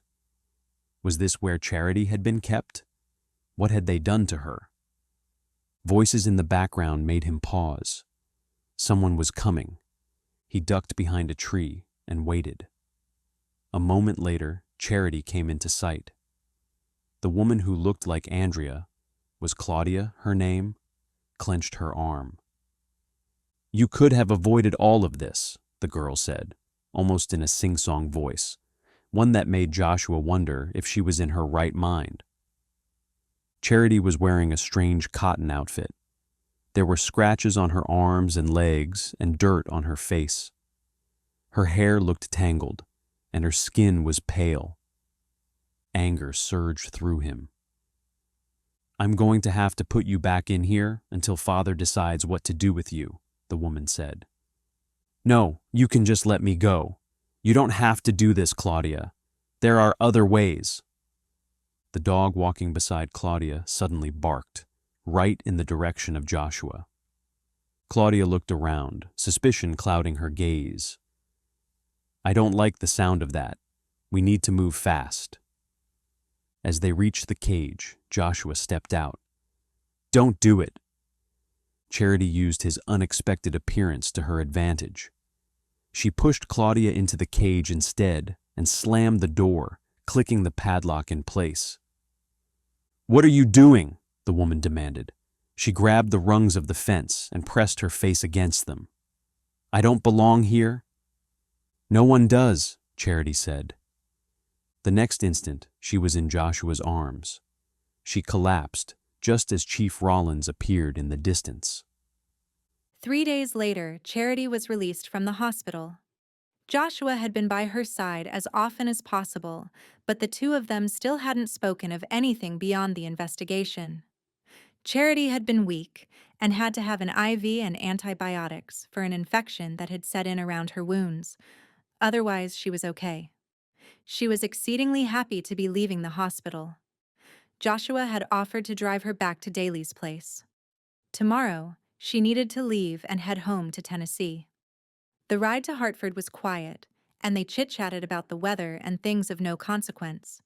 Charity hated feeling the awkwardness between them. At the porch, Joshua finally turned toward her. Can we talk? She smoothed a wayward hair back. I'd love to. They walked to the pier and sat in the Adirondack chairs there. She waited for Joshua to start. I'm sorry, Charity. Don't be. She stopped him before he got too far. You were just doing your job. I felt betrayed, but that didn't mean you'd actually betrayed me. Emotions can be funny things. I talk about them for a living, but sometimes when my own are right in front of me, I can't recognize them. I'd venture to say most people are like that. Charity swallowed, feeling like there was a brick on her chest. So much had happened, and they had so little time to talk about it all. After a moment of silence fell, she asked, Did anyone ever find Mr. Johansson, by the way? I never heard an update. Joshua nodded. He came out of hiding. He was camping in the mountains, apparently. He thought for sure he was going to be arrested for abducting Andrea. All these years, he'd feared he was on the police watch list, mostly because of threats Ron Whitaker made toward him. Ron Whitaker. I guess I can't talk poorly about him, since he did risk his life to save me. She frowned, realizing some relationships were beyond repair. He's misguided, and he has a lot of faults. But he has some goodness inside, too. I'm hoping he'll tap into that. What about Claudia and Jasmine? They're both getting help. I don't think they'll face charges, but both of the women are going to need counseling and help reintegrating into life away from that compound. They'd been programmed to believe a lot of lies. With some help, I believe they can change. Look at me. I overcame the odds, too. Get this. Ron Whitaker is going to help pay for their therapy. He's actually been in contact with both of the women quite a bit. I think he's trying to make things right. Maybe there was hope for the man. Did the coroner ever say how Andrea died? Pneumonia. Without proper medical treatment, her body shut down. Otherwise, she appeared unharmed. That's a relief, I guess. I just hate that she had to suffer. Charity realized they were avoiding talking about the giant invisible boulder between them. So you're leaving tomorrow? Joshua said. Charity licked her lips. I am. You should have seen the town come together for you, Charity. You would have been touched. He glanced at her, the moonlight hitting his face and making it glow. The people here surprised me. I may not have seen what they did when I was abducted, but I've realized there are a lot of good people here. I'm just sorry I've been blinded all these years. I'm glad you have some answers. Some of that closure you were seeking. I've never quite had the perspective that I had when I thought I was going to die, Joshua. Charity started, glancing down at her dress. I had some spiritual realizations and some relationship ones as well. And? She stood and walked toward the water, unable to sit any longer. Instinctively, Joshua seemed to appear behind her. When she turned, she found herself in his arms. And I realized just how much you mean to me. There's never been anyone like you in my life, Joshua. I don't want to lose that. His eyes turned from glimmering pools of confusion to bright with hope. I was hoping you might say that, Charity. Since the day I met you, I haven't been able to stop thinking about you. You make me want to believe in forever again. And that's not something I ever thought I'd say after my divorce. I can't tell you how happy it makes me to hear that. Her smile slipped. But I do have to go back to Tennessee. I'm willing to give this a try if you are. We can take it day by day. We'll figure things out. I think that sounds like a great idea, Joshua. One of the best I've heard in a long time. With that, his lips brushed hers. He pulled her into a long kiss, one full of promise and hope. Epilogue. Charity squeezed Joshua's hand as she watched Ryan and Daly Shields take their first dance as a married couple. Charity had come into town for the wedding, and to see Joshua. The ceremony had been beautiful. Jars filled with lights hung around the perimeter of the dance floor. A singer crooned ballads on a makeshift stage, and sweet tea was in abundance. Stars shone overhead, as well as a full moon. Charity couldn't imagine the night being any more perfect. Ryan and Daly looked so incredibly happy together. At one time, Charity would have never been able to imagine that for her own life. Now, with Joshua by her side, it seemed like more of a possibility all the time. As the reception lingered on, Charity stepped back and smiled. Weddings were beautiful things, and she knew Daly and Ryan would be happy together for a very long time. A few people stopped by to say hello, and Charity chatted with them for a few minutes. Charity wasn't sure if everyone else truly accepted her more now, or if she simply accepted herself. She'd been so overrun with guilt that she couldn't see clearly. She only knew that she was happy to put that part of her life behind her. "Charity?" Joshua asked, squeezing her hand. She glanced up at him. "Yes?" "I love you." A huge grin stretched across her face. "I love you too. More than anything." She stood on her tiptoes and reached up to plant a kiss on his lips. His arms seemed to instinctively wrap around her waist. "Do you have to go back to Tennessee tomorrow?" She stepped out of his embrace and took his hands into hers. "I actually wanted to talk to you about that." His smile slipped. "Okay. I was thinking of moving back to this area. I wanted to hear what you thought of the idea." His eyes widened before his grin appeared again, wider than ever. "I think that's an excellent idea. In fact, I've been talking with the county sheriff, and we've agreed it's a good idea to hire a victim advocate for this area. Your name was thrown out there. I guess as police chief you have a little more pull now, huh?" His arms went to her waist again. "As a matter of fact, I do. Daly mentioned that I might be able to rent her old place, now that she's moving out. At least until I figure out something more permanent." "Funny that you mentioned that, because there's something I wanted to talk to you about." His eyes danced with happiness. "You know that offer you got on your property?" "I do." She hadn't had time to hear any of the details. The paperwork was taking a long time to process. Plus, too many other things had been going on. "It just so happens that I'm the one who made that offer," Joshua told her, his eyes glimmering in the moonlight. This time, Charity's eyes widened. "Are you serious?" He nodded, a grin pulling at his lips. "I have visions of building a new house there. There will be plenty of land, ample peace and quiet, and not a lot of drama." "That sounds like a wonderful idea, Joshua." Before he could respond, a little boy took off across the grass and threw his legs around Joshua. "Daddy!" Charity smiled down at Ryder. She'd been able to meet him once before, and she already knew that the little guy was a jewel. He was full of laughter and love and childhood wonder. And he was handsome to boot, just like his father. "Hey, buddy." Joshua picked him up and swung the boy around. "Where did you wander off to? I thought you were with Mrs. Sarah." "I was dancing with Mrs. Daly." Ryder turned toward Charity. "Can we dance too?"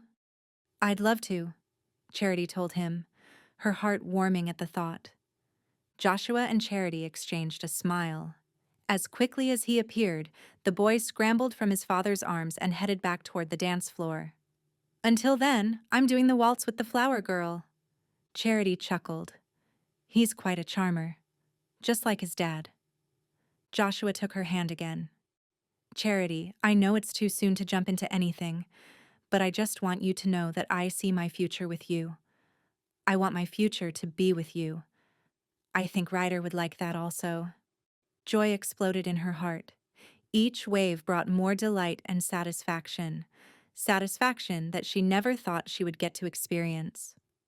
"I want the same thing, Joshua. More than I could have ever imagined." "You're okay with coming back here?" Joshua asked. She nodded, not a doubt in her mind. "I am. I'm ready to move on. I realize that there are a lot of good people here. People who never turn their backs on me. I just couldn't see it through my pain." He brushed his lips against hers. "I love you, Charity White." "I love you too, Joshua Haven, now and forever."